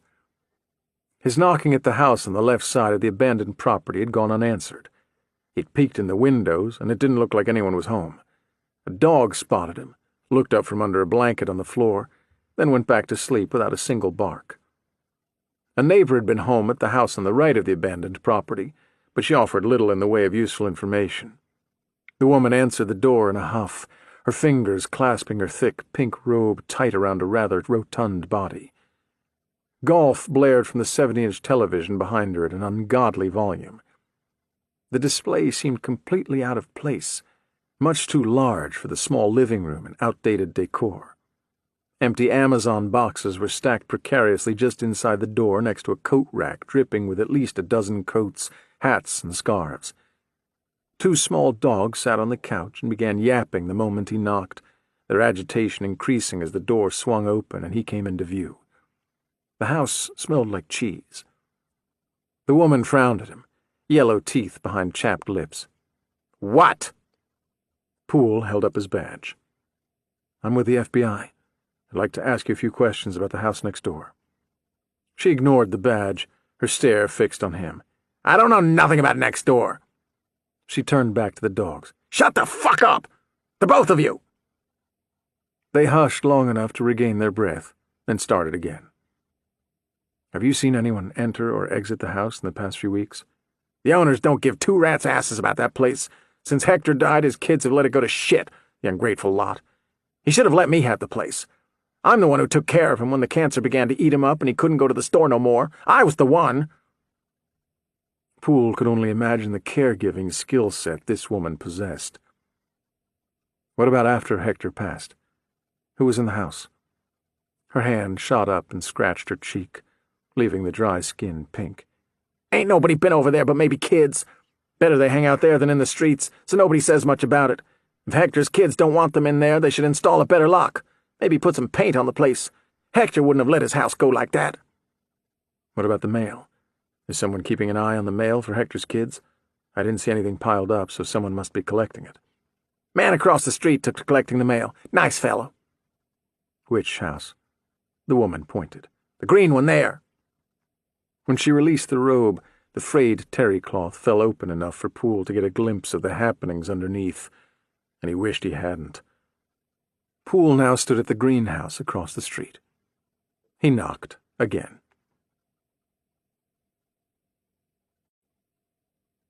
Chapter 60.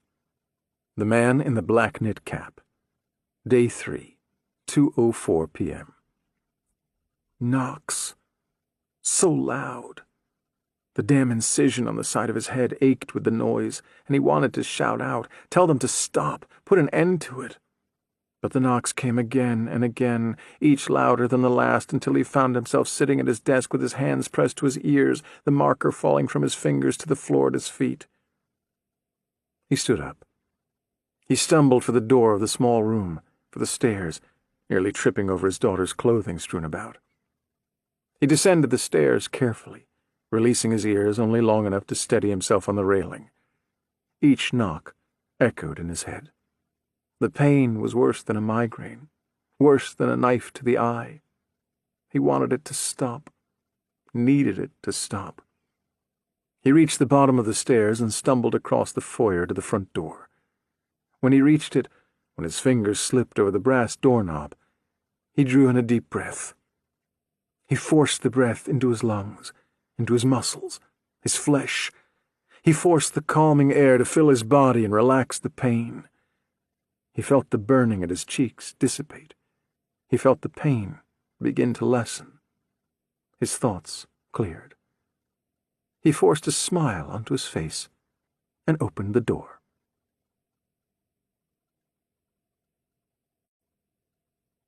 Chapter 61. Poole. Day 3, 2:04 p.m. When the door opened, Poole was looking down at the badge in his left hand, his right hand about to knock again. When the door opened, Poole didn't realize it was Ensign Bishop doing the opening. He didn't look up into the other man's face until a moment after the man spotted his badge. He had time enough to register his mistake before Bishop's fist wrapped around the collar of his jacket and pulled him inside the greenhouse with the strength of a man running on pure adrenaline. He had time enough to hear 4 words slip from Bishop's lips before he pulled him inside and threw his body against a small table in the hallway, sending him crashing to the floor. "You're not Sam Porter."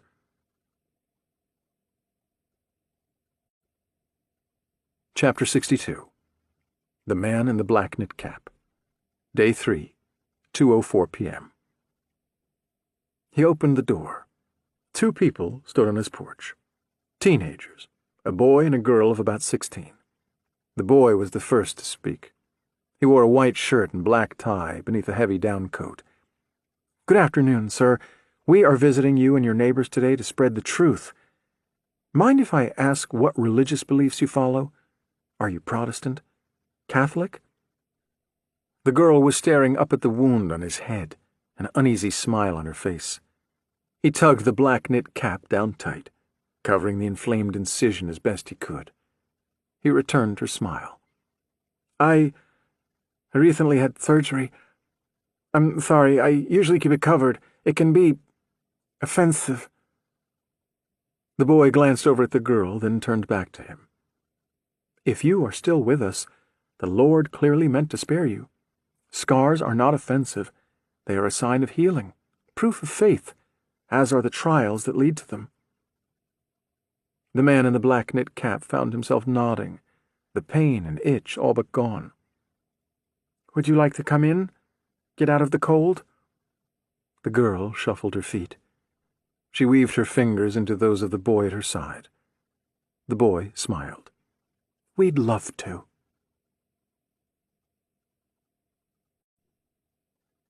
Chapter 63. Pool.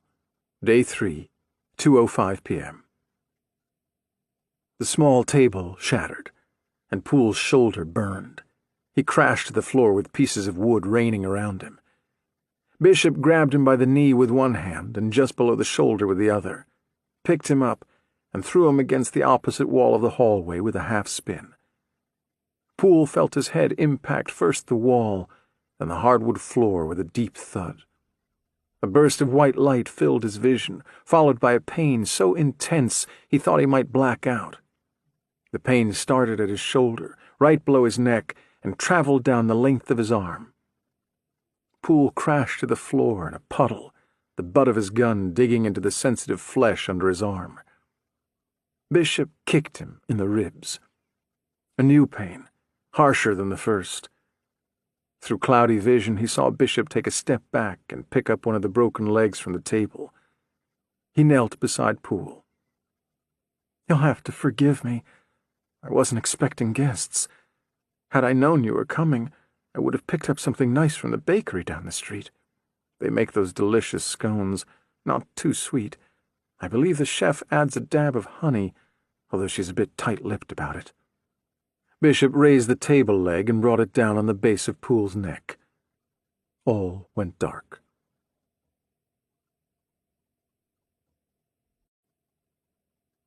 Chapter 64.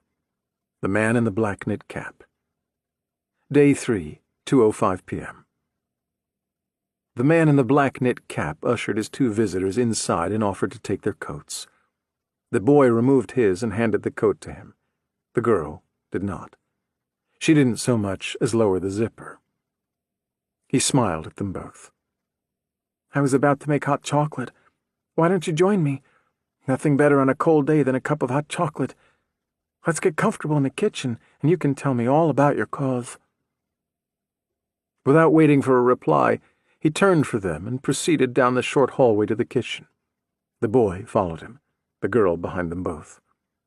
It was her footfalls he listened to, the hesitancy in her step. Her boots had hard soles. In the kitchen, he pulled 2 chairs out from the table. Please, make yourself comfortable. This will just take a minute. You're very kind, the boy said. From the corner of his eye, the man in the black knit cap watched the boy pull out the chair a little farther for the girl. She gave him a look and sat down. A soft thank you from her lips. Please tell me, what are your names? He retrieved a deep copper pot from the cabinet above the stove, poured in some milk, and set the pot atop the gas burner. The blue flame licked across the bottom.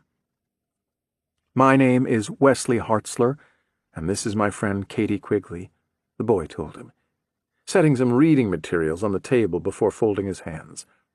The Watchtower and Awake. Jehovah's Witnesses? Are you familiar? The girl said. Her hands were on the table, too, but she still wore thick gloves, her fingers a blur of nervous motion. Her voice was sweet. It held the ring of a crystal bell. He retrieved a large wooden spoon from the drawer at his left and began to stir the milk. I am familiar with God's word in many forms. I have to say, though, when witnesses come calling, they're usually much older than the two of you. We're 16, sir. Plenty old enough to spread the word, the boy said. Wesley, is it? Yes, sir. I couldn't help but agree. There is so much to be learned from today's youth, and you are so often disregarded. He fetched 3 mugs, located the tin of Godiva hot cocoa mix he kept above the stove, and scooped a large helping into each mug. When the milk began to simmer, he poured equal portions into each mug, then added a drop of vanilla. My mother used to make cocoa like this, with vanilla, and even after all these years I haven't been able to shake the habit. Vanilla adds just a bit of mystery, a hint at something special. He placed a mug in front of each visitor and returned to the table, cradling the third. He sat and smiled at them both. I imagine spreading the word is a difficult task in today's world. So many people are lost. It must be frustrating.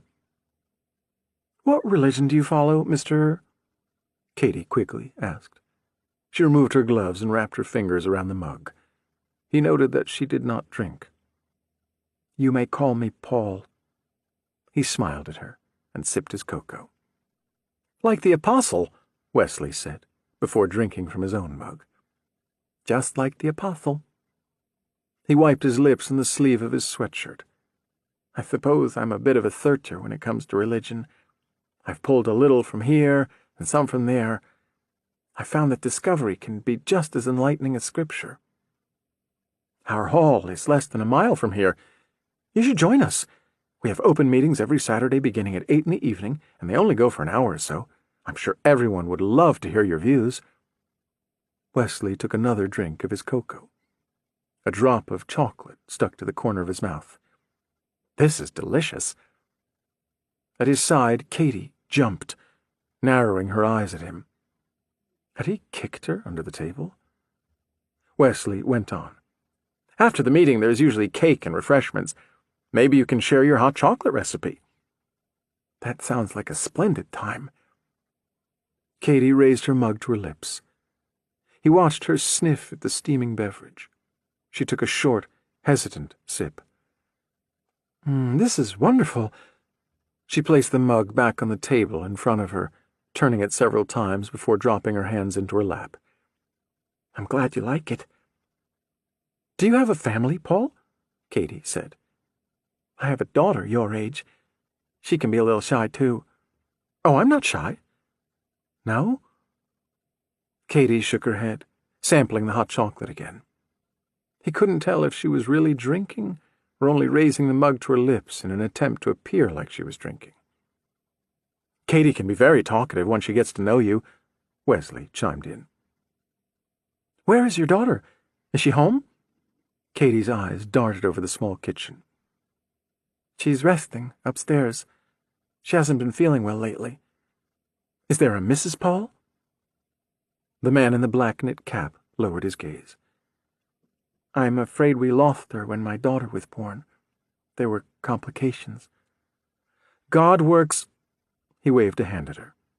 I'm very familiar with his mysterious ways.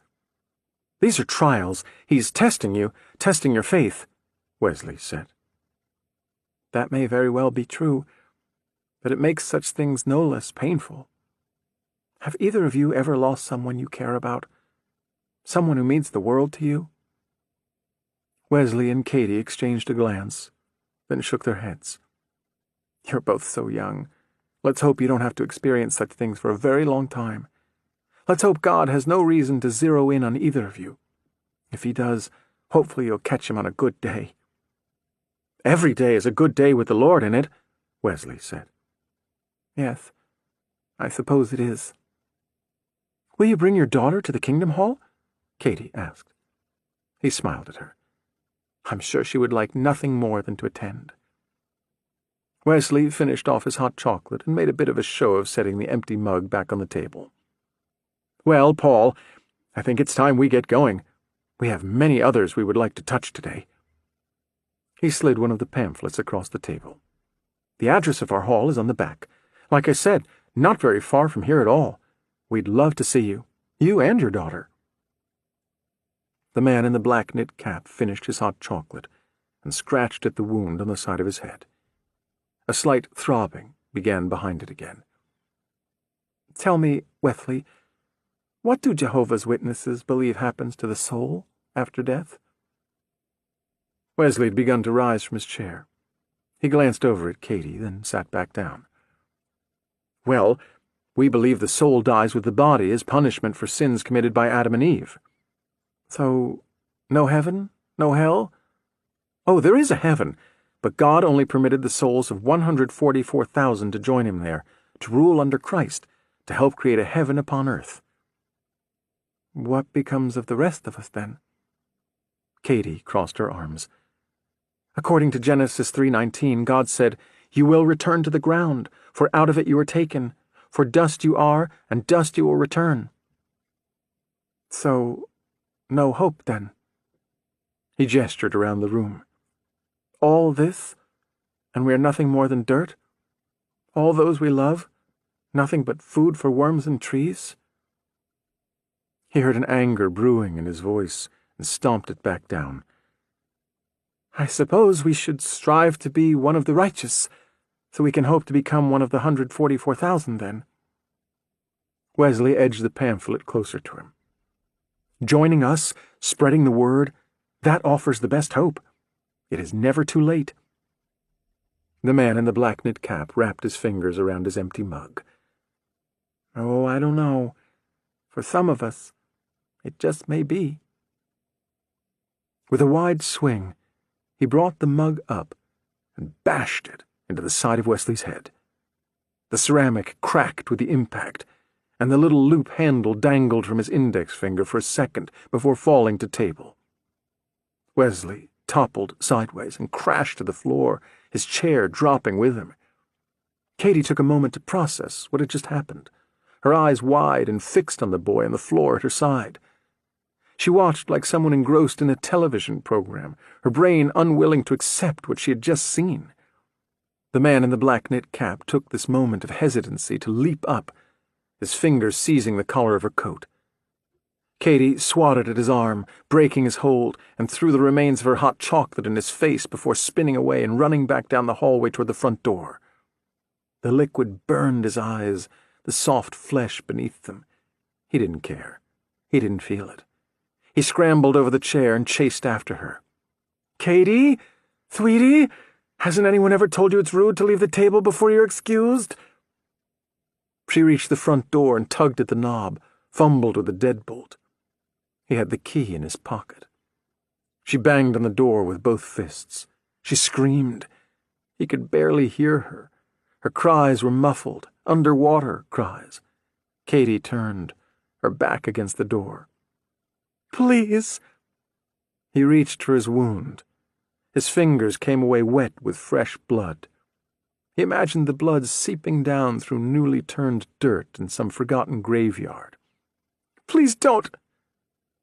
Her head made a satisfying clunk as he slammed it against the hardwood door, his fingertips leaving bloody streaks on her forehead.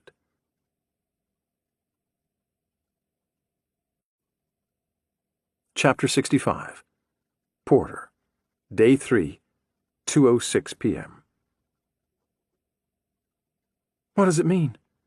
Is that where she's from? Sarah Werner asked. They were in line at the lockers, waiting their turn to check out of the prison. You can't go, Porter said flatly. Sarah frowned at him. I didn't say I wanted to go. If I did want to, I would. There's something brewing behind those eyes of yours, and I don't like it. She's my client. I have just as much a right to go as you do. Whatever is there may give me some insight into this case, something I can use to help her. Whatever is there is part of the ongoing 4MK investigation. I want to read that diary, too. That's evidence. Sarah smirked. Evidence that is not tagged, and you are carrying on your person without gloves or any regard for chain of custody. They reached the front of the line. Porter slipped the key into his locker, opened the small door, and retrieved the contents.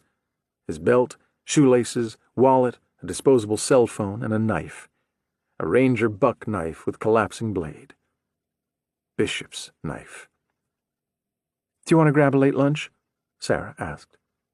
Porter shoved the various items into his pocket and relaced his shoes. I need to get to the airport. We need to talk about this.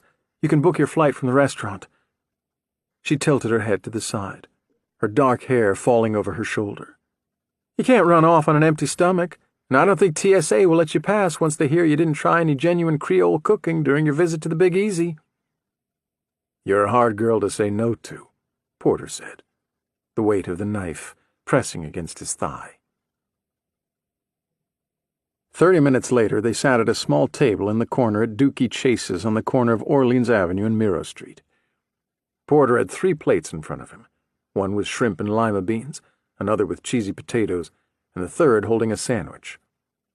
There was a direct flight from New Orleans to Greenville, South Carolina, leaving in a little less than 2 hours. He'd have to rent a car and drive from there to Simpsonville, about 20 minutes away. "When exactly was the last time you ate?" Sarah asked, staring at the food in front of him. She had a bowl of gumbo and sipped from a tall iced tea. Porter had to think about that for a second. "Candy bar yesterday, I think." He looked down at his plates, his eyes jumping between the various offerings. Poor boy or shrimp, poor boy or shrimp, poor boy or shrimp. It's po' boy, not poor boy. You're going to get shunned by the locals before you take your second trip to the buffet. Porter dug into the shrimp and followed with a forkful of the cheesy potatoes. His eyes lit up. "This is amazing. Leah Chase has been cooking here for 70 years. She's in her 90s now. Still has the best fare in the city," Sarah told him. "I've seen Ray Charles in here. Martin Luther King Jr. used to stop by whenever he was in town. Barack Obama's even a fan. You've got to try this gumbo."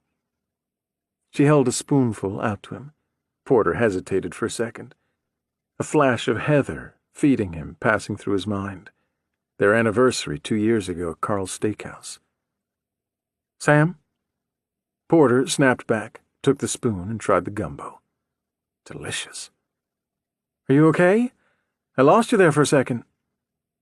The sun streamed in from a window beside their table, the rays glinting in Sarah's eyes.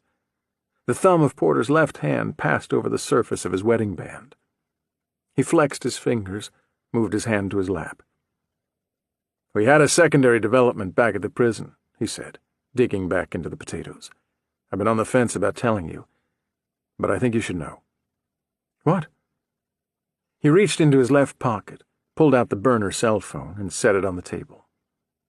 Then he reached into his right pocket, extracted the knife, and placed it beside the phone. "I didn't have a knife or a phone with me when I arrived at the prison. Someone put these in my locker while we were talking to your client." Sarah's eyes went wide. "We should go back. Tell the warden." Porter shook his head. "That would be a bad idea. He would probably confiscate the phone, start some kind of investigation.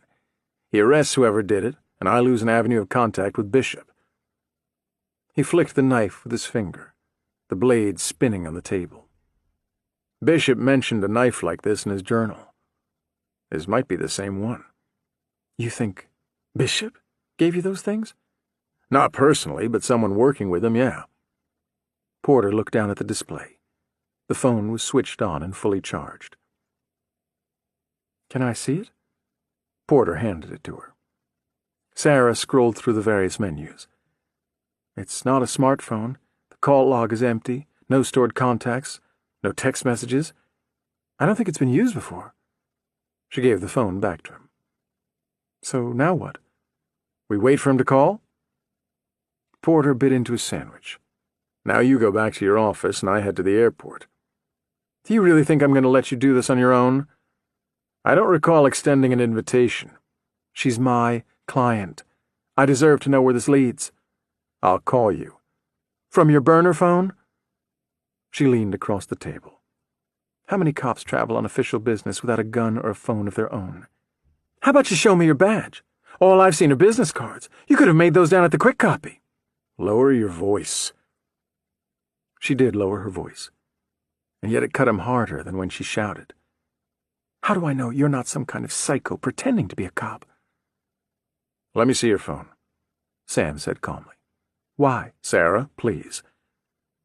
She drew in a deep breath, then pulled her iPhone from her purse and handed it to him. Porter opened a web browser and typed in his own name. Dozens of articles came up, along with several pictures, not only of him, but of Anson Bishop and a few of 4MK's victims. He handed it back to her. Sarah glanced down at the display, scanned the headlines, then shut the phone off. "You need to level with me, Sam. You can trust me. I want to help you." So he did. He told her everything.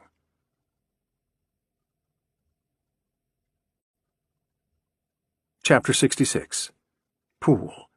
Day 3, 2:23 p.m. Pool's eyes fluttered. He caught a glimpse of the hallway, tried to stand, and blacked out again. He wasn't sure how long he had been out the first time, or when he woke again.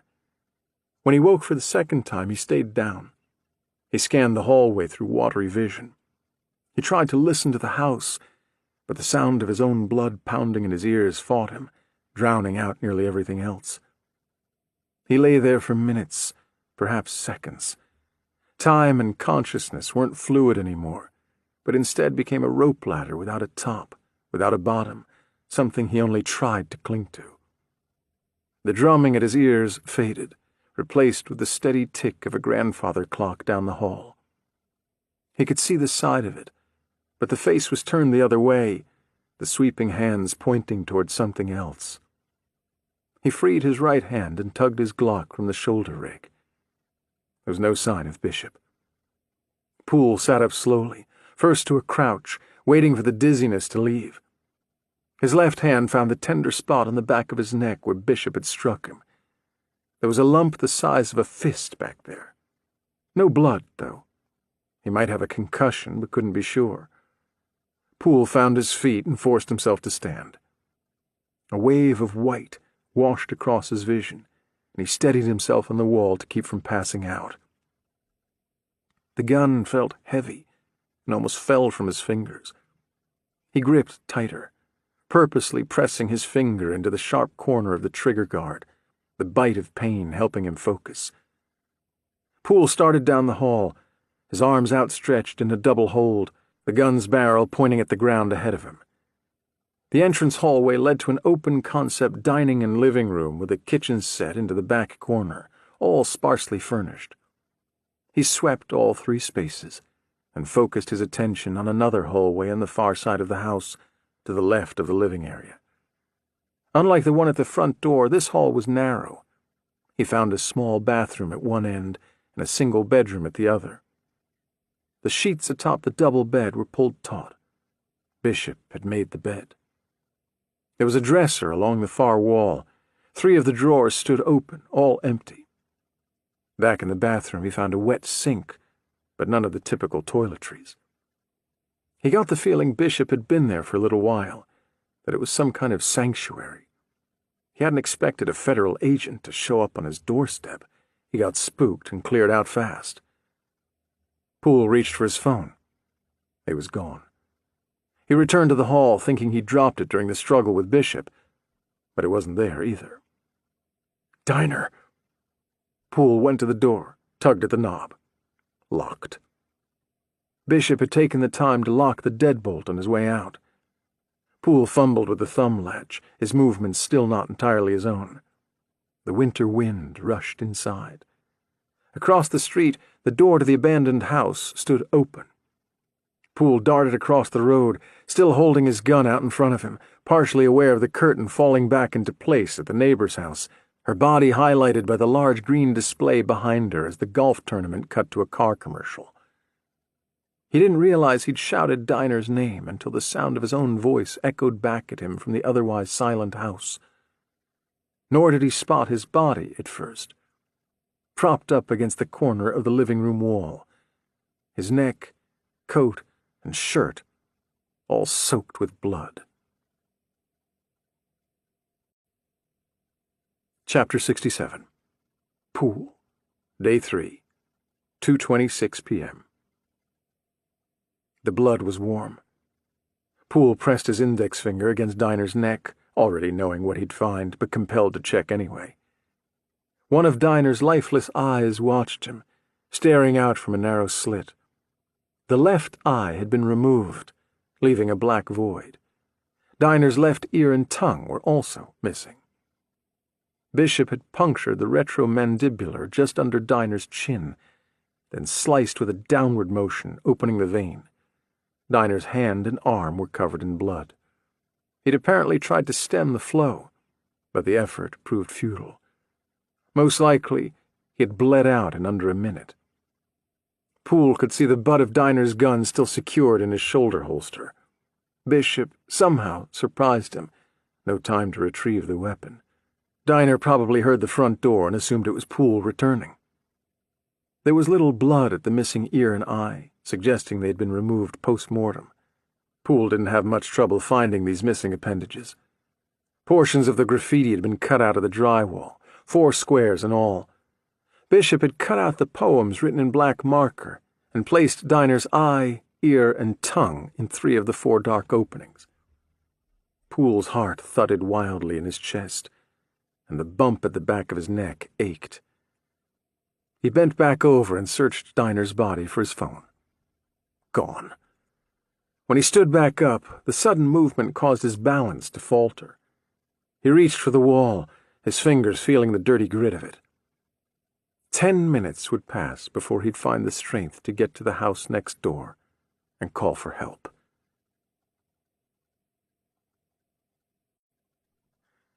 Chapter 68. Claire. Day 3, 2:30 p.m. "Why would Bishop be working with Libby McKinley?" Claire asked. "More importantly, why would Libby McKinley work with Bishop? He killed his sister, for Christ's sake," Nash replied.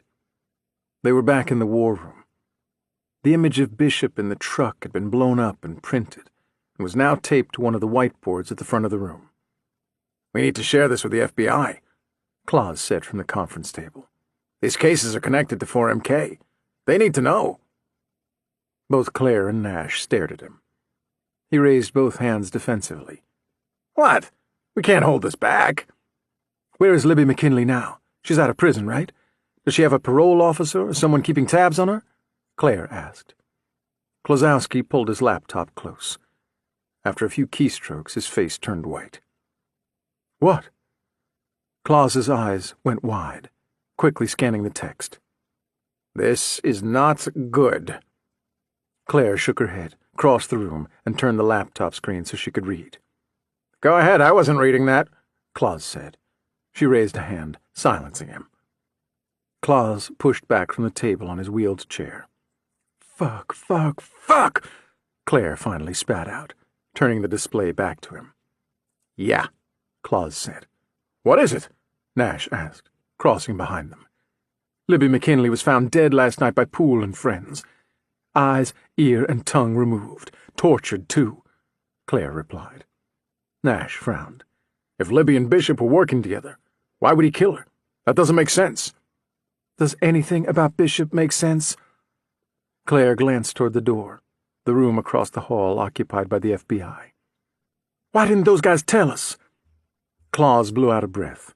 2 seconds ago you wanted to withhold what we learned about Bishop, and you're wondering why the FBI cut us out of the loop?" He spread out both hands. "Their case, our case. Different cases." "Until now," Nash said. "Until now." Claire crossed the room and looked out into the hall. "I haven't seen those guys since yesterday, have you? The door is closed." "I haven't seen any of them since Porter's apartment," Nash said. Claire turned to him. "We should try Sam again." Nash took out his phone and dialed. A moment later he shook his head. "Still voicemail, no answer." "We need to go over there," Klosowski said. "Something's wrong." "I thought you were afraid of getting in trouble. Thought he needs to take his medicine. Gotta follow orders," Claire said. "That was an hour ago. Now it feels like something is wrong." Nash was still staring at his phone display. "The kid's right. This feels off. Sam doesn't just drop off the radar like this. He'd answer for one of us." Claire let out a breath. "All right, we figure out our next move, and we hit his apartment while we're out." Nash nodded. "Yeah, that works." Claire walked back over to the whiteboards. "Okay, let's focus here. We need to connect those dots. How does Bishop play into this mess?" There was a knock at the door, and all three turned to find Sophie Rodriguez standing there. Claire felt her face slack. "Oh, no."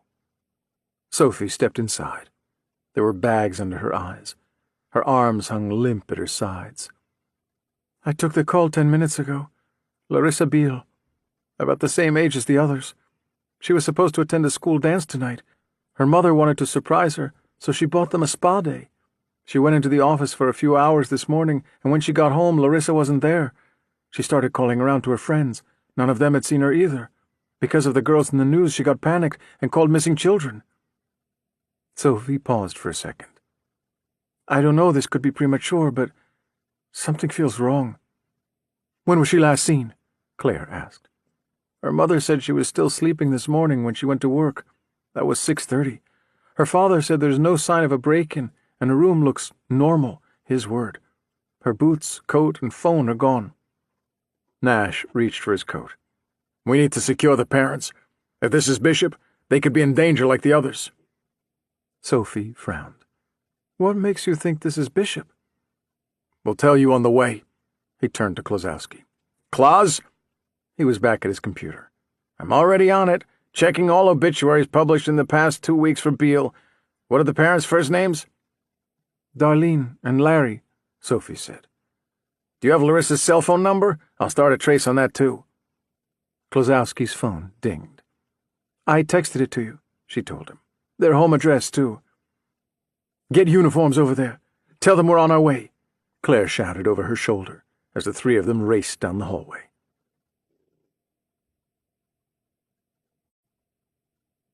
Chapter 69.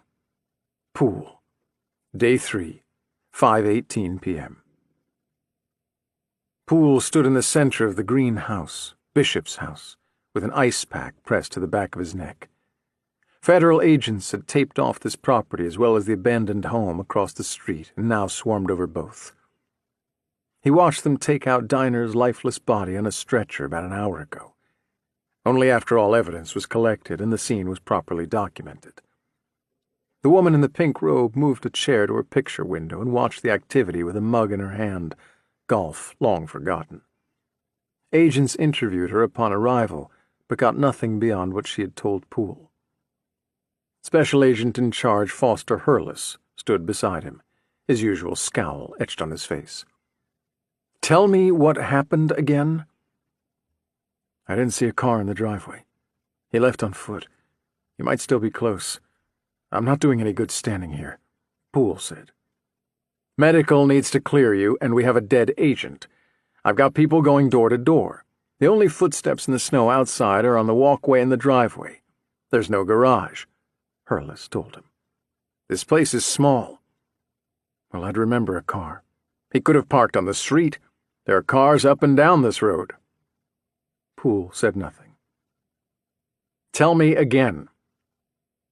There isn't much to tell.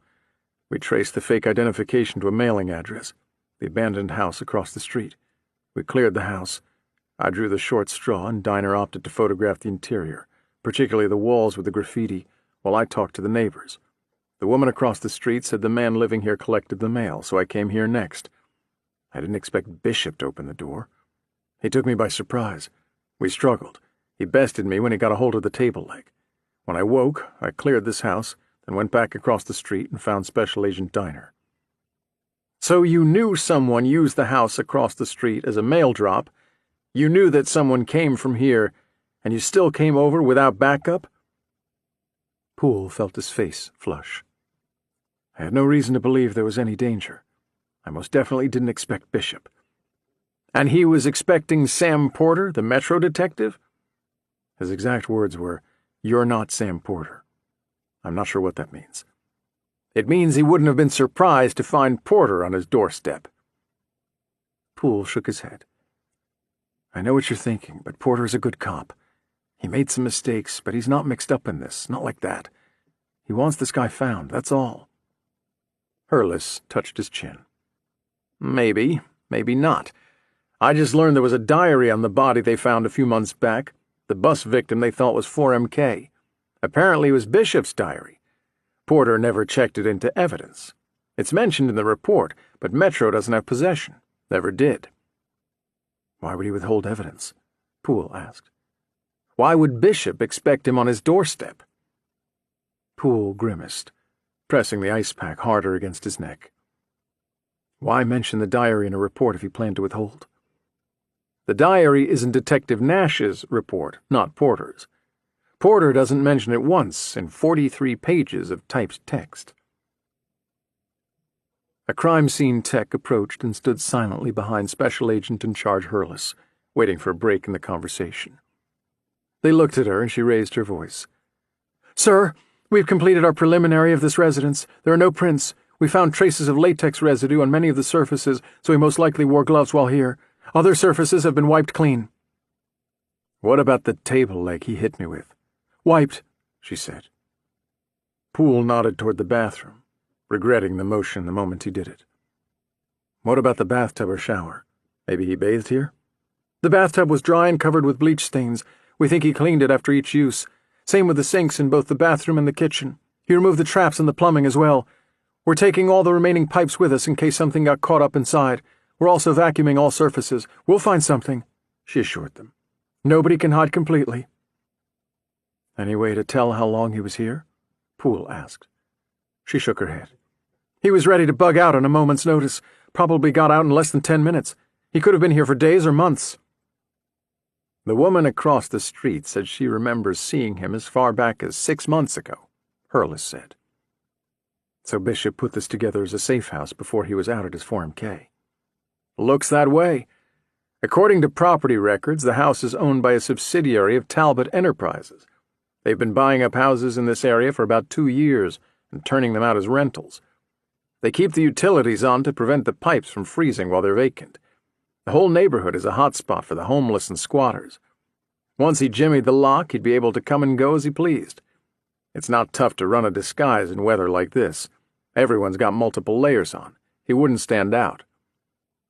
"If he set up the safe house in advance, most likely he has others." "That would be my guess." Poole turned back to the tech. "What about the cell phones?" "Bishop took mine and Agent Diner's. Both went dark at 24 minutes past 2 this afternoon," she replied.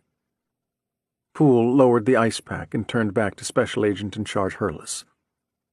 "Can we go back across the street? I want to get a better look at that wall." Diner's body was gone, but the dark red stain remained. Poole could still hear the man's gruff voice, the shuffle of his gait. He half expected him to come walking out from a back room, followed by one of the remaining crime scene investigators. Special Agent in Charge Hurless motioned toward the graffiti wall. "What can you tell me about these cutouts?" Diner's eye still sat precariously on the edge of the dusty drywall, a tag with the number 37 placed beside it. Poole traced the opening with the tip of his finger. There was a poem here, Dickinson, written with a black marker or a Sharpie. It said, "Because I could not stop for death, he kindly stopped for me. The carriage held but just ourselves and immortality." He crossed over to the second hole, where Diner's ear now lay, tag number 38. This one was Hanshin. He recalled the poem verbatim. "A telling analogy for life and death. Compare the two of them to water and ice. Water draws together to become ice, and ice disperses again to become water. Whatever has died is sure to be born again. Whatever is born comes around again to dying. As ice and water do one another no harm, so life and death, the two of them are fine." At the third hole, Diner's tongue now lay in silent reflection of the words that had been here earlier, the number 39 beside it. "Let us return home. Let us go back. Useless is this reckoning of seeking and getting. Delight permeates all of today. From the blue ocean of death, life is flowing like nectar. In life there is death. In death there is life. So where is fear? Where is fear? The birds in the sky are singing, 'No death, no death.' Day and night the tide of immortality is descending here on earth." He motioned toward the opening, toward invisible words. Home, fear, death were all underlined. The poem is Tibetan, old. It was the fourth hole that intrigued him most. Higher on the graffiti wall and off to the right. Nothing sat within it, only an empty space in the drywall. but clearly cut away by Bishop with the same careful technique he used on the other spaces. Nearly a perfect square missing. Poole had not studied whatever was here as he did the others. With those he read the words, took in the measured handwriting. He could see each letter with perfect clarity in his mind's eye. This hole was different. At best he had glanced at this portion of the wall. "What about this one?" Hurlis said. "What was written here?"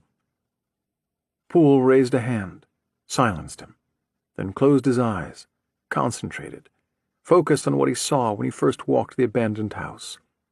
He had seen this wall, but he hadn't seen the wall. He hadn't made a conscious effort to memorize it, to take it in. The haphazard artwork and words were nothing more than a smear in his memory, a Pollock painting slightly out of focus. "Are you trying to tell me something, Bishop? Or are you hiding something?" Poole thought. He pictured the wall, every inch of the wall. He visualized himself walking past, his eyes taking in every speck of color, his eyes glancing over this very spot, this missing spot. The same black handwriting, the blocky letters. He could see them, but they were out of focus, like the background of a photo with the subject front and center and all else blurred. He concentrated on those black words, on the blur, not so much the meaning of the words, but the image of them.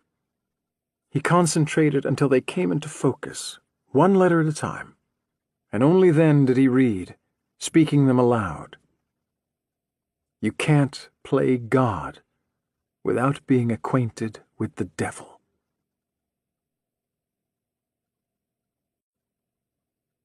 Chapter 70. Katie. Day 3, 5:20 p.m. Katie Quigley woke with a start. It had begun slowly, her ascent from sleep. But that last moment when her consciousness climbed out of the well and burst through the opening at the top came fast, and it caused her to jump. Her hands were tied behind her back. Her feet were bound too. Her eyes covered, some kind of blindfold. The ground felt damp beneath her. The air smelled of waste, feces and urine and something else. "Hello?" The sound of her own voice seemed thin, a stranger's voice. A pain throbbed against her temple, and for a moment she couldn't remember why. Then the memories of what happened came flooding back, a horrid onslaught of images ending with the man with the disgusting wound on his head chasing her down the hallway, bashing her into the door. Oh, God. "Wesley?" A shuffle beside her, only a few feet away. A thin light crept through the cloth over her eyes, but not enough for her to really see. Only vague shapes and shadows, strange monsters dancing in the distance. "Wesley? Is that you? Are you okay?" She remembered the ugly man diving across the table and slamming his cocoa mug into Wesley's head, the terrible cracking sound it made, followed by Wesley falling to the floor. She ran then. She should have tried to help him, but instead she ran, thinking of nothing but herself as the ugly man came after her. "I'm sorry, Wesley," she said quietly, sobs threatening to choke her words. A groan then, again, only a few feet away. Not Wesley. This was a girl's voice. Even though it was muffled and faint, she could tell. "Who's there? Who are you?" Katie pulled her knees to her face, tried to slide the blindfold from her eyes with her knee. It didn't work, though. The cloth was secure, too tight. She forced her body to shuffle toward the voice like an inchworm, using her legs to push the rest of her. The pain on the side of her head cried out with each movement, rushing over her with waves of nausea. She didn't stop, though. She forced herself toward the voice until her arm brushed against something soft, something warm. The other girl jerked as their skin came in contact, and then she pulled some sort of blanket or quilt up between them. "Who are you?" Katie said again, feeling the squirm beside her. "She wasn't pure. She will never see. Instead, she has cast herself into the fiery lake to drown in her own blood." Katie jumped at the voice, a shiver rushing over her body like fingers across a coffin lid. A man's voice. The man with the wound. He had trouble with the letter S. He said the words just above a whisper from only a few feet away, from the direction she had just moved. Katie shuffled closer to the warm body next to her. She felt the body twitch beneath the blanket. "Where are we? Where's Wesley?" The man coughed, his breath catching, sounding wet. "Your friend Wesley is there with you. He's not doing well." Katie thought of the smells, feces, urine, and something else. She didn't want to think about that something else. "The people at the Kingdom Hall, they know where we are. They know we were on this street, what houses we plan to visit. If you let me go, I'll tell them it was an accident. I'll tell them Wesley fell and you tried to help him." "I don't care if they come for you. I don't care if they come for me. We'll be done by then." His voice drew closer now. Katie could hear him crossing the floor, the slight drag of one of his feet. She could hear it, something wrong with the way he walked. A rattling noise, metal on metal, a door opening. "Will you see for me?" Beside her now. She could feel his hot breath on her neck. "Will you tell me what you see?" Katie screamed, and the moment the sound left her lips, he shoved something into her mouth, a rag or cloth. It tasted like dirt and something sour. Then his arms were around her. He lifted her off the ground and carried her. A hand came out from the blanket beside her and wrapped around her arm for a brief second before falling away. "You are a believer, a follower. You will see." Dropping, then. The man let her go, or lowered her, she couldn't be sure. She felt the water first, then his arms were gone, and she sank deeper into it, whatever it was.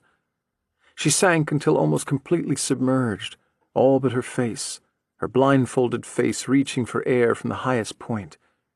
Her hands and feet touched bottom, and if she tilted her head, she could keep it above the waterline.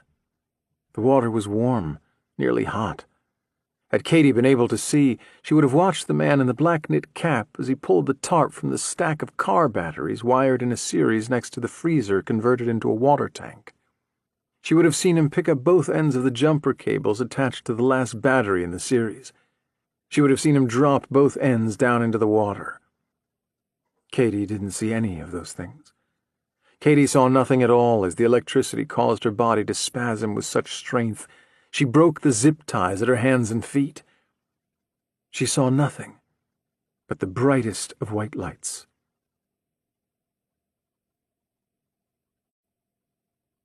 Chapter 71.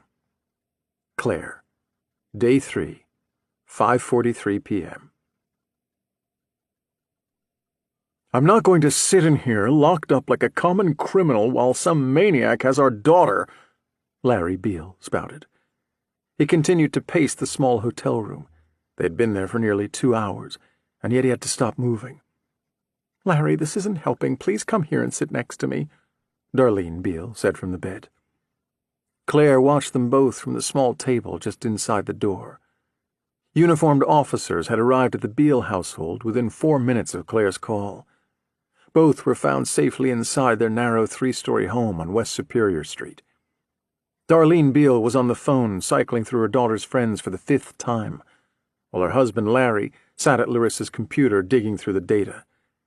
He knew his way around a computer and had installed a parental monitoring program called Kid Be Safe on her PC 2 years earlier. He reluctantly handed the laptop off to Claire, who in turn had it rushed to Klazowski's team back at Metro. Claire then explained that while they had no reason to believe their current unsub had their daughter, particularly since it had only been half a day since she was last seen, she would like to place them both in protective custody anyway while they ruled it out. It took 20 more minutes for her to convince them to leave their home. Darlene moved fast. She was in pharmaceutical sales, spent a lot of time on the road, and kept a travel bag packed and ready. In less than 5 minutes, she was at the front door. Larry was not so fast. He lingered in each room as if expecting his daughter to appear from some shadowed corner, an extended game of hide-and-seek. until finally Darlene packed a bag for him and helped get him into a waiting cruiser. Although Chicago Metro owned 3 safe houses, Claire opted to take them to a hotel downtown, one she picked at random and paid for with cash. If Bishop was somehow involved, she had no intention of leaving a paper trail. Only Nash knew her location. He and Sophie Rodriguez remained at the Beale house to supervise the search. Undercover cars were parked a few houses down on both ends of the block, ready if the unsub made an appearance. "Larry, you're making me nervous. Please sit down," Darlene said again. Larry Beale crossed the room one more time and dropped onto the bed beside his wife, his red face turned to Claire. "How many girls did you say this guy has grabbed?" "At least 2 others that we are aware of. But let me stress, we have no reason to believe this person has your daughter. You said yourself she could be with one of her friends. We're just taking every precaution." "She's not with any of her friends," Darlene Beale said. "She planned to go to Carrie Ann's house to get ready for the dance, and Carrie Ann hasn't heard from her all day. None of her other friends have heard from her today either. She doesn't disappear like this. Never. She always tells me where she's going. We don't keep secrets from each other." "And this guy killed the girl's parents, too?" Larry Beale said, ignoring his wife. "The man they found in his backyard, packed in snow. Is that what happened to him? Is that who you're talking about?" "I can't comment on an open investigation. The reporter said his throat was cut so bad his head almost came off. You're safe here. We're not going to let anything happen to you." Larry ran his fingers over the pressboard nightstand, tapping them nervously. Claire was beginning to think the man was better off pacing. There was a knock at the door, and Larry jumped up. Claire held up a hand. "I got it. Please, stay there." With a hand on her gun, she looked through the small peephole, relaxed, and opened the door. She had ordered a patrol officer to pick up pizza. He handed both boxes to her and held his hand out, hoping for a tip. Claire closed the door on him, secured the deadbolt and the inner latch, and placed both boxes on the table. "We got plain cheese and pepperoni." "I can't eat anything," Larry said. "Hopefully this will be over quickly, but it's always best to keep your strength up," Claire told him. Darlene pulled a slice of plain cheese and sat on the corner of the bed. Although she appeared calm, her hand was shaking. A clump of cheese slipped off the side of the slice and splattered on the carpet. "I'm so sorry. I'm a bit of a mess right now." Larry stood up and resumed pacing. On his 3rd pass, he took a slice of pepperoni. "We should be hanging posters. We should be talking to the media. I can get a bunch of guys from the construction site to help comb the neighborhood. I can't sit here like this. I can't do nothing while some psycho has my baby girl. This guy's not going to hurt me. I'll tear him apart if he tries to hurt me. I'll kill him if he touches my baby." Larry was a big guy. His job kept him in shape. But Randall Davies had been more than 6 feet tall and exercised regularly. Floyd Reynolds, too. Both were dead now. Claire's phone rang. "Hey, Claus, did you find something?" Darlene stood up from the bed, looking at her hands. Both were covered in pizza sauce. "I'm gonna clean up." Claire nodded at her and watched her disappear into the bathroom. Larry continued his pacing. "I found the obituary. It ran 2 days ago in the Sun-Herald," Claus said from the other end of the line. "So not the Chicago Examiner?" "Either our guy is branching out or he's been placing ads in multiple papers and the Examiner was just a lucky break." "What does it say?" "I texted it to you. Did you get it?" Claire's phone dinged. "Yeah, hold on." She glanced down at the display. Dealer of dope, mother and wife, Darlene Beale finally found peace at the business end of death's knife. A crash came from the bathroom, the sound of a body hitting the floor.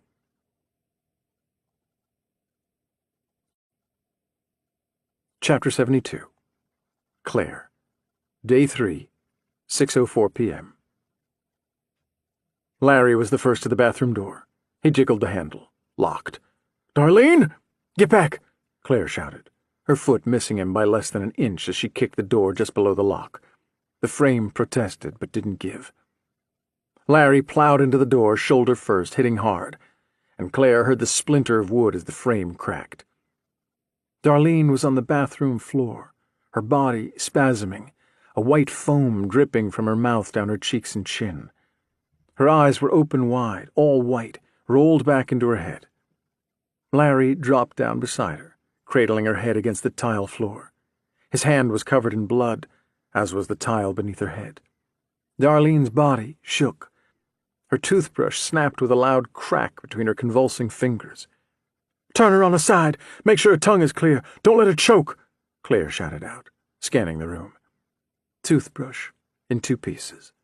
Toothpaste tube open on the counter. Mouthwash. The white foam at Darlene's mouth pooled on the floor as Larry turned her on her side. Claire grabbed the liquid soap dispenser from the wall and tore it loose from the plastic mount, then dropped down beside Darlene. "She needs to drink this!" Larry's eyes went wide, and he pushed her away. "Hell no! That will kill her!" Claire fought him, turning Darlene's head. "She's been poisoned, something fast-acting, like cyanide. Most poisons are acidic. Soap is a base. It will neutralize the poison, cause her to throw up." Before Larry could object, Claire had twisted the cap off the soap and poured the thick pink liquid into Darlene's open mouth.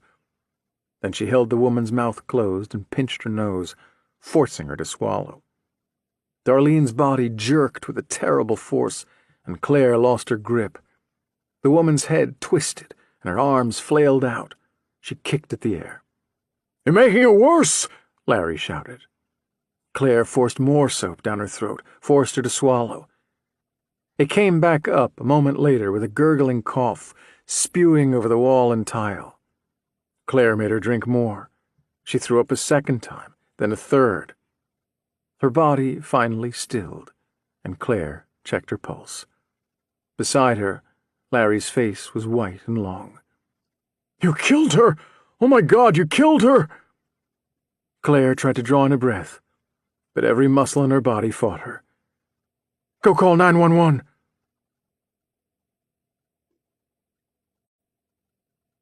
Chapter 73. Porter. Day 3, 8:06 p.m. Porter and Sarah Werner had landed in Greenville, South Carolina at 7:25. The sun had vanished over the horizon about midway through the flight. At that point, Sarah closed the plastic blind. Porter wasn't aware that she'd been looking out the window at all. Her eyes seemed transfixed on Bishop's diary in her hands. He had watched her fingers slide down each page as she read, taking in every word. At the airport, she had paid for the tickets. At that point, she understood Porter was trying to fly below the radar, and the fewer hits on his credit card, the better. He offered her cash, which she refused, citing this trip as a business expense, and she had no problem covering the cost from Uncle Sam's usual cut of her earnings. She had finished the diary shortly before the flight landed. In Greenville, the rental car, a well-equipped red Hyundai Sonata, had gone under her name as well.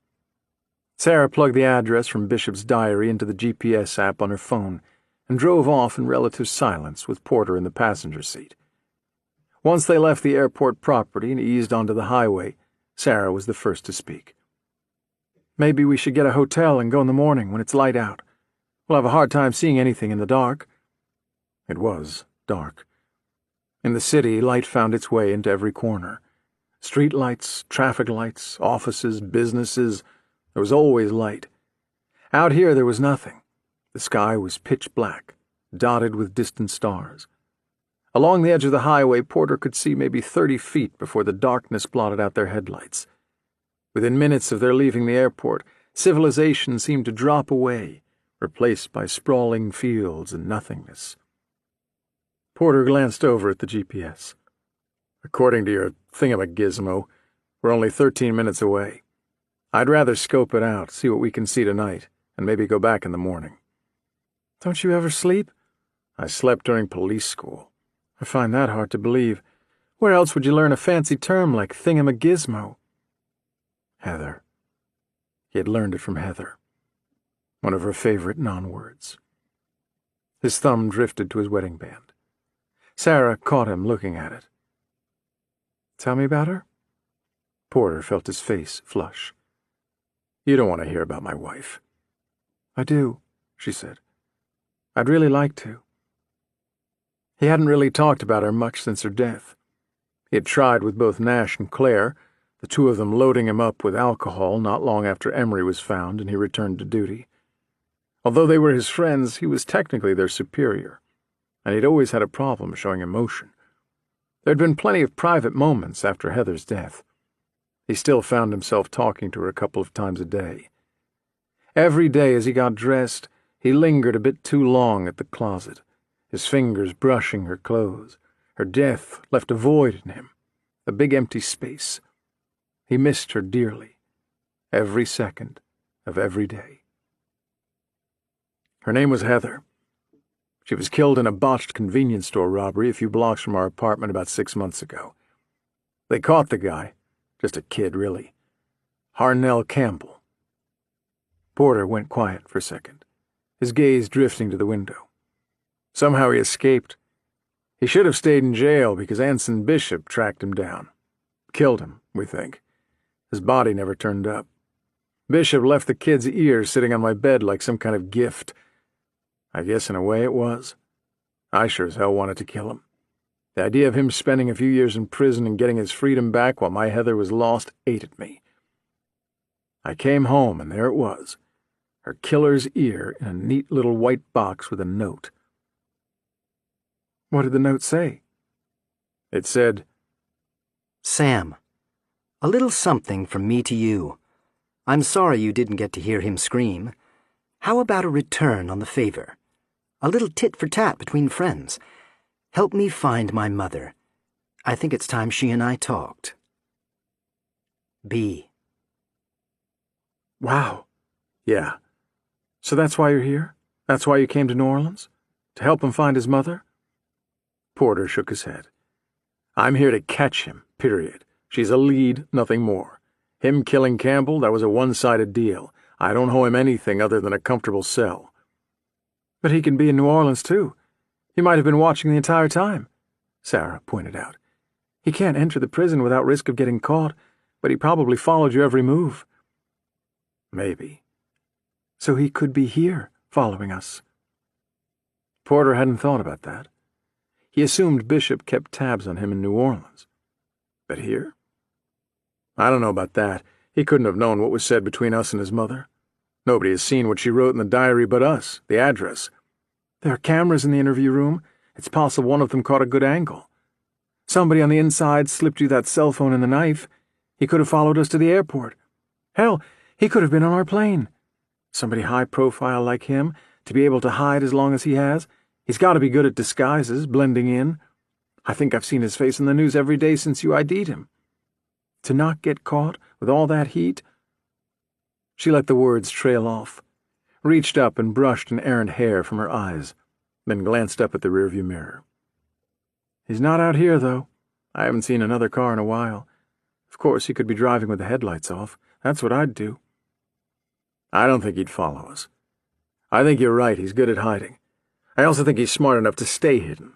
If I had to bet, he's hunkered down somewhere, waiting for things to cool off a little bit. People have short attention spans. I'm surprised the press has stayed on it this long. As soon as some other big story hits, he'll get put on the back burner. If he plans to make a move, he'll do it then. I see what you're doing, Sarah said. What? You completely changed the subject. I asked you about your wife, and somehow you managed to turn the conversation to Bishop. I'm not having that. I need answers. I'm a sucker for a good love story. Tell me how you and Heather met. And if you try to weasel out of it and go on about Bishop again, I'm going to pull over and beat you with a tire iron. I've seen plenty of places to hide a body out here. You are one scary girl. Woman. Scary woman, and proud of it. Now, tell me about Heather. Porter sighed. We met at the hospital, of all places. The hospital? What happened? I was a rookie cop. Not far from here, actually, near Charleston. I took a bullet to the back of the head. She was one of the trauma nurses lucky enough to be working the ER when they brought me in. Sarah's eyes went wide. You got shot in the head? Porter reached to the back of his head and found the scar, a small bump to the left of center. It was a pea shooter, a .22. My partner and I were trying to take down a petty dealer, mostly dirty heroin and some crack. On the street they called him Weasel. We cornered him in an alley. I came up from behind him, and my partner circled around the block so he could come in from the other side. He saw my partner first, spun around, and panicked when he saw me standing behind him. He was wired on something, real jumpy. He had the gun in his hand and pulled the trigger by accident. He didn't mean to shoot me. The gun wasn't even pointing at me. It was more of a reflex than anything else. The bullet hit a dumpster behind me and ricocheted, and I caught it in the back of the skull.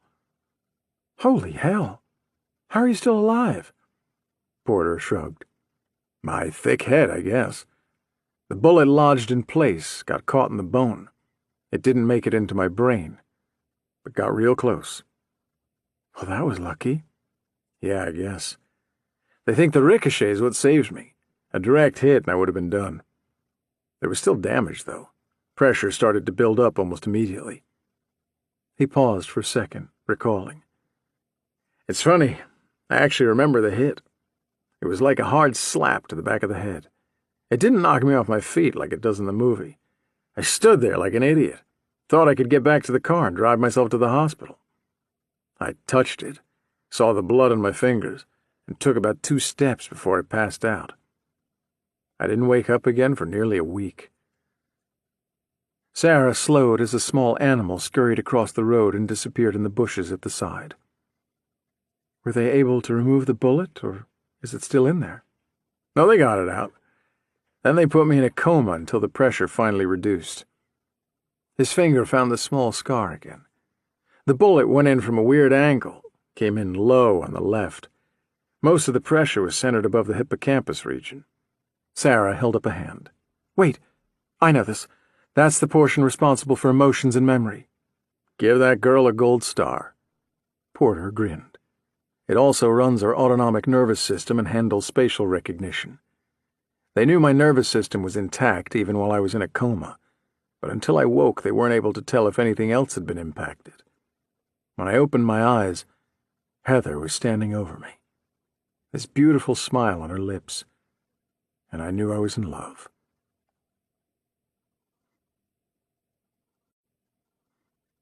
Chapter 74. Claire. Day 3, 8:07 p.m. Claire stood in the hallway outside room 316 at the Piedmont Hotel, her hands balled up in fists and her stomach in knots. CSI had arrived 10 minutes earlier and sealed off the room. Claire Bear? She turned to find Nash stepping off the elevator, unfastening his thick coat. What the hell happened? Claire shook her head. She was still trying to piece everything together. He poisoned her. At least I think he poisoned her. I forced her to throw up. She was stable when the paramedics took her away. Still unconscious, though. But alive? Yeah, still alive. She took a couple of steps, her back to him. How's this happening? How's this bastard able to stay ahead of us like this? We'll get him. When she turned back around, there were tears in her eyes. I was supposed to protect her, and he got right past me. Tried to take her out right under my nose. Nash wrapped his arms around her, gave her a hearty squeeze. This is not your fault, Claire Bear. There is absolutely nothing you could have done differently. I should have seen this coming. With Randall Davies, the unsub got into their house and poisoned his coffee with lisinopril. The unsub knew only Randall Davies drank it, and he targeted him. Somehow he got poison into something belonging to Darlene Beale, either her mouthwash or toothpaste. She traveled regularly for work. He got into a travel bag and set his poison. After Randall Davies, I should have seen that coming. I should have... Her voice trailed off. She pressed her face into his shoulder. Detectives?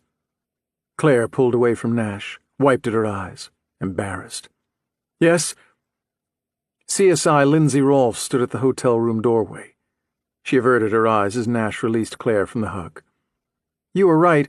The field test came back positive for cyanide. Toothpaste or mouthwash? Claire asked. Toothpaste. We found a small puncture hole in the tube. It looks like the unsub injected it into the toothpaste tube with a hypodermic needle about an inch down from the top. Because of the toothpaste consistency, she may have used it for days without encountering the poison. Honestly, toothpaste makes an excellent delivery method. The paste acted as a primitive timer. If the unsub would have placed the poison lower in the tube, he would have bought weeks rather than days before she encountered it. I'd keep that in mind. Most likely he wanted it to hit around this time. Claire drew in a deep breath and let the air back out before speaking again. She wasn't going to let this guy get the better of her. No way. Anything else? Rolfs pushed her glasses up the bridge of her nose with a gloved hand. That's all so far. We're still testing her personal items. I'll finish up at the lab. So nothing in the husband's belongings? Nash asked. Nothing that we found. I'll call you if we turn up something else. She turned and disappeared back into the hotel room. Claire massaged her chin, walking in slow circles around the hallway. The obituary was Darlene Beale. She was the target. That means this guy isn't going after only the fathers. He's going after a parent. There's a thread connecting them, connecting the girls and connecting the parents. We just need to find it. You need some rest, Nash told her. You've been running on empty for 2 solid days. You can't think straight like this. Neither can I, for that matter. He lowered his voice. When I got here, I tried to climb out of my car and forgot to take off my seatbelt. I actually sat there for a second or two, trying to figure out why I couldn't get up. My brain is toast. We all need to get some rest and regroup. Claire was shaking her head. I'm going back to Metro. I need to work the boards, see all the data. There's something there, I know it. Their daughter is still out there, and she may still be alive. She's only been missing a day. We have half the force out looking for her. I'm going back to Metro, she said defiantly. Nash must have known this was a losing battle. Okay, but under 2 conditions. 1, you try to get some sleep on the couch in the war room, and 2, you let me drive you. You shouldn't be driving. You're still shaking from the adrenaline, and when you crash, you're going to crash hard. And I'm supposed to entrust my life to a guy who can't work a seatbelt? I'm all you got. God help us. Claire's phone buzzed. She pulled it from her pocket and read the text. Her heart sank. They found the truck and the missing water tank. We've got another body.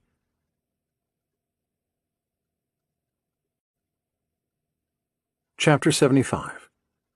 Porter. Day 3, 8:07 p.m. The GPS chimed, told them to make a right turn, and Sarah slowed, following the sign toward Simpsonville. Porter's gaze had returned to the window. After I saw Heather standing over me, I saw my partner. He was getting up from a chair in the corner of the room. My captain showed up about an hour later. It was weird at first. I recognized him, my partner. I didn't realize anything was wrong. I remembered chasing the dealer. I remembered the shot. All of it was fresh. Heather asked me my name. I promptly told her I was the love of her life. She asked me for the name of the current president, and I told her. Then she asked me for the name of the last president, and I drew a blank. There was no other way to describe it, like someone had taken an eraser and smudged it out. I could picture the guy's face, but his name was gone. The testing started after that. A lot of testing. Some kind of amnesia? Fluid illicit retrograde amnesia. That's what they called it. My mobility wasn't impaired, which was lucky. Most of my memories were intact. My childhood, teen years, even recent events, that was all there. But there were these big blank spots, entire months and years missing. He paused for a moment, his finger tapping against the window glass.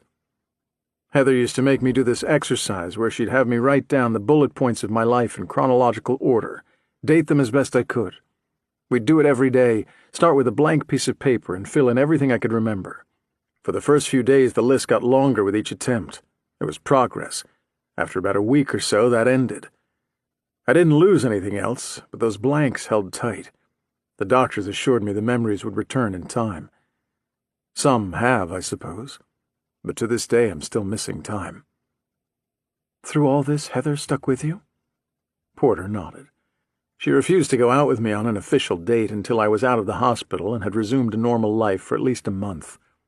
We both felt the spark, knew there was something there, but apparently it's common for patients to fall for their caregivers during prolonged hospital stays, and she was wary, that's all it was. I knew it was more than that, but my word didn't hold a whole lot of water in that particular discussion. We still met every day to run my list. That's what she called it, running the list. But she wouldn't go out on an official date. When they finally reinstated me on the force, about 3 months after I landed in the hospital, she agreed to go out. Dinner and a movie. We saw The Princess Bride. We were married 4 months later. "Aren't you bothered by this missing time?" Porter shrugged. "My best memories are with Heather. I remember all of our time together. I don't need anything else." "And what about the police force? Was it difficult to go back to active duty?" "Yeah, that was a little rough. I didn't think it would be. Aside from the memory issue, I was fine. Physically, I had no problem. A few written and physical exams, then an interview, and I was back on the streets. New partner, though. My last one transferred to narcotics full-time. That shock took something else from me in a way. Charleston was ruined. The city felt a bit darker, dirtier. I felt uneasy any time I was near the alley where it all happened. I began to feel like this anxiety could get me hurt, distract me at the wrong moment. Heather and I talked about it quite a bit, decided to make the move to Chicago, get a fresh start someplace new. I made the transfer to Chicago Metro Patrol, and when there was an opening in homicide, I took it. Hell, that was all so long ago. I was just a kid. "You never had children?" We considered having kids, talked about it more times than I can count, but the timing never seemed to be right. Heather was a bit of a rising star at Chicago General, and I was doing well at Metro. You tell yourself next year will be a better year for it. Things will slow down. Finances will get in order. So you put it off and you put it off. Before you know it, it's too late. I don't regret not having any, though. I don't think there's a single moment of my life I would change. Not even getting shot in the head? Not even getting shot in the head. Hey, pull in there. Porter pointed toward a small stop-and-go gas station coming up on the right. "What for? We have a full tank." "Supplies." Sarah slowed and maneuvered the car off the narrow two-lane highway and into the gravel parking lot. A beat-up Ford pickup was parked in front of the store. Aside from that, the place was deserted. She pulled up next to the truck and slipped the car into park. She held up the diary. "Go ahead. There are a few sections in here I want to give a second glance." "Be right back." He unfastened his seatbelt and climbed out of the Sonata. An electronic chime went off as Porter pushed through the doorway, and a clerk behind the counter looked up at him for a second before returning to a copy of Auto Trader. There were only 5 aisles in the store, and Porter hit each of them. He picked up 2 flashlights, a package of C-cell batteries, a box of Ziploc bags, a box of latex gloves, a cheap digital camera, and a large bag of Cheetos. He carried everything to the front and dropped the supplies onto the counter. The cashier looked no more than 16 or 17. He had a large pimple on his pink chin and a nose that was much too large for his narrow face. He set down his magazine, nodded at Porter, and began scanning the items. He scanned the box of gloves 4 times before it took. Porter was curious if he even knew how to ring something up manually. 2348, the kid said, looking over the items. "Starting a proctology office?" "The brain surgeon thing didn't work out, so I figured I'd try my hand at something new." Porter handed him a 20 and a 5 and bagged everything himself while the cashier counted out his change. "Have a nice night, Doctor." "Yep." Back in the car, he retrieved the Cheetos and dropped the rest of the bag onto the floor. Sarah held the diary against the steering wheel as she maneuvered back onto the road, her index finger marking her place. "You've made it through that entire book without so much as a word about it. What do you think?" She blew out a breath. "I'm still not sure what to think. Part of me feels sorry for the kid. Then I think about all the people he's hurt, all the lives he's ruined, and I remind myself that he's a monster. Then there's his mother. She said this isn't how it happened. What did she mean by that? None of it? Some of it? We just flew 600 miles because a convict scribbled an address into this book." Porter said nothing. She tossed the diary into his lap. "Give me some of those Cheetos." Porter opened the bag and held it out to her. Sarah plucked out a Cheeto and dropped it into her mouth. "If my client really did half the things in this book—" She shook her head and licked her fingers. "I can't represent someone like that. No way." The GPS spoke up, advising them to turn left on Jenkins Bridge Road in 1,000 feet. Sarah clicked on the blinker. Porter thought it was dark after they left the city. It was even worse out here. Not a single house or car anywhere. Nothing but roads and farmland. Sarah made the turn, and though Jenkins Bridge Road was paved, it was rough. She swerved left to avoid a large pothole in the middle of the street, then immediately swerved back right to stay out of another one. At the sides of the road, nature had begun taking back the land.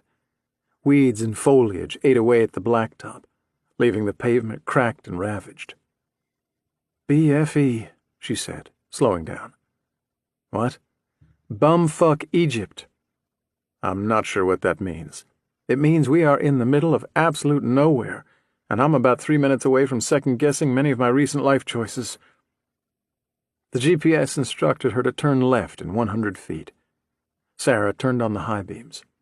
Do you see a turn? Because I don't see a turn. I don't see much of anything. Porter leaned forward.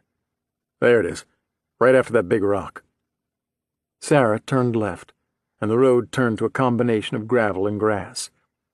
If you kill me out here and leave my body in a shallow grave, can you at least find a nice home for my fish? You have fish? I have a fish. His name is Monroe. He's an excellent listener and only slightly judgmental.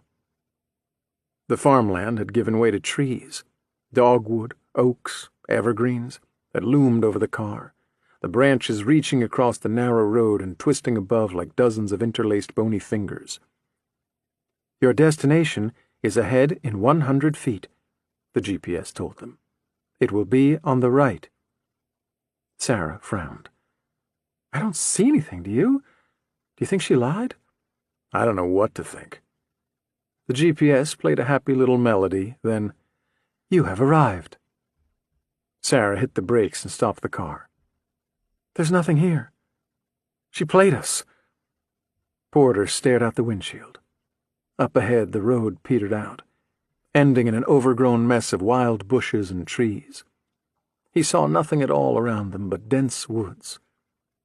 He unfastened his seatbelt, opened the door, and stepped out into the chilly night air.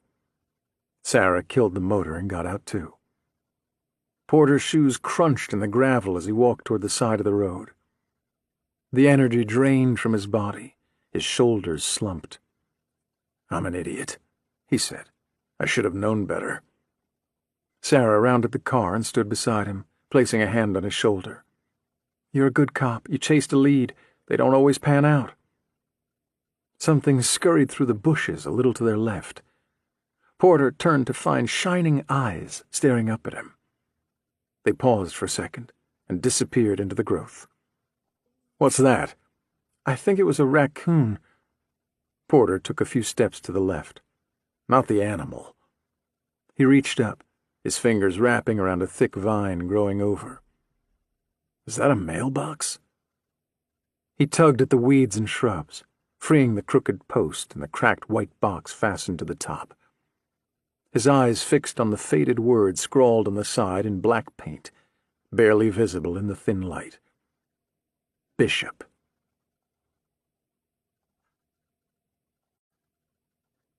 Chapter 76. Pool. Day 3. 8:07 p.m. Frank Poole stepped into the basement office at Metro and flicked on the light switch. The fluorescence buzzed to life, casting a yellow glow over the space. His nose crinkled at the strange odor permeating from the far back corner. They had yet to figure out what it was, but traced it to an oval stain on the carpet under an old desk. Poole removed his coat, scarf, and hat, and dropped them onto a table by the door. He crossed to the center of the room and sat on the edge of a desk, his eyes locked on the whiteboards at the front of the room. He should go home. He should sleep.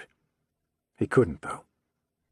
Poole knew the moment he closed his eyes, Libby McKinley would be there waiting for him, desperately trying to tell him what happened, but unable, silenced. Diner had left his scarf on the floor near the door. Stewart. His first name was Stewart. Poole hadn't known him well. He remembered seeing him around the Chicago bureau office a number of times, but this was the first case they'd worked together. He wasn't married. No girlfriend. At least, he didn't mention one. Poole knew nothing about his home life. He didn't know where the man grew up, went to school, whether or not he had any brothers or sisters. Special Agent in charge Hurlis said he would personally reach out to Diner's family, but he hadn't said who that was. Poole knew at some point, as the last person to see him alive, he would also have to reach out to that person or persons, that someone special to Stuart Diner. He wished he'd taken the time to learn just who that was. "God damn it, Diner," he muttered, shaking his head. He went to the whiteboards and cleared a spot on the far right and wrote, "Greenhouse, 518 41st Place. Bishop, hiding there since? Wiped. No evidence left behind. Planned for fast escape. Drophouse, 519 41st Place. Libby McKinley's fake IDs shipped there. Bishop organized? Why would Bishop help Libby McKinley? Why would Libby agree to help? Killer of sister, Barbara McKinley? Why would he kill Libby McKinley?" Poole paused at this one. It didn't make sense. Why would he kill Libby McKinley if he was somehow helping her? Maybe they had some kind of falling out? That would mean they had a relationship to begin with. What kind of relationship could they possibly have had? He killed her sister. He tortured and killed her sister. Did they somehow know each other? If that's the case, did they know each other before Barbara was murdered? Or did they somehow get in touch while she was in prison? There would be a record. Not a single piece of mail, phone call, or visit goes unrecorded. He wrote Statesville Correctional on the board. He'd have to pull all her prison records. Somehow Bishop had been able to correspond with her. Finding those messages would be the key. Finding the how. Poole cleared another spot on the board and wrote out the 3 poems in the sentence excised by Bishop from the drop house wall. Had Bishop taken their cell phones because they took pictures, created a record of this writing? Originally, Poole assumed he took the phones to slow them down, to give him a head start before Poole could get somewhere and call for help. Now he wasn't so sure. Bishop expected Detective Sam Porter to find the house, not federal agents. That meant he wanted Porter to find the writing. He wanted Porter to try and figure out the meaning. He and Diner had spoiled that, shown up first, ruined whatever timeline Bishop may have had in place. Poole had taken out his phone to photograph the wall, but Diner had stepped in, stopped him before he got a single picture. Had he killed Diner because he saw the wall? Photographed it? Would he have seen the images on Diner's phone? Bishop hadn't found any pictures on Poole's phone. Maybe that's why he let him live. Figured he hadn't seen the writing? It was possible. Poole had seen the writing, though. He remembered every word. He stared up at the poems, particularly the underlined words. Ice, water, life, death, home, fear, death. "You can't play God without being acquainted with the devil," Poole muttered. Death was the only repeated word. He circled both, then wrote, "Death times 2 at the bottom." The knot at the back of his head ached. The paramedic said he probably had a mild concussion. He needed sleep, but probably shouldn't. He didn't really want to. He wanted to keep working the problem. Sleep would clear his head. He went back to the desk and ruffled through his briefcase, found a bottle of Advil, and dry swallowed 3 of them. The contents of the boxes he'd sifted through earlier were still spread out. Polaroid pictures and spreadsheets were strewn about on the desk beside him. He glanced back up at the boards. Poole had never believed in coincidences. This was all connected.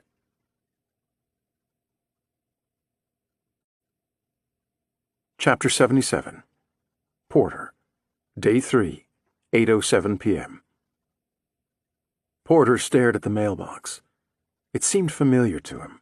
The name Bishop scrawled on the side in a childlike hand, the mailbox itself, this place. He didn't recall a specific mention of it in the diary, yet there was a sense of déjà vu here. "Sam, are you okay?" Porter had closed his eyes.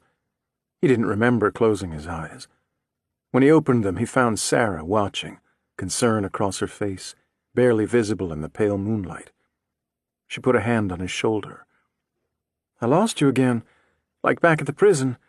I really think we should get a hotel and come back here when it's light out. We both need some sleep, and we can't see anything out here now anyway." Porter's heart thudded in his chest. He couldn't sleep. Not now. "I'm fine. I bought flashlights." He turned back toward the car, nearly stumbled as he crossed the gravel road. He braced himself on the frame of the vehicle. Sarah was at his side again. "You're not fine, Sam. You look like you're going to pass out. Sit down in the car for a minute. Catch your breath. You're pale as a ghost." Sam rubbed at the back of his head. The scar, his other hand still on the car. "I'm okay." The words came out harsher than he'd hoped. Sarah took a step back. He took a breath. "I'm sorry. I didn't mean to sound like an ass," she finished for him. "I didn't expect this to be real." He nodded at the diary, still on the front seat. "I didn't expect that to be real. I can't leave now. I need to look. I need to see what's here. I'm afraid if I leave, this place won't be here in the morning. I know that sounds silly, and probably is, but I need to stay. You don't have to if you don't want to, but I do. I don't think I have a choice." She reached up, put her hands on either side of his face. He was grateful for her touch. He needed her touch. "I'm not going to leave you to stumble around alone in the dark. Whatever this is, we do it together. But I'm going to make one thing very clear. When we get back to civilization, you owe this lady one hell of a dinner." "Deal." A smile edged across Porter's lips. "I think I saw some old Arby's coupons on the back seat." They stood there like that for almost 10 minutes while Porter's strength returned and his head cleared. At some point, Sarah slipped her hand into his. He didn't remember the moment it happened, and he wished he had. These were the moments worth remembering, not some of the other thoughts that rattled around in his head. He gave her hand a squeeze. "I think I'm okay now.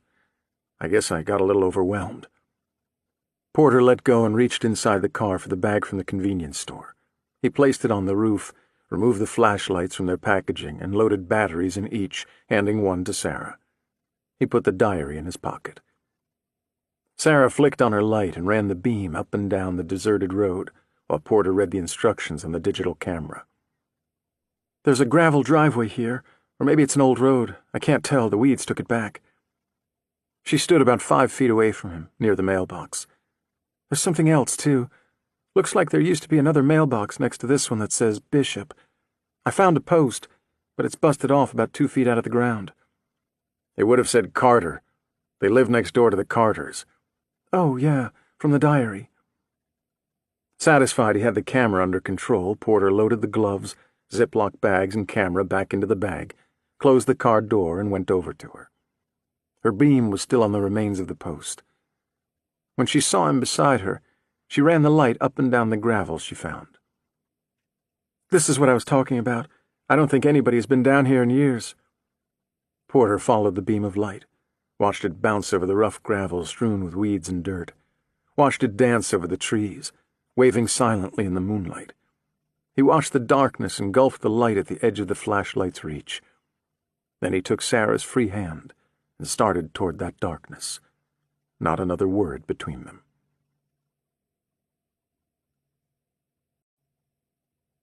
Chapter 78.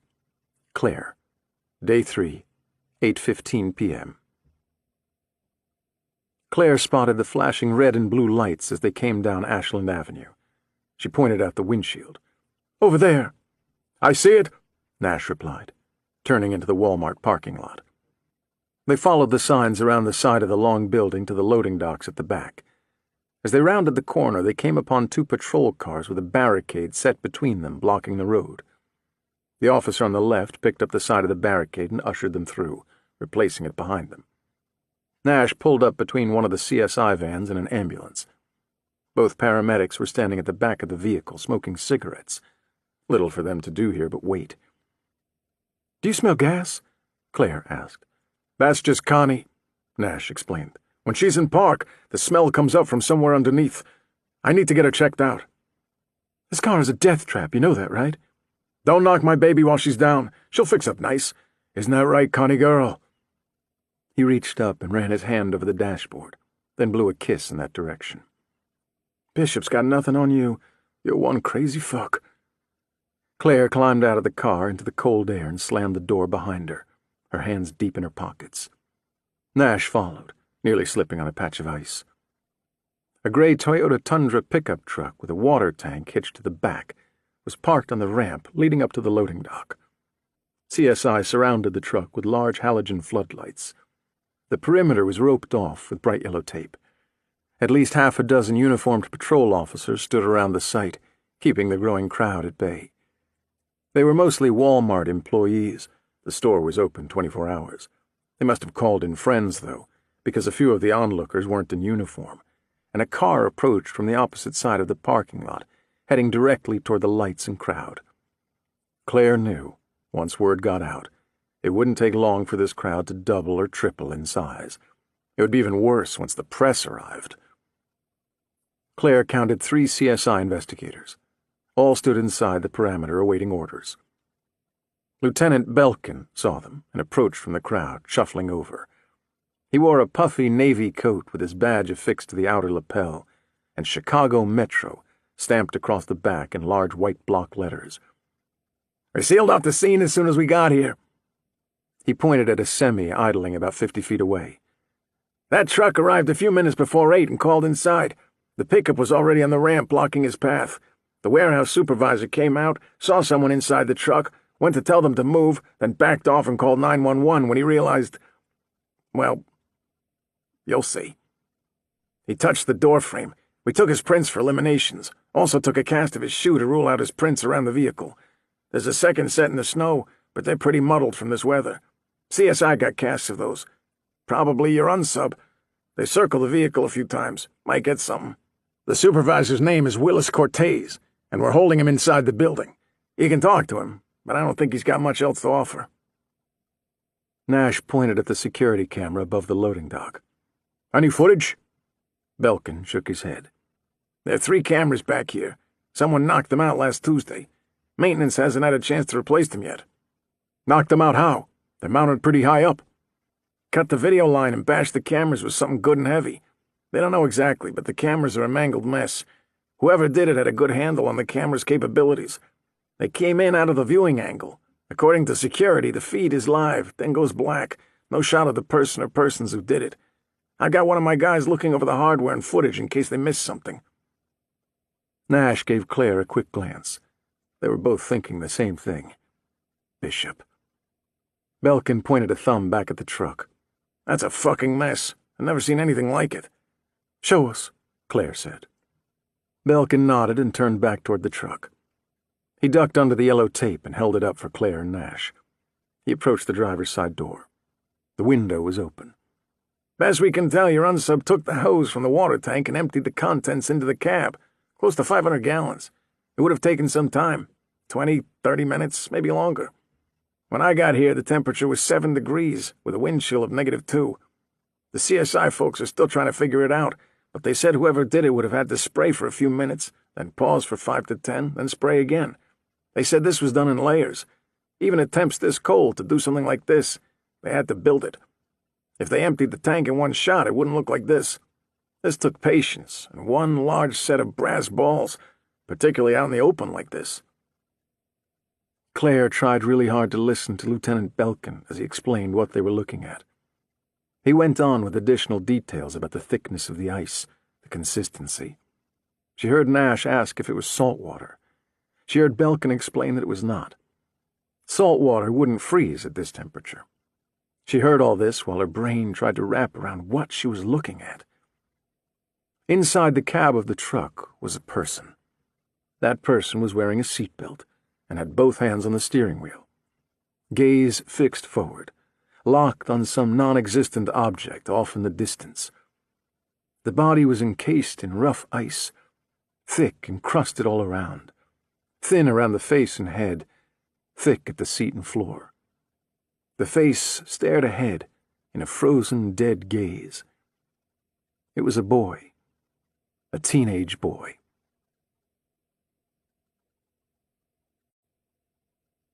Chapter 79. Porter. Day 3, 9:10 p.m. It was the house they saw first, what was left of the house. Porter and Sarah stopped in the driveway, the beams of their flashlights playing over the vine and weed-covered boards. There had been a fire, no mistaking that. The roof was gone, and what remained of the walls was charred and black. Most of the structure had collapsed, either with the fire or sometime later. Porter took out the camera and handed it to Sarah. "You're in charge of pictures." Anything in particular? "That thing stores 1,000 shots, so don't hold back. I want to capture everything. We don't know what might be important." Sarah held up the camera, looking through the viewfinder at the structure. The house had been small. Porter could tell that much from the footprint. Maybe 800 or 900 square feet at the most. As in the diary, there was a porch, but not what Porter expected. When he read the book, his mind's eye drew a large wraparound porch surrounding a fairly large home. This place was neither of those things. The porch was only about 6 feet wide and 4 feet deep, balanced precariously on old cinder blocks. There were 2 wooden steps, but he didn't trust either under his weight. Rot had taken them long ago. "I thought the house would be bigger," Sarah said beside him, "the way the diary described the place." The camera made a tiny click whenever Sarah snapped a picture. Funny how people hold on to the past, Porter thought. There was no need for a digital camera to make any noise, yet someone took the time to build in the sound. The eyes of a child, I suppose. Everything looks a little larger through a kid's eyes. "I guess." Porter put a tentative foot on the porch, stepping over the damaged boards. The beam of his flashlight found the place where the front door had once stood. Now just a gaping hole. "You're not going in there," Sarah said. "I need to see the basement." Sarah's flashlight bounced off the 2 remaining outer walls and the open space where the roof should have been, finally landing on what was left of the floor. "That can't possibly be safe to walk on." Porter took another step forward. The boards protested beneath him, groaning and aching. "If you fall through, you could get seriously hurt. We're in the middle of nowhere out here." Porter's flashlight landed on what was left of an old refrigerator and stove, about 12 feet deep into the mess. A rusty padlock dangled from the refrigerator door. Promptly at 9, she would latch the refrigerator closed and fasten the door tight with a shiny new Stanley padlock. It would remain locked until lunchtime, and the process would repeat again for supper. While I was perfectly capable of fasting until the noon hour, something told me a little sustenance in my belly would help with the lingering effects of the previous night's bender, and possibly set me right for the remainder of the day. Partial 2x4 walls stuck up in random places like large blackened toothpicks growing from the floor. An old bathtub was buried under rubble toward the back. Porter took another careful step and kneeled down at a large hole in the floor where the living room had probably been. The flashlight picked across debris that had fallen through to the lower level long ago. Impossible to make much of anything out. For a second he thought he'd found the metal stack pipe the Carters had been handcuffed to, but realized it was a tree that had somehow taken root in the cracked concrete floor and grown almost tall enough to reach outside for light. "Do you see anything?" Sarah asked. "I'll have to excavate the entire site. This place has been falling apart for years." "No bodies, though, right?" "They would have been hauled out of here a long time ago." Porter told himself that was true, yet his mind had no trouble seeing them. Dozens of dead bodies wrapped in the tattered remains of this house, flesh burned and black. The place reeked of death. "Hey, can you toss me the camera? Don't get too close. I don't want you walking out here." Sarah hesitated, took a practice swing, and lobbed the camera to him underhanded. Porter caught it with the tips of his fingers. "Thanks." Careful not to drop the camera, he lowered it down into the hole, his finger on the shutter button. He snapped about a dozen shots, sweeping back and forth, the bright flash illuminating every corner. "Hey, I found a car!" Sarah called out from somewhere behind him. Porter took one last look at what remained of the basement and retraced his steps until he was back on solid ground. Sarah stood about 20 feet from the house, her flashlight pointing into a tangled mess of weeds. He didn't see the car at first, not until he was almost standing on top of it. Sarah was busy stomping down the tall grass. "I think it's a Volkswagen. Hard to tell." "A Volkswagen? That doesn't make sense." Porter saw the rusted pile of metal then, the cracked windows. The interior had become the home of some woodland creature, the seats covered in matted grass. He walked around the car, carefully inspecting the frame. When the beam of his flashlight landed on the rear bumper, he paused, leaned in closer. I'll be damned. What? When Sarah knelt down beside him, he pointed at the bumper sticker, faded, barely legible. She read aloud, "Poor man's Porsche." Father drove a 1969 Porsche. It was a marvelous machine, a work of art with a throaty growl that rumbled forth with the turn of the key, and grew louder still as it eased out onto the road and lapped up the pavement with hungry delight. Oh, how Father loved that car. It's a Volkswagen Bug. I think this was Bishop's father's car. Porter stood up and ran the beam of his flashlight over the visible parts of the vehicle. See how the hood and trunk are both open? The smashed windows and lights? All the damage is consistent with the diary. It's just not a Porsche. A poor man's Porsche. Yeah. Porter rounded the back and took a picture of the dirty license plate, expired in October of 1995. Sarah stood up and pointed off to the right. There's another house. Porter followed her gaze, then took a few steps forward. That's not a house. It's a trailer. He handed the camera back to her. I believe the politically correct term is mobile home, Sarah said. He pushed his way through the tall weeds, crossing what was once the Bishop front yard, and Sarah followed. When he reached the trailer, he turned in a slow circle, his flashlight illuminating the surroundings. When he was once again facing the small structure, he stood still, his mind racing. This must be where the Carters lived. There's nothing else out here. The screen at the back of the Carters' house had been left open. The wind owned it now, banging it against the white paint-flaked frame. I reached for the handle and held it still for Mrs. Carter. She walked past me into the dark kitchen. She hadn't said a word the entire walk back. Neither of us had. If it hadn't been for the sound of her sniffling, I wouldn't have known she was behind me. Sarah climbed the concrete steps and tried the door, one hinge cracked and separated from the metal frame. It's open. The windows, at least the two facing the front, were gone. Frail curtains swayed in the wind, fluttering against the dark interior. Let me go first, Porter told her, stepping past. Stay close. He moved through the doorway into a small kitchen, a tiny formica table and bench built into the wall on one side, and rusted appliances on the other. The floor was covered in mud, the elements having taken their toll. The refrigerator door was open, shelves bare. Most of the cabinet doors were missing. All the windows in the room were either busted out or standing open, air whistling in. Immediately following the kitchen was a tiny living space with a couch, the material so faded and eaten by rot there was no way to determine what it once looked like. Graffiti covered every flat surface, brightly colored images and shapes interspersed with blocks of text, random names, and various tags. Can you get pictures of all this? We'll review them later. Must be some kind of hangout for the local kids, Sarah said, raising the camera. Every teenager needs a respectable place to put away their alcohol and get laid in peace. Porter moved past the small living space and kitchen, past a tiny bathroom with a dry, stained toilet and a shower curtain balled up in the corner of the bathtub.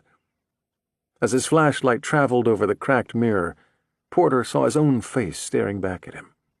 His mind returned to the diary, to a little boy taking this same walk down the narrow hallway. I began down the hall with my knife hand pressed against my chest, the blade facing forward. Father taught me this particular grip. If necessary, I would launch the knife forward with the full strength of my arm muscles and the accuracy of a loaded gun. Unlike an overhand thrust, a jab would be difficult to block. This hold also allowed me to go directly for the heart or the stomach, with either an upward or downward motion, respectively. With an upper hand grip coming from above, you could only strike down. Such an attack was more likely to glance off your victim than penetrate deeply. Father was very skilled. He could see Bishop behind him, feel his eyes on the back of his neck. When was the last time he was here? When he was a boy? All those years ago? Or had he returned? Had he returned and walked this same hall again? 2 doors at the back. Must be the bedrooms, Sarah said from behind him. Both doors were closed. Father once told me if you sneak up on someone, you have a second or more to attack before they're able to react. The human brain processes this activity slowly. Your victim freezes for a moment as they try to comprehend the fact that you're standing there, particularly in a room where they believe they're alone.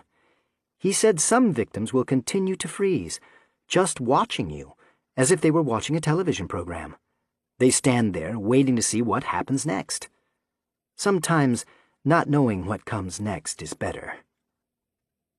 Porter wished he had his gun. Why didn't he buy a shotgun locally? No waiting period on those. His hand went to his pocket, wrapped around the hilt of Bishop's knife. He reached for the doorknob on the left. Behind him, Sarah screamed.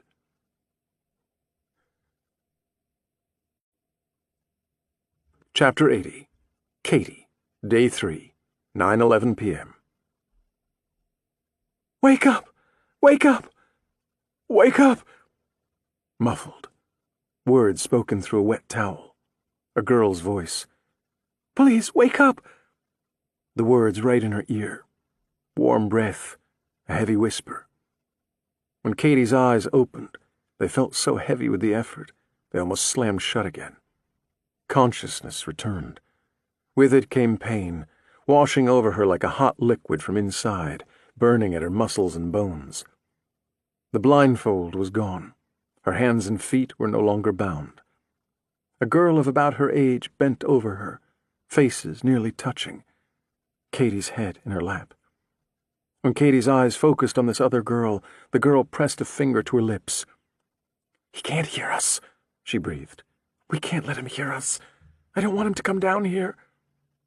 Something was wrong with her voice. She sounded like someone getting over a bad cold. It pained her to speak. Katie could see it in her eyes. Dried blood crusted her lips. Katie tried to sit up. Couldn't. Fell back into the girl's lap. The other girl brushed at her hair. I changed your clothes. It was me, not him. He left clothes for you. Your clothes were all wet.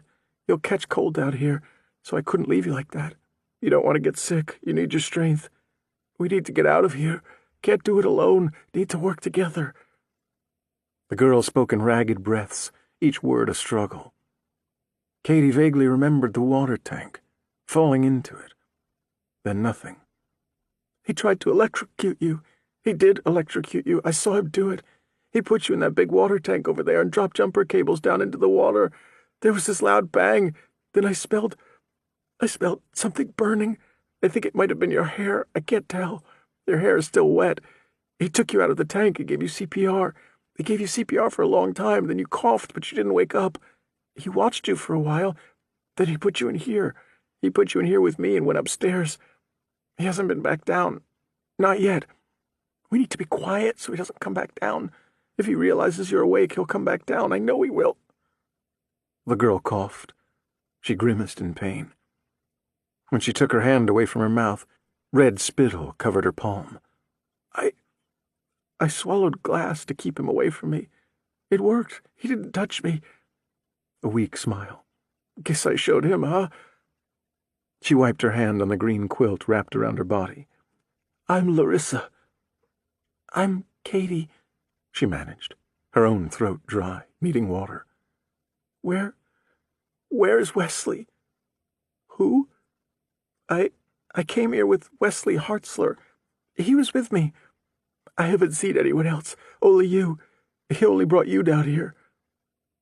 I came here with him, Katie repeated. At this, Larissa's eyes lit up. Could he have gotten away? Maybe he went for help? Katie saw the strange man leap across the table, saw him smash his cocoa mug into the side of Wesley's head, Wesley falling to the floor. I don't know. I think he hurt him. I think he hurt him really bad. Maybe he didn't hurt him so bad. Maybe he got away. Otherwise, I think he'd be down here with us. He would have locked him in here. Katie looked up at the girl holding her, watched her eyes dart desperately around the room before they fixed on the ceiling. How long have you been down here? The girl's gaze turned back to her, a quick, animal-like movement. I'm not sure. A day, maybe. I passed out after I swallowed the glass. It's been hard to keep track of time. What day is it? Saturday, Katie said, forcing herself to sit up. Her head was spinning. She touched her left temple and winced. Larissa's face fell. He took me this morning. It hasn't even been a day. God, it feels like I've been here a week.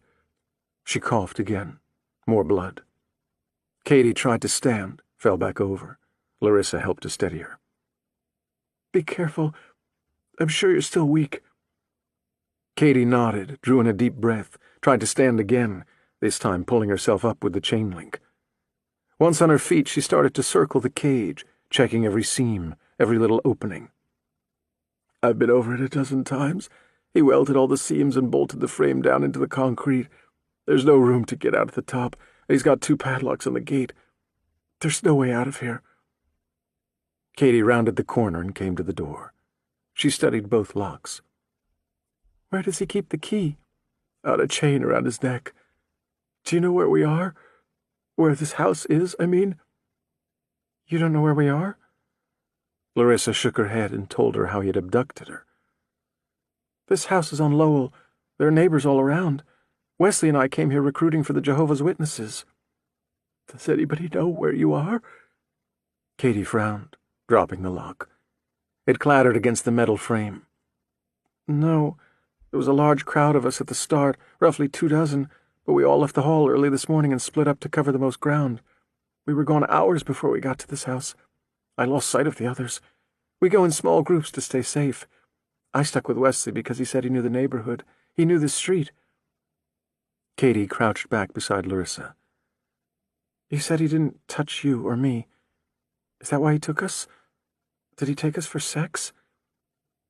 A tear formed at Larissa's eye, and she wiped it away with a dirty hand. At first I thought so. But with you, he asked if you would see for him, if you would tell him what you saw before he put you in the water, before he electrocuted you. When he was trying to revive you, he kept telling you to come back from the light, come back to him. He was frantic. He didn't want you to die, but he tried to kill you. I don't... A door opened at the top of the stairs. Heavy footsteps. Larissa lay back down, covered herself with the quilt. Pretend to be sleeping still. He'll leave you alone, she whispered, closing her eyes. Katie didn't, though. She stood there. She stood there at the door as the man with the black knit cap came down the remainder of the steps to the basement, his right foot dragging slightly behind him. You're awake. He approached the cage. My daughter's clothes fit you well. That's good. I wouldn't want you to catch cold. I should have removed your clothing before I put you in the tank. It's better that way, but I wasn't thinking clearly. He wrapped his fingers around the chain link, gripping the metal. You must tell me. What did you see? Katie looked at his hands. His fingernails were dirty, his skin covered in small colored lines, smudges from markers or pens. On the side of his head, his large incision was partially visible at the edge of the cap. The wound was red and inflamed against his pale skin, flaked with dried blood, scratched raw. What did you see? He said again, the S drawn out, a lisp. He watched her anxiously, with unblinking eyes. Katie reached up, brushed her finger over his, then clasped his filthy hand through the chain link, holding him within her grasp. She leaned close, her face inches from his. I saw something amazing, she told him. I saw the face of God.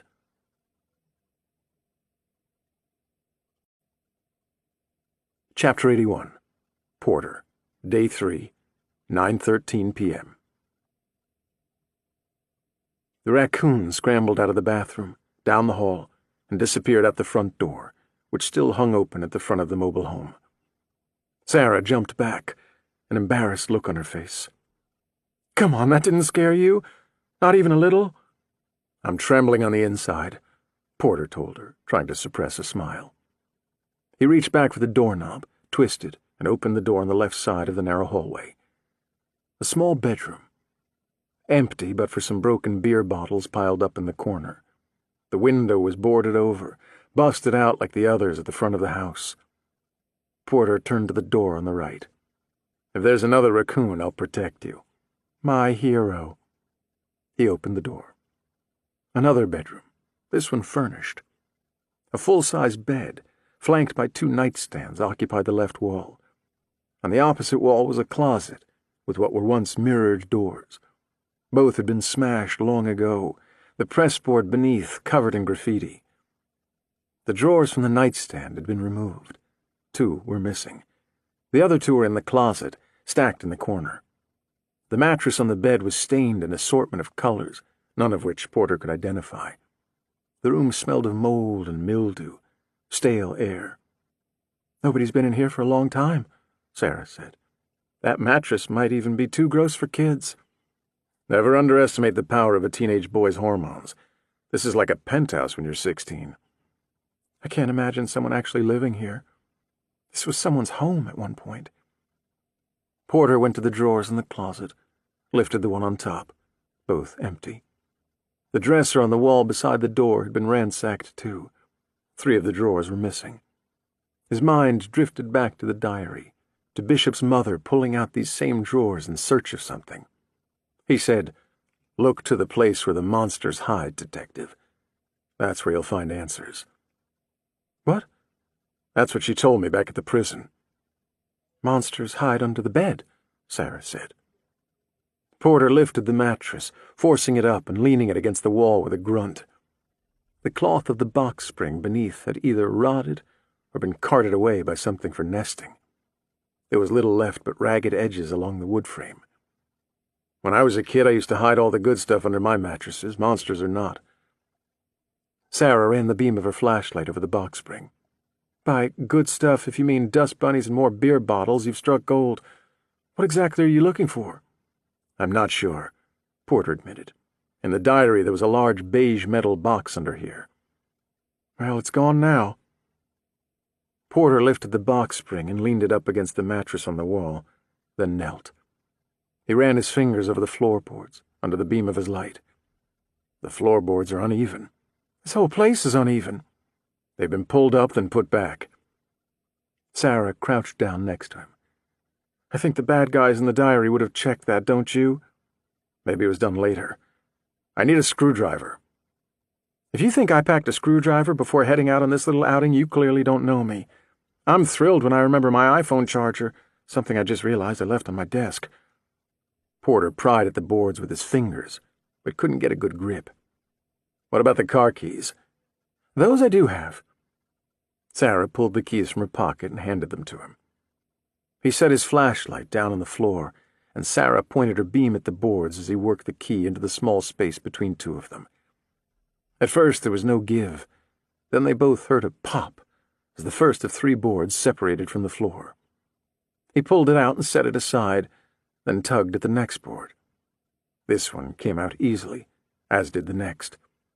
He removed 5 in all, creating an opening about 2 feet square.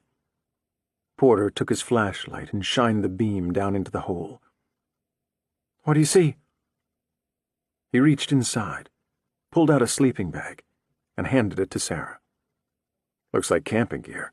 There's another sleeping bag and a backpack." He reached back in and retrieved the other 2 items, then searched the space again to be sure he didn't miss anything. "That's it." Sarah tugged at the backpack zipper. "Hold on a second," Porter said. He pulled on a pair of latex gloves from his pocket and handed them to her. "Put those on first." She frowned. "Do you honestly think this is evidence? It's probably just kids again. One of the smarter ones hid his own bed so he wouldn't have to make his prom princess lie down on that filthy mattress." "Best to be safe until we know for sure." Porter put on a pair of his own. Sarah slipped on the gloves and went back to work on the zipper. "It's rusty. Doesn't want to move." She grimaced, and it finally gave, opening with a metallic rip. Stale, musty air came out of the bag. The scent of something worse came up from the bottom. "You better let me do that," Porter told her, reaching for the backpack. Porter shined his light down inside while trying to breathe through his mouth. Then he began removing items from the center pocket of the bag, placing them in a row on the floor. When the bag was empty, he leaned back, studying the items under the light. "Why does it smell so bad?" "Water got in at some point. Recently, I'd guess. Everything's rotted, stagnant. It's been down there a long time," Porter replied. He counted 6 shirts, 4 pairs of jeans, socks, and undergarments, both men's and women's. The clothes were damp, the material crumbling under his touch. One of the socks was balled up, the end folded in on itself. Doing his best not to damage the material, Porter pulled it open and smoothed it out, revealing a bulge, something inside the sock. He exchanged a look with Sarah, reached in, grasped the contents, and set it on the floor. Porter's heart thudded in his chest. "Get a picture." Sarah nodded and raised the camera. A locket, small, gold-plated, on a chain along with a rusty key. After Sarah got a picture, Porter pried the locket open. Although it contained a photograph, the image was faded and lost. On the inside were the initials LM. Sarah photographed that, too.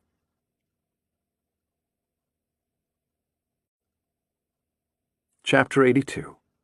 Claire. Day 3, 9:14 p.m.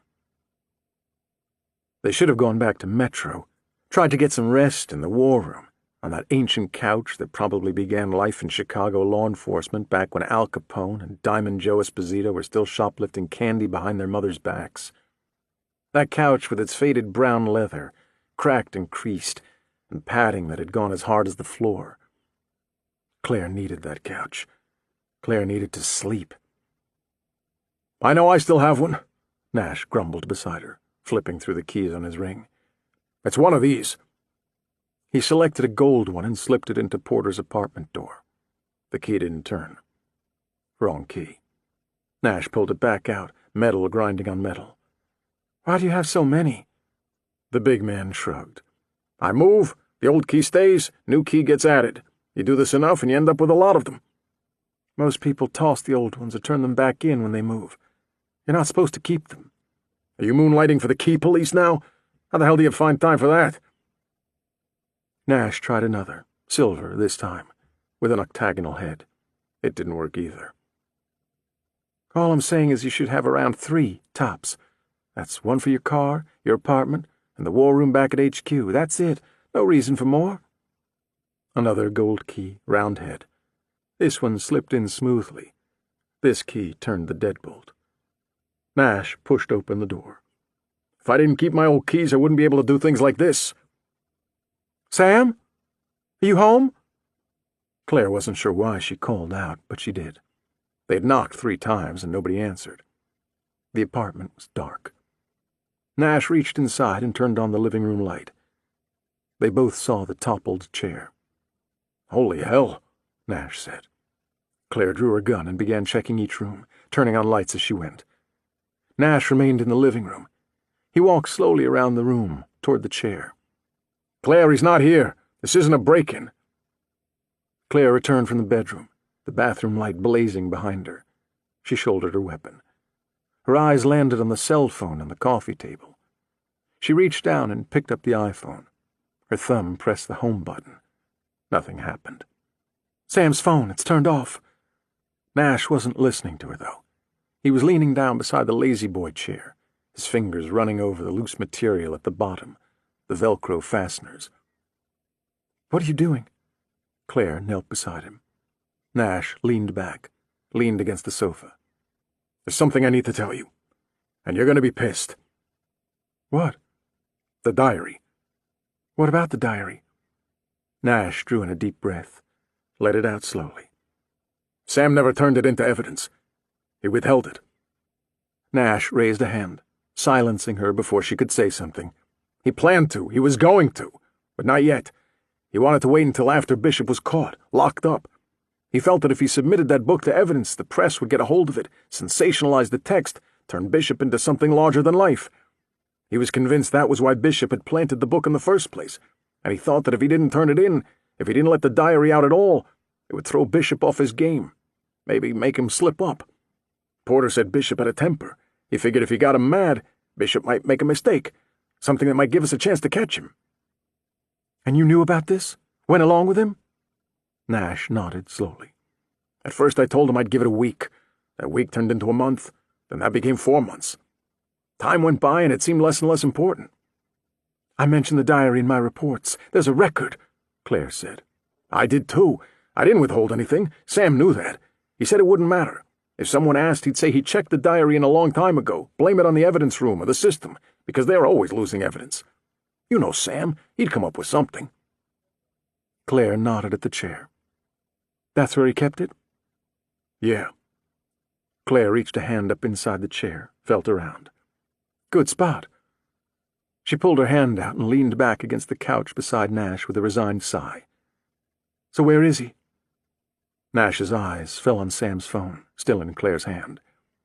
Best guess? He found something in that diary and he's chasing the lead. Why leave his phone? Why not tell us? Sam's keeping us out, protecting us. He's on suspension. He was told to stay away from this. Even if he marches Bishop into Metro, they'll take his badge. He's done. I don't think he cares. Not anymore. Not since Heather. Her death changed him. Losing Bishop in that building, it all changed him. I think he sees catching Bishop as unfinished business. I think he'll do whatever it takes to bring him in, then he's out anyway. He wants to exit on his own terms. He feels Bishop is still loose because of him, his mistake, and he wants to be the one to bring him in, to end all of this. That's dangerous. He doesn't care. He shouldn't be alone. That's what he wants, Nash said. Claire drew her legs up to her chest and wrapped her arms around them. The boy in the truck, Nash. That was horrible. If this is Bishop, he's gotten much worse. He's always been trying to tell us something. We need to look for that, search for his message. That leads us to Larissa, leads us to him. His voice was soft, monotone.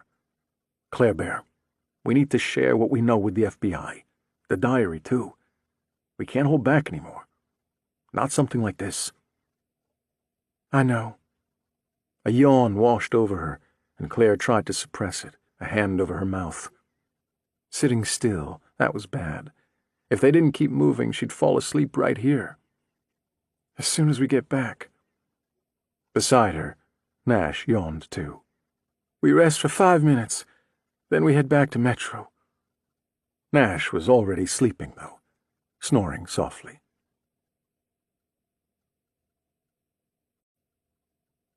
Chapter 83. Porter.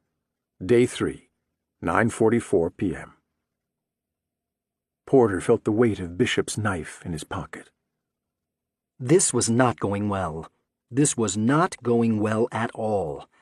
I slipped my hand into the pocket of my jeans, searching for the familiar hilt of my buck knife. If I had it, I could slash this man across the neck. I'd cut right through all his chins and let his blood loose like a faucet. I was fast. I knew I was fast. But was I fast enough? Surely I could kill him before this overweight waste of a man could react, right? Father would want me to kill him. Mother, too. They would. I knew they would. Bishop's words rattled back at him from the diary. They stood outside the Carter trailer after photographing everything. The bag, the locket, and key. The clothes went back into the backpack. They left it on the floor of the bedroom, the floorboards and mattress still up. Above, the moon crept out, pushing aside dark curtains in an effort to steal a peek at the earth below. The air turned decidedly cold, nothing like the weather in Chicago, but there was a deep, humid chill to it, one that teased Porter's bones. Sarah wanted to go to town, find a hotel, get rest. She didn't have to say it again. He saw it in her eyes.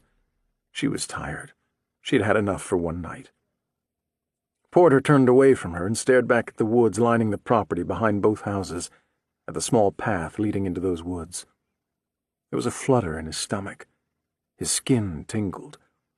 The beam of Sarah's flashlight went from the ground at Porter's feet, swept across the yard, then met with his, illuminating the mouth of the path. Nobody's been living out here for years. Why do you think that path is still there? Shouldn't it have grown over by now? Animals, maybe? Or the same kids who party here in the trailer? Or something else. Something worse. The knife felt warm. He hadn't realized he even put his hand back in his pocket. His fingers slipped over the surface of the handle. "You can stay here," he offered. Sarah was already shaking her head. "You're not going out there alone." With that, they crossed the lawn toward the path, stepping over the trunk of a small fallen tree before disappearing down the path's throat, the beams of their flashlights dueling with the dark.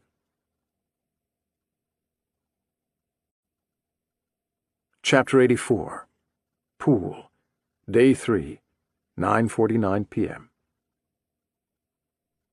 "I've been through that same box about a dozen times, the accounting records of the crazy and deranged," a voice said.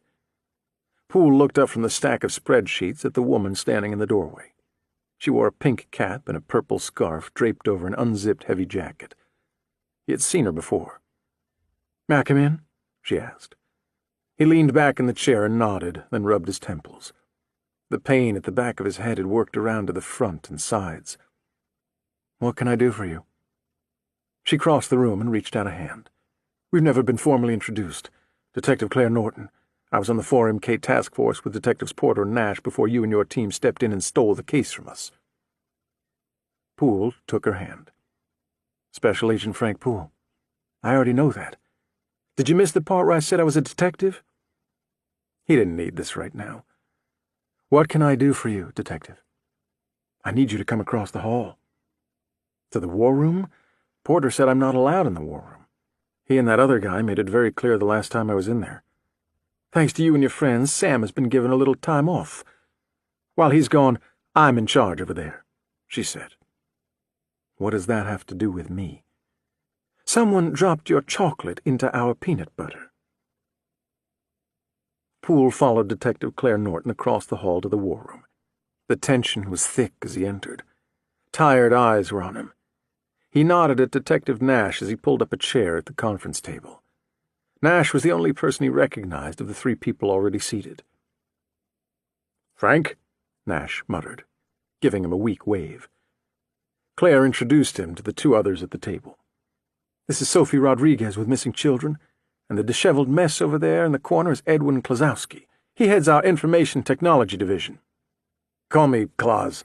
Klazowski stood and offered his hand across the table. "No sucking up to the feds," Claire said. Klazowski withdrew his hand and returned to his chair. "Right. What happened to your head?" Nash asked. "You're all banged up." Poole told them about the houses on 41st, Diner, and Bishop. Nash and Claire exchanged a look. Claire was first to speak. "I'm so sorry." Poole nodded once. "Are they going to let you continue working the case?" Nash asked. Poole shrugged. "Nobody said they're not. Not yet, anyway. The Chicago office is short-staffed as is. Most agents are working a recent terror threat that came in. They might bring someone else in, but for now I'm all they've got with BAU experience. Nobody knows this case better than me." He looked around the room. "Except maybe all of you." "And Sam," Klazowski said quietly. "He knows the case better than any of us." Poole said, "I've tried to reach him several times. I'm just getting voicemail on his phone." Again, Nash and Claire exchanged a look. "Nash and I just came from his apartment. We found his cell phone sitting on a table in his living room, switched off, and his favorite chair was overturned, lying on its side." "Do you think Bishop got to him?" "No. We think he left on his own. His suitcase was gone. We think he went somewhere," Claire said. "Someplace he didn't want us to know about," Nash added. "Where would he go?" Nobody had an answer to that. Could he be working with Bishop? Helping him somehow? "No way," Nash said. Claire folded her arms. "Not a chance." Poole studied their faces. "What do you know about Bishop's diary?" The room grew quiet again. Looks passed among the group, but they said nothing. Poole blew out a breath and stood, turned toward the door. "I don't have time for this." Nash unfolded his arms, set both palms on the table. His eyes swung from Claire to Klazowski. "Wait, Frank! Please, sit." Poole lowered himself back into the chair. "You know where it is, don't you?" Claire looked to Nash. Nash said, Sam held it back. From evidence? From the press. Checking the diary into evidence would be no different from sending it to the newspapers. It would leak. Something like that would most definitely leak. So he withheld evidence. All of you let him do that? Sam held the book back. I knew he had it. Only Sam and me, nobody else. Nash turned his hands over, looked at his palms. Where is the diary now? Sam hid it under the lazy boy in his living room. The overturned chair we found. So Sam has it with him? Wherever he is? Yeah. Nobody made a copy? We didn't want any copies. Poole let all of this sink in, then turned to Claire. Is that why you brought me over here? To come clean? Klosowski let out a soft sigh. Oh boy, icing and cake and all that. What does that mean? There's more, Claire said. She pulled an 8x10 photo from a manila folder on the table and slid it over to him. Poole picked up the picture. It was a photograph of a boy, frozen beneath layers of ice, in the cab of a pickup truck. Claire stood up and retrieved another picture from the whiteboard at the front of the room. She set it down in front of Poole. This one showed a close-up of a windshield, taken from a traffic camera. That's Bishop, Poole stated flatly. It's the same truck, Claire told him. That truck was also caught on a security camera at Jackson Park 3 weeks ago. Our unsub used it to tow a water tank into the park, then used water from the tank to help conceal the body of Ella Reynolds beneath the surface of the lagoon. The tank was stolen from Tanks a Lot, an aquarium store downtown. Libby McKinley, the sister of Bishop's 5th victim, applied for a job at Tanks a Lot. She worked there for 1 day. I think she was only there long enough to scope the place out for Bishop. Somehow, they're working together. They were working together. Poole stared at both photographs. When did you learn all of this? In the past few hours, Claire told him. All of it. Do you have an ID on the boy? Not yet. The body went downtown. They're working on it. Are you aware of what happened to Libby McKinley? How we found her? Poole asked. We saw the report. You saw the report, Poole muttered.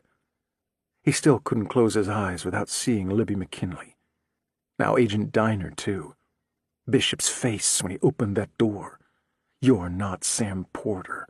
A smile on his face. Poole looked at the whiteboards at the front of the room, at the girls' images staring back at him.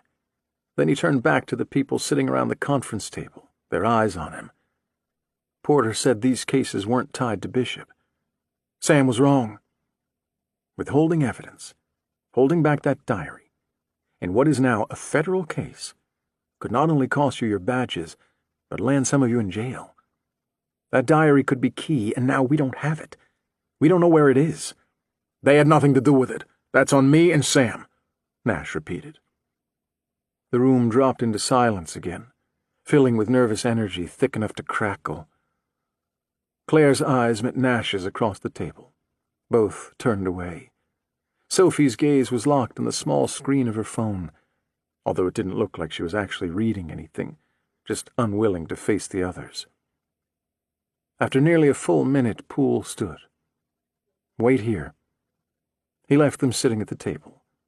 Behind him, Klosowski muttered, We're so fucked. Poole returned a moment later with one of the whiteboards from the FBI room across the hall. He slid it beside the others at the front of the room, then started back across the hall. You're not going to report us? Klosowski called after him. Right now, we're going to work the case. Claire let out the breath she had been holding.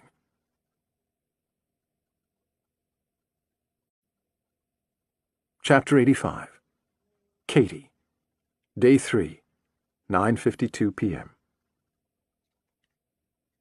The man in the black knit cap sat across from her at the small kitchen table, his dark eyes bloodshot, lined with red, the left more than the right. He seemed to favor this eye. As he watched her, his head turned slightly as if watching her with the left eye while the right focused on something in the distance, something behind her. Katie's hands and feet were bound to the metal chair with zip ties. They were tight, far too tight. Katie kept wiggling her fingers to keep the circulation up. She tried to focus on him, to keep her eyes on him as one would be expected to do during a civilized conversation. She tried not to look at the wound on the side of his head, caked with dried blood. She tried not to stare too long at the black knit cap rubbing against that nasty red flesh.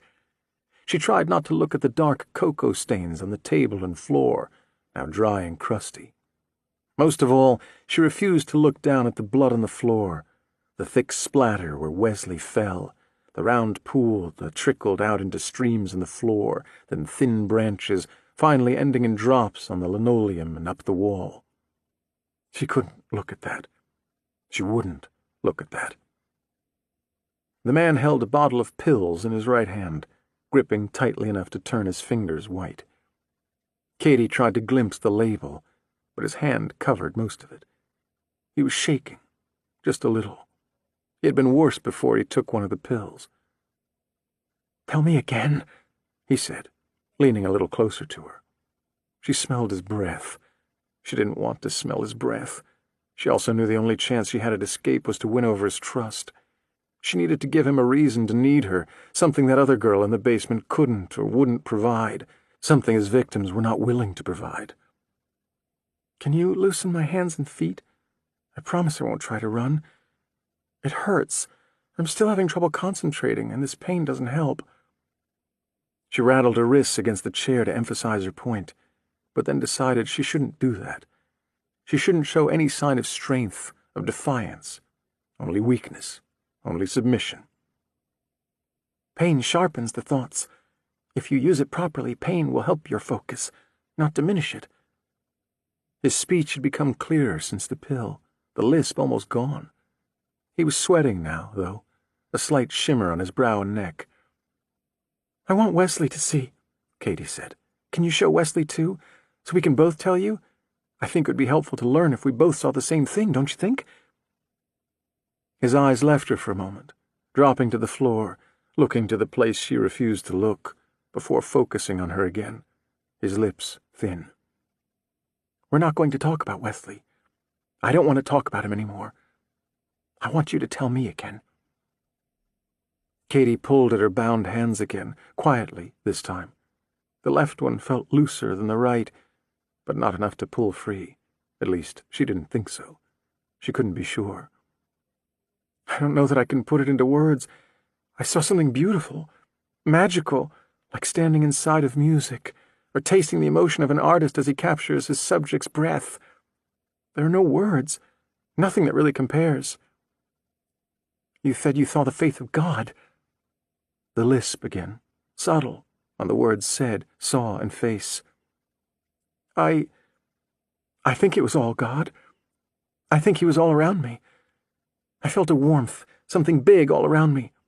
Have you ever drifted off to sleep and first felt like you were falling for a brief second? Then that turned into floating, a perfect weightlessness without pain, without any pressure on your body? There was no discernible sound at all, yet I also heard the most beautiful, soothing sound, like nothing and everything all at once, almost like being in two different places at the same time." "Could you see yourself?" Katie thought about this for a second, then shook her head. The finger of her left hand was nearly able to slip out of the zip tie. "No, nothing like that. I think that only happens in the movies or on TV. But I did feel free, though, free of my body, free of my body's constraints." Her finger nearly slipped the tie and snapped back. If he heard the plastic against the frame of the chair, he didn't acknowledge the sound. His finger tapped against the pill bottle. Win his trust, Katie told herself. Stay calm. If she remained calm, he would stay calm. Tell him what he wants to hear. Her mind drifted to the girl in the basement, the girl who was probably dying in the basement after swallowing glass rather than allowing this monster to hurt her. She'd rather die on her own terms than let this guy touch her. Katie admired her, but she had no desire to die. She would get out of here. Above the sink there was a window, dark outside, but she could make out the faint outline of the neighbor's house, no more than 10 feet away. A light glowed in one of the windows, and she thought she saw movement behind white curtains. Katie licked her lips. They were dry and chapped. "May I have some water?" The man stared at her, and at first she wasn't sure he heard her. She was about to ask again when he stood and went to the sink, pulled a cloudy glass from the drying rack on the counter and filled it with water from the tap. As he returned to the table, she could see particles floating in the water, remnants of whatever had been in the glass before, unwashed, filthy. The man in the black knit cap stood beside her and tipped the water glass against her lips. Katie drank. She drank and tried not to think about what she saw in the glass. Complacent, willing, unconcerned. These words floated through her mind, all the things she knew she needed to appear to be to survive. The water tasted sour. She smiled as he lifted the glass away. She would not show any discomfort. His hand trembled as he set the glass on the table and returned to his seat. She wasn't sure if he trembled because of nerves or whatever was wrong with him, but she was certain it wasn't out of fear or weakness. She wouldn't make the mistake of believing that. "When you put me in that tank," she went on, "I was blindfolded. I woke up in the dark. I didn't know where I was. Then I was in the water, body temperature water. Then falling in silence. Then—" Her voice trailed off. Her eyes met his. "Then I was perfect. Everything was perfect. No fear, no wants, no needs. Calm, serene, ideal." The man studied her, his mouth open just enough to allow a trickle of spit down the left side. He made no move to wipe it away. The index finger on the hand that held the pill bottle twitched, tapping at the plastic. With his free hand he rubbed his pointer finger and thumb together, making a small circular pattern. "Why should I believe you?" he finally said. "I have no reason to lie. No. I was dead. The other girl told me I was dead. You brought me back. You saved me." "Your heart stopped. You were dead for a little over 3 minutes. I brought you back. Maybe it wasn't long enough. Maybe you didn't see anything. You're just telling me what you think I want to hear." "I wouldn't do that." "I think we need to do it again. Longer this time. 5 minutes, maybe 6. The brain dies after 5. It should have been longer than 5, he told her. The twitching against the bottle intensified as he spoke, the words coming faster, urgent. "Less than 5 minutes may not be enough." Katie pulled at her bindings, tugged hard on her left. She couldn't slip out, though. "Who is Maybelle?" He drew in a deep breath and leaned back in his chair. "Maybelle Markle," Katie said. "Yeah, Markle, that's it." "Where did you hear that name?" "It came to me when I was there, in that place. I heard it, like someone whispering to me, or maybe shouting from a great distance. I'm not exactly sure. Who is she?" He took another pill. He fought with the bottle cap, got it open, and swallowed one dry. "You said you have a daughter. You said these are her clothes I'm wearing. Is that her name? Is your daughter's name Maybelle Markle? I must have told you. You didn't." He looked puzzled as he shuffled through his memories, trying to remember if he said her name, the pills lifting the haze from his eyes. Katie tugged her left hand again, hard this time, almost pulled free, but her hand snapped back. She might have cut herself on the zip tie this time. Not only did the base of her wrist hurt, but she felt warmth there, wetness. She wondered if the slickness of blood might help her slip free. "I think Maybelle wants you to know she's okay, that she's at peace. Is that what she said? What she told you?" There was an anxiousness to his voice that wasn't there before. "Are you certain?" The lisp uncertain. Katie nodded. "Yes, I think so." His bloodshot eyes blinked, then locked on her, peering into her, through her. He stood up with such speed and force the tabletop went with him, tilting up and to the side as the glass flew across the room and shattered. The corner of the table caught Katie in the rib cage like a battering ram, sending her chair tumbling back. The chair snagged for a second on the cabinets behind her before falling to the side, painfully pinning Katie's arm against the floor, caught beneath her own weight. The word, "Liar!" belted from him, a scream of anger and raw emotion. Katie screamed too. She screamed as she fell, but But she was silent now, her eyes fixed on the place Wesley had fallen, only inches from her face. She felt his sticky blood in her hair, and she could see the small, lighter spot at the center of the bloody pool, the place where his head had rested on the floor. From the corner of her eye, barely visible now, from such a harsh angle, she could also see the drawing she noticed when the man had brought her into the kitchen with Wesley. Attached to the refrigerator with a Domino's pizza magnet, a drawing of a house with a dog, a father, and a daughter standing in front of it, nothing more than stick figures holding each other's hands. The bottom right corner of the drawing was signed Maybelle Markle, in thick, blocky purple letters. Someone came into the room then. The front door opened and closed. Frantic footsteps down the hall. "What have you done?" "She lied. She didn't see. None of them. Not one." "Everyone will see soon enough."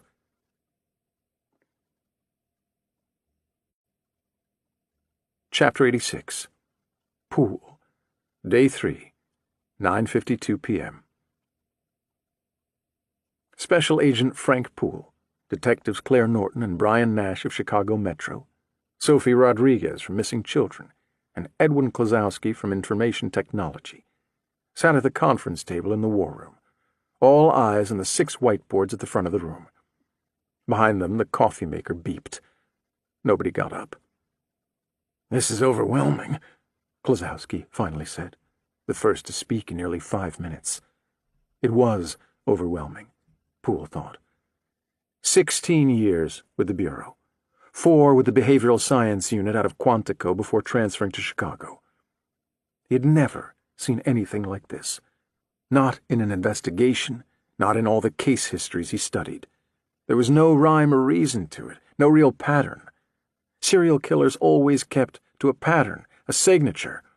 That pattern may evolve as the killer tuned his efforts, became more comfortable in his skin, but they were never random. There was always a pattern.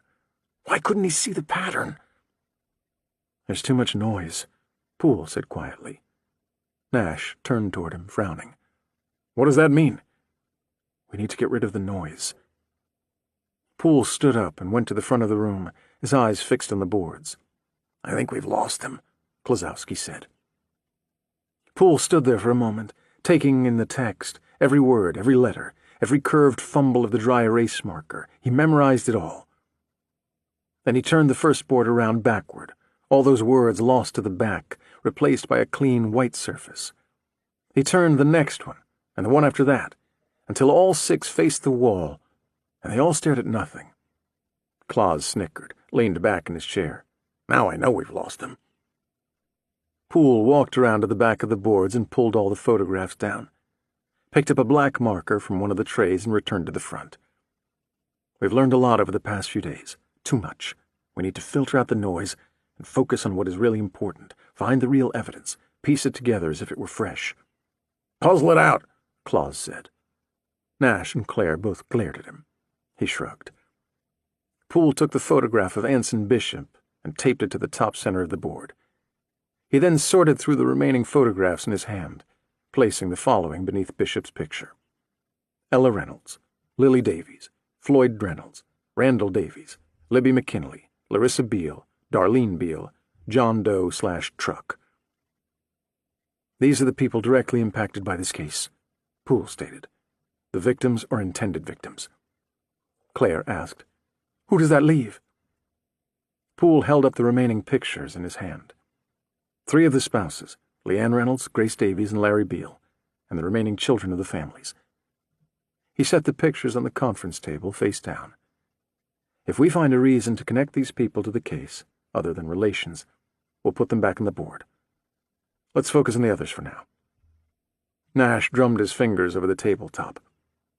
"If this is all somehow Bishop, and he's following the same M.O. as his past victims, that means the children were killed because of something their parents did. The kids aren't the focus." "But he also killed the parents this time," Sophie interjected.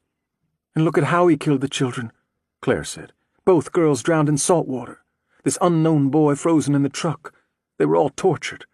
He didn't remove the eyes, ears, or tongue on any of the children, which is a major departure, Nash pointed out. Completely different from what he did in the past. He did with Libby McKinley, Poole reminded them. He killed her just like he would have his past victims. Not exactly like his past victims, Claire said. Her toes and fingers were removed. He's never done that before. More torture, said Nash. An escalation, maybe? A different kind of torture, different from everything else, Poole said. He gathered the coffee cups from the table and went to the machine, began to fill them. Fingers and toes are usually removed to get information. This is a major break from the norm for him. With all his other victims, he removed the eyes, ears, and tongue to send a message to whoever found the bodies, to taunt law enforcement, to sensationalize the murders. He went after the past victims because of information he already possessed, everything he learned from Talbot's business activities. He didn't need to learn anything from those victims. He had it all. Poole returned to the table and passed out the coffee. Claire reached for her mug and took a sip. So Libby McKinley is different from all the rest. She knew something, something he needed, something he was willing to torture to learn. Poole returned to the board at the front. He was willing to torture Libby more than anyone else in order to get some information. He removed the picture of Libby McKinley from the center of the board and placed it at the top right. Her murder is nothing like these others. Let's separate her for now, too. What do we know about Libby McKinley? What makes her such a special target? Nash asked. Poole rattled off the information from her file. Charged in March 2007 and convicted in July 2007 of manslaughter for the vehicular death of one Franklin Kirby. Sentenced to 10 years, of which she served 7 in a few months, before being released on parole 6 weeks ago. What was the name of her victim? Nash asked. Franklin Kirby. Poole took a step toward the conference table. That name meant something to Porter, too. But he didn't expand on what he knew. Who is he? Holy hell! How did we miss that? Claus blurted out. Claire shook her head. He's in Bishop's diary. Kirby worked for Talbot. He stole a lot of money from him and ultimately ran off with Bishop's mother when Bishop was a kid. He also shot and killed Bishop's father. The diary again. Poole frowned. I need to see that book. Let me try and get this straight, Nash said, because I have read the diary. Kirby kills Bishop's father. Kirby runs off with Bishop's mother. Libby McKinley accidentally hits and kills Kirby with her car. Bishop kills Barbara McKinley, Libby's sister, in retaliation for her killing Kirby. Then he ultimately kills Libby, even though the two of them are somehow working together? That doesn't make any sense. Bishop would have been dancing in the street with Kirby dead.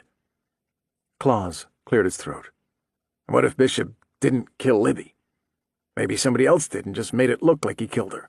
That might explain why her fingers and toes were cut off. Somebody other than Bishop did it. Somebody after something. Who?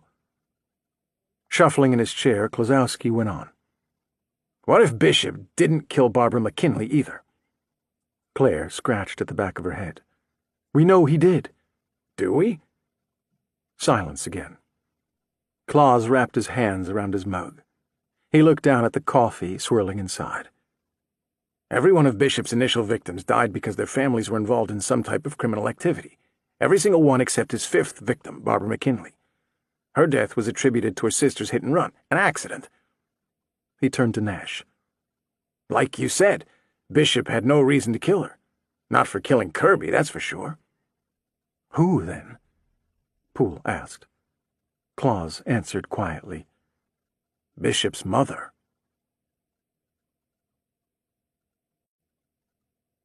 Chapter 87. Poole, Day 3, 9:55 p.m.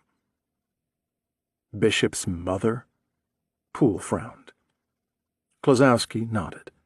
She was romantically involved with Kirby. She's never been caught. Who knows? Libby's fingers and toes, that could have been revenge. Cut off an ear, take out the tongue and eyes, and drop them in little white boxes. It's not hard to copy Bishop's signature. The white boxes, were they the same kind Bishop used in the original killings? Claire asked. Poole nodded. Yeah, perfect match. If Bishop's mother is running around out there, we don't know her capabilities. Considering all the information her son put together, I don't think it's too much of a stretch for her to match the box, Nash said. She had resources, all that money Carter's husband stole from Talbot. Poole paced between the boards and the table. Back at Porter's apartment, he pointed out McKinley's murder as different from the others. He said Bishop had seemed a little preoccupied with her, the fact that she was the only blonde of all the victims. "I remember that," Claire said. "Bishop stood there for a second, stared at the picture, said it was an anomaly, his word." Poole walked slowly back to the board and wrote, "Killed by Bishop's mother?"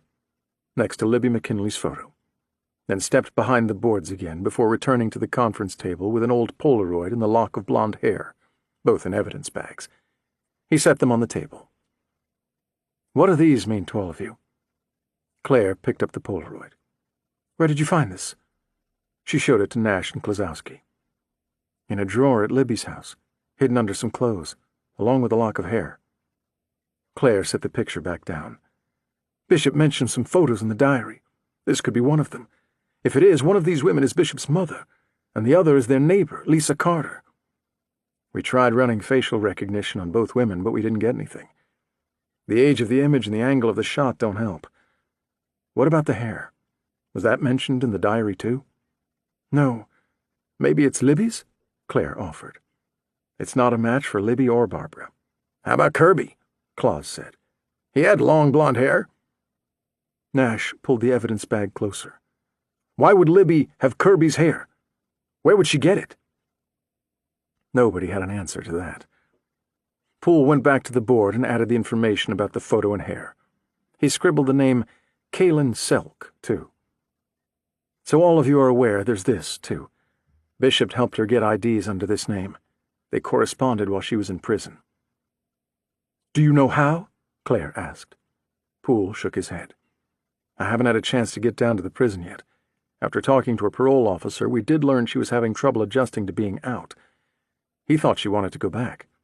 "Where was that, Statesville?" "Yeah. We also found a .45 at her house, which is a clear parole violation," Poole told them. "She knew someone was after her. If what you're telling me about Kirby and the mother is true, that makes sense. We just need to figure out why Bishop would protect her." Poole returned his attention to the boards. "Okay, this is good. This is really good. We've got something different to go on, with Libby McKinley anyway. Let's take a closer look at the rest." Poole took a few steps to the left, leaving the Libby McKinley board behind him, his focus back on the first whiteboard with Anson Bishop written at the top and photographs of the 7 missing or dead beneath him. Nash cleared his throat. "Back to what I said earlier. If this is all somehow Bishop, and he's following the same MO as his past victims, that means the children were killed because of something their parents did. The kids aren't the focus." "Nash is right," Claire said. "Can you rearrange the pictures? Put the adults on top and the children under them?" Poole nodded and reordered the images. Floyd Reynolds, Ella Reynolds. Randall Davies, Lily Davies. Darlene Beale, Larissa Beale. He held up the picture of the boy frozen inside the cab of the Toyota Tundra.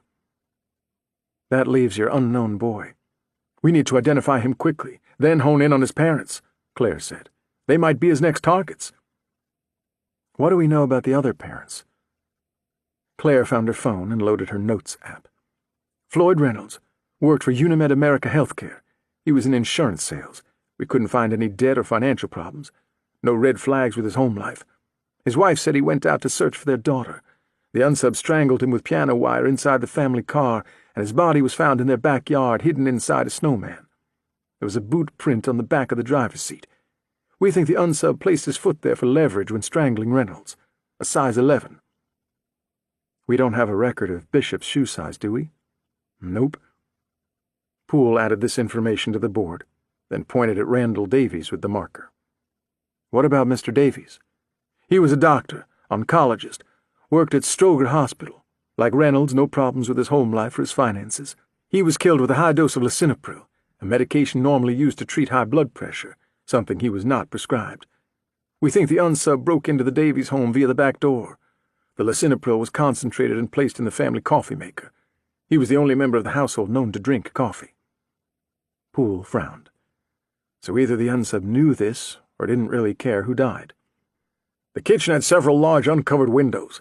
They provide visibility from the road," Nash explained. "The unsub could have learned who drank what with a little surveillance." "That makes sense. I don't think the adult targets are random, not even within the same household. If this is Bishop, he's got a reason for each victim, Poole said. That leaves your only adult female victim. Yeah, Darlene Beale. We've got an officer stationed at the hospital guarding a room. She's stable but currently in an induced coma. Our unsub injected cyanide into her toothpaste tube.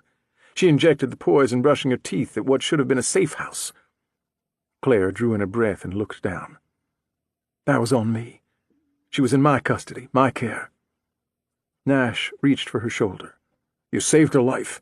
Anyone else, and she'd be dead right now. He told Poole how she forced Darlene Beale to drink liquid soap. The base in the soap countered the acidic properties of the cyanide. I'm impressed. Where did you learn that? Claire said, Back in high school, my science teacher accidentally poisoned himself with cyanide. When he realized what happened, he ran out of the room into the boys' bathroom and drank the soap. He lived. I guess it stuck with me.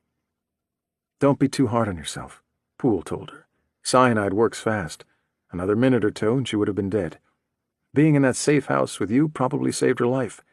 If this had happened at home, she probably wouldn't have survived. Claire ignored the praise. By the crease in her forehead, Poole knew she was already thinking ahead.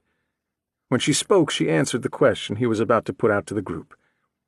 Beale is, a pharmaceutical sales rep. She travels a lot, had a go-bag ready when we asked her and her husband to leave their home. The poisoned toothpaste was in that bag. CSI tested the shared toothpaste on the bathroom counter in the master bedroom, and it came up clean. Like with Randall Davies, the unsub targeted her specifically. He had advanced knowledge, knew about her bag, and went after her. Anyone else see a pattern emerging here? They all work in the medical field. We've got a doctor and 2 sales reps, Nash said. What do the spouses do for work? Claire glanced down at her notes. Grace Davies and Leanne Reynolds are both stay-at-home mothers. Larry Beale works construction. All non-medical. All non-medical, Claire agreed. Definite potential pattern there. Poole was nodding, studying the text on the board. Okay, that's good. We can work with that. He pointed at Ella Reynolds' name. Let's talk about the children. Claire turned to the other woman across the conference table. Sophie, do you want to... Sophie was already nodding. Yeah, okay. Ella Reynolds, 15 years old. Her body was found on February 12th under the ice at Jackson Park Lagoon. This initially threw us because the lagoon had been frozen since early January, at least 20 days before she went missing. We've since learned Anson Bishop cut a hole in the ice, placed her body in the water, then added water from the stolen tank, creating new ice at the same level as the old. We believe she was taken from Logan Square, about 7 minutes from her house. We know she recently purchased a car at Cars R Us, a nearby dealer. She was making payments directly. Her parents had no idea. She only recently got her learner's permit. She was found wearing the clothing of our second victim, Lily Davies, Claire said, weighing in. That just smells like something Bishop would do to try and sensationalize the crime and draw attention. I agree, Poole said. It's part of the noise I mentioned at the start of this. Let's leave that out for now. We can always put it back if it becomes relevant. What do we know about Lily? Sophie went on. 17 years old. She was last seen walking to school at Wilcox Academy on February 12th. She didn't make it. The school is close, only 4 blocks from her home. Her body was found at Lee Gallery, where she worked. She was posed in a storage room at the back, clearly meant to be discovered. Although the unsub used a black electrical cord around the neck to prop her up, it was clear she was already dead. Like Reynolds, she died from repeatedly drowning in salt water. As Claire said, she was found in Ella Reynolds' clothing, so the unsub somehow switched them. Klosowski poked his head up from his laptop. Didn't you say something about her trying to buy a car, too? Claire nodded. Sophie and I spoke to her best friend, Gabrielle Deegan. She said Lily's father told her he'd buy her a car at graduation, but she wanted something sooner. Any connection to the car lot where the first girl bought a car? Poole asked. They didn't know her, Nash said. We checked out the dealership staff and couldn't find any real connection there. Every teenager wants a car. I think this is just another coincidence. More noise, like you said. Poole turned back to the board. Okay. What about Larissa Beale? Larissa is different, Sophie said. She only went missing as of this morning, and there's no body. There's a good chance she's still alive. At this point, we don't know much more than that. She had planned to go to a dance at school tonight. and she was home when both parents left for work this morning. Her mother had planned a spa day as a surprise. If not for that, we probably still wouldn't know she was missing. Judging by what we've seen with Ella Reynolds, and particularly Lily Davis, she doesn't have much time. Davies died within a day of her disappearance, Claire said, turning to Klosowski. Any luck with her laptop or phone? Their parents installed Kid Be Safe on the laptop. Teenagers have been sharing the override to that one for nearly 2 years now. We found the hacks installed on her computer. Larissa could essentially turn the monitoring software on and off whenever she wanted to and limit what her parents could see. Claus shifted his weight. We also found Private Shield running in the background. Private Shield destroys cache data as it's created, basically erasing digital fingerprints. This girl is smart. She gave her parents just enough data that they could feel like they were monitoring her, then hid the rest. We're still digging, but the laptop may be a bust. We think she had her cell phone on when she was abducted. We tracked her movements this morning to the corner of West Chicago Avenue and North Damon, and then the signal drops. Most likely the unsub removed the battery or destroyed the phone. We filed an emergency request for the data, but the phone company hasn't produced it yet. I'll report back as soon as I know something. Poole returned to the conference table. He studied the photo of the boy frozen inside the cab of the pickup truck, then turned it toward the others. That leaves us with him.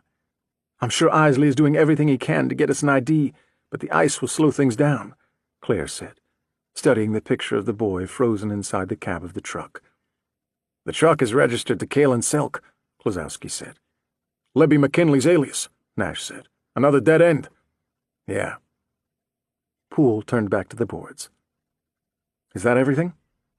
We haven't talked about the obituaries, Nash replied. He turned back to the table. Obituaries? Claire nodded. A call came in this morning on 911, an older woman claiming that Floyd Reynolds had died twice. His obituary ran in today's paper and last Wednesday. When we dug deeper, we found more. Apparently our unsub has been running obituaries for his victims in the local papers before attempting to kill them. Poole had stopped listening. Died twice, he said slowly, before turning back to the boards.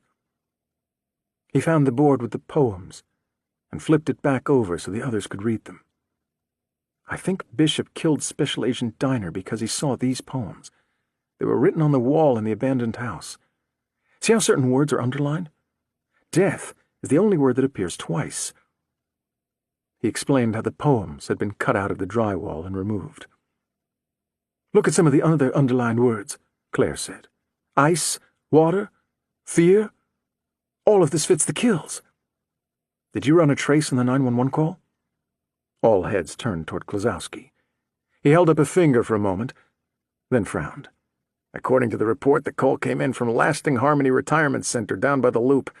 Staff says it was a 93-year-old woman named Ingrid Nesbitt. She reads the obituaries daily and got all ruffled when she caught the dupes for Floyd Reynolds. She insisted on making the call. Dead end, Nash grumbled. Claire was still studying the board. If the poems tie in, and he wanted us to find all this, why cut them out? Why kill Diner? Poole sighed. I think he wanted Porter to find all of this, not me. Probably not you, either. Claire turned to Klosowski. You said all the bogus obituaries were filed from the same computer, right? Anything on the trace? Klosowski didn't answer her. Instead, his eyes were glued to his screen. Klaus? No. Nothing on the IP trace, but if that computer pops up anywhere on the city's Wi-Fi, I'll see it right away. I think... His voice trailed off, and he leaned in closer. What is it? Claire asked. I see something. It might be nothing. Probably just my brain looking for something that isn't really there, Klosowski replied. Claire stood up and walked over to him. Spit it out, Klaus, before I'm forced to hit you again. I've been plotting out the locations where the children were abducted and bodies have been found on an area map. If I draw lines from one to the other, they more or less center around John H. Stroger Jr. Hospital. Nash leaned over to get a look at the map. That's where Randall Davies worked. Insurance and pharmaceutical sales. I imagine our other victims are there a lot too, Claire said. Darlene Beale is there right now. Poole leaned in. If I obtain a list of employees, can you cross-reference that against obituary data? Maybe we'll get lucky and find his next target before something else happens. Claus was already typing. Oh yeah, I'm all over that. Nash had stood up and was staring at the boards. We're still missing something. What? Poole asked. I'm not so sure Bishop is doing all of this on his own. Even if he somehow had help from Libby McKinley, this is just too much for one person. There's still something bigger going on here. Maybe. You can't play God without being acquainted with the devil, Nash read aloud. Is that what he's doing here with these kids? Killing them and bringing them back? Playing God? With the devil, Claire said. All of the poems are about life and death. Maybe that's what he's trying to tell us. Poole brushed back his hair. I've been getting sleep in patches. I'm having trouble focusing. That was when Poole's phone rang. He pulled the phone from his pocket and looked down at the small screen. Unknown caller. He pressed the talk button. A voice spoke before he could say anything. Frank, this is Sam.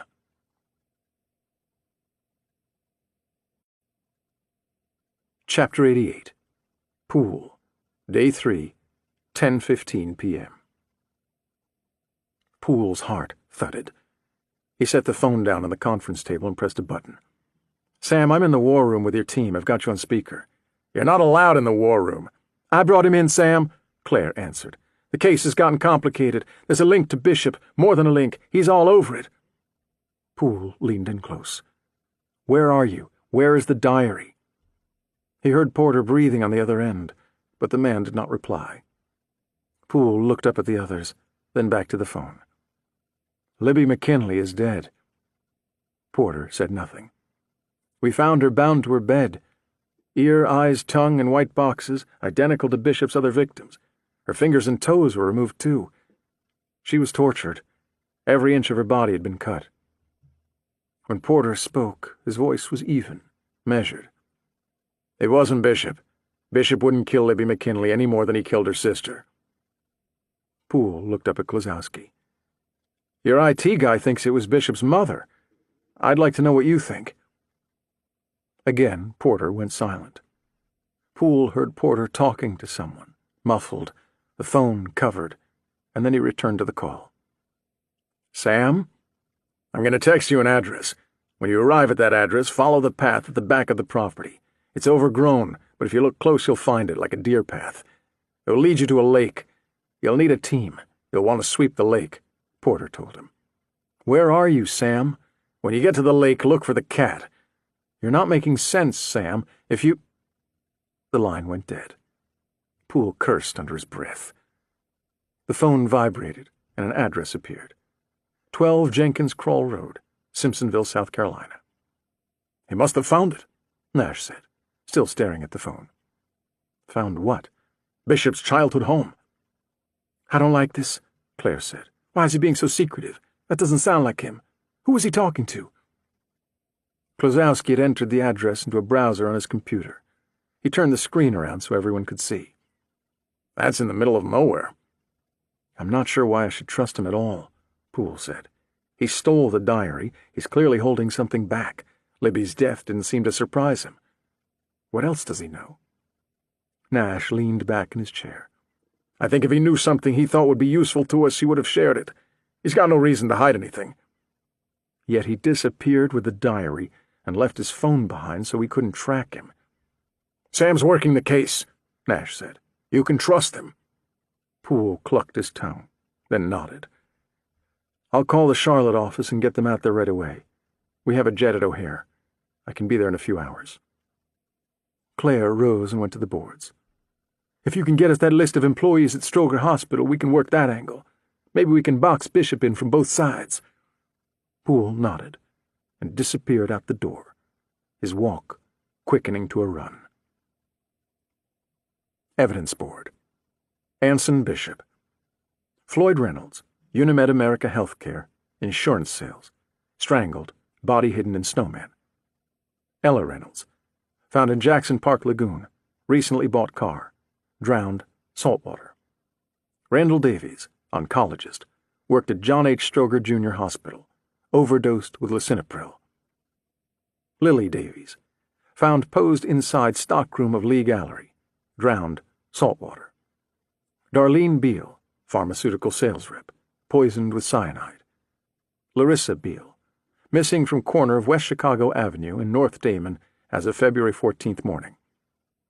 Unknown boy. Libby McKinley, killed by Bishop's mother? Has photo of Bishop's mother and neighbor, Carter. Lock of blonde hair, possibly Kirby? How would she get it? IDs in the name of Kalen Selk, obtained with Bishop's help. Corresponded with Bishop while in prison, means unknown. 45 in possession. Felt safe in prison, not on outside. Poems. Because I could not stop for death, he kindly stopped for me. The carriage held but just ourselves and immortality. A telling analogy for life and death. Compare the two of them to water and ice. Water draws together to become ice, and ice disperses again to become water. Whatever has died is sure to be born again. Whatever is born comes around again to dying. As ice and water do one another no harm, so life and death, the two of them, are fine. Let us return home. Let us go back. Useless is this reckoning of seeking and getting. Delight permeates all of today. From the blue ocean of death, life is flowing like nectar. In life there is death, in death there is life. So where is fear? Where is fear? The birds in the sky are singing, "No death, no death." Day and night the tide of immortality is descending here on earth. You can't play God without being acquainted with the devil. Underlined words: ice, water, life, death, home, fear, death.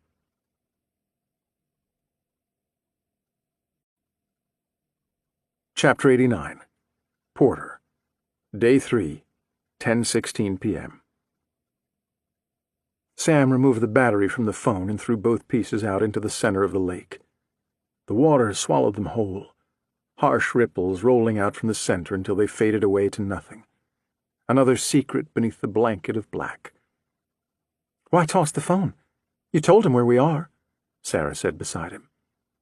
Porter knelt back down a few feet from the water's edge, his fingers covered in dirt. He had been digging. The path had led them about a quarter mile into the woods and ended at a small clearing, just as the diary described. A small clearing, looking out over the lake. Bishop said the water froze during the winter. That had been a lie. While temperatures in South Carolina could fall below freezing, the winters were much milder than farther north, nothing like those in Chicago. Even if they dropped below freezing, they never seemed to hold there long enough for the ground to freeze, most definitely not a large body of water like a lake. This was by no means a big lake, but it was big enough to escape the worst of the cold. Of that he was certain. Bishop had probably only written that to help conceal the location. Porter could think of no other reason.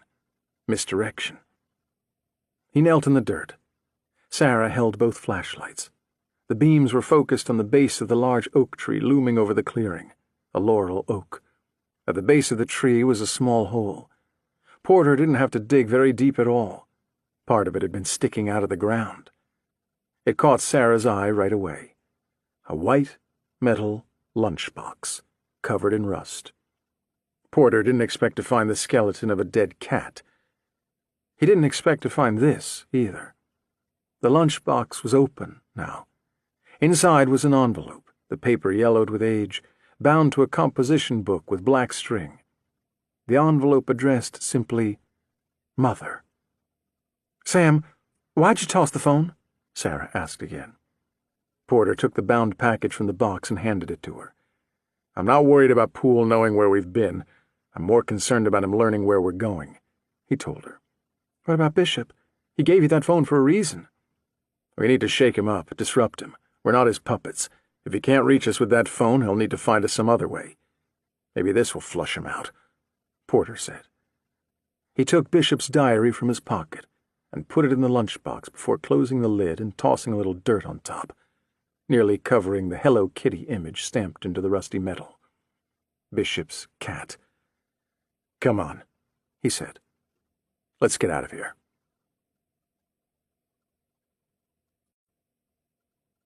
Chapter 90.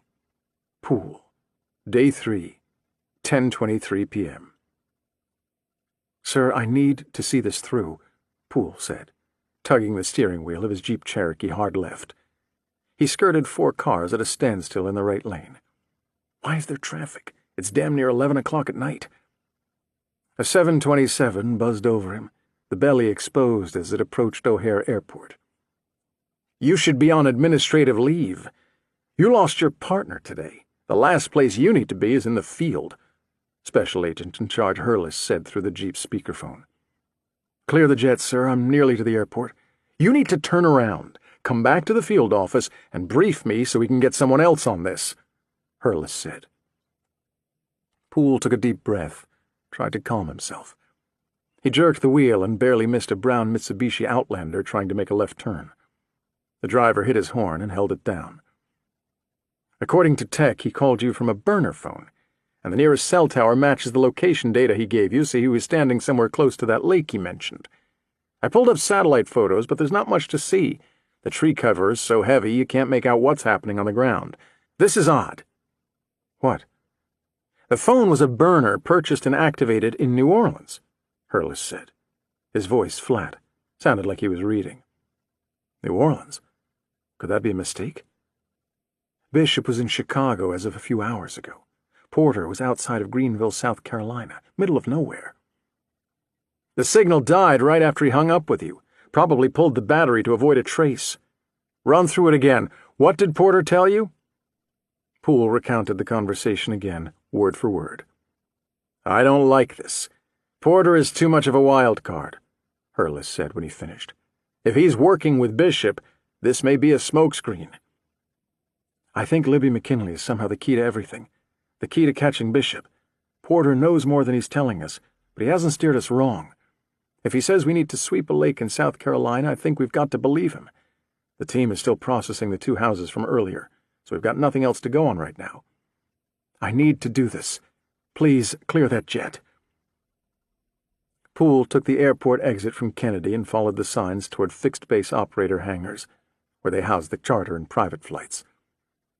Bishop somehow communicated with Libby McKinley when she was in Stateville Correctional. We need to know how he was able to talk to her and help her obtain the fake identification. We figure that out, we're one step closer. I follow Porter's breadcrumbs and we take another step. Hold on a second, sir. Poole pulled up to the security gate and passed his identification to the guard. Something clicked when he saw the man in uniform. "I'd check the security guards at the prison, sir. All the correctional officers. That's got to be it. Mail, phones, and electronics are all under constant surveillance. That only leaves the human element." The security guard handed him a clipboard, pointed to a line, and Poole signed. The man then pointed to a lot on the right, mouthing the words, "Anywhere over there." Poole nodded and pulled the Jeep into a space next to the small federal building shared by Homeland, FBI, and ATF. He shifted into park. "I'm here, sir. What do you want me to do?" Special Agent in Charge Hurlis sighed. "I ordered them to fuel the plane 10 minutes ago. You should be wheels up in 20. I'll reach out to the local field office while you're in the air. That's Bob Granger in Charlotte. We go way back. I know him from the academy. He can scramble the local sheriff's office and find Porter's Lake. Put a team in the water. Touch base with me when you're back on the ground." "Thank you, sir." "You better be right on this."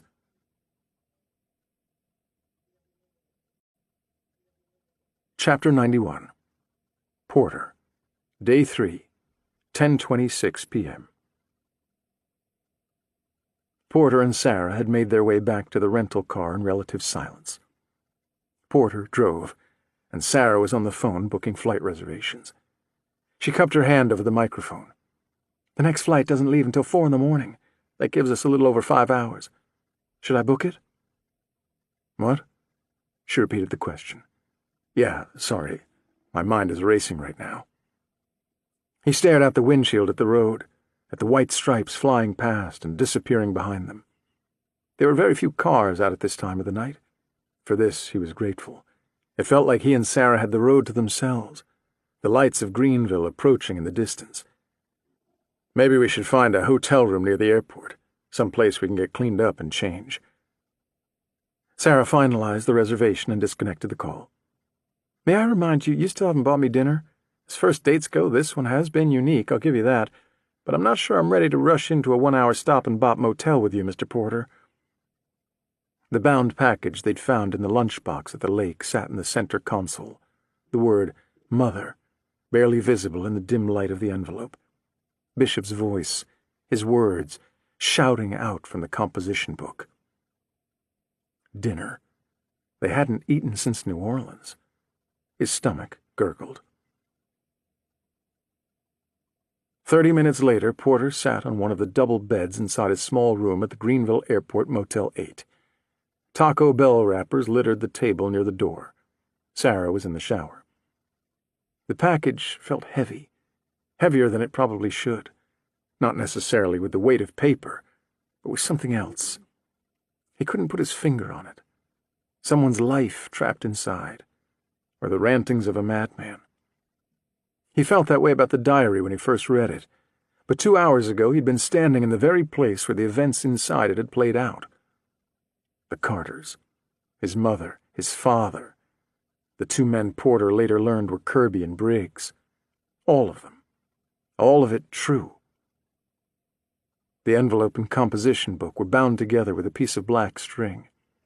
He couldn't help but wonder if it came from the same roll he'd used when he tied all those boxes. Porter removed the string, opened the envelope addressed to Mother, and unfolded the pages. The paper crinkled under his touch.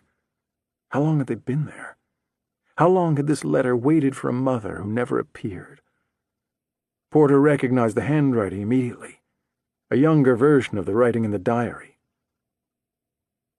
Mama, I know you have always wanted me to call you Mother, but I really just want to call you Mama. Is that so wrong? Mama, Mama, Mama, Mama. Sorry, Mother. I am so sorry. I am sorry for whatever I did that would make you want to leave me behind. I am so sorry for all that I did that would make you want to run away without me. Did you leave because you didn't have a choice? Did you leave because those men came to the house and you had to get away? That's it, isn't it? You wouldn't leave me otherwise, not like this. I was too slow getting back from the lake.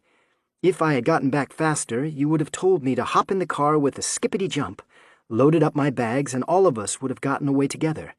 We would have started a new life together and left this one in the rearview mirror, blurred by the dust behind that green Plymouth. I didn't want to write this letter, but the doctor told me I had to. He also told me he wouldn't read it, but I know that he will. Father taught me to recognize a lie, and Dr. Joseph Oglesby is not a very good liar. He thinks he is, but he is not. No, ma'am, not in the slightest. His dead little eyes shrink whenever he tells a fib. 32 of them in our last session alone. Hello, doctor. You should cut your hair. The comb-over is not fooling anyone. You look silly. I'm sorry. I shouldn't say such things. Father taught me better than that. He once told me it's better to shower someone with compliments. Let them swim in them until they're drowning. They'll reach for you and hold on tight. Your friend forever. Not Mother, though. Not my mother. Not you. If you realized I was giving away too many compliments, you'd probably tell me to take them back. The two of you were different. Were different. Father. Oh, my father. I can't write about that now. I know Dr. Oglesby wants me to, but I can't. It hurts too much. It hurts almost as much as when I dug up the spot at the lake under my cat, when I found my knife. I knew what that knife meant. You left me, Mother. As much as I'd like to believe you didn't leave me intentionally, as much as I'd like to believe you had no choice but to run off without me, I know that is not true. I knew the moment I saw that knife. Why do you hate me, Mother? No. Why did you hate Father so? After the house, after the fire, do you know about the fire? After the fire, I was brought to the Camden Treatment Center, just outside of Charleston. The people here are very nice, even Dr. Oglesby with all his lies. They gave me my own room. There's a window, but it doesn't open. No summer breezes for me, only the steady hum of the air conditioner. Dr. Oglesby asked me to keep a diary. He gave me a black and white composition book and told me it would make the perfect diary. I told him only girls wrote in diaries, and he told me a journal then. I should keep a journal. That's what boys do. I told him I would think about it. I'm a smart boy. I know he only wants me to write things down so he can read them, so he can better understand me. Would that be so wrong? To be understood? Don't worry, Mother. I won't tell him your secrets. Your secrets are safe with me. Most of them. Your loving... No. Your son. A.B. P.S. Tell Mrs. Carter I said hello. The man with the long blonde hair, too. I'm sure one day I will see all of you again. I'll keep my knife close until that day. I'll keep it sharp. Thank you for returning it to me. Anything good? Porter looked up. Sarah stood at the bathroom door wearing a white towel, another wrapped around her long hair in that way only women seem to know how to do, steam escaping from behind her. Porter caught himself staring at her tanned legs and forced himself to find her face. Maybe I should get dressed. No. Yes, go ahead. I'm going to get in the shower. Porter swallowed. His face burned. This isn't high school. Pull it together. Looking away, Porter dropped the letter on top of the composition book and crossed the room, entered the bathroom, and closed the door at his back. She smelled like lilacs. Chapter 92. Porter. Day 4, 3:42 a.m. Sarah took the window seat. She looked exhausted. Porter fell into the seat beside her, realized he was sitting on the seat belt, and stood back up long enough to find both ends. He sat down again, buckled the seat belt, and pulled the excess so it was snug. Sarah was watching him with a grin. Do you honestly think that flimsy little belt is going to do a lick of good if this plane decides to take a header into solid ground somewhere over Alabama? I don't want the attendant to yell at me. Sometimes if you're nice to them and follow all the rules, they'll give you the full can of soda instead of just a cup. She opened her mouth, about to say something, then changed her mind, and leaned back in her seat, closing her eyes. Wake me when we get there, Detective Sam Porter. Thank you. For what? For coming with me. I thought I wanted to do this alone, but it's better with you here, he told her. Very few things are better in life when you're alone. I'm beginning to realize that. I'm glad I could be of service, she said groggily. Maybe pie. What? Pie might be better alone. More pie for me. I didn't realize there was pie. Not on the plane. Maybe after we land. There should always be pie. Sleep tight, Miss Werner. Somehow she did just that, falling asleep even before the cabin doors closed. The flight was only about 2/3 full. The seat beside him was empty. Sam waited until they were in the air, then turned on the small overhead light and opened the composition book to the first page. Bishop's words, melting away all else.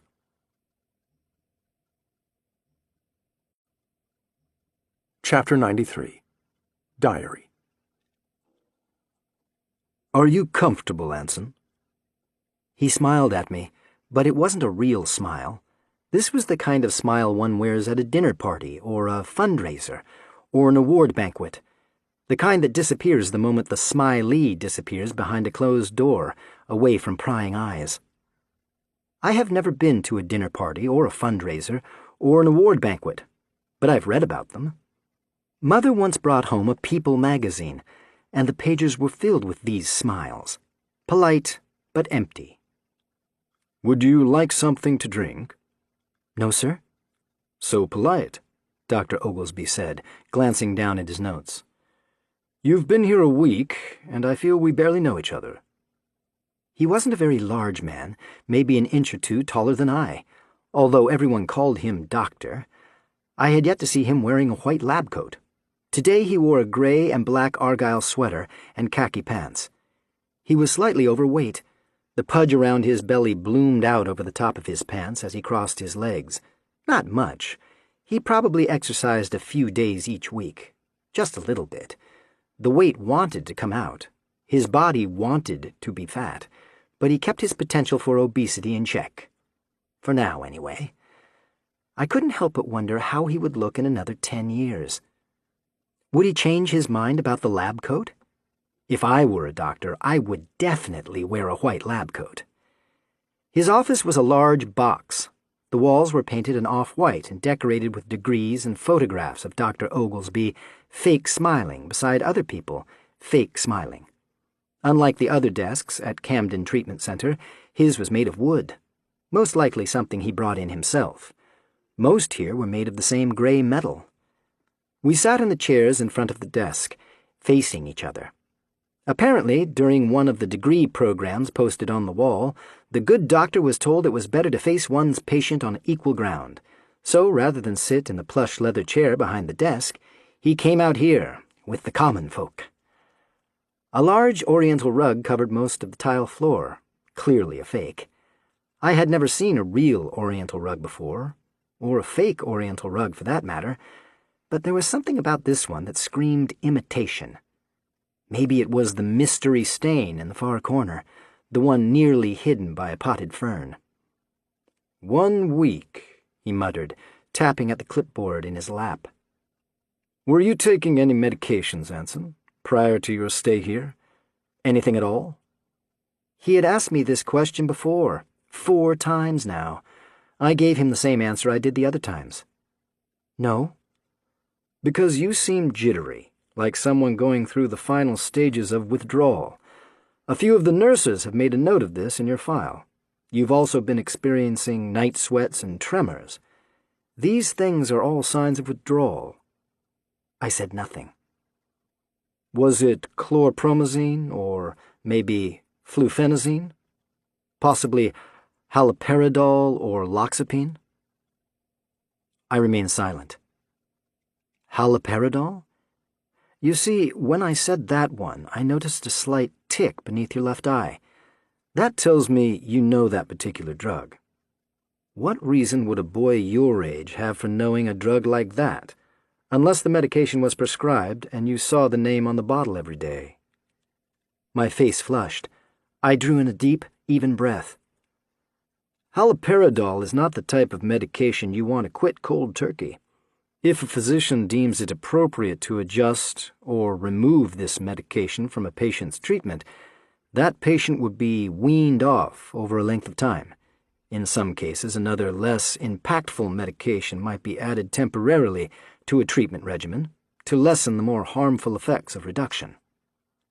Dr. Joseph Oglesby wore glasses. The lenses weren't especially thick, and I couldn't help but wonder if he actually needed them. He seemed like the kind of man who would wear glasses simply to bolster his role as a doctor, to help play the part. He wore his glasses on a silver chain around his neck, and put them on and took them off with a regular frequency, punctuation at the end of a sentence rather than a visual aid. Wearing them around his neck on a chain reminded me of a librarian. He was no librarian, though. I could see the dust on the books lining his shelves from where I sat.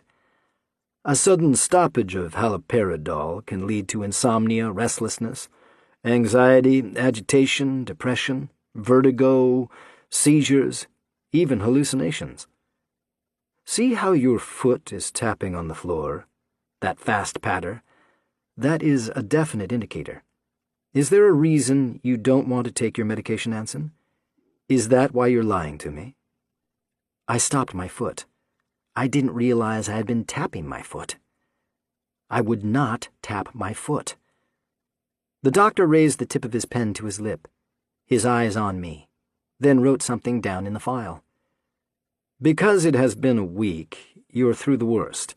I see no reason to pick it back up at this point. Should you feel the need to take it, you'll tell me?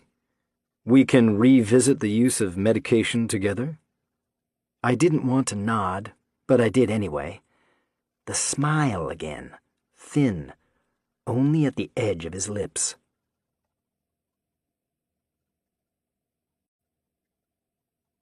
Chapter 94. Diary. Are you ready to talk about the fire, Anson? He saw my leg tap before I was able to stop it. I placed a hand on my knee. Do you know how many bodies were found inside the house? I would not let my leg tap. 3. I've been in close contact with the local authorities since the start of your visit with us, and they have yet to make a proper identification on even one of them. Because the bodies were burned so badly, they're working with dental records. Without something to compare them to, they're having a tough time. They're waiting for one of two things to happen. Either someone will be reported missing and a comparison of dental records will reveal a match, or you provide us with information that leads to identification. The authorities believe you know who those people are. They desperately want to speak to you about it, but since you're a minor and currently under my care, they're not permitted to do so.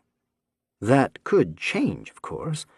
All I have to do is sign a couple of forms, and they'll be able to sweep right in here and take you away to someplace where they'll try and make you talk. I can't imagine such a place would be pleasant, and I would absolutely hate to see something like that happen to a fine young man such as yourself. But I can only hold the wolves at bay for so long. Do you know what a district attorney is, Anson? I knew what a district attorney was. They appeared fairly often in my comic books. But I would not tell him so. I had no intention of telling him anything. Was one of the men your father, Anson? My leg did not tap. His eyes were on me, a hawk on a mouse. Of the 3 bodies found inside your house, all were male. According to the police, your father hasn't reported to work since the fire. That leads them to believe he was killed in the fire. They're concerned about your mother, too. She seems to have disappeared as well. They're quite concerned, actually. I think some of them may suspect she started the fire. The house was covered in an accelerant, most likely gasoline. From what I've been told, the place was saturated. Somebody had been thorough in their efforts. Did your parents get along? Did your mother have any reason to hurt your father? Was he hurting her? Did he beat her? Father would never lay a hand on Mother. I didn't want to talk. I knew I shouldn't talk, but I would not allow someone to say something wicked of Father. Not this man, not anybody. But your father was in the house when it happened, wasn't he? I don't know. I was at the lake. The doctor slipped his glasses on, pushing them up the bridge of his nose. You told the firemen and later the policemen you had been fishing at the lake for hours and came home when you saw the smoke. Yet you carried no tackle box or fishing pole, and they found nothing at the lake to indicate you had either.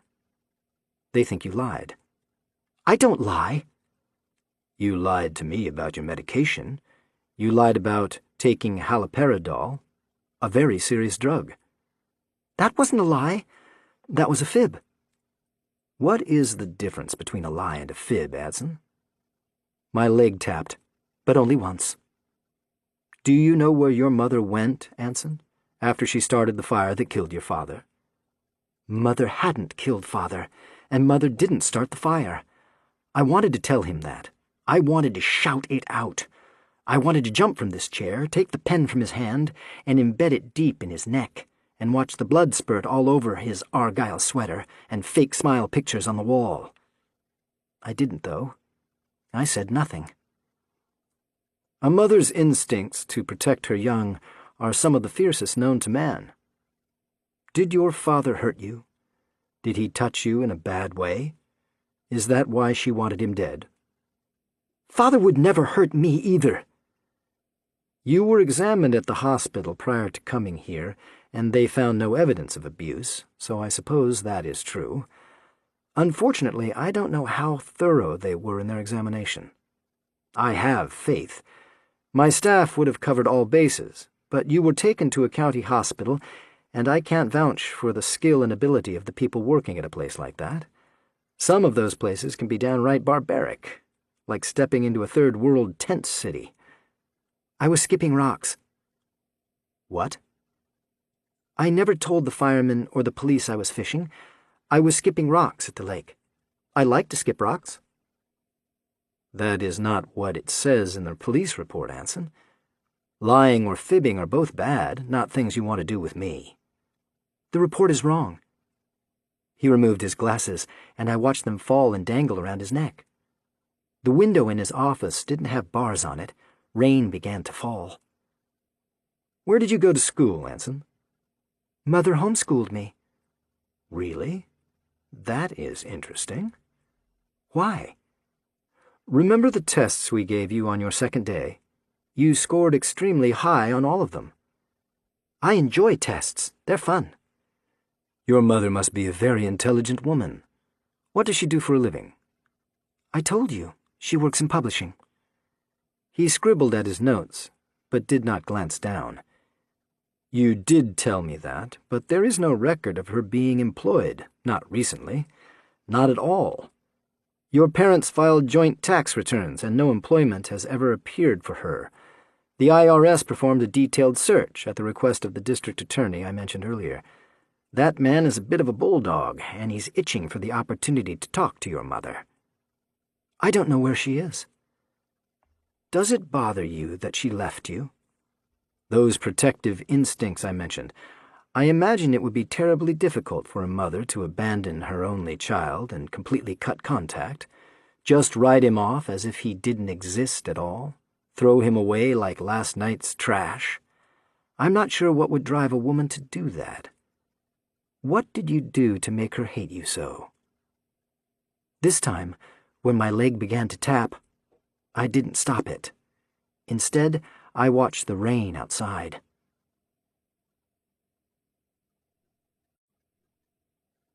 Chapter 95. Poole. Day 4, 4:38 a.m. Poole had touched down at Greenville-Spartanburg International Airport at a little past 1 in the morning.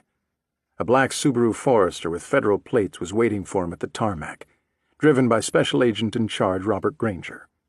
The man's eyes were red and heavy. He offered his hand and shouted over the engine noise winding down from the jet. "You must be Frank! Welcome to South Carolina!" Poole put him in his mid-50s, only because Special Agent in Charge Hurlis was 54, and he mentioned they knew each other from the academy. Granger looked far older than 54. If Poole had met the man on the street, he would have easily tacked on 10 years. Heavy-set and bald, he wore thick glasses and a bushy goatee. Poole found this odd because the FBI dress code did not permit facial hair beyond a mustache. The rules in the South must be lax. Granger gestured toward the passenger door, and both men climbed in the car. They were moving away from the jet before Poole had his seatbelt on. Granger waved at the security station before coasting through and heading for the highway. "So 4MK, huh? Down here?" "We think he's still in Chicago, but apparently this lake is connected to him somehow," Poole told him. "It took some doing, but I finally got Sheriff Bannister on the phone a little after midnight. That's Sheriff Hannah Bannister. They'll like her. She's a bit of a firecracker. Been sheriff around Simpsonville for the better part of 20 years. Keeps running unopposed, which is fine with the locals. Not many people out there. They're not too big on change. She said she's got 2 experienced divers in town. I had 3 in Charlotte, so we rounded them all up and got them out to your lake straight away. She's familiar with the property. Said it's been deserted since a fire wiped out the main house. There's a trailer out there the owners used to rent out. Teenagers use it nowadays for things teenagers do. From what she told me, not much to look at." "Can the divers work in the dark?" Granger leaned up over the steering wheel and maneuvered around a slow-moving semi. "Didn't seem to faze my guys at all. They jump at just about any chance to get in the water." "How far is this place?" Granger glanced at the GPS on his phone. "We're about 30 minutes out. Looks like this place is buried good and deep." 2 hours later, Poole stood at the edge of the lake, watching the divers as Granger and Sheriff Bannister, who was very much the firecracker, barked orders at their teams. A generator hummed in the distance, with snakes of cords running off in various directions. Large floodlights had been erected at the water's edge, the bright beams illuminating the black pool. One of the divers broke the surface and raised her hand. "I've got another one! 20 feet down, directly below me. I've got a cord on it. I'm fixing a balloon now." She pulled a small canister from her belt and flicked a switch. The canister popped and released a self-inflating bright orange balloon. She attached the cord she held in her other hand to the base and set it bobbing in the water. "Holy Christ! How many is that now?" Bannister said from somewhere behind Poole. Poole glanced to his right, at the black body bags lining the shore. 4. That makes 4. Complete body or partial? Granger shouted out to the diver. Complete! The diver replaced her regulator and disappeared back below the surface, the beam of her high-powered flashlight quickly fading away. They found small garbage bags containing remains as well, 6 of those so far. Only one had been opened, containing a human leg bone. Each of the others was carefully placed inside clear plastic bags while still below the surface, then brought up and stored in plastic bins in an effort not to contaminate the contents and preserve the findings. They would be opened at the medical examiner's office at the federal building back in Charlotte. Sheriff Bannister made no squabble about relinquishing jurisdiction to Poole and Granger. This was clearly beyond her department's available resources. Poole pressed his hands together. This wasn't Chicago cold by any means, but the air off the lake had a bite to it. Sheriff Bannister stood behind him, the beam of her flashlight pointing down toward the base of one of the large trees. Agent Poole, I think I've got your cat. When you get to the lake, look for the cat. He walked over to her and followed the beam of her flashlight. A rusted metal lunchbox was buried at the base of a laurel tree. He'd walked the entire perimeter of the lake when he first got here, studying the ground for any sign of a cat. He expected to find whatever Porter was talking about near the shore. Then the first body was found and he forgot all about the cat. This was about 10 feet back, hidden in the trees. Poole bent down and brushed the dirt from the surface.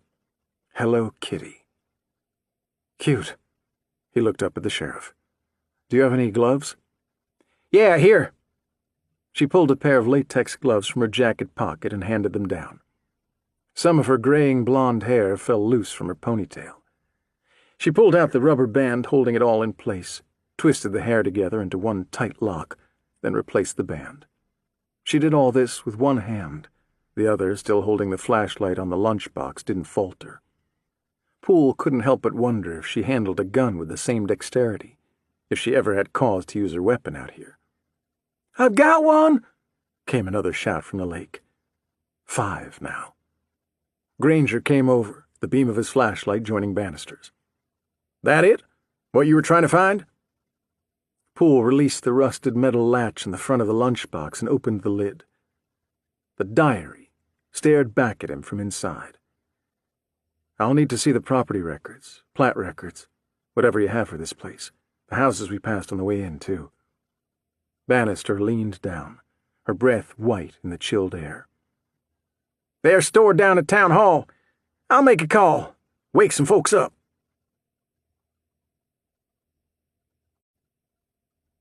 Chapter 96. Diary. The overhead fluorescents buzzed with the sound of a million bees hidden somewhere in the ceiling, the harsh light dripping down like their wasted honey. I tried to ignore the sound, found that I couldn't, and laid my head back down on the thin pillow they provided me. My room was only about 6 feet wide and 8 or so deep. They called it my room, and I accepted this definition, even though my subconscious whispered that the room was more of a cell. Rooms were not locked whenever you were directed inside. Rooms had windows that opened. My room had neither of those things. My first night here, I woke in the middle of the night and crawled from my bed to use the bathroom. The moment my feet touched the cold floor, I suppose I knew something was different. But it wasn't until I reached the place where my bedroom door should have been that I fully awoke and realized I wasn't at home at all, but some strange place. Not my room, not my bed, someplace else entirely. The urge to relieve myself left. I crawled back into the narrow bed. I didn't get up again until the bright lights above turned on at precisely 6 a.m., the bees awakening to their pre-programmed day. They would remain on until exactly 10 o'clock. There was no clock in the room, nor could I see one from the small window in the door, but my internal clock was precise. From the earliest age, Father taught me to mark time within my mind. He taught me to recognize the steady tick of a clock somewhere in a little nook of my subconscious, a clock far more accurate than any hanging on a wall once you learn to trust it. There were no clocks in our house. I was not permitted to wear a watch. There was only my internal clock, tested regularly by Father. He would ask me for the time, sometimes at the most peculiar of moments. If I was off by more than a minute, there would be repercussions. I won't speak of the repercussions, but needless to say, I was rarely wrong. Father also taught me to suppress time. He compared the skill to meditation, but said it was much more. I never had much of a need for this particular skill, but he told me I someday might, and I eagerly welcomed anything he was willing to teach me. Suppressing time allowed me to simply close my eyes and shut down. I could do this for 5 minutes or 5 hours, the interval determined at the start. Unlike sleep, I could keep my brain active, focused on a particular problem, or I could close that down too, and allow instances that would normally be passed swimming in boredom to go by in a flash. When they locked me in my room like this, I suppressed time. I understood what they were trying to do. I was only permitted outside my room to use the bathroom and to visit with Dr. Oglesby. The remainder of my time was spent in this room. They wanted me to grow bored. They wanted me to loathe this room. They wanted me to welcome the time away, long for my next session with the doctor. While I'm sure this worked with previous occupants of my room, such tricks would not work with me, not as long as I could suppress time, not as long as I used this as an opportunity to review my current situation, to find a solution, to puzzle it out. The fluorescent lights turned on at 6 a.m. and off again at 10 p.m., and then the cycle would repeat. 8 of those repeats now. The time was currently 4:32 in the afternoon of my 8th day in this place. There was no escape from my room. The window was sealed tight. Even if I could get it open, I would not fit between the bars on the outside. I could pick the lock at my door if I had something with which to pick the lock, but I didn't. My room was the 5th on this side of the hallway. The bathroom was across the hall and to the right. Although I haven't seen the residents of those other rooms, I heard them, particularly at night. I had identified 3 male voices and 2 female. The female voice 2 rooms down on my side of the hallway sounded to be about 15 years old. She cried at night. She cried every night. I did not know her name. They didn't use names here. Only Dr. Oglesby used names. The hallway was about 50 feet long in total. When they took me from my room to Dr. Oglesby's office, we went to the left, passing nothing but closed doors. When I returned from Dr. Oglesby's office, I made careful notes of the other end of the hallway, a nurse's station on the left, a guard at the right, and a sealed door between them.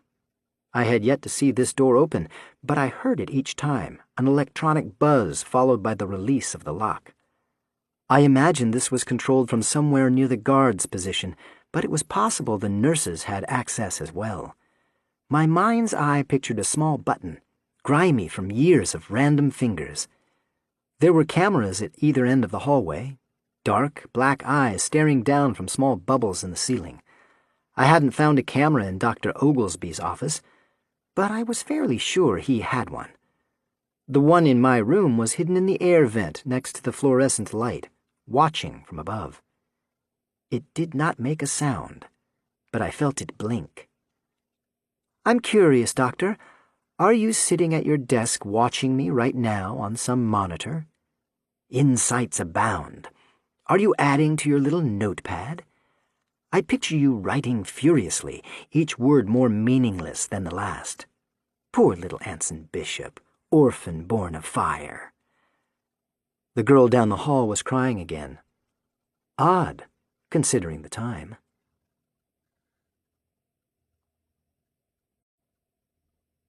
Chapter 97. Porter. Day 4, 7:13 a.m. Sarah's phone dinged. At first, Porter wasn't sure what the sound was or where it came from, but then he spotted Sarah's phone lying on her lap.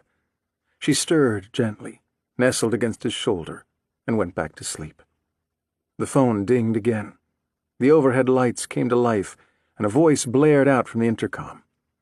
Attention, passengers. Please place your seatbacks and tray tables in the upright position as we begin descent into New Orleans. The local time is 7:13 a.m., and the temperature is 59 degrees. We truly enjoyed flying with you and hope you enjoy your stay in the Big Easy. Sarah's eyes fluttered open. She squinted against the harsh light. "Good morning, sunshine," she muttered, smacking her lips. Her phone dinged again. "I thought those had to be in airplane mode or this whole bundle of metal would come crashing down." "Lucky you got that seatbelt to protect you." She picked up the phone and glanced down at the display. "When you get close to the ground, they start picking up the towers again." She frowned. "I'm getting text messages. They're not for me, though. They're for you." "What?" "Look." She handed him the phone. "You shouldn't have destroyed the phone, Sam. That wasn't nice. Not at all." "How did Bishop get your number?" Sarah shrugged. "Oh, I don't know. Maybe the sign outside my office? A phone book? The internet? One of my cards? Maybe his mother gave it to him. I'm a lawyer, Sam. My number is everywhere." Porter typed. "Bishop?" Nothing for a moment. Then, "Did you enjoy your trip down memory lane?" Porter typed. "I found your cat." Bishop responded. "Don't you mean we found your cat?" Porter looked over at Sarah. Her eyes were locked on the phone. Bishop. "It's okay, Sam. I know you're not alone. I'm happy for you. Sarah seems like a lovely woman. Heather would like her. I'm sure they would be fast friends." Porter. "I have Libby's locket." No response. Porter. "It's her locket, right? Under the floorboards in the Carter's trailer? Who was she to you? You know she's dead, right?" No response. Porter. "Bishop?" Bishop. "I miss my mother, Sam. I desperately need to speak to her about Libby." Porter. "Turn yourself in. I'll arrange for adjoining cells." Bishop.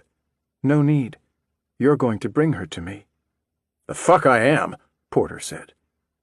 Porter. "She's not going anywhere." Bishop. "I'm sending you a picture now, Sam. You're not going to like it.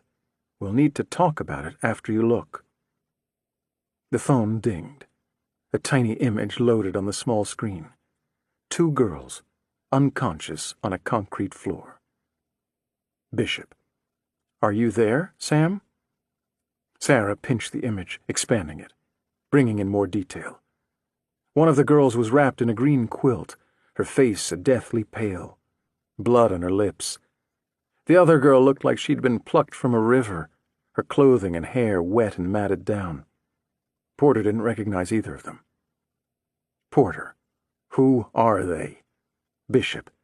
"Guests of a friend. They're not doing well, though. I'm afraid if I leave them in his care much longer, they may end up suffering the same fate as Ella Reynolds and Lily Davies. You wouldn't want that. More blood on your hands. We're going to trade, you and I. My mother for the girls. A simple tit-for-tat like old times. You still owe me for the last one."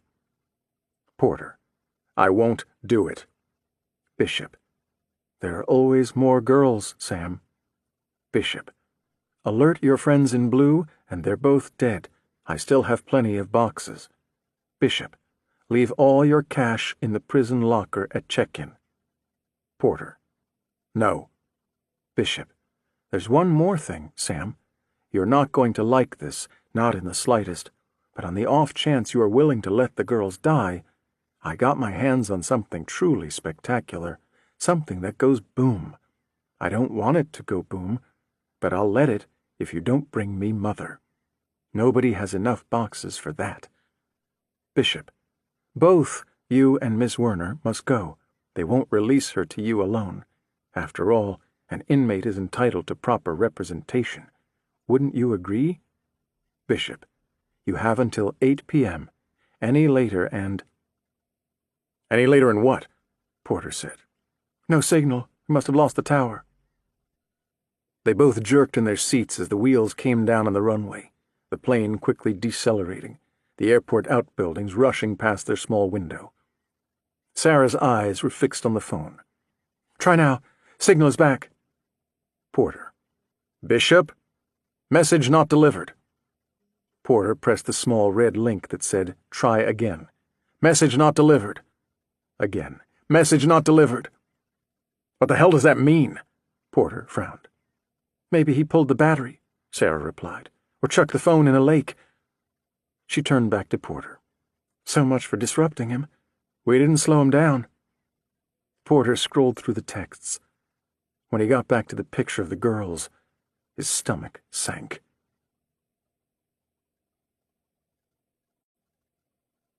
Chapter 98. Porter.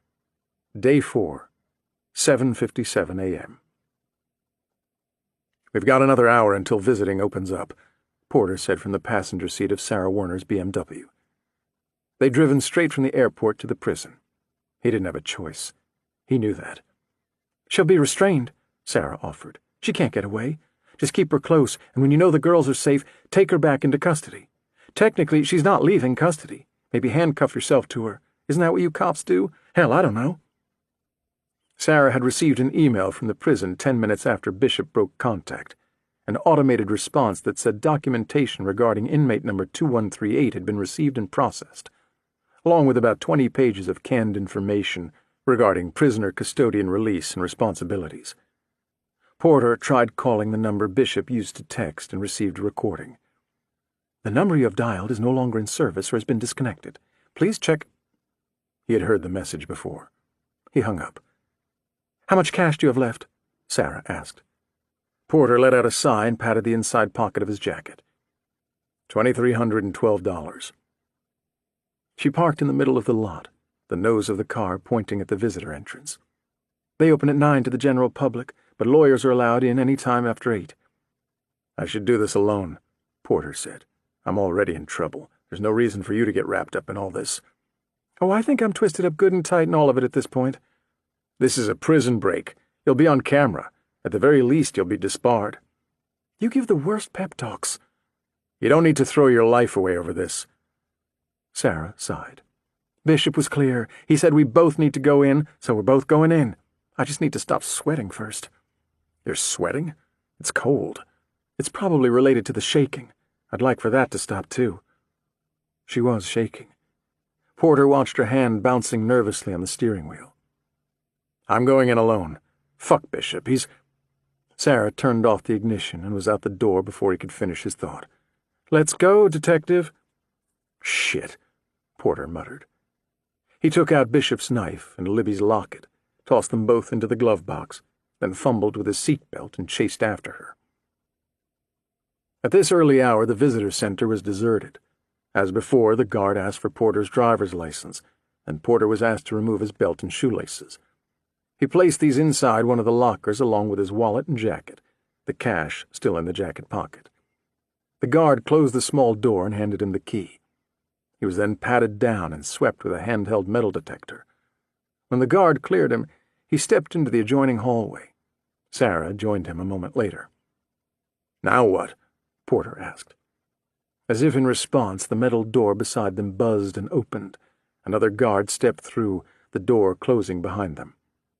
Widener. He was on his cell phone. He held up a finger and nodded at them. When he finished the call, he ushered them into a small anteroom. Wait here, please. Every time the door in the hallway buzzed, Porter's heart throbbed in his chest. The door buzzed 5 times before Widener returned with 2 other guards behind him. Between them, Jane Doe shuffled along, her arms and legs in restraints. Widener produced a clipboard and handed it to Porter. Sign here, here, and here, please. Porter felt Doe's eyes on him, burning into the side of his head as he scribbled his name. This is a day pass. Get her back here no later than 5 tonight. The restraints must stay on at all times. She is wearing a monitoring device on her ankle and cannot leave Orleans Parish. If she does, you will be in violation of the court order. Court order? Howard Bishop? Widener went on. Normally a prison guard would be required to join you, but because you are law enforcement and she's being released into your custody as part of an ongoing investigation, that is solely your call. Would you like 1 or more guards to accompany you? Porter shook his head. Widener handed him a business card. A small key was taped to the back. "If for some reason you are unable to return her by 5 tonight, Detective, call that number and inform the duty chief." Porter slid the business card into his pocket. Widener took the clipboard, flipped to the second page, and handed it to Sarah. "As her attorney, I'll need you to sign here, authorizing the release into Detective Porter's custody." Sarah signed and returned the paperwork to him. He studied both pages, then nodded at the guards behind him, then up at the camera in the corner of the hallway. The door buzzed again, and the two men led Jane Doe back inside, the steel door closing at their backs. Widener turned back to Sarah and Porter. "Pick up your possessions and pull your car around to gate 12 at the side of the visitor's center." He left then, disappearing behind the locked door. Porter and Sarah stared at each other for a moment. The entire exchange had taken less than 5 minutes. Back at the lockers, they retrieved their possessions. Porter noted his jacket was considerably lighter without the cash in the pocket. When they pulled up to gate 12, Jane Doe stood inside the chain-link fence, flanked by the two guards. There was a loud buzz, and the chain-link opened like the metal doors inside the prison. The guards led her to Sarah's waiting BMW and helped her into the back seat, closing the door behind her. Jane Doe smiled from the back seat. "We need to go to your office, Miss Werner. Chop, chop."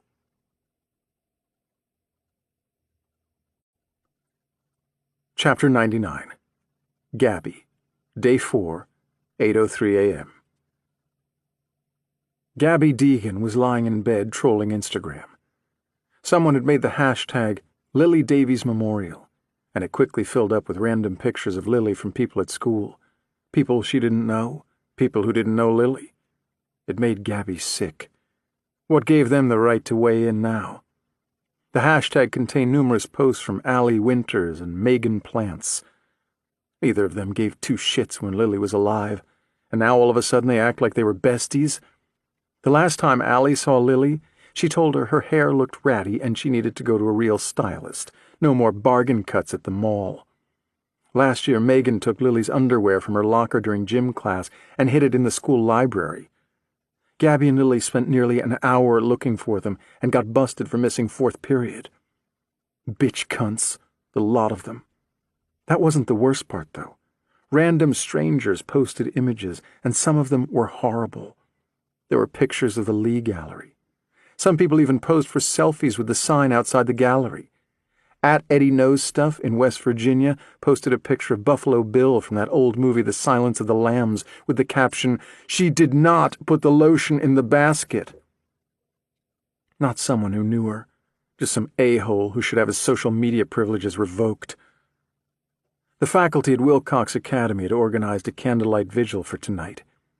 Gabby wasn't sure she should go. What was the point? A bunch of people standing around holding candles wasn't going to bring her back, and they all knew she was Lily's best friend. Everyone would be staring at her.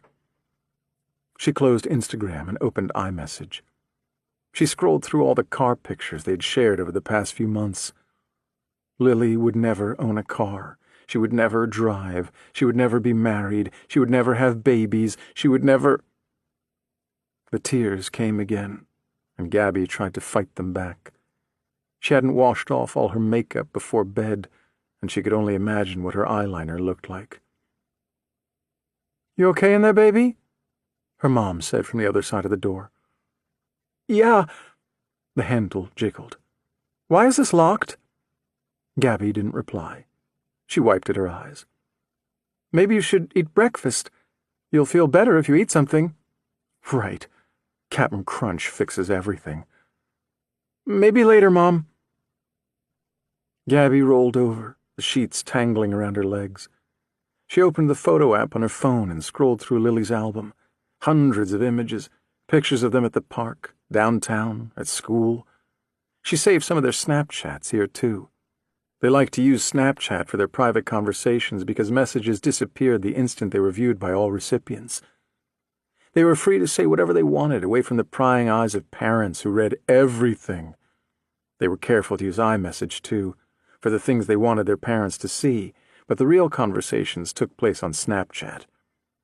If Lily said something she wanted to keep, like her comment about Philip Crendell's butt crack in science class, Gabby took a screenshot before the message disappeared from Snapchat and saved it in Lily's photo album.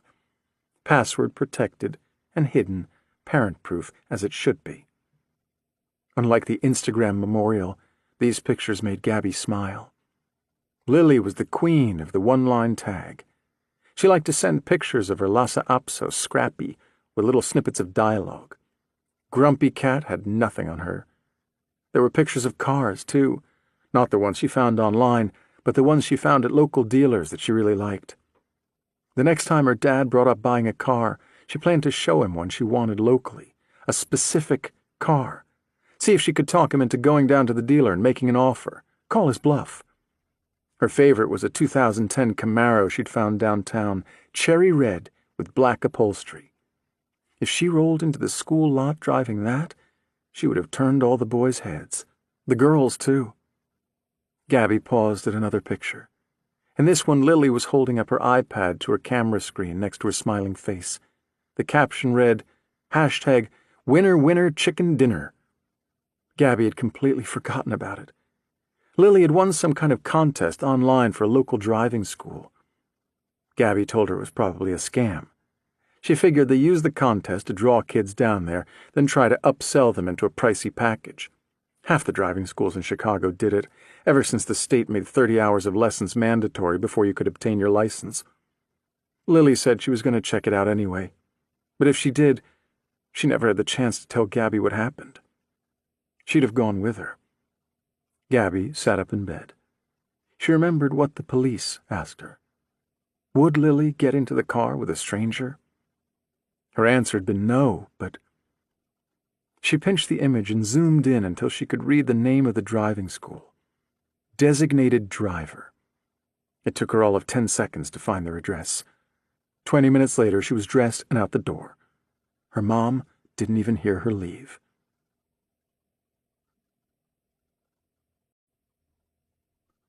Chapter 100.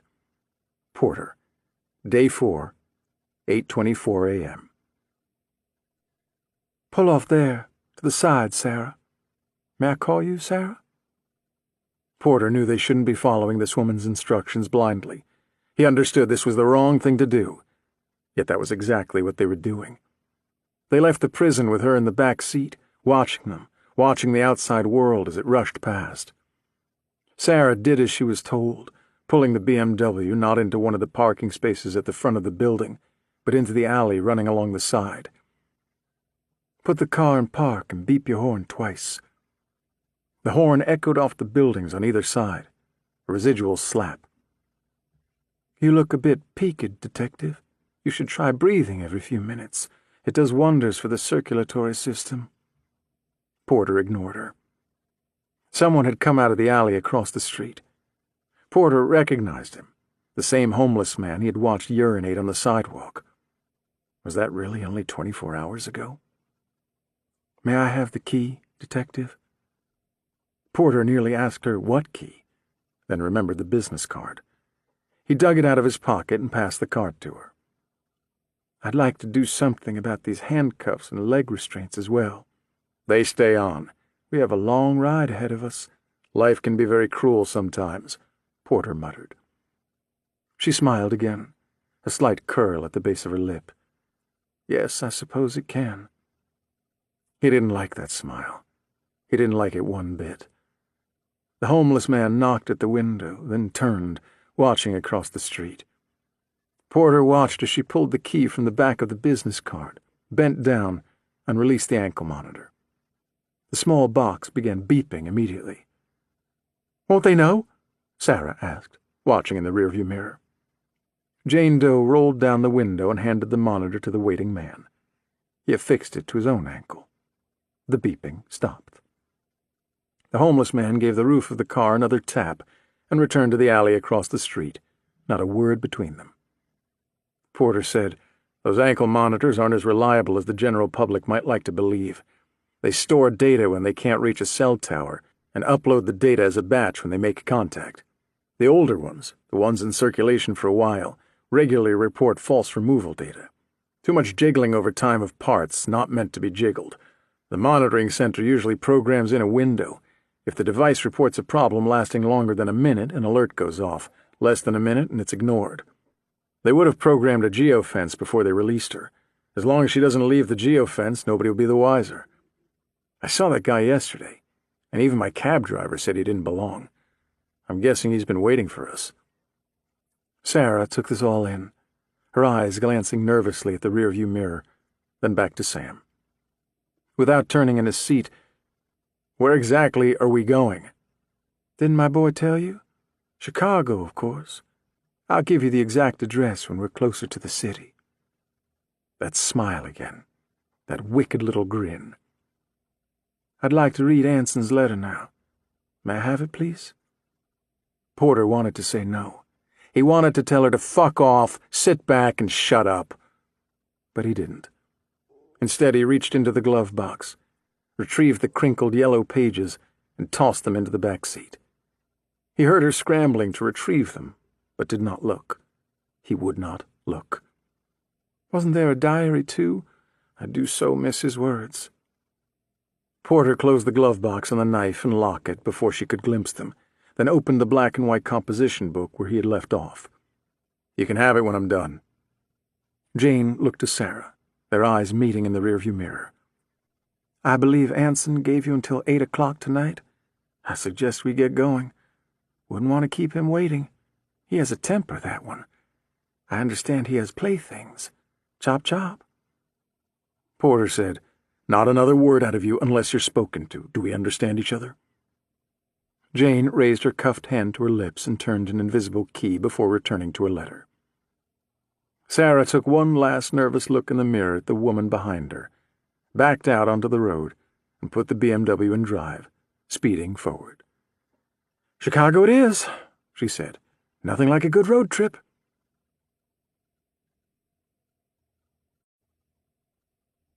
Chapter 101. Diary. Dr. Oglesby wore a green Argyle sweater today, again with khaki pants. I can only imagine Argyle growing wild in his closet, slowly taking over the solids and plaids with their evasive patterns.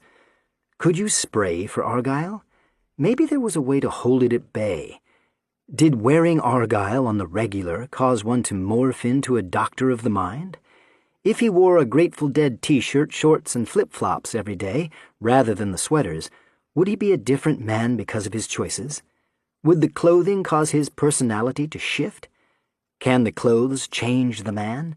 Or does it work the other way around? A change in personality first, which then leads to a desire to wear more casual clothing. I wasn't... Anson, where are you right now? I'm sorry? You don't have to apologize, it's fine. I'm just curious where your mind takes you when you leave the room like that. I was right here. I didn't go anywhere. You were physically right here, but your mind was in a distant place. What were you thinking about? The glasses were off again, dangling around his neck. Who is the girl down the hall from me? What girl? 2 doors down. The doctor frowned at this. Have you met? On went the glasses, a scribble in his notepad. I shook my head. I've heard her crying. She seems very sad. Does that make you feel sad? Should it? Do you ever cry, Anson? I had to think about this. Maybe the first compelling thing the doctor asked of me since I got here. I couldn't remember the last time I had cried. Father taught me to cry. I could cry at will. I could summon tears with the snap of my fingers. But I didn't remember ever needing to do so, even when... No, not then. I wouldn't think about that. The last time I think I cried was after Ridley's puppies. I didn't want to talk about the puppies either. Not now. Not ever. Father once told me, although I knew how to cry, real men do not. Real men never cry. Dirty Harry would be far less threatening if he broke down into tears while waving his gun at the bad guys, or worse, when they pointed their guns at him. When you learned you were alone, when you first realized both your parents were gone and you were all alone. Did you cry then?" "Yes." I said this only because I knew it was what he wanted to hear, the correct answer. I hadn't shed a tear. There was no point. Crying wouldn't have helped or changed anything. Crying would have been a waste of time. I did not waste time. I did not let emotion control me. "Yet you haven't cried at all since arriving here." Glasses off again. "There's no shame in crying, Anson. Emotional reactions to situations and our environment aid our body in coping with the current predicament. Bottling up emotion, holding such things inside, that can be dangerous. Have you ever taken a can of soda and shaken it up real good, then popped the top?" "I don't drink soda." "Shaking the can causes the gases inside to become agitated. Opening the can allows that agitation to be released. If you don't open the can, all that energy remains inside, and it can be damaging, all those molecules running into each other, getting angrier and angrier as they realize they're trapped with no place to go. Shake a can and leave it to fester long enough, and the soda will taste bad when you eventually do open it." "Soda's bad for you." "The girl down the hall from you, she cries because something horrible has happened to her. I can't share the details of another patient, but the things that have happened to her were unimaginable, something I wouldn't wish on anyone, not even someone who lies or fibs to me. She cries because crying makes her feel better. She cries because crying helps her heal. Crying is a normal reaction. It is the right reaction. I worry far more about someone who doesn't cry than I do about a girl like her. I don't want to worry about you, Anson, but I do." "I'm fine." "Yes, well." Dr. Oglesby stood and went around to the other side of his desk. He pulled open the top left drawer and took out a plastic Ziploc bag. There was writing on the outside, but I couldn't make out what it said. Inside the bag was my Ranger buck knife. He set the bag down on the desk between us, then came back around to his chair. With his pen, he poked at the bag, turning it slightly. "That's a nice knife, Anson. Did your father give you that?" "Yes." "I bet you'd like to have it back." "Yes." "What if I were to keep it, or maybe throw it away? I suppose I could even give it to someone on the staff. Seems silly to let such a nice knife go to waste." "It doesn't belong to you." "No, I think it does. Possession is 9/10 of the law. Have you ever heard that expression? The police gave the knife to me for safekeeping. A knife is a weapon. I'm not so sure a boy like you should possess a weapon." My eyes fixed on him. I wanted to look at the knife, but that was also what he wanted me to do. I wouldn't do what he wanted me to do. No, sir. He gave the bag another poke and eased back into his chair. "If I were to return the knife to you, what do you suppose you'd do with it? Would I be in danger? Would my staff have reason for concern? What does a boy who doesn't cry do with a knife like that?" Something was absent from that plastic bag, something I desperately wanted to ask him about, but knew I couldn't. The picture of Mother and Mrs. Carter had been in my pocket, too. Where was the picture? I imagined Dr. Oglesby holding the picture in the dark, studying it, filthy thoughts running through his little head, filthy thoughts he'd no doubt wipe away with a discarded Argyle sweater. That would not do. That would not do at all. I looked at the knife. It makes a good screwdriver, and I've used it to open boxes. Sometimes I cut the bark off old trees, or pick rocks out from the tires of Father or Mother's cars. A pocket knife is a useful tool to have on you, but if you prefer to hold on to my knife for now, if that makes you feel more comfortable, that's fine." Dr. Oglesby smiled. "I'm glad you approve, Anson, and you are 100% correct. I had a Swiss Army knife when I was a boy your age. I carried that knife with me everywhere I went." Father once told me Swiss Army knives were a joke, bulky and unnecessarily bogged down with useless clutter. A real man could get by with nothing but a knife. Any man who felt the need to carry a corkscrew, scissors, and metal toothpick in his pocket was not resourceful. That was the kind of man who cried. Dirty Harry would never carry a Swiss Army knife. I didn't mention this, though, because the doctor seemed pleased with my last response. The doctor scratched the side of his nose, studied his finger, then nodded back at the desk. You know, Anson, before the police gave that to me, they ran the blade through a series of tests. I'm not sure exactly what they were looking for, but something compelled them to study your knife very carefully. I thought about Mr. Carter then, his final visit to the lake. Father had cut him up into tiny pieces neatly wrapped in plastic and tasked me with sending those pieces to the bottom of the lake. I punctured each plastic bag with my knife before chucking them into the water, weighted down with rocks. Best to give the fish a taste, Father once told me. You know what they found, Anson? He reached for his glasses, thought better of it, and leaned forward instead. Your knife had been scrubbed and soaked in bleach, every nook and cranny. Might as well have been brand new. Considering you only used it for things like opening boxes, picking at rocks and bark, and the occasional screwdriver, it seems odd to me that you would use bleach on it. I imagine the police were curious about this too. I like to keep a clean blade. He said nothing then. He said nothing for a long time. Then, yes, I suppose you would. 10 minutes later, he led me from his office back down the hall to my own room.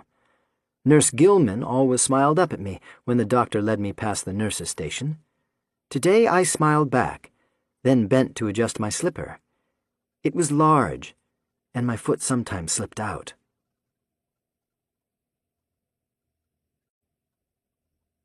Chapter 102. Claire. Day 4, 8:28 a.m. Claus had been right, the little shit-knocker. So far, he'd tied 8 more obituaries belonging to employees at John H. Stroger Jr. Hospital, employees who were very much alive. Once he matched the employee names, Claire worked with the hospital's HR department to reach out to each one and communicate what was happening, dispatching cars to fetch them. She spent most of the night gathering them all here at the hospital. Each person had been told to not bring anything at all. No food, no toiletries, no books, no cell phones, not one single personal possession other than the clothing on their backs. All would be provided once they arrived. Those with families were told to bring their families. Nobody was permitted to make a phone call, not before leaving or after arriving. She gathered them here, in the hospital's cafeteria. They were pissed. Stir craziness set in quickly, and most staffers were just longing for their shift to start so they could leave the room. It was worse for the children and spouses, but this made the most sense. The cafeteria was at the center of the hospital, easily guarded. They had plenty of food and shelter. She couldn't accommodate this many people at a safe house, not even in multiple safe houses. The department didn't have the resources. She saw Nash enter from the far end of the room, spot her, and cross the cafeteria, taking in what was beginning to look like a refugee camp. "We've got an ID on the boy in the truck," he told her. "His name was Wesley Hartzler. He's a Jehovah's Witness. Went missing sometime yesterday. He attended services first thing in the morning, then they spread out around town to try and recruit." "Do they know where he went?" Nash shook his head. "They don't file a flight plan or anything. Sounds like it was completely unorganized. Everyone goes out the door and heads off in different directions." "Was he alone?" "He paired off with a girl named Katie Quigley. I just hung up with her mother. She's missing, too. We put out an Amber Alert. I told both sets of parents to meet us here so we can get statements. Figured that would be faster. There's more," he said. "Isley said cause of death on the boy was blunt force trauma to the head. No water in the lungs." "So he wasn't tortured?" "I'm thinking he just got in the way and our unsub kept the girl." Claire opened the notes app on her phone and ran through the names Claus gave her. "We don't have obituaries for Quigley or Hartzler." Nash shrugged. "Maybe they both got in the way. Jehovah's Witnesses show up at our unsub's doorstep, probably out of the blue. They see something they shouldn't." His voice trailed off, but Claire knew where he was going. She glanced around the room. Of the 8 potential victims Claus identified, 4 had children. All the children were accounted for. They were all here. Nash followed her eyes. "If he took her, it was because she was convenient, not because we kept him from one of these kits. The fact that we found the boy and not her tells me she's still alive. He could be torturing her right now. We're getting close. Were they on foot? Get uniforms to their starting point. Have them branch out on a house to house. Make sure they go in pairs. We don't want someone stumbling into Bishop or the unsub alone. Already happening. I spoke to dispatch right after I hung up with Isley. I'm heading out there now. Claire nodded, then dialed Agent Poole. 708 miles away, Special Agent Poole answered on the second ring. Claire told him about Wesley Hartzler, and that they'd located all Bishop's potential victims and gotten them safely to the hospital. When we hang up, I want you to call Special Agent in charge Hurlis. He's my commanding officer. Fill him in on the house-to-house. He can get you more bodies, Poole told her. Claire felt people watching her in the cafeteria, her every movement telegraphed and documented by the eyes of the people she brought here. She walked past the 2 officers stationed at the cafeteria entrance out into the hallway. We interrupted Bishop's endgame. He's going to retaliate. You can't think about that. You need to focus on keeping those people safe. We'll find him. Poole sounded like he was shuffling papers. His voice dropped lower. I've got 5 more bodies down here in that lake, Detective. Possibly a 6th body, dismembered. The pieces sunk in plastic bags and weighed down with rocks, just rotting away in the water. Jesus. I've got the diary, too. Porter left it for me. More rustling of papers, and then he went on. The mailbox in the adjoining house said Bishop. I'm down at the county property appraiser's office, going through records. Claire said, We ran searches on that a few months ago, but hit a wall. There's no national database, so we threw darts at possible counties. The municipalities with records only go back so far electronically, and there are a lot of bishops out there. Our search was limited to Illinois and the surrounding states. We never considered South Carolina. Yeah, well, sometimes you have to dig the old-fashioned... He trailed off. Find something? No reply. Agent Poole? Does Sam have any kind of connection to South Carolina? He did his time as a rookie in Charleston, I think, before coming to Chicago. Why? What year did he come to Chicago? Why? Poole let out a breath, the weight of his words heavy. The property with the lake and the 2 surrounding houses, all of it is in his name.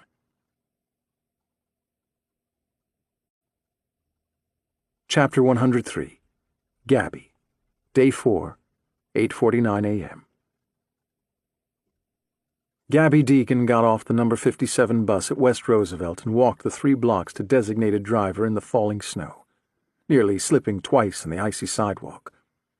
The building wasn't very large, a squat square structure with a flat roof surrounded by half a dozen small white hatchbacks covered in branding for designated driver and the words student driver plastered on every available surface in bright red. The cars were layered in snow, no doubt sidelined by the weather. Gabby pulled open the front door, fighting the wind, and ducked inside. A woman in her mid-50s looked up from a copy of the Tribune and frowned at her. We're closed today, sweetie. I just came in to catch up on some paperwork. I can make you an appointment for next week after this weather breaks.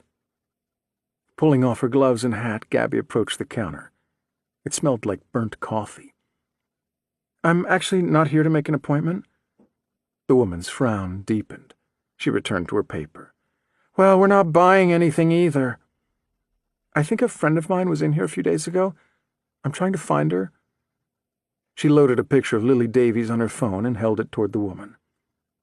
The woman's eyes met Gabby's, and for a second Gabby thought she was going to ask her to leave again.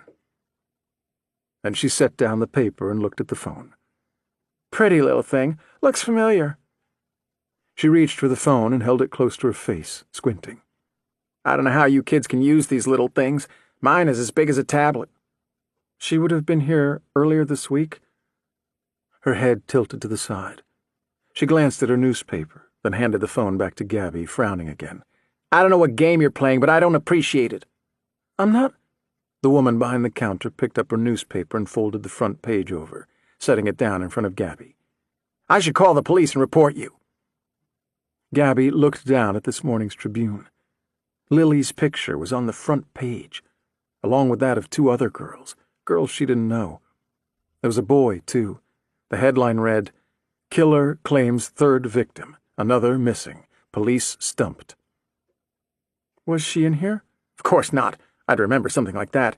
You go telling people that she was, and your parents will be hearing from our lawyers.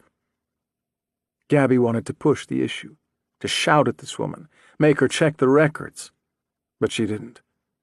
Her eyes had fixed on the small stack of business cards on the counter beside her.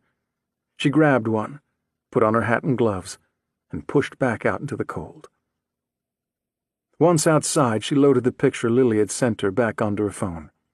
She pinched the image and zoomed in on the iPad in Lily's hand, on the message that said she won. Then she glanced at the business card, then at the front of the building. The phone number on the card, the building, and even the cars ended with 0000. The one on Lily's iPad, the number she'd been told to call to claim her prize, was completely different, and even the area code didn't match. Gabby dialed the number Lily had been given and pressed the phone tight against her ear, sealing out the howling wind. Her call was answered on the 5th ring. Gabby could see the woman inside the small building, still reading her paper. "Designated driver driving school, how may I help you?" The voice on the other end of the line was gruff, a man's voice. He had trouble pronouncing the S in school.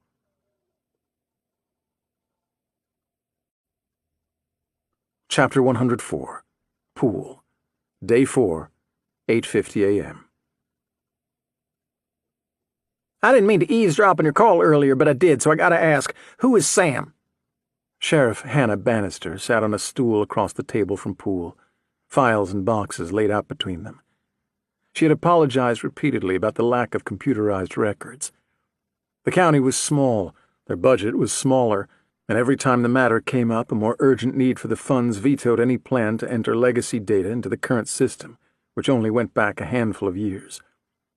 Poole had the property deeds and a neat stack at his side, Porter's name glaring at him. Detective Sam Porter with Chicago Metro. Until recently, he was the lead investigator on the 4MK task force. "What happened recently?" Poole couldn't tell her. Not yet.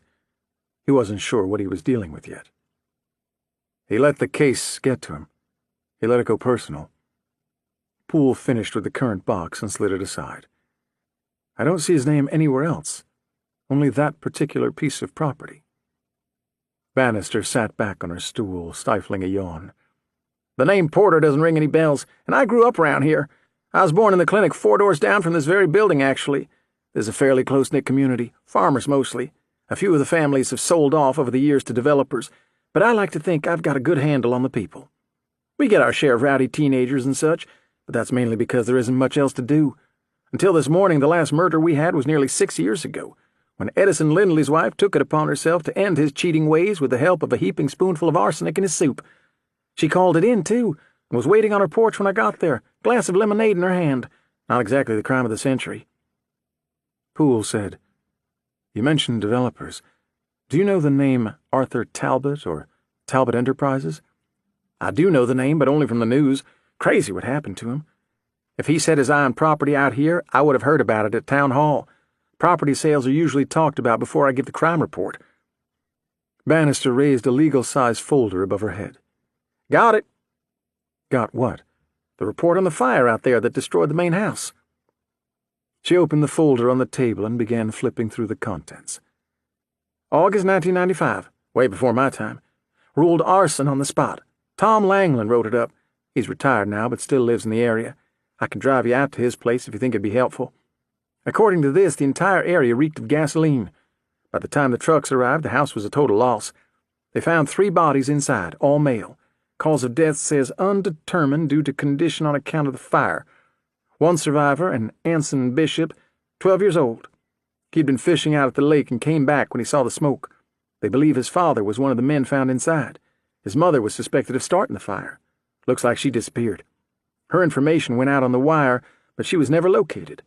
The trailer behind the house had been rented to a Simon and Lisa Carter. They also went missing after the fire. No hits on their wire report either. The boy went to the Camden Treatment Center not too far from here." "May I see that?" She passed him the file. Poole's phone rang. He answered the call on speaker. Frank, this is Granger. I just hung up with Hurless, filled him in on everything. They're still searching the water, but I think we found them all. 5 complete bodies and at least 1 more in bags. We don't have enough bags for more than 1 body, but I suppose it's possible the remains came from multiple sources. We won't know for sure until the medical examiner has a look. I'm having everything transported back to Charlotte, our closest lab. Thanks. Keep me posted on what you find. If you can't reach me, go to Hurless. I'm back at what's left of that house right now. Obvious fire.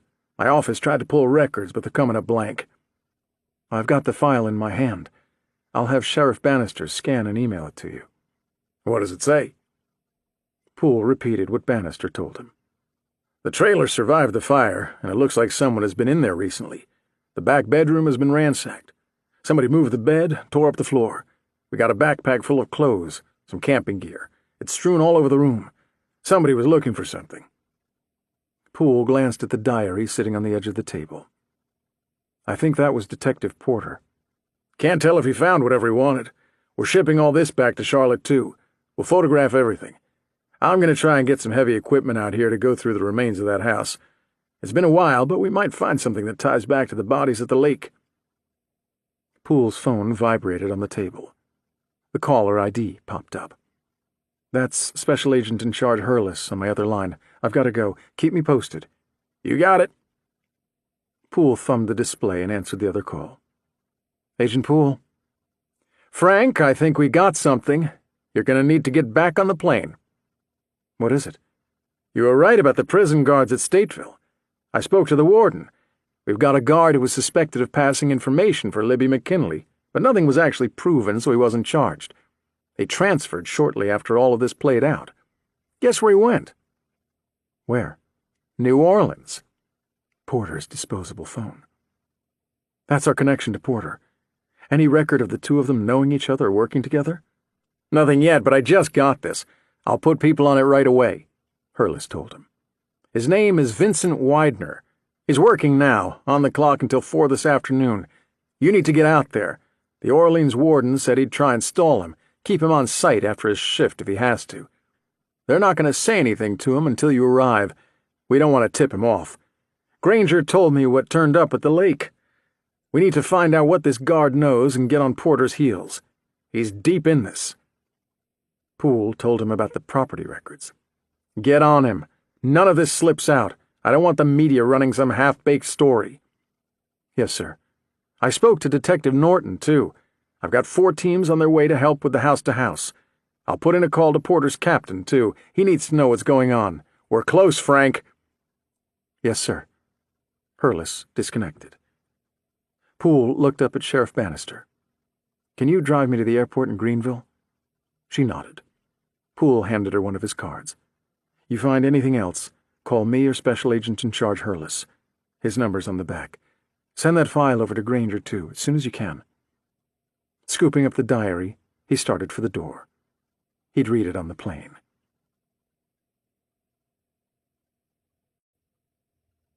Chapter 105. Diary. 7 minutes past 3 in the morning. I lie awake. The girl 2 doors down is crying again. She is crying something fierce. I'm staring at the ceiling. My knife, no doubt, back in Dr. Oglesby's desk drawer. With the picture? I wasn't sure about this. I imagined Dr. Oglesby would keep the picture close. I wanted to see it. If I closed my eyes, I saw the photograph in perfect detail. I had no trouble recalling Mrs. Carter's body, wrapped in the sheets, lying with Mother. I remembered this as easily as I remembered the day I saw her at the lake, then back in her kitchen. She was shaking. I think I wanted you to see. I watched you walk out there with your fishing pole. I knew you'd be there. Why would you? Sometimes a woman wants to be desired, is all. She took another drink. Do you think I'm pretty? I did think she was pretty. I wanted the photograph back. The idea of Dr. Oglesby holding my picture, studying it, soaking in that image, this churned my stomach. He wasn't meant to see that picture. That wasn't meant for him at all. A loud cry, a choked cry. Nurse Gilman's shoes tapping down the tile floor. She would comfort the girl. This was becoming the pattern. An extended cry, the sound of Nurse Gilman, the click of the girl's door, then eventually muffled sobs and silence. I rolled the paperclip between my fingers beneath my sheets, mindful of the camera I was certain watched me from the air vent. I had picked the paperclip up off the tile floor when I bent down to adjust my slipper earlier. I don't know who dropped it. I didn't care. All that mattered was that I had it now. I knew I could pick my lock with it, and I would do exactly that when it was time to go. It was not time to go yet. Another muffled sob from the room 2 doors down, then nothing. What did she look like? How old was she? What happened to her? I could almost picture her, Nurse Gilman's arms around this frail thing wrapped in sheets, the two of them. I couldn't leave without the picture. I couldn't leave without my knife. I would have to go at night. The staff was thinnest at night. I never heard more than 2 nurses in the halls at night, sometimes only 1, and of course there was the guard at the end of the hall to consider. I would need to escape my room, get down the hall, past the nurse's station to the doctor's office, pick his lock, a quick set, much easier to pick than the one on my door. Inside I could retrieve my knife. I needed my knife. Without my knife, the guard and nurses would be a problem. I couldn't get to my knife without passing the guard and the nurses, though, and this was also a problem. This was a serious problem for sure. There were also the cameras. Father would know what to do. Father always knew what to do. The rain hadn't stopped, a steady patter against my window. The power was flickering. If the power went out, would there be a backup generator? I imagined there was. Or maybe there wasn't. Or maybe there was. Nurse Gilman had a nice smile. I wondered if the girl 2 doors down ever smiled. What was her smile like? I closed my eyes again and thought about the hallway. Father would puzzle it out. I would puzzle it out.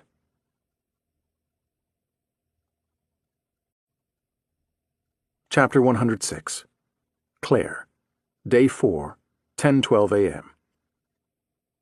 Claire and Claus hovered over the speakerphone in the small office Klazowski had claimed as his own upon arriving at John H. Stroger Jr. Hospital. Nothing more than an unused exam room, really. Stacked floor to ceiling with boxes and outdated equipment, the room was down the hall from the cafeteria and blissfully out of sight of the people in there. Nash was on the other end of the phone line, and Claire told him and Claus what Poole had told her. Nash must have covered the phone. He shouted something she couldn't make out, muffled, then came back to the call. "It's bullshit. You know that, right?" Klazowski's face had grown pale, nearly translucent in the light cast by his large laptop screen. "That's gotta be Bishop," he said. "He fudged the county property record somehow." Claire wanted to believe that. Electronic, maybe, but paper? Poole said he had to dig through a dozen boxes and old file cabinets with the sheriff in the basement of a municipal building to track this down. Even if Bishop could get in, and I've got no doubt he could, it sounded like they were so disorganized down there, how would Bishop know where to find the original to swap it out? Claus's brain was churning. She could see it in his eyes. "I don't even think it would be that simple. Think about it. A paper document? You'd have to break in twice. Once to steal the original, then again to replace the original with the fake. He'd need time with the original to duplicate everything. Fonts, format, paper type. Electronic records are easy. Hack in, a couple keystrokes, and you're out clean. Paper's old school. It's tough." "Not impossible, though," Nash said. "Okay, we need to focus," Claire said. "We can't get distracted. Anything on the search?" "4 blocks down. Between the feds and our guys, we've got a lot of people out there. This weather is tough. Slow moving," Nash told them. She turned back to Claus. "Did you match anyone else to the obits?" Claus sighed, then picked up a pen and began twirling it between his fingers, his eyes returning to his laptop. "I need more data." "I got you data. The hospital gave you access to all their employee records." Claus nodded. "And that was very helpful. I was able to match up 8 more potential victims against the obituary data we received from all the city papers. They're all in that tent city you've constructed in the cafeteria. Here's the problem, though.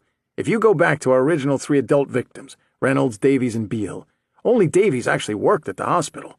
Reynolds worked for Unimed America Healthcare and insurance sales, and Darlene Beale is a pharmaceutical sales rep. The hospital doesn't have employee names on their vendors. So let's get them, Claire said. Claus snapped his fingers. Like that, huh? Do you know how many vendors a hospital this size works with? We don't have time to play Trivial Pursuit, Claus. 233, he told them. I got that list about 20 minutes ago, and I've got my team back at Metro reaching out to all of them, but it's going to take time. Claire said, so you found 8 potential victims here at the hospital, but since 2 out of the 3 original victims worked outside of this building, that means his total victim pool is much larger? Claus nodded slowly. That's what I'm saying. We're protecting 8 families, but that's not going to slow Bishop or our unsub or both down. He'll shrug it off and just move on to someone else on the list.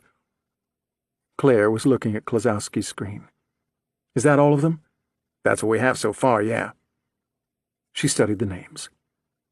I think we need to focus on the smaller picture. Look at what we have, not so much what we don't.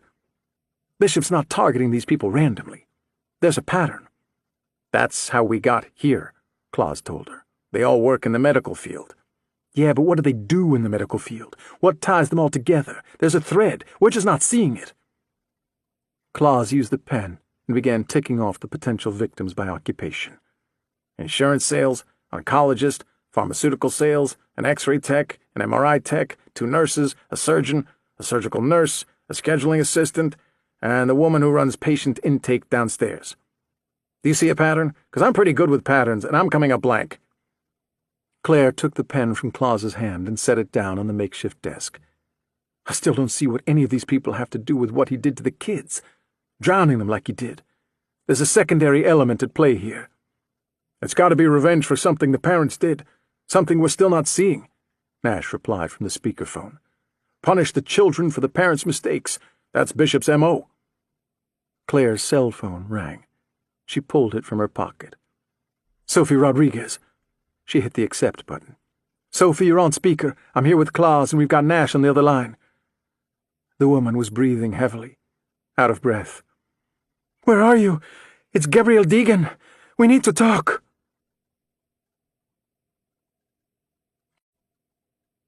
Chapter 107. Pool. Day 4, 12:58 p.m. The flight from Greenville to New Orleans took a little over 3 hours. They ran into some turbulence over Alabama, which made it feel as if the G4 might drop out of the sky. The small aircraft made the types of noises you didn't want to hear in a plane, creaks and groans and protests. Although Poole was a seasoned flyer, this would have been more than enough to rattle him had he noticed any of it. He didn't, though. He had been completely engrossed in Bishop's diary for the duration of the flight. Poole burned through the small composition book, turning each page faster than the last, and when he reached the end, he began to go back through the various pages he'd dog-eared, the ones related to specifics at the property in South Carolina, the lake and shell of a house and trailer. He also folded over the pages concerning Bishop's parents. Damn near all the pages were now folded. What the hell should he make of this? Why had Porter held the diary back? Why had he really held it back? You can't play God without being acquainted with the devil. The words rolled back into Poole's consciousness like a freight train. How deep was Porter willing to go? Much of the diary rang true, but there was something off about the text. Not only minor details like the Volkswagen rotting away in the driveway rather than the Porsche originally mentioned, or the trailer in the backyard rather than the house Bishop said belonged to their neighbors, the Carters. There was something else, something deeper. The entire text had a fairy tale feel, a beaver cleaver shimmer that crossed the line between documentary fact and carefully crafted fiction. Somewhere within that shimmer the truth lived, he was sure. The words were those of a little boy, the memories of a child who walked that property, who lived there. That was part of it for sure. The world seen through a child's eyes was much different than that of an adult, and the story had been documented as such. If this diary had been written by a child, that would make sense. Poole had seen Bishop's handwriting, though. He had studied his handwriting closely. An individual's handwriting evolves over time as a person ages. The style surely finds root in our childhood, but as we age, some edges grow sharper, while early edges can grow soft. A child's handwriting always has a tenderness to it, a hesitation, as our brain recalls how a letter or word should look before we commit that letter or word to paper. As we get older, that fades, and we pull more from our subconscious. A child's writing, although it may appear sloppy, is usually meticulously thought out, done slowly, while as adults we rush through the words, take shortcuts. At Quantico, Poole took a series of handwriting analysis courses, and the one thing that always stood out was the difference between a child and an adult's writing. The language here, the word choice, the flow, was very much the work of a child, yet the handwriting itself belonged to an adult. Poole was sure if he compared the diary to current writing samples from Bishop, this fact would solidify.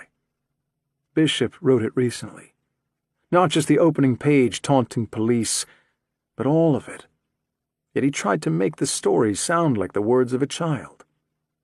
That thought, that singular thought, made him suspect of all that he read. Poole had no doubt much of the diary was true. He also believed other segments were not.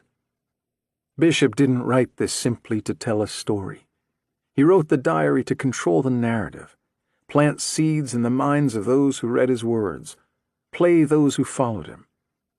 Of all he just read, he only knew one thing for certain. The dismembered body they found in the lake was most likely that of Simon Carter. How his body got there and who ultimately killed him couldn't be determined by this text, only by the evidence they would eventually uncover. The diary did not provide any explanation for the other 5 bodies they found, nor did it provide a true explanation for the bodies found in the house, and nothing about the fire. The only explanations offered were those Bishop wanted them to believe. To buy into that was dangerous. Poole wasn't about to do that. He felt the diary should be approached from a very different angle. The book should be treated as a laundry list of facts Bishop wanted them to believe, whether they were true or not. Understanding why Bishop wanted to communicate this particular message, and not the diary text itself, would lead to the truth. Poole wiped at his eyes and looked out the small window. He watched the clouds give way to green below, roads and buildings take shape, the airport come into view followed by the runway. When the plane's wheels touched pavement, they did so with a skilled bump, barely noticeable, a far cry from the roller coaster ride of only a few hours earlier. As they taxied toward the federal hangar on the north end of the airport, a white SUV drove out from a small parking lot on the side of the building, his ride to the prison. Poole grabbed the diary and had the small hatch of the plane open, even before the G4 stopped moving.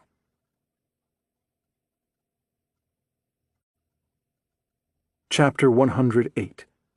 Diary. I received a rather interesting call from the police this morning. Would you like to know what they asked me? Red argyle, today's sweater.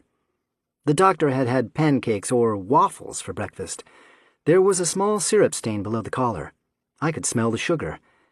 This made me hungry. I had been given Cheerios and milk, a favorite of mine to be sure, but most definitely not as good as pancakes or waffles. I missed Mother's pancakes. She made terrific pancakes. Anson, you're wandering again. When someone is speaking to you, you need to attempt to focus on their voice. It helps to look them in their eyes. Try to shut down the babble in your head. I had been looking at the doctor's eyes, although I didn't see him.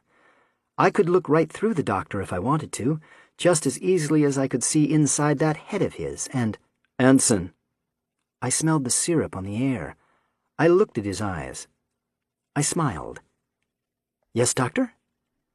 Would you like to know what the police asked me? Yes, doctor. I would like that very much. He glanced down at his notes. This was a Detective Welderman, with the Greenville PD. He said they have been out to your house a number of times to interview your neighbors, He fumbled through his notes again. Carters, Simon and Lisa. Apparently they haven't returned home. That prompted them to check with Simon Carter's place of employ, and he hasn't been to work in some time. His wife, who didn't work, appears to be missing as well. The doctor's eyes remained on his notepad for a second, scanning the text. Then he looked up at me and frowned. So we have 4 adults, including your parents, either missing or dead. 3 bodies found after a horrible fire in your house, a fire that has been confirmed as arson, and we have 1 boy, a boy who does not appear to cry, left behind and now sitting across from me in my office. The glasses came off again, but this time there wasn't the showmanship behind it. He pulled them from his nose and let them drop to his chest. I've got to tell you, Anson, this doesn't look good. This doesn't look good at all. The police are most certainly in an uproar. They want to talk to you. They want to talk to you desperately.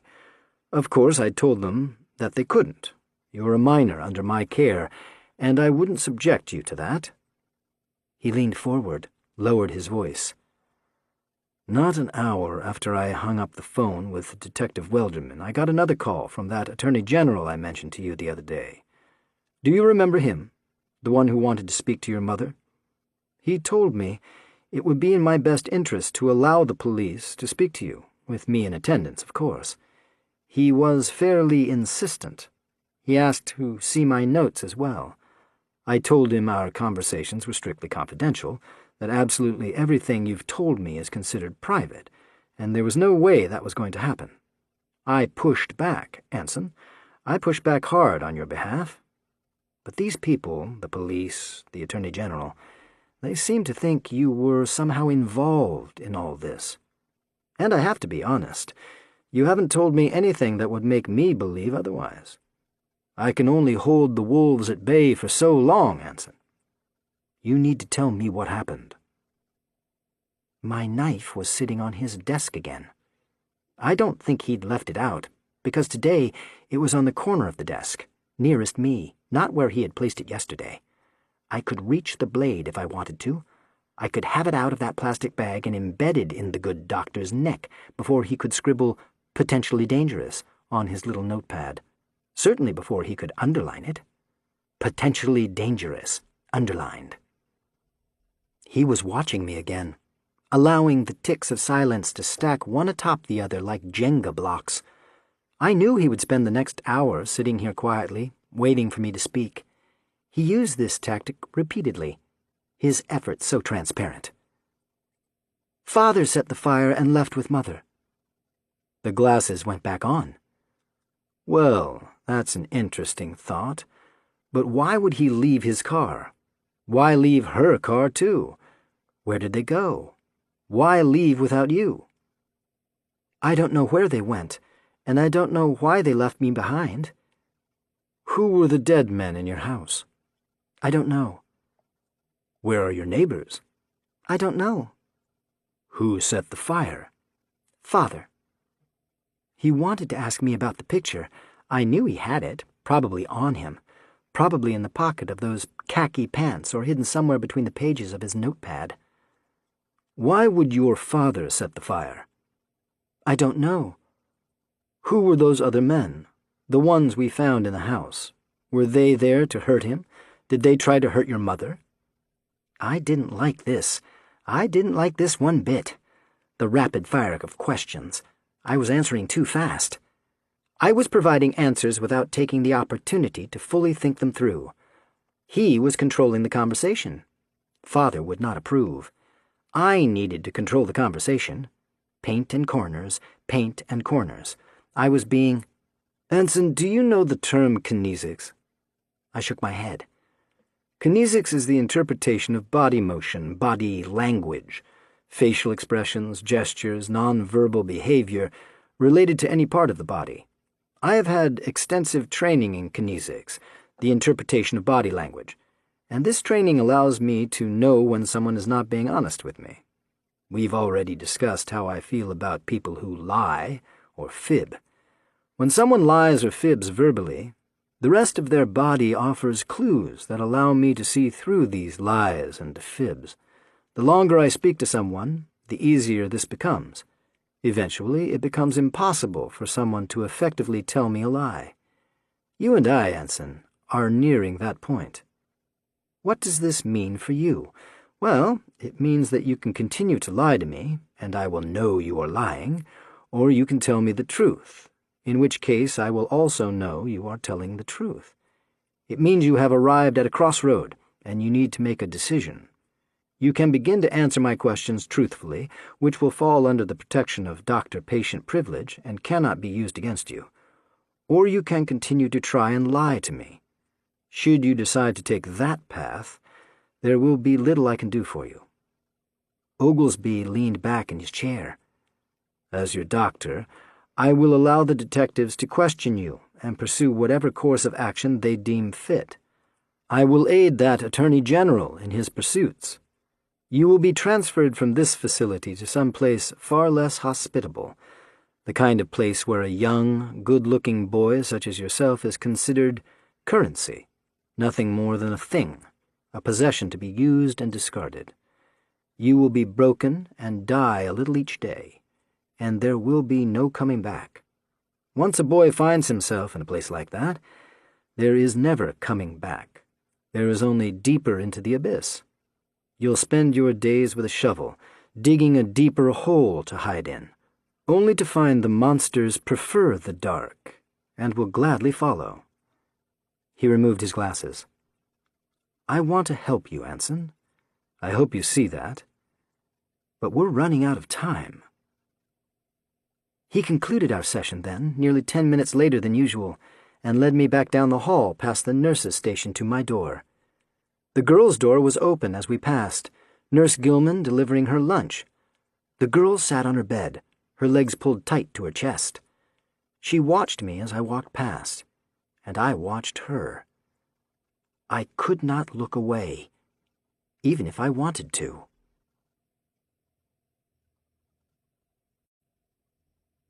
Chapter 109. Claire. Day 4. 1:12 p.m. I told you we don't run contests. I have no idea what that is. Claire stared at the woman behind the counter at the designated driver driving school. She felt the blood heating her face. The woman stared at her blankly, defiantly. Claire wanted to reach across the counter and pull her over. Claus had taken the image of Lily Davies holding her iPad, enhanced it, and blown the picture up so they could make out the detail. The version Claire had on her phone clearly showed this building and some of the cars out front. "Look at this picture again," Claire said, pushing the photo sheet of the missing and dead children across the counter at the woman. She glanced down, then back at Claire. I told you I haven't seen any of them. None of those kids have ever set foot in here. I'd know. Anybody could have taken a picture of this place and mocked it up. That's not our phone number. It's bogus. The phone number in the picture, the one Gabby Deegan had called earlier that morning, currently rang through to a voicemail box that had not been set up.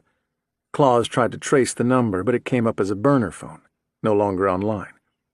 He and Nash were working with the phone company to try and trace back Gabby's call from earlier and possibly pin down a location. Gabby sat in a chair at the corner of the small building, Sophie next to her, holding the girl's hand. "Okay, run through it one more time for me, sweetheart," Sophie said. Gabby wiped at her eyes. "I should never have let her go there by herself. It's my fault. If I'd gone with her, she'd still be alive. Tell us about the phone call, about the man who answered. What did he say to you? Did you hear any strange noises? Anything that might tell us where he was?" Gabby shook her head. "I hung up right after he answered. He sounded funny. I could see inside here. I could see her. She didn't answer the call. I don't think the phone in here even rang." "I haven't gotten a call all day. It's been dead," the woman said. "Sounded funny how?" Claire asked, walking over. "Like he just woke up. Sleepy, I guess. He couldn't say the word school right. He had a stutter?" Gabby frowned. "No, not a stutter. I'm not sure what you call it. He couldn't say the letter S. Well, he could say it, just not right.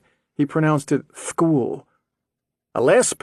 The woman behind the counter asked. Is that what you mean? He had a lisp? Gabby was nodding. Yeah, that's it, a lisp. Claire went back over to the counter. Does that mean something to you? The woman picked up the phone and began dialing. I need to call the owner.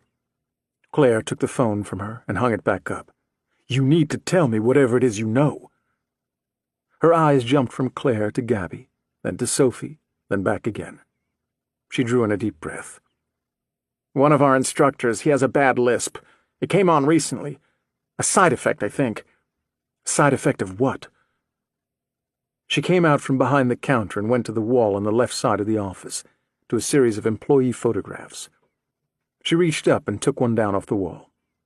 Paul Upchurch. He's been with us for nearly 10 years. About 6 months ago, he started smelling things that weren't there. He kept telling me I smelled like almonds and vanilla. I thought he was trying to be nice. He was always sweet. The nicest guy. Funny, too. Then he started to get the shakes. They'd come on randomly and disappear just as fast. The owner pulled him out of rotation, made him see a doctor. We can't risk something happening to one of our instructors with a kid in the car. He went for a series of tests over the course of a week or so. Anyway, the doctor said he had a brain tumor. I don't remember the specifics. He explained it, but it was also technical. Went over my head. Cancer, Claire thought. Insurance, oncologist, pharmaceuticals, X-ray, MRI, surgeon, hospital. Where is Paul Upchurch now? Home, I imagine. He had 3 surgeries that I'm aware of, maybe more. We haven't heard from him for over a week. I was thinking about driving over and checking on him if he didn't call in over the next few days. I need an address. Sure, okay. Her eyes were still on the picture in her hand. A man in his early 30s, smiling back. Paul wouldn't hurt anyone. He's really the sweetest guy. Terrible what he's going through. He's so young, very spiritual. A good soul, too. Claire was already dialing Nash.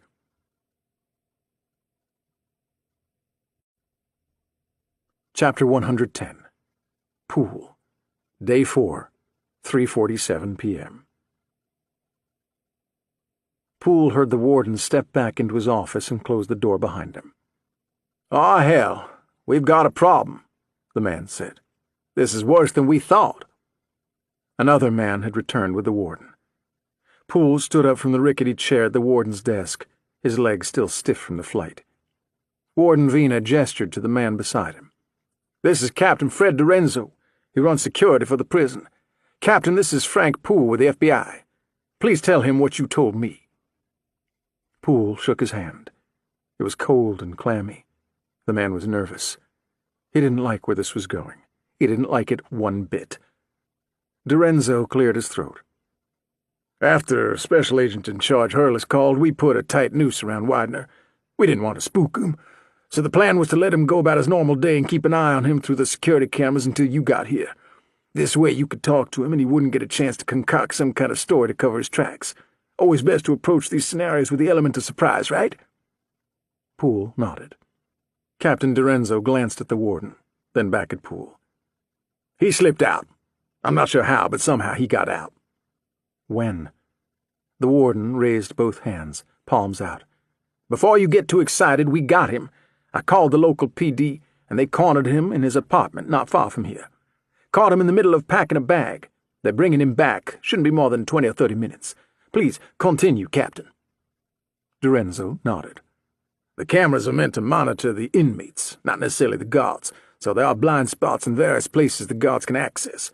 He changed out of uniform in the locker room and left with the 3 p.m. crew, but like the warden said, we got him. He's not going anywhere, I promise you that.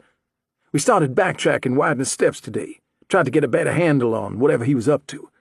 Looks like he used a fraudulent court order to arrange for the release of a prisoner at 0800 this morning." "Who?" The warden handed a file to Poole. "We don't have a name on her, no ID, and she's not in the system. Just another Jane Doe picked up for felony grifting. Here's the thing, though. Your detective, Sam Porter, he was here to see her yesterday. Spent 3.5 hours with her and her attorney in one of the interview rooms. He told me she was somehow connected to the 4 MK murders in Chicago." "Is there tape?" "Cameras are disabled whenever a prisoner is in consultation with their attorney." "Who's her attorney?" "A local, Sarah Werner," the warden said. "We've got a trace on Jane Doe's ankle monitor. She's at her attorney's office. The data is live. She's not going anywhere without our knowledge. Can I see her cell? We already tossed it. There's nothing there. I'd like to see it for myself. Her cell truly had been tossed. Poole stepped into the small room, feeling the walls on all sides closing in on him. The mattress stood on its side up against the wall, revealing the metal cot beneath it. Some clothing was scattered on the floor, a t-shirt and 2 pairs of sweatpants. The contents of a shampoo bottle and toothpaste tube had been emptied into the sink. Sometimes prisoners hide small objects in those, shivs mostly. Find anything? Nope. Poole stepped over to the mattress and began running his fingers across the edges, the seams. We checked that too, Captain Dorenzo said. Nothing. Poole looked anyway, but didn't find any openings in the material. Like I said, there's nothing here. Poole sighed and dropped the mattress back onto the cot. The metal rattled. His eyes fixed on the wall, and the words scratched into the paint. They weren't alone. The entire cell was covered in text. Years' worth of prisoners' thoughts captured in time, left for the next occupant. Poole knew these words, though. They jumped out at him. Let us return home. Let us go back. Useless is this reckoning of seeking and getting. Delight permeates all of today. From the blue ocean of death, life is flowing like nectar. In life there is death. In death there is life. So where is fear? Where is fear? The birds in the sky are singing, no death, no death. Day and night, the tide of immortality is descending here on earth. Home, fear, death, all underlined, as they were in the house back in Chicago. This was followed by one additional line. Original sin will be the death of you. What the hell is that supposed to mean? Captain Dorenzo stood behind him, reading over his shoulder. Poole hadn't noticed him enter the cell. Poole ran a finger over the words, bits of paint flaking off beneath his touch. This had been added to the wall of words recently, new graffiti among the layers of old. It's a play on the Bible. Original sin. Shakespeare said it meant the sins of the father are to be laid upon the children. Essentially, we are responsible for the sins of our ancestors, and they are responsible for ours. Shakespeare, huh? Our little Jane Doe didn't seem like much of a Shakespeare fan to me. The radio on Captain Dorenzo's shoulder beeped, and he pressed a button. The warden's voice crackled through the small speaker. Captain, Widener's back. Please escort our friend to interview room 3 when you're done. Copy that.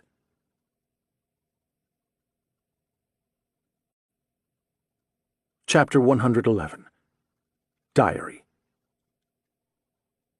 Night again. No rain.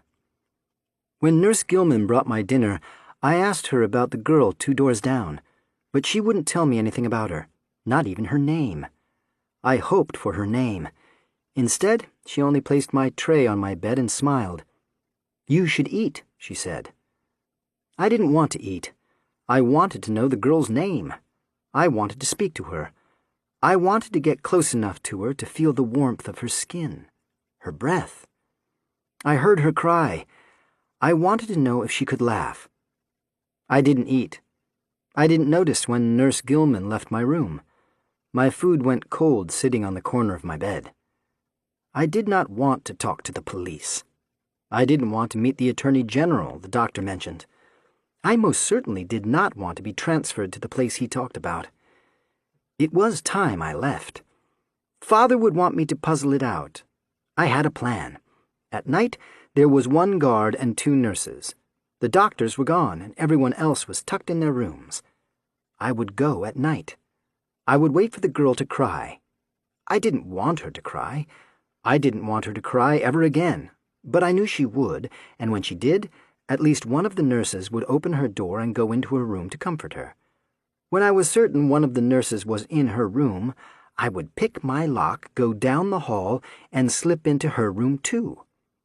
I would then make the nurse scream. I hoped it would not be Nurse Gilman I found in the girl's room, but one of the others. I liked Nurse Gilman. But even if it was Nurse Gilman, I would make her scream. Father taught me how. I would make her scream loud enough to draw the other nurse and the guard into the girl's room. I would get them all inside that room 2 doors down from mine, and— Let me stop here for a moment. Give pause. I want to be clear. I don't want to hurt anyone. Nobody needs to get hurt. The last thing I want to do is hurt someone. But I will. They need to stay in that room, and I need to leave. That is the only acceptable outcome.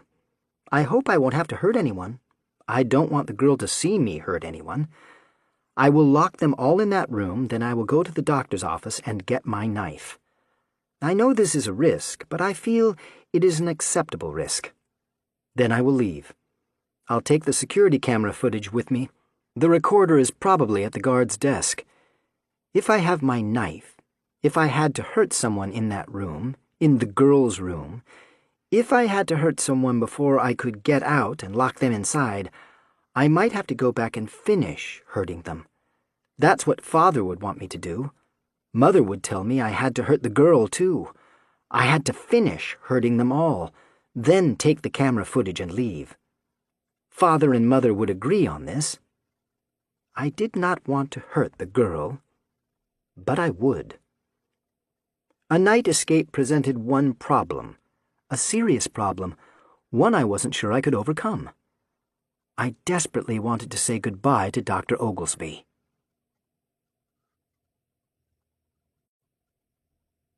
Chapter 112. Nash. Day 4, 4:06 p.m. Nash, can you hear me? Espinosa's voice crackled in the small earpiece hidden beneath Nash's thick jacket hood.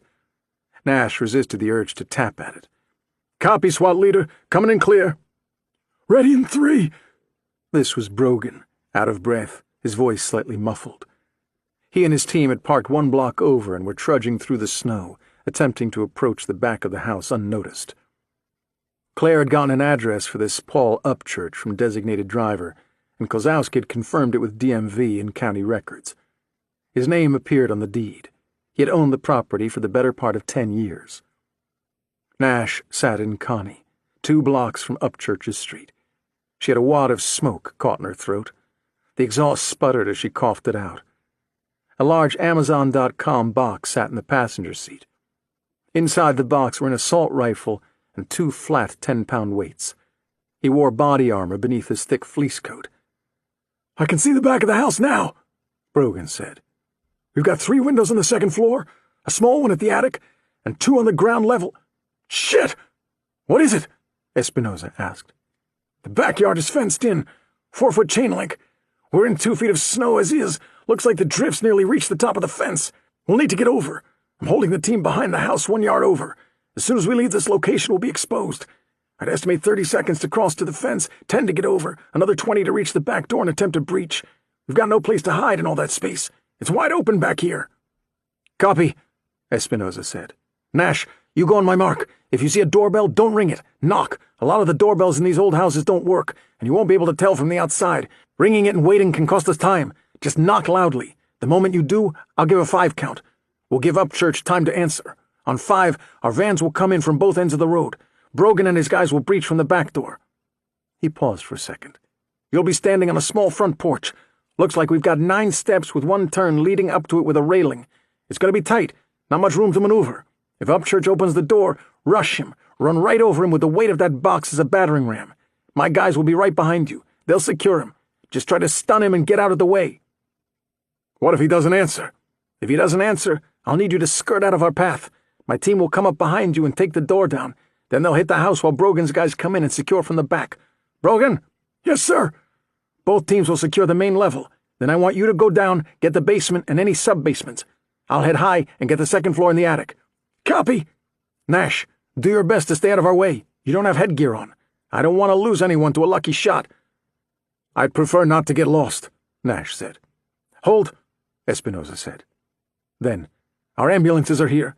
Both will come in behind the SWAT vans on either end of the road, followed by the patrol cars to seal off the block on the off chance this guy gets out of the house. All teams in place? Back of house, in place, Brogan said. East Street, copy. West Street, copy. Patrol 6, 144, 38, and 1218, all in place. Silence. Nash? Broken again. Nash drew in a deep breath. I'm ready. Copy. Okay. Pull up on the house whenever you're ready. Number 83 on your right. Blue with white trim. We'll follow your lead. Copy. Nash drew a deep breath through his mouth, held it, then let it out slowly from his nose. This didn't do shit to calm him. His hands were shaking. His heart was pounding. He had been involved with hundreds of raids over the course of his career. Yet this feeling never diminished. Porter had once told him the day it did, the day you entered something like this calm, was the day you got shot. Ready or not, here we come, he said. Connie's gear shift always stuck in park. He put some muscle behind it and dropped her into drive. The old car crept forward. Slow and steady, Nash. Mindful of the ice. They plowed this morning, but the street's a mess again, Espinosa said. 6 more houses up on the right. You'll see it when you hit the top of that hill. Nash's tires fought for purchase. There was a sweet spot when driving on snow and ice. Too fast or too slow, and cars slid, grappled for hold. Connie wanted to go faster, but he held her back. He saw the blue and white trim of the peaked roof first, and then the address numbers came into view next to the front door. There were a couple cars parked on the street, nothing but giant white mounds under all the snow, color, make, and model indiscernible.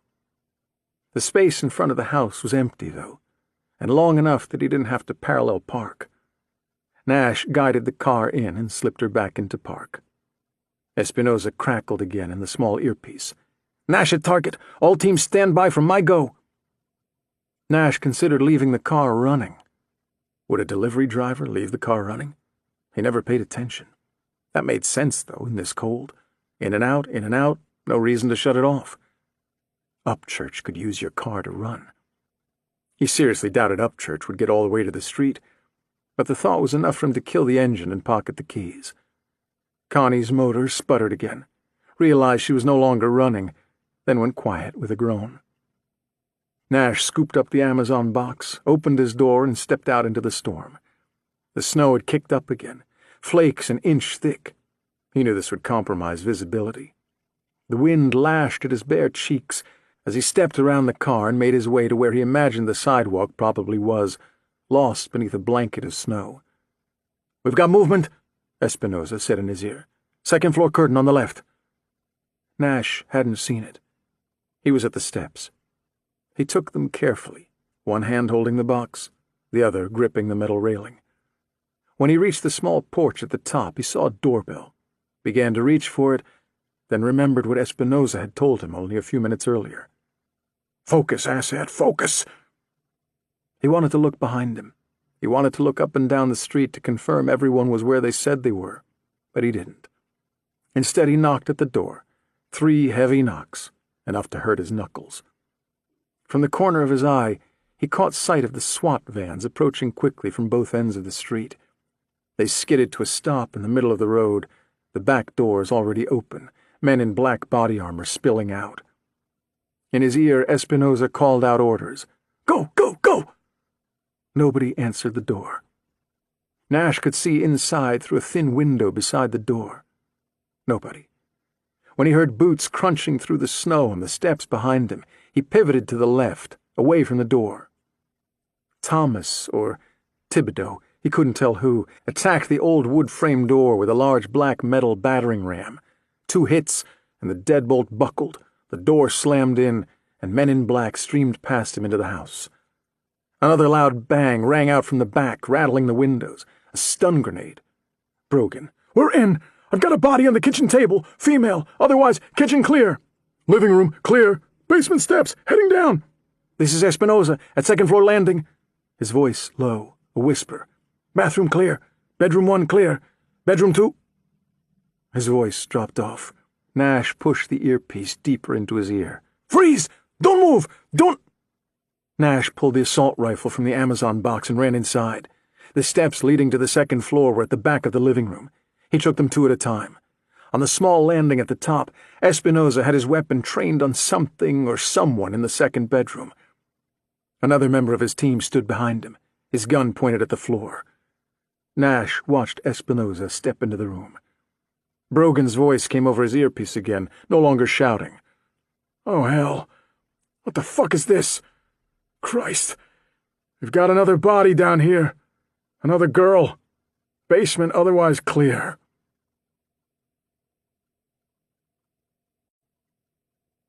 Chapter 113. Pool. Day 4, 4:06 p.m. Widener sat in a metal chair bolted to the floor behind a matching table. His eyes darted around the room, his fingers fidgeted, tripping over one another, one hand on the table, the other on his lap. Poole watched him through the one-way window. Did he say anything when they picked him up? Warden Vina shook his head. "Didn't put up any kind of fight, just surrendered. He had a bag packed, a little over $2,000 in cash and a bus ticket to Chicago. 10 more minutes and he might have slipped out." "Mind if I talk to him?" The warden shrugged. "He's not talking to me. I gave it a go already. Be my guest." Captain Dorenzo stood to Poole's left. He felt the heat rising off the man. "He's all yours when I'm done," Poole told him. Dorenzo grunted but said nothing. Poole opened the metal door separating the two rooms and stepped into the interview space, closing the door behind him. Widener looked up, then back to his hand on the table. Poole took the chair across from him. "Hello, Vincent. I'm Special Agent Frank Poole with the FBI. Sounds like you've had quite an eventful morning. Why don't you start by telling me who Libby McKinley is to you?" Widener's fingers stopped tapping. "Lawyer, Sarah Werner, right now." "You can most certainly go that route. I imagine you've worked in the system long enough to understand how this will play out if you do, though," Poole said. "If you don't help me, if you run interference with a lawyer, I can't help you. That means we go full boat on all the charges. Aiding and abetting, orchestrating a prison break, fleeing law enforcement. You're looking at a lot of time. You answer a few questions, you help me, then I can help you." Poole leaned in closer, across the table. "I want to be clear on something, Vincent. I'm not here for you. You're a means to an end for me, that's all. I've got no reason to be hard on you. On the other side of that glass, though, you've got a warden and your captain, neither of whom are happy with you. I leave you here with them, and they'll make an example out of you. They'll use you to prove a point. You help me, I'll take you back with me to Chicago, and we avoid all that. You were heading there anyway, right? Forget the bus. I've got a jet on the tarmac at Louis Armstrong." Widener leaned forward. "Lawyer, Sarah Werner, now." "Tell me about Anson Bishop. Why are you helping him?" Widener said nothing. "Who is the woman you helped escape? Is she Bishop's mother?" Silence. Poole would spend the next 2 hours in this room with Widener.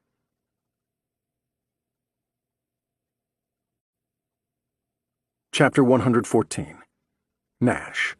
Day 4, 4:07 p.m. Nash stepped to the open doorway. Espinosa was inside the small room, his weapon trained on a man sitting at a desk in front of the window, the same window where they caught movement from the outside. The man had seen them approach. He did not attempt to flee. The man sat there, his back to them, his head hung low, staring at the desk. Both his hands rested on the desktop, fingers splayed. "I have no weapon." Espinosa was on him then. He pulled a thick zip tie from the back of his belt, grabbed the man's left arm and yanked it behind his back, then the right, fastening them together behind the chair with the tie.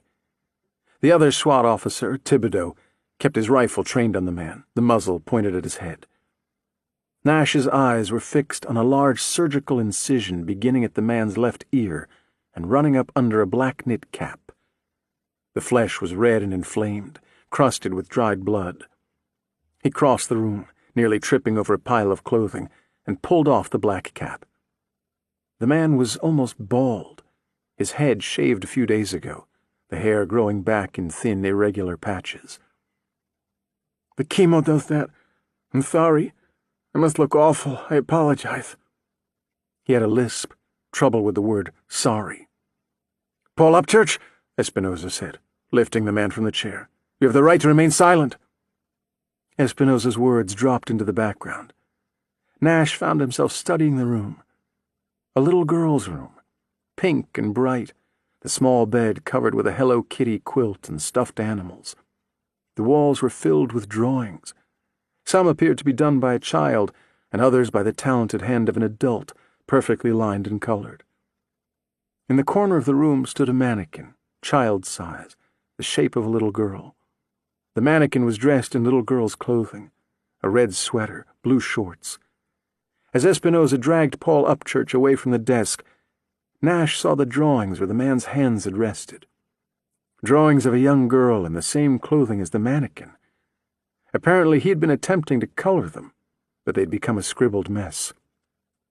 Uncapped colored pens littered the desk. "Please, don't hurt her," the man said, as Espinosa and Thibodeau led him past the mannequin and out of the room, his bloodshot eyes on the images.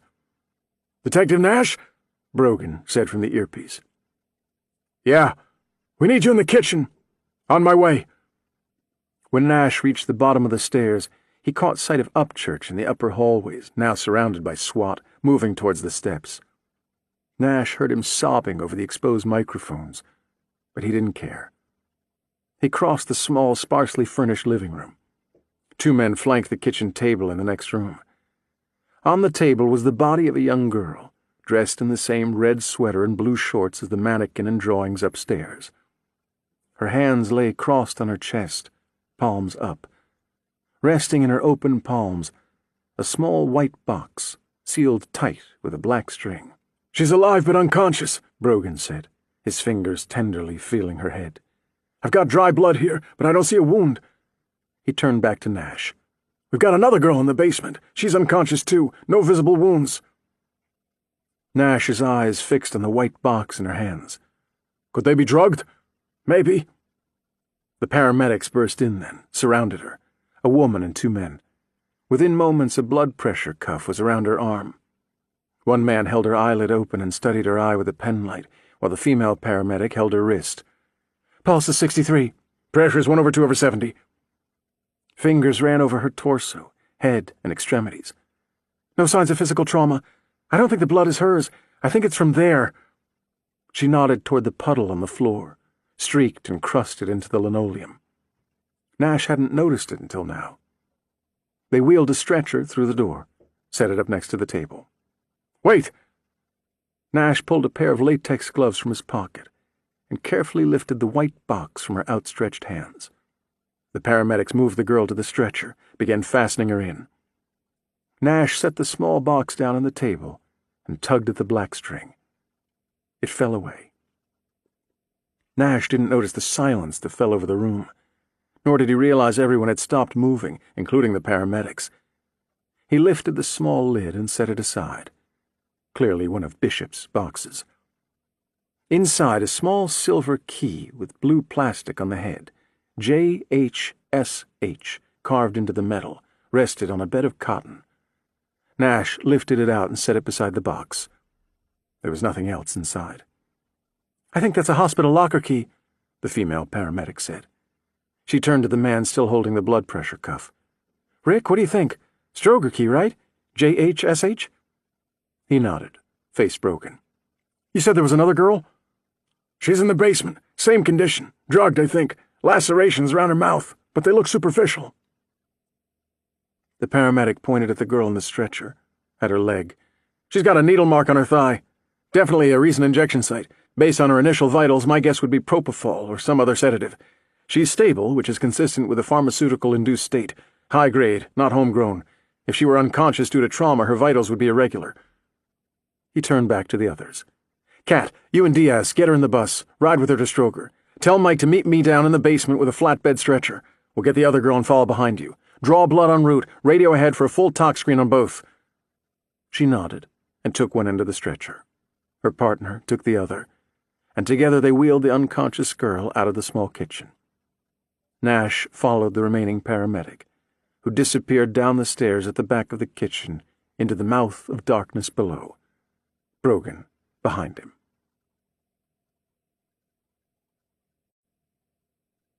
Chapter 115. Diary. For the next 3 days, I thought about kinesics, I thought about Father. I thought about Mother. I thought about what the doctor had told me about the police and the bad place he said I would go. I listened to the girl cry. In the deepest of night, I listened to her cry. I pulled within myself and sealed out all the rest. Her sobs were warm to me.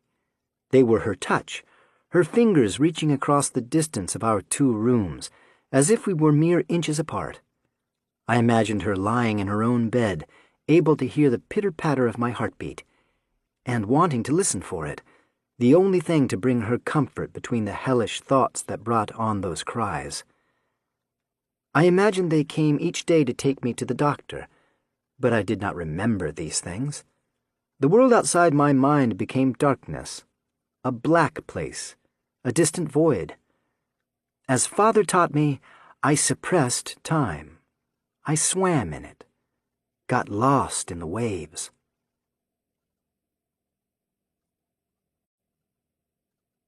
Chapter 116. Nash. Day 4. 5:23 p.m. After more than an hour inside, he felt the walls of Upchurch's house closing in. Nash dialed Claire at the hospital. "Claire, this is bad. Really bad. Bishop and this guy—" He pressed the phone to his ear and slowly crossed the basement, retracing his steps from the makeshift cage to the large freezer converted into a water tank next to the stairs, then back again, carefully using the clear step plates placed on the floor to prevent contamination. He found himself standing inside the cage. CSI techs scoured every surface. He watched one carefully collect bloody vomit from the far corner. Claire sounded like she was walking and talking, out of breath. "We've positively ID'd the girl you found upstairs as Katie Quigley, the Jehovah's Witness who went missing yesterday afternoon with the boy we found in the truck, Wesley Hartzler. She's stable and in ICU, still unconscious. The tox screen confirmed propofol in the system. They're going to let her sleep it off. As soon as she wakes up, I'll talk to her. She has several electrical burn marks on her body. They appear to be superficial, no permanent damage."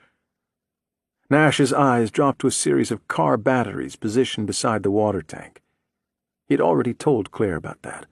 He didn't want to think about it. "How about Larissa Beale?" Claire said something to someone else, then returned to the call. "She's in critical condition. Drugged, too, which looks like a blessing. She went into surgery about 30 minutes ago." Claire's voice dropped lower. "They made her swallow glass. She has lacerations in her mouth, her throat, her stomach. She's all torn up inside. I can't imagine how painful that must have been." Nash closed his eyes. "What are we looking at here, Claire? This is way beyond anything Bishop has done in the past. What is his connection to Upchurch?" "I've been trying to reach Poole, but his phone is going to voicemail. Claus has been looking for something to tie the two of them together since we got his name, but he's coming up blank. We've always profiled Bishop as a loner. None of it makes sense. We think they converted the freezer into some kind of deprivation tank." "A what?" "A deprivation tank. They were popular in the 50s. Salt water is heated to exactly 93.5 degrees, basically skin temperature. Once you're inside, all your senses are gone. You can't see or hear anything from the outside. With the water at skin temp, you'd feel like you were floating. They're supposed to be relaxing, a Zen thing."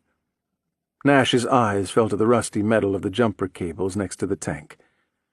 "This was anything but relaxing." Claire's phone beeped. "Hold on a second. I've got another call." Nash watched one of the CSI techs bag a green quilt from the corner of the cage, gently folding it before placing it inside the large evidence bag. He had to get out of there. He took the stairs back to the kitchen and slowly crossed the room, waiting for Claire to return. When she finally did, he was on the second level, outside the room with the mannequin and all the drawings. "Nash?"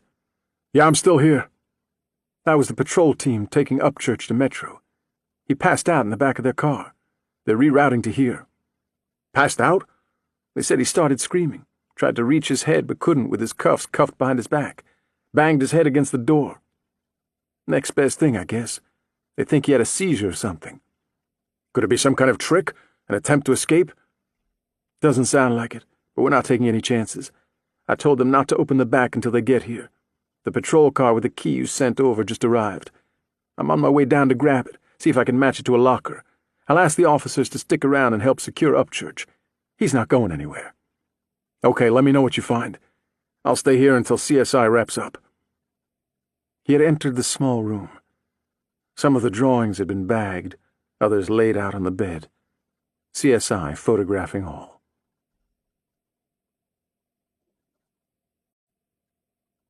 Chapter 117. Claire. Day 4, 6:07 p.m.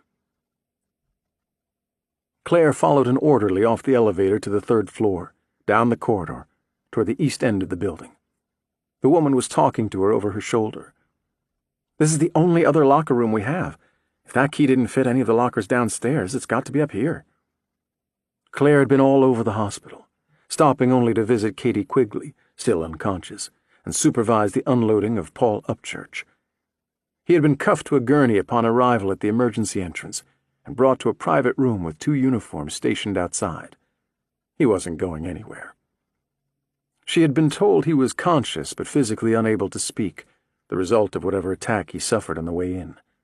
The attending physician had been instructed to contact her the moment he uttered anything coherent. The orderly stopped at a door at the end of the hall and unlocked it with a key from her ring. The lights came on automatically. She held the door as Claire stepped inside. "Thanks, Sue." "I wish you had 2. This would go faster," Sue said. "Left side is women, right side is men." Lockers lined all the outer walls, with 2 more rows positioned at the center of the room, benches spaced between. A wall separated the 2 halves. Claire took out her cell phone to try pool again. "That's not going to work in here," Sue said. "This whole floor is a dead space because of the radiology equipment down the hall. You'll either have to go upstairs or down to the 1st level. They have repeaters down there." Claire frowned and dropped the phone back into her pocket. Pool would have to wait. Turning to the 1st row of lockers on her right, she slipped a key into the one at the top right, tried to turn it, then pulled it out and moved on to the next locker. 1 down. About 3 million more to go.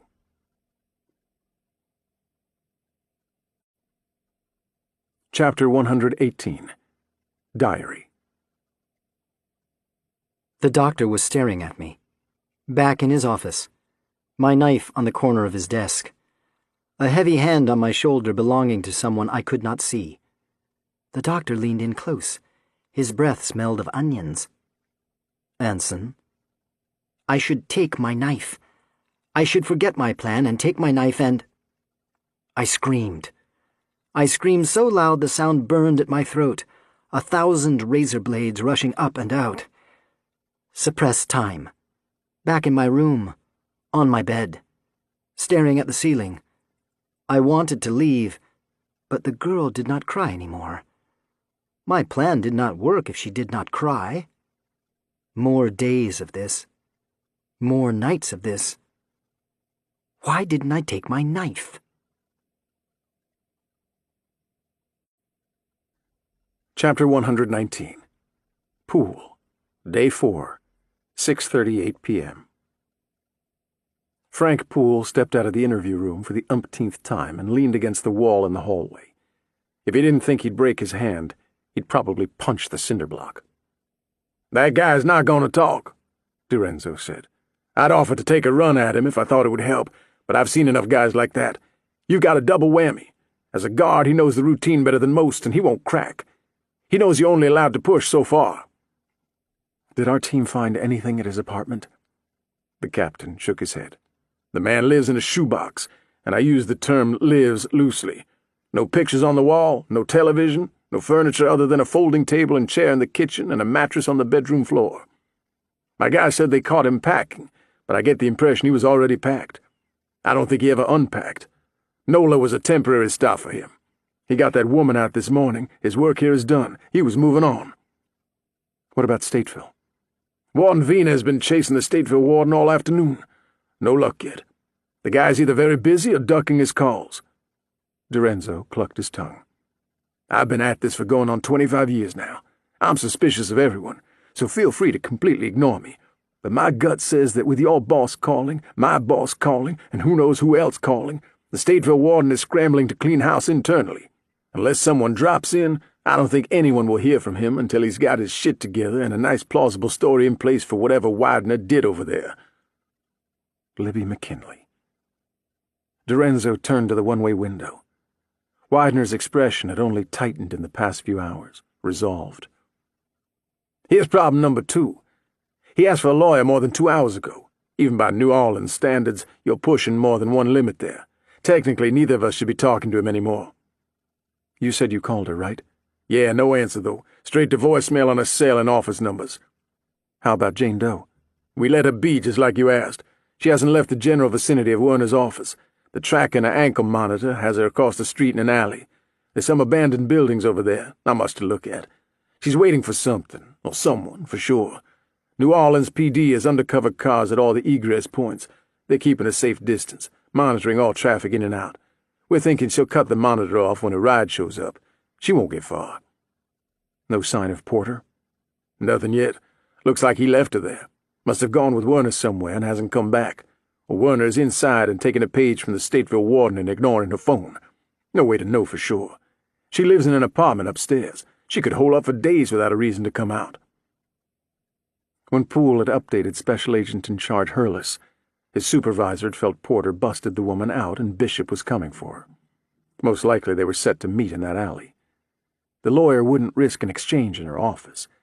Outside her office, she could claim some kind of deniability. Poole didn't understand why she involved herself at all. Why risk her license, her livelihood, possibly even her freedom? Of course, all Hurlis's suspicions were based on his theory that Sam Porter was working with Bishop.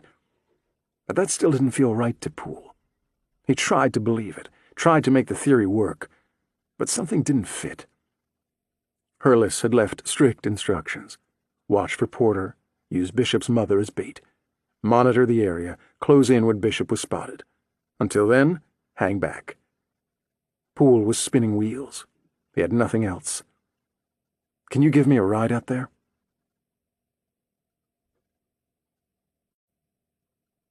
Chapter 120. Claire. Day 4, 7:13 p.m. When Claire slipped the silver key engraved with JHSH into locker 1812 and turned it, she didn't expect anything to happen. She expected the key to freeze in place like it had on every other locker she'd tried in the past few hours. She didn't expect it to turn, and she surely didn't expect it to unlock. "Sue?" Her orderly locker tour guide glanced up from a paperback copy of the latest Nora Roberts novel and pulled the earbuds from her ears. "Yes, ma'am? Who does locker 1812 belong to?" Sue brushed a strand of blonde hair from her eyes and began flipping through the folder at her side. She stopped on the 3rd or 4th page and ran a finger down the list. "That is... shit. Whose is it?" "Dr. Randall Davies, oncology. He died, day before last. His whole hospital was talking about it. Severe stroke, but he was healthy as a horse. His daughter—" Claire had stopped listening. She tugged at the locker door, opened it slowly. Inside she found a thick folder, nearly 2 inches thick. Sitting atop the folder was a bright red apple. A hypodermic needle stuck out from the side. Claire pulled a pair of latex gloves from her pocket and slipped them on. "Sue, can you get my bag? I think it's still in the admin office." She would need evidence bags.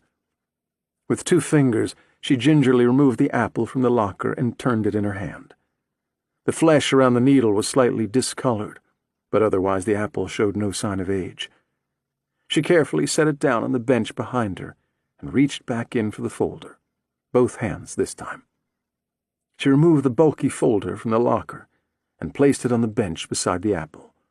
The label read, Paul Edward Upchurch. Inside the folder she found at least 200 pages, some fastened to the sides, others loose. Reports, notes, test results, imaging, all dating back nearly a year. At the very top, written in familiar blocky letters, was a note. "Hello, Detective Norton, or maybe Detective Nash. I imagine one of you. I hope you have been well. Better than others. B."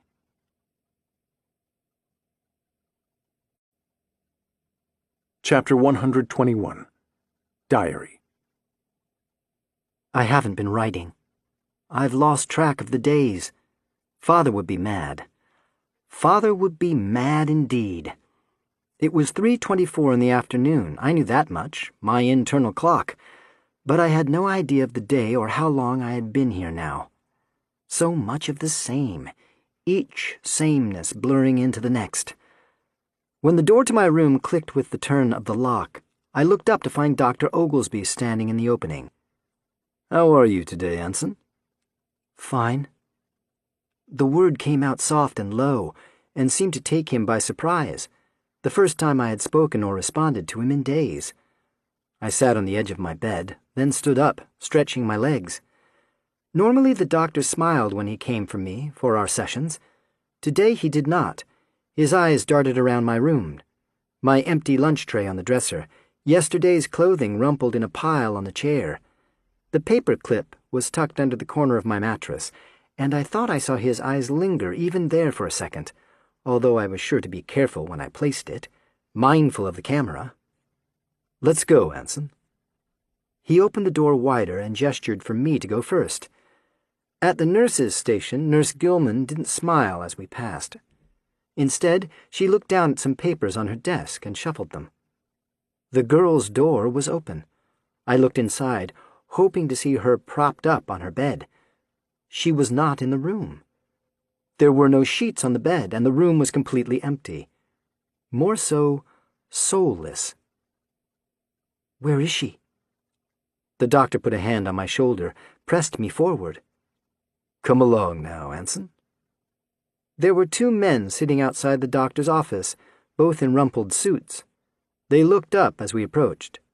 One of the men stood up. "This is him." The doctor's grip on my shoulder tightened, and then he let go. "Detective, this is Anson Bishop. Anson, this is the detective I told you about. Detective Welderman, and his partner, Detective— I'm sorry, I forgot your name." The other man stood up, smoothing out his slacks. "Stocks. Ezra Stocks." "Go ahead and turn around, Anson. Put your hands behind your back," Detective Welderman said. I did as I was told. Cold steel slipped over my wrists and clicked tight. Handcuffs. The detective clicked both sides one more time until they bit into my wrists. "They're tight." "Yep."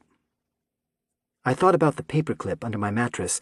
I could open the handcuffs with the paperclip. "Let's go," Welderman again, pushing at my back.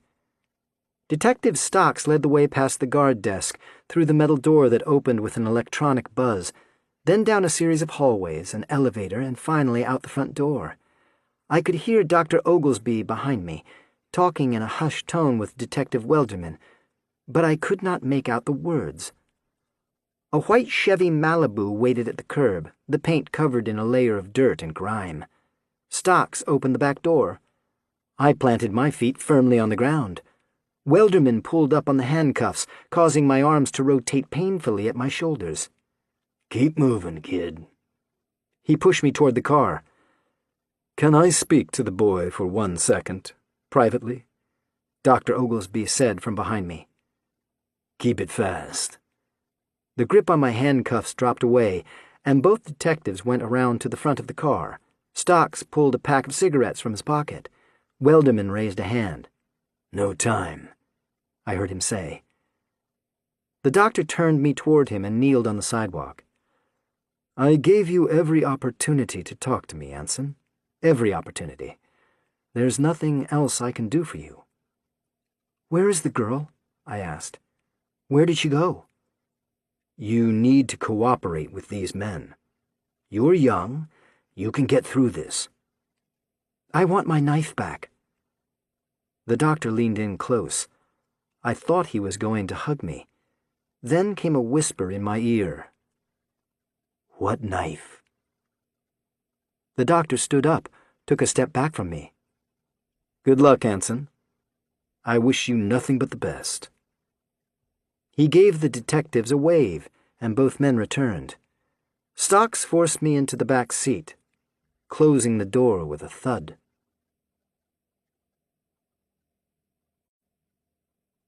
Chapter 122. Porter. Day 4, 8:01 p.m. They made surprisingly good time. Porter glanced over on more than one occasion and caught the speedometer deep in the red, though Sarah insisted that her BMW was police-proof. As the lights of Chicago came into view, Sarah finally slowed, not because she was worried, but because they hit traffic.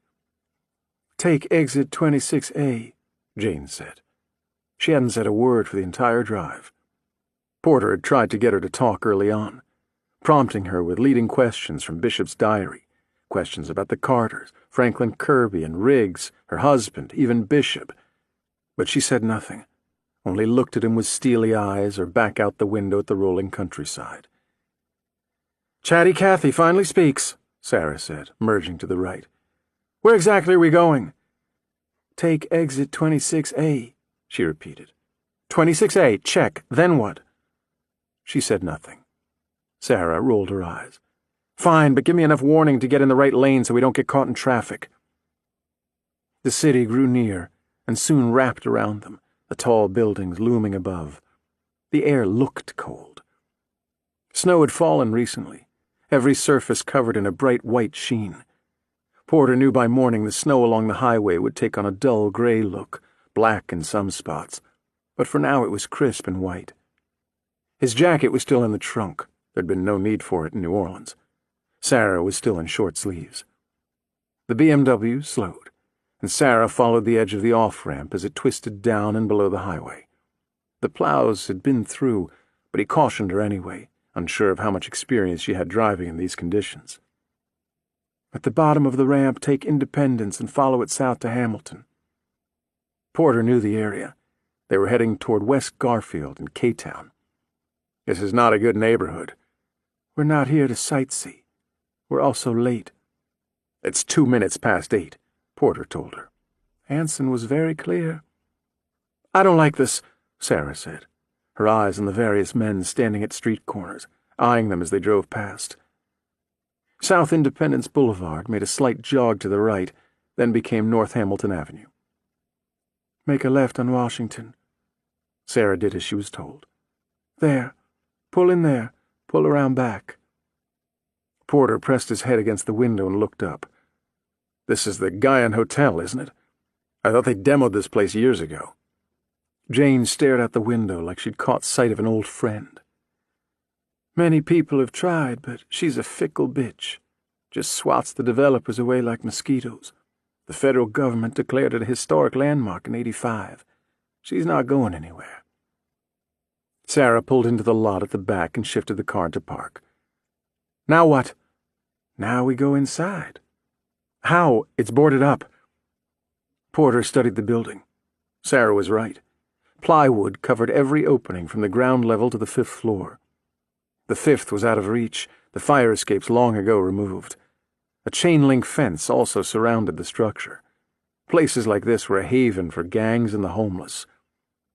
"As I've already pointed out, we're late. Let me out of this car."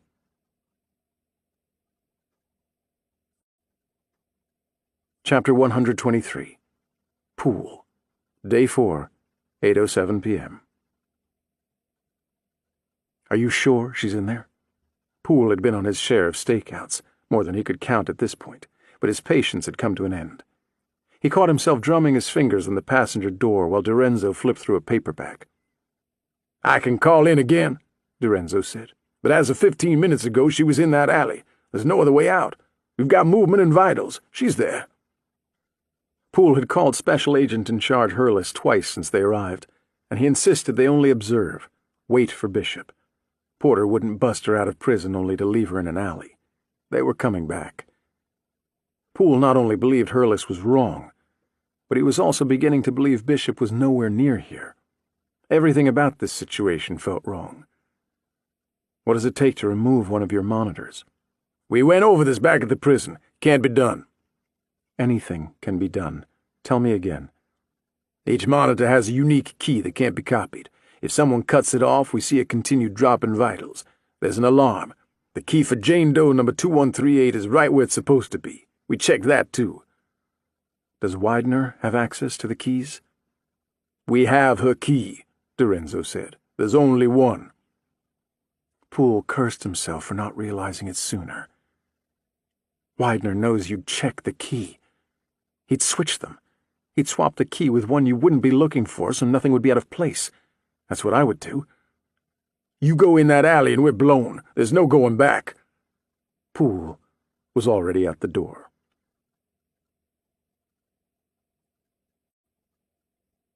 Chapter 124. Claire. Day 4, 8:08 p.m. Claire hung up with Nash. He was still at the house. She and Claus had Upchurch's patient file spread out on a table, searching the text. They found references to everyone currently in the cafeteria. But it didn't stop there. They found a dozen other names scattered throughout the various documents. She had patrol cars running all over the city, picking up anyone mentioned and bringing them back here. Here's one more, Claus said. Angelique Waltemeyer. She's a nurse in the ER downstairs. Looks like Upchurch came in about a month ago and was held overnight. Claire nodded to Sue behind her. They had recruited the orderly in their roundup efforts. Sue was already on the phone, dialing downstairs. I don't care if she's plugging a gunshot wound with an index finger. I want her up here, Claire said, returning to the folder. This guy's had 3 surgeries so far, all performed here, Claus said. They might as well install a zipper on his head. They scrape away the tumor and it comes right back. The first one was the size of a golf ball. And get this, it grew that big in only a few weeks. They're prepping him for another surgery right now, Claire muttered. I hope the fucker dies on the table. I'm not sure how he's even still alive. They took out so much of his brain he could be a politician. Detective? Claire looked up. Dr. Hirsch stood in the open doorway. A balding man of about 50, with small round glasses and a bright purple tie. Yes? Katie Quigley just woke up. Her parents are with her. Claire glanced at Klazowski. Go, I've got this, he said. Claire rushed out the door, the doctor behind her. In the elevator, she asked, Any word on Larissa Beale? Dr. Hirsch scratched at his chin. Still in surgery. I think she'll pull through, but repairing this kind of damage can be time-consuming. She's with Dr. Crandall. He's a phenomenal surgeon. I know he called for a specialist to look at her throat, specifically her vocal cords. If there's going to be any permanent damage, it would be speech-related. Too early to tell, but we should know soon. I expect them to be in there at least another hour. The elevator doors opened. They turned left and followed the hall. Katie Quigley was in a private room on the second floor, a uniformed officer stationed outside her door. Claire could see her through the door's thin observation window. She was sitting up, her hands animated. Her mother and father stood on the left side of her bed. The doctor pulled open the door and ushered Claire inside. Katie and her parents all looked up. Katie's father stepped between Claire and the bed. Oh, no. She needs to rest. She can give a statement once she's gotten her strength back. He had been wearing a suit, but his jacket and tie were on one of the chairs in the corner. Claus said he was a lawyer. It's fine, Dad. I'm okay. I want to help. Katie's mother reached down and squeezed her daughter's hand. Of course you do, but your father's right. Claire felt the roadblock going up and wanted to knock these people over and push past them, but instead she counted to 5 in her head, drew a breath, and forced a smile. I completely understand, Mr. and Mrs. Quigley, I do. I promise I won't take a lot of her time. It's always best to do this when events are fresh. Dr. Hirsch here will monitor. If at any time she's under duress, we'll stop. Damn it, Dad, this is important. Katie, her mother glared. I'm sorry, Mom, Katie said. Please let me talk to her. Her father didn't move. You have the monster who did this in custody, right? We think there were 2. Please, Dad? He closed his eyes, shaking his head. Okay, but only for a minute. Thank you. Claire stepped past him and sat on the right side of the bed, opposite Katie's mother. She took out her cell phone and set it on top of the sheets. She reached out and took Katie's free hand, the one with the IV in it. I'm so glad you're safe. Do you mind if I record this? No, it's okay. Please tell me everything you remember. Start from the beginning and take your time. Sometimes the smallest of details can be the most important. Katie nodded. Her face crinkled, and she sneezed. Bless you, Mrs. Quigley said. Claire handed Katie a tissue from the bedside table. The girl dabbed at her watering eyes.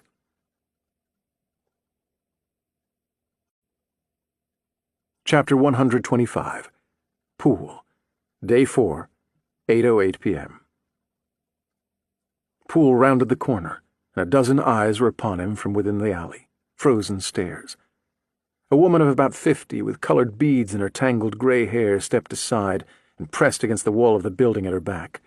With her foot, she tugged a cardboard box to her side. Poole raised his badge. She turned and nodded toward the back of the alley.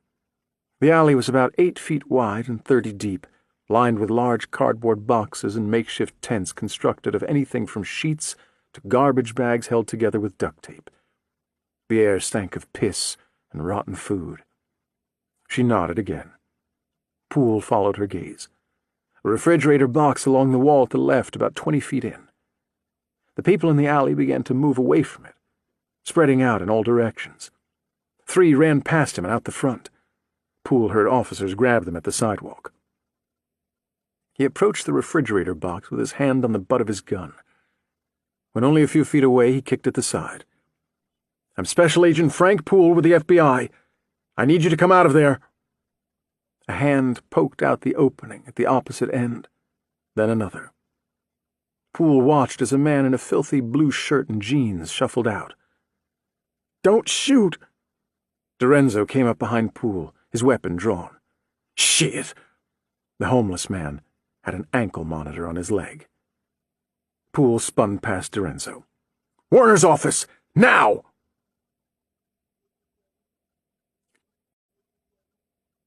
Chapter 126. Porter. Day 4, 8:09 p.m. "Pop the trunk," Porter said.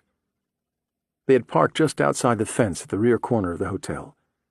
Porter was first out of the car. He rounded the back and grabbed his coat as well as Sarah's. After the warmth of New Orleans, it felt like he was stepping out into a bucket of ice. He handed Sarah's coat to her as she exited the car, then opened the back door and helped their passenger to her feet. He draped his coat over her shoulders. "Aren't you the gentleman?" she said. Porter didn't care whether or not she was cold. He wanted to further restrict the use of her hands. Although still handcuffed, he didn't trust her in the slightest. "How are we getting in?" "Oh, I think you already know." She ducked through a break in the chain-link fence and started across the parking lot toward the back of the building, with Sarah chasing after her. Porter understood then. He ran back around to the passenger side and opened the glove box. He tore open the plastic bag with the chain containing the locket and key. His eyes fell on the second bag with the knife. He tore that bag open too, dropping both into his pocket before closing the door, and ran after the 2 women.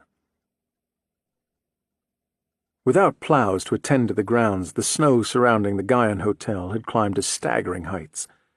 The wind drove it against the building and swept drifts up to nearly the 2nd floor along the back and sides. The white powder swirled loosely at the surface, a fine mist over a lake of white. Porter quickly realized there were 3 sets of tracks in the snow ahead of him, from Sarah, Bishop's mother, and another. Bishop was already here, most likely alone. His tracks had already begun to fill back in. A few hours, and they'd be gone altogether. He caught up with the women at a heavy metal door in a small brick alcove beside a loading dock. Sarah stood off to the side, glaring at the other woman. Bishop's mother was humming, "Baby, it's cold outside," behind a Cheshire cat grin. She nodded at the deadbolt. "Chop, chop, detective." Porter frowned at her, then shoved a hand into his pocket and retrieved the chain with Libby's locket and key. His hand was shaking when he fumbled it into the lock. He wanted to blame that on the cold. The key turned smoothly. Someone had recently oiled the lock. The deadbolt slid back with a clunk. Porter tugged the door open and gestured the women inside, pulling it shut behind him, the icy wind arguing with a howl. Sarah pulled out her cell phone and activated the flashlight. They were standing in a kitchen, or more appropriately, what used to be a kitchen. Most of the appliances had been stripped away long ago, along with many of the industrial stainless steel tables. All that remained was the unwanted clutter. The ceiling had given way in various places, adding chunks of plaster and rotten boards to the mix. What a hellhole, Sarah said, sweeping the light across the room. Porter stepped deeper into the room, avoiding the mess on the floor. Where's Bishop? This way. Jane Doe shuffled forward, her ankles still in restraints. Porter and Sarah followed her past a series of rusted-out stoves and some old wooden crates stacked floor to ceiling on the left. A set of swinging double doors with round windows at eye level had once separated the kitchen from the lobby, but now one door was lying flat on the floor, and the other held to the wall at a precarious angle for the remaining hinge. Candles flickered from the other side of the opening. They stepped through into the lobby, coming out behind a counter overlooking the once grand space. A popcorn machine, now old and filled with spiderwebs, stood in the far corner. A medium-size buttered popcorn contains more fat than a breakfast of bacon and eggs, a Big Mac and fries, and a steak dinner combined, Bishop said from somewhere in the room. Maybe that's why we never ate popcorn at the Bishop house. Right, Mother? Porter peered out into the dark, at the shadows dancing against the walls and ceiling to some unheard song. Over here, Sam. You'll need to give your eyes a little time to adjust. A bell dinged, and Porter swung up around toward the front door, which was all boarded up. Bishop stood beside the large door, next to the bellhop station. There was a gun in his hand, but the barrel pointed toward the floor. It looked like a .38. His hair was longer than the last time Porter had seen him, the scruff of a beard covering his face. Porter had expected a disguise of some sort, possibly dyed hair. But no. This was the Bishop he knew, the man who haunted him. Porter took a few steps forward, putting himself between Bishop and Sarah. You never struck me as the gun type. This? Bishop raised it and smiled, waved the gun about. Desperate times. Bishop peered past Porter. Hello, Mother. How have you been? Before she could answer, Porter took another step forward. Where's the bomb, Bishop? You said if I got her here, if I brought her to you, you'd tell me where you planted it. You said you'd release the girls, too. I did say that, didn't I? He scratched at the side of his head with the stubby barrel of the .38. I do believe I gave you a timetable, too, didn't I? You're late, Sam. Woefully late. It's never polite to keep someone waiting, but under the current circumstances, tardiness can be downright deadly. I always pegged you as Mr. Punctual. Porter felt the weight of the knife in his pocket pressing against his leg. We got here as fast as we could, Sarah said from behind him. Bishop dropped the gun and paced in a circle around the bellhop station. I suppose you did. That was quite a drive, wasn't it? A bit presumptuous of me to make this so difficult for you, for all of you. He leaned back, the old wood frame groaning under his weight. You can relax. Nobody has died. Not yet. There's always time for that. Unfortunately, your lateness does cut into the time we get to spend together. I'd hoped we would have a chance to talk, to discuss everything you've seen in the past few days, but now I'm afraid we simply can't. Not to the extent such a conversation deserves, anyway. That bomb is still ticking away. Our Boy Scout here would like to see to that. I think we all have pressing matters to attend to. Bishop took a few steps forward, the .38 at his side. You could have removed her shackles, Sam. They're a little barbaric, don't you think? His mother shuffled forward, closer to him. It's good to see you, Anson. So good. Bishop smiled. You remember this place, don't you? So many fond memories for you, I'm sure. He turned and looked up at the ornate ceiling, his eyes drifting over the crumbling millwork and intricate patterns above. There are ghosts in these walls, Sam. Can you hear them screaming? I can, like it was yesterday. Libby loudest of all. Porter reached over and grabbed the woman at his side by her hair. He pulled her close, the sound of her chains jangling beneath his coat. With his free hand he snatched the knife from his pocket, flicked open the blade, and pressed the sharp steel against her pale, exposed throat. "This is the last time I'm going to ask, you crazy shit. Where is the bomb? Where are the girls?" Bishop smiled and raised the gun. "Thanks for bringing my knife, Sam. Maybe we can swap for the gun when we're done here? I like that knife." He started across the room, the barrel growing larger with each step. The woman pushed back against Sam. "We're even now, Anson. I can't run anymore. I did everything you asked of me." "Everything?" "Yeah?" "Almost," Bishop said. The .38 went off with an explosion loud enough to rattle what remained of the windows. Sarah screamed. Jane Doe's head jerked into Sam's chest. "Now, maybe," Bishop said. "Yeah, now I think we're even."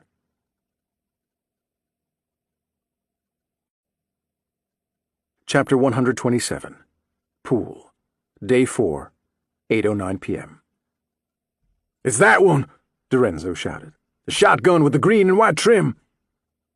Poole darted across the street, the alley at his back. A taxi screeched to a stop, fishtailing.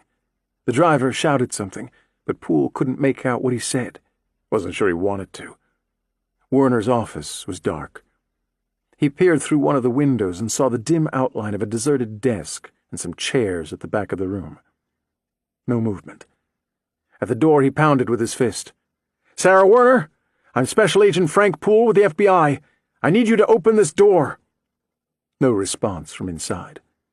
He shuffled back onto the small porch and tried to see through one of the second-floor windows. Too dark. Poole returned to the door, tried the knob. Locked. "Sarah Werner!" He pounded again. Nothing. Poole pulled the Glock from his shoulder holster and used the butt to break one of the door's window panes. He reached through, mindful of the glass, and twisted the deadbolt. He opened the door and stepped inside, his free hand groping the wall until he found the light switch and flicked it on. "Sarah? Sam? I'm coming in. If you're in here, I need you to come downstairs with your hands above your head." From above, the floor groaned. The barrel of his gun instinctively pointed toward the sound. Poole couldn't be sure if it was the result of someone moving upstairs or one of the many sounds made by old buildings as they sagged and settled slowly into the dirt. He crossed the room, his eyes darting over each shadow, every alcove. The office offered little in the way of hiding places, even with all the clutter. At the back of the small office, a hallway led off further into the dark, the office lights held back by the opening in the ornate millwork. Poole drew in a breath and started toward it. His gun rounded the corner first, and as he followed, he prepared to pull the trigger on whatever waited on the other side. He found nothing but a staircase leading to the second floor. He considered turning on these lights too, then thought better of it. If someone was up there, they didn't need to know he was on his way just yet. Let them think he was still downstairs. He tentatively placed a foot on the first step, then followed it with his weight, unsure of whether or not it would betray him with some kind of sound. Nothing but silence. Poole ascended the stairs, his eyes adjusting to the dark above, the shape of an opening coming into focus as he drew nearer, some kind of alcove, a closed door beyond that. His hand wrapped around the cold metal of the doorknob. He turned it, slowly, careful not to make a sound. The lock wasn't engaged. There was a slight pop as the cylinder pulled free of the strike box. The door swung into the room. The smell hit him all at once. Decay. Rot. The lights were off, the room crowded with the dark. Poole stepped inside and switched on the light, and wished he hadn't. A woman stared at him from the couch, her vacant eyes clouded over, milky. She slumped there, leaning awkwardly to the side. Her face was pale, the blood having drained away to lower ground some time ago.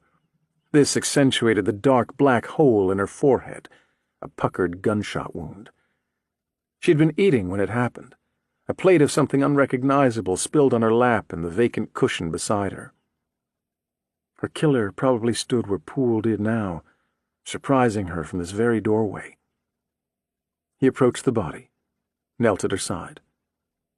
This wasn't the woman from the prison. Couldn't be. This body had been here for a few days, maybe as long as a week. Decomposition hungrily eating away at what was once a living thing. She wore a silver ring on her right hand, the finger plump and swollen like a hot dog around the metal. "Shit," Captain Dorenzo said from behind him. "That's Sarah Warner." Poole hadn't heard him come in.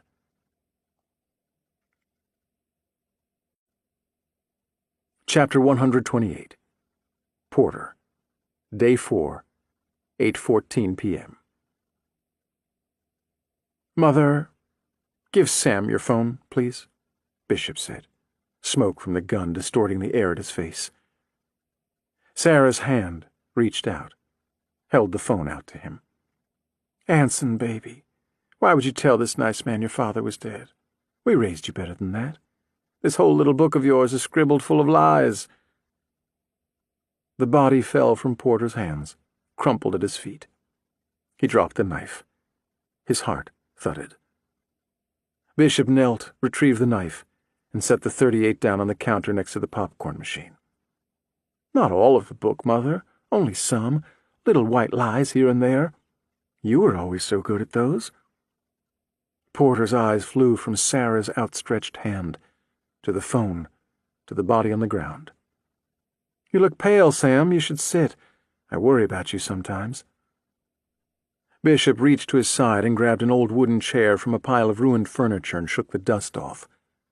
The floral print on the back and seat was riddled with holes, worn through to the stuffing. Something had chewed on one of the legs. Bishop slid the chair behind him and Porter dropped into it, his own legs becoming jello. "What the fuck is this?" he breathed. "I don't—" "Language, Sam." Sarah rolled her eyes. "Christ, Anson, you're no better than your father." Porter looked down at the body at his feet. The bullet had left a small, round hole in her forehead and very little blood. There was no exit wound, probably a hollow point lodged inside. Her eyes stared forward. Her last words trapped forever on her lips. "We're even now, Anson. I can't run anymore. I did everything you asked of me. Everything." "Who—" The words sputtered out, caught on the edge of his tongue. Bishop knelt beside the body on the floor, looked into her vacant eyes. "Her name was Rose Finicky, and she deserved to die.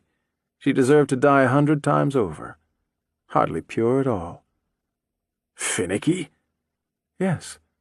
"Who— Did she kill Libby? Is that why—" "I wish we had time to go into all that, but like I said earlier, you're late. The world waits for no one, and we have a lot of balls in the air today."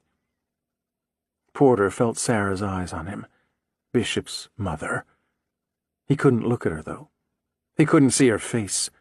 Not now, maybe not ever. He somehow knew she was smiling, and that made this all the worse. "Are you going to kill her, too?" Sarah shuffled. "He won't hurt me. Will you, Anson?" "No. We'll see. We'll see about that." "I brought Finicky here just like you asked," Sarah shot back. Bishop tilted his head and smiled. "And she brought you, just like I asked. Funny how things have a way of working themselves out." Bishop brushed the blade of the knife against his pants leg, closed it, then dropped it into his pocket.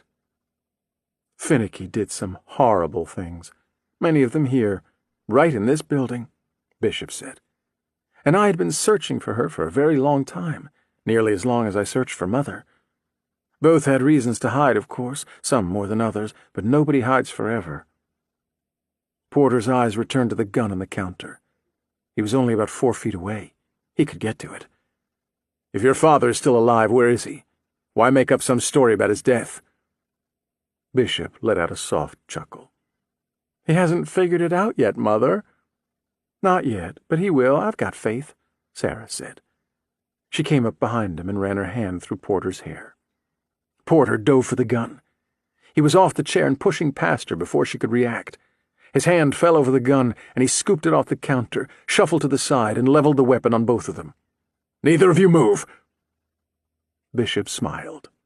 Sam, that's not going to... Sam fired a round past Bishop's head. The report echoed through the room, the bullet landing in the far wall with a thud. Bishop's mother let out a soft gasp. I told you he'd shoot you, Anson. He didn't shoot me, Mother. Give me your phone! Give Detective Porter your phone, Mother. I tried to give him my phone earlier, and he got twisted all out of sorts. She stepped forward and handed the phone to him. Porter snatched it from her hand and swiped at the screen with his finger. Get back beside him. No signal. You'll want to go upstairs to place a call. These old buildings are not cell phone friendly at all. I left something for you in room 405. It will work just fine in there. You can call when you go up. Porter glanced around the room and located the stairs winding up from the far corner. We'll all go up. You're going to tell me where the bomb is, where those girls are, then you're both going to jail. If you don't, I'll shoot again. Maybe her this time. Maybe this time I won't intentionally miss. Bishop shoved his hands into his pockets. I want to thank you for bringing Mother to me, Sam. Finicky as well. Two birds. My ability to travel lately has been a bit restricted. You've been so helpful. The last few months have been challenging, but it's coming together now. I feel good about the future, I really do. Toward the stairs, now. Bishop smiled.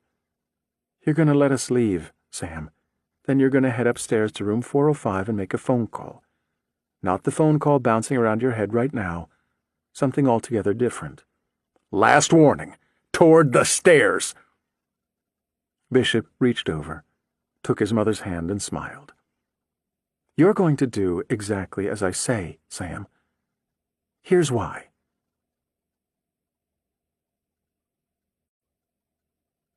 Chapter 129. Claus. Day 4, 9:11 p.m.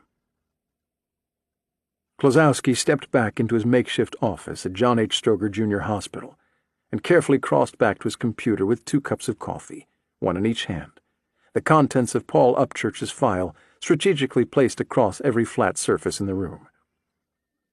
He'd spent the past 2 hours going through every page, identifying every name, then working with the team they had in place to round everyone up and bring them here. 32 others in total, not counting spouses and children. They brought in so many people, Claire had been forced to spread out from the cafeteria and take over 2 adjoining employee lounges. She was in there now, trying to keep the large group calm, organize the uniforms, and get statements. Most of these people had no idea why they'd been dragged down here by the police. From what she said, only a handful recognized Upchurch by name. His condition, as horrible as it may be, wasn't uncommon. Anyone dealing with death on a daily basis learned to tune it out, compartmentalize. Katie Quigley was awake and talking up a storm. Claire told him what the girl went through, both girls. Claus blocked it out. He could compartmentalize with the best of them.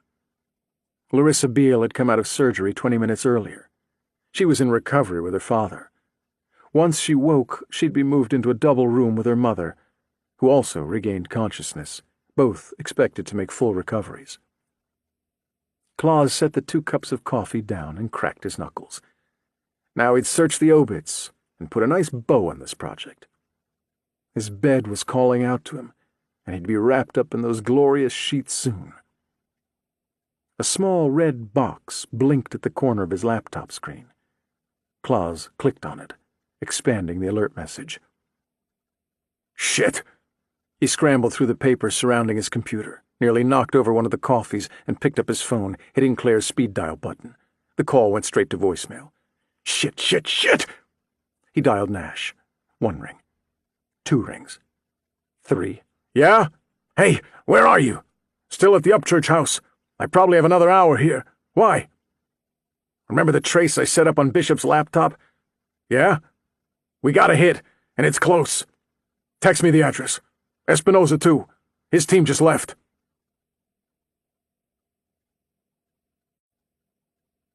Chapter 130. Claire. Day 4, 9:15 p.m. Claire was about ready to scream. She had the absolute worst headache, and the 3 Advils she'd swallowed did nothing for it. She stood in the middle of the cafeteria, surrounded by at least 40 or 50 people, adults, children, medical staff, everyone Closet identified from all the documents they'd put together, everyone they'd tied to the dozens of obituaries planted by Bishop, all these people shouting either at her or at one another. Nobody wanted to be here. The faster she could get them out, the better. She'd spent an hour with Katie Quigley and couldn't shake the images of what the girl told her. She had just been told Larissa Beale was awake too. Larissa's father tracked her down, said he searched all over the hospital for her. Larissa couldn't speak. The doctors wanted her to rest her throat, but she was able to write. She began writing the moment she woke, and based on her father's hysterical state, her story might be worse than Katie's. "I need everyone to shut up!" A few heads turned. The noise softened for a moment, then roared back to life. Claire climbed up a chair and onto one of the tables. "The sooner you all listen to me, the faster I can get you out of here." She waved a stack of questionnaires above her head. "If you haven't turned in the forms I passed out earlier, I need you to complete them and hand them in to one of the officers." A little girl screamed about 5 feet away from her, screamed for no reason other than to add to the chaos. The girl's mother scooped her up and rocked her, but that did little good. From the corner of her eye, she spotted Dr. Morton ducking back into the cafeteria.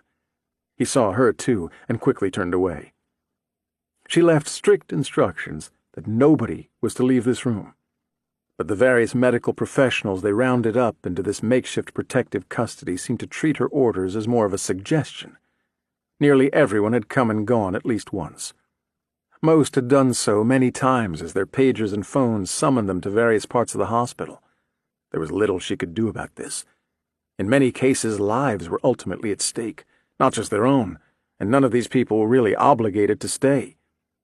She was certain a few had snuck out and not come back at all. Claire's phone vibrated in her pocket. She fished it out. Sarah Werner. She didn't know a Sarah Werner. She would have to wait. Claire pressed decline. She noticed that she had missed 2 calls from Claus. She'd head back there next. He was analyzing Upchurch's file and may have found something. The lab was also working on a substance found in that needle sticking out of the apple. If they couldn't reach her, they would pass the results on to him. Her phone rang again. Sarah Werner. She hit the answer button and pressed the phone to her ear, covering the other ear with her hand. "This is Detective Norton." The voice on the other end was male, but she couldn't make out what he said. It was too loud in here. "Hold on. Give me a second." She climbed down off the table, pushed through the crowd, and out into the hallway. When she reached the elevator, she tried again. "Sorry, this is Detective Norton. What can I do for you?" "Do you have Paul Upchurch?" "Who is this?" "It's me, Claire." "Sam?" "Yeah." She turned. One of the patrolmen guarding the cafeteria was watching her. She took a few more steps down the hallway and turned her back on him. "Where are you?" I thought he had a bomb. He made me think he had a bomb, but it's not a bomb. Not a bomb at all." "Sam, you're not making sense. Who are you talking about? Upchurch? We got him. He doesn't have a bomb." Do you have the girls? The 2 girls, Larissa Beale and the other one?" "Yes, Sam, they're safe, both of them. They'll be okay." Wait, something was wrong. This wasn't right.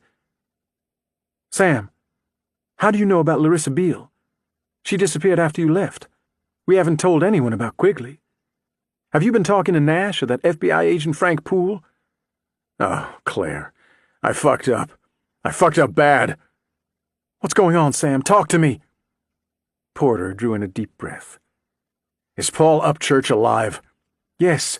Espinosa's team took him into custody without incident. Nash said it was like he was waiting for them. He went peacefully. On the ride to Metro, he had a seizure and passed out. They brought him here to Stroger, and he's in surgery. Stage 4 brain cancer. It doesn't look good." "Glioblastoma. He has a glioblastoma," Sam said softly. "How do you know that? How do you even know his name? Who have you been talking to?" Silence. "Sam?" "Where are the girls?" "They're here too." "Christ." "Sam, what is it?" Porter drew in another breath. "You need to isolate them. Isolate them and anyone who came into contact with them immediately. Don't let anyone leave." "Why?"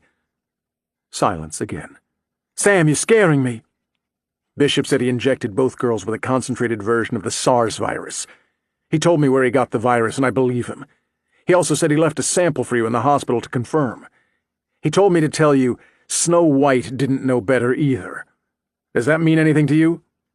"We found an apple with a syringe stuck into it," Claire told him, the words catching in her throat.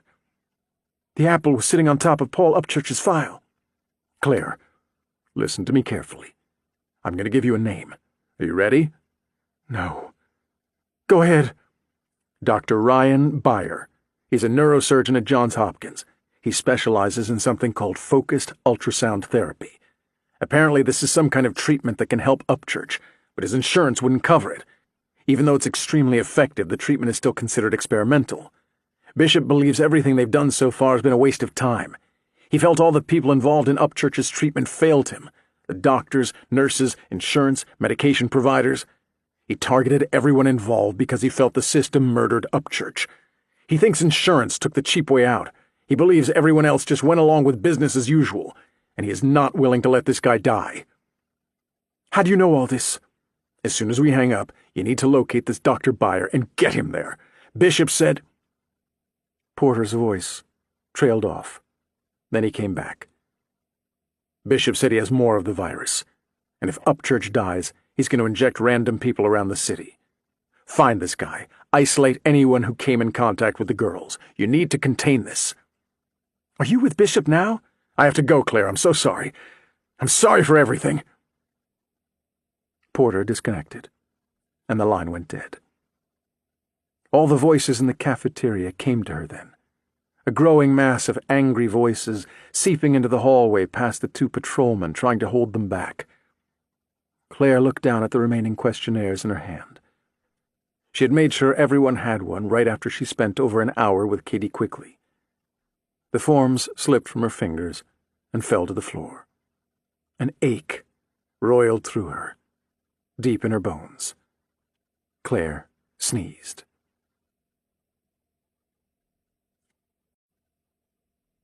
Chapter 131. Nash. Day 4. 9:43 p.m. Espinosa counted silently with his fingers, holding up 5, 4, 3, 2, 1. Brogan rammed the door and burst through, the heavy wood splintering and cracking down the center. "Go! Go!" Nash watched the SWAT team disappear into room 405 of the Guyan Hotel one at a time, until he was alone in the dilapidated hallway. They found a body down in the lobby, a woman in a prison jumpsuit and restraints, an execution wound in her head. Klozowski had traced the signal to here, something about triangulating Wi-Fi transmitters in the neighborhood. Espinosa then used a handheld gizmo of some sort to seek out the only electrical signal in the building, somewhere behind the door to room 405. "Hands in the air! Don't move! He's got a gun!" Nash wasn't sure which voice belonged to whom, the shouts overlapping between his earpiece and the open doorway. Another crash. Second door. "Nash, get in here, now!" Nash crossed the hallway to the door, the Kevlar vest cutting into his waist, making it difficult to breathe. He stepped through the doorway, into room 405, lit by a dozen or so candles and the concentrated beams of the flashlights mounted on the half-dozen assault rifles, all pointing to the same spot. A man. His back to the door, his hands raised above his head. A laptop glowed on an antique desk before him. A dozen or so black-and-white composition notebooks sat stacked beside the computer. A .38 sitting off to the side.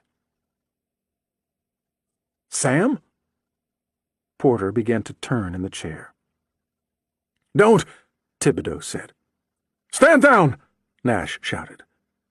"Sam? What are you doing here?" Porter looked down at the edge of the desk, closed his eyes. Espinosa and Thomas both had their rifles pointed at the walls, the beams of their flashlights crawling over the faded floral wallpaper, and the dozens of pictures hung about the room, all framed. Nash followed the light and stepped closer, studied one of the frames. It was a photograph of Sam, a much younger Sam, 40s maybe. He was smiling at the camera. A boy stood at his side, also smiling. A boy of about 14 or 15. Espinosa frowned. "Is that—" "I think it's Ensign Bishop," Nash said, his voice low. He glanced at two others. "All of them." Nash crossed the room, went to Porter. "Sam? What is this?" Porter opened his mouth to speak, but nothing came out. On the screen of the laptop, glowing bright enough to light Porter's face. "Hello, Sam. I imagine you're confused. I imagine you have questions."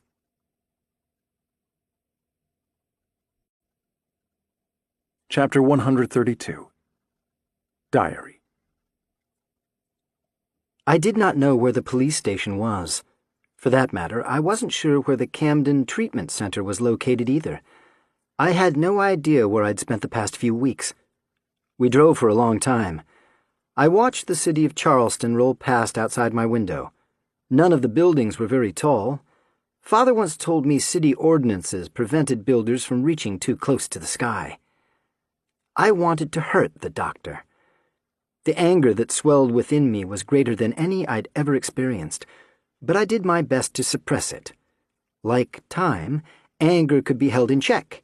It could be bottled and stored. It could be opened when it was most needed.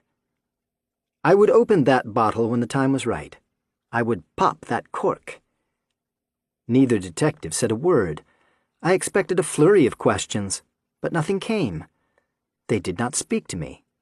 They did not speak to each other. I said nothing in return, letting the silence speak for itself. Outside, I recognized nothing of where we were, the city behind us now. Detective Welderman glanced at me in the rearview mirror more than once. I met his gaze. We turned off the two-lane road that took us about 30 minutes outside of the city. We turned off the blacktop onto a gravel lane with tall weeds growing on either side. We did not stop at the police station, and this should have worried me, but I didn't let it. We stopped at a large farmhouse at the end of the gravel road. A woman of about Mother's age saw us, waved, and came to the car. She had brown hair, cropped short, and wore a yellow dress with white dots. Detective Welderman gave me another look in the mirror, then both men got out of the car. The doors in the back didn't have handles. Even if I weren't handcuffed, I could not get out on my own. The detectives went to the woman, and the three of them spoke. I could not hear what was said, but it was accompanied by the occasional glance back at the car, back at me. Welderman stood with the woman when Detective Stocks finally opened my door and helped me out. The woman let out a soft gasp. "My, are those really necessary?" Detective Stocks' face went red. "Turn around, kid." He removed the handcuffs. I rubbed at my wrists. Welderman opened the trunk of the car and took out a green duffel bag. He handed the bag to the woman. "The hospital put together some clothes. Not much, they didn't have much in his size. He lost everything in the fire." The woman came around to me then, stood in front of me, and smiled. "Ensign, my name is Mrs. Finicky. You're going to be staying with me for a while." Looking back over her shoulder, she called out, "Paul, come here. Meet your new roommate." I hadn't seen him standing there, this boy on the porch, tall and lanky. He emerged from the only shadow able to evade the climbing sun. He pattered across the gravel and took the bag from the woman, extending his free hand. "Hi, Ensign. I'm Paul Upchurch. You're going to like it here." Detective Stocks snickered at this. The woman's eyes narrowed, then her smile returned. "Take him upstairs, Paul. Show him to his new room." "Yes, ma'am." "Ensign," Detective Welderman said. I looked up at him, at the scowl on his face. "We know what you did, Ensign. We all do. It won't take us long to prove. We just need to put a few pieces together. Feel free to unpack. Those clothes are only on loan. You'll get new clothes soon enough. A new room. A new roommate, too." I smiled up at him, at Detective Stocks. "Thank you for the ride, detectives. It was a pleasure meeting you both." I followed Paul Upchurch. I followed Paul into the gaping mouth of that farmhouse. The house was much bigger than it appeared from the outside. Maybe it was the many dividing walls breaking up the many rooms, or it could have been because the house was much deeper than wide. Maybe a combination of both. But I felt I was lost the moment I stepped inside. I paused in the small living room past the foyer and looked back out through the front door. Paul had told me to leave it open. The two detectives were still out there, wrapped up in conversation with Ms. Finicky.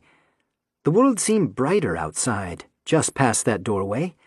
There was a stillness to the air inside this house. Not stale or musty, just still. I couldn't help but think of the air trapped inside a coffin shortly after the lid was nailed tight. "What is Miss Finicky's first name?" I asked. Paul stopped at the base of the staircase and looked back at me. "Who cares?" "I care." The other boy shrugged. "Dunno. She's just Ms. Finicky. Always has been. Finicky, Finicky, Finicky. Not Finn or Mrs. Finicky. Maybe ma'am, but never you. I imagine the other kids have come up with a few good names for her over the years, but you can bet nobody's going to say any of them to her face." "Other kids?" He paused again, 5 steps up, 2 before the landing. "You do know where you are, right? They told you? Sometimes they do, sometimes they don't. We all trudge through that door from our own path. Some are old hacks and others are fresh to the game. You don't have that scared, deer-about-to-meet bumper look on your face, so I assumed your rodeo has been running for a while now." He came back down the stairs, took my hand, and pumped vigorously. "You, my friend, have just entered the system. Congratulations. I'm afraid there's no cake or welcome wagon, just little old me. But there are worse things to run into when you step into a stranger's house. You'd think there'd be an instructional video or a pamphlet or something, but funds are tight. If there were a video in the works, I'd like to see Rod Serling narrate. That guy is awesome. Old school, but awesome." Paul jumped back up the stairs to the landing and spun in a circle with his arms up high, his voice dropping an octave. "There is a 5th dimension beyond that which is known to man. It is a dimension as vast as space and as timeless as infinity. It is the middle ground between light and shadow, between science and superstition, and it lies between the pit of man's fears and the summit of his knowledge. This is the dimension of imagination. It is an area which we call—" He stopped spinning and steadied himself on the railing. "The Finicky House for Wayward Children." I couldn't help but laugh. I had never heard so many words come out of one mouth so fast. He nodded toward the top of the large staircase. "Onward!" Pictures of children lined the walls with such abundance, the flowered wallpaper beneath was barely visible. At least 100, maybe more. Boys and girls of all ages, some smiling, others not, all standing in the driveway with the large house looming at their backs. Paul pointed at a brown frame near the top. "I'm right here. Don't worry. You'll get your turn in front of the camera soon enough. We all do." There was something about the way he said this, something in the tone of his voice, the way he trailed off, his thoughts lingering a little longer than his words. "How many kids are here?" He reached the top of the stairs and turned back around. "You are number 8, my friend. 3 girls and 5 boys, ranging in age from 7 to 16. I, myself, am 15. 3 more years and they'll be forced to unleash me upon the unsuspecting world. May God have mercy on them all." I reached the top of the stairs, which opened on a long, narrow hallway. More photographs up here, nearly every inch of wall space, closed doors sandwiched between them, on either side. Paul pointed to a closed door on the left. "That there is Vincent Widener. We don't talk to Vincent Widener. Avoid Vincent Widener, and he will avoid you. That seems to be best for all." He crossed the hall and opened the second door on the right. "This here is us. Only a couple of solos in this place. Most of us double up. That's still better than some of the places I've been. I once shared a room with 6 other kids, and it was smaller than this one. You couldn't sleep without someone else's foot in your face." He ducked inside, then poked his head back out. "Bathroom is the door at the end of the hall on this side. Right side is boys, left side is girls. Leave the door open when you exit so everyone else knows it's vacant. We keep matches in the medicine cabinet to take care of the aroma after a most glorious evacuation, and the latest girly magazine can be found in a plastic bag in the bowl. Be sure to seal that Ziploc back up. Nobody likes soggy porn. Return everything to where you found it upon exit, or there will be repercussions. We take turns cleaning. A schedule is on the refrigerator downstairs." Paul ducked back into the room. "You coming?" I stood there for a moment, outside the room, and looked up and down the narrow hallway at all the pictures on the wall. Ms. Finicky wasn't very old. I wondered how long she had been doing this, how many children had passed through here. I stepped into the room. Bunk beds. I'd always wanted a bunk bed. The duffel bag containing my loaner clothes sat in the middle of the bottom bunk. "I've got seniority, so I officially lay claim to the top," Paul said. "If you outlast me, maybe someday it'll be yours. Dare to dream, my friend. Dare to dream." Like the hallways, the walls of the room were also lined with pictures.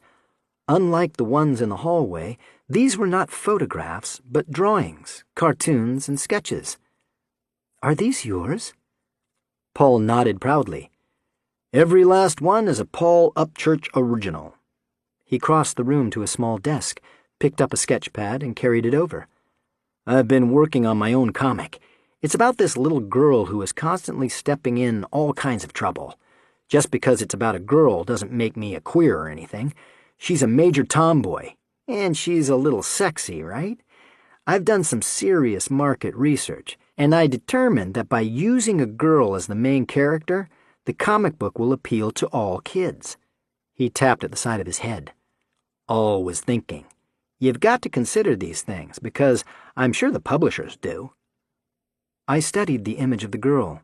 She was cute, about our age, with a mischievous little smile curling up at the corner of her mouth, and a glisten in her eyes. The detail was amazing. I had read my share of comic books and was a bit of a connoisseur.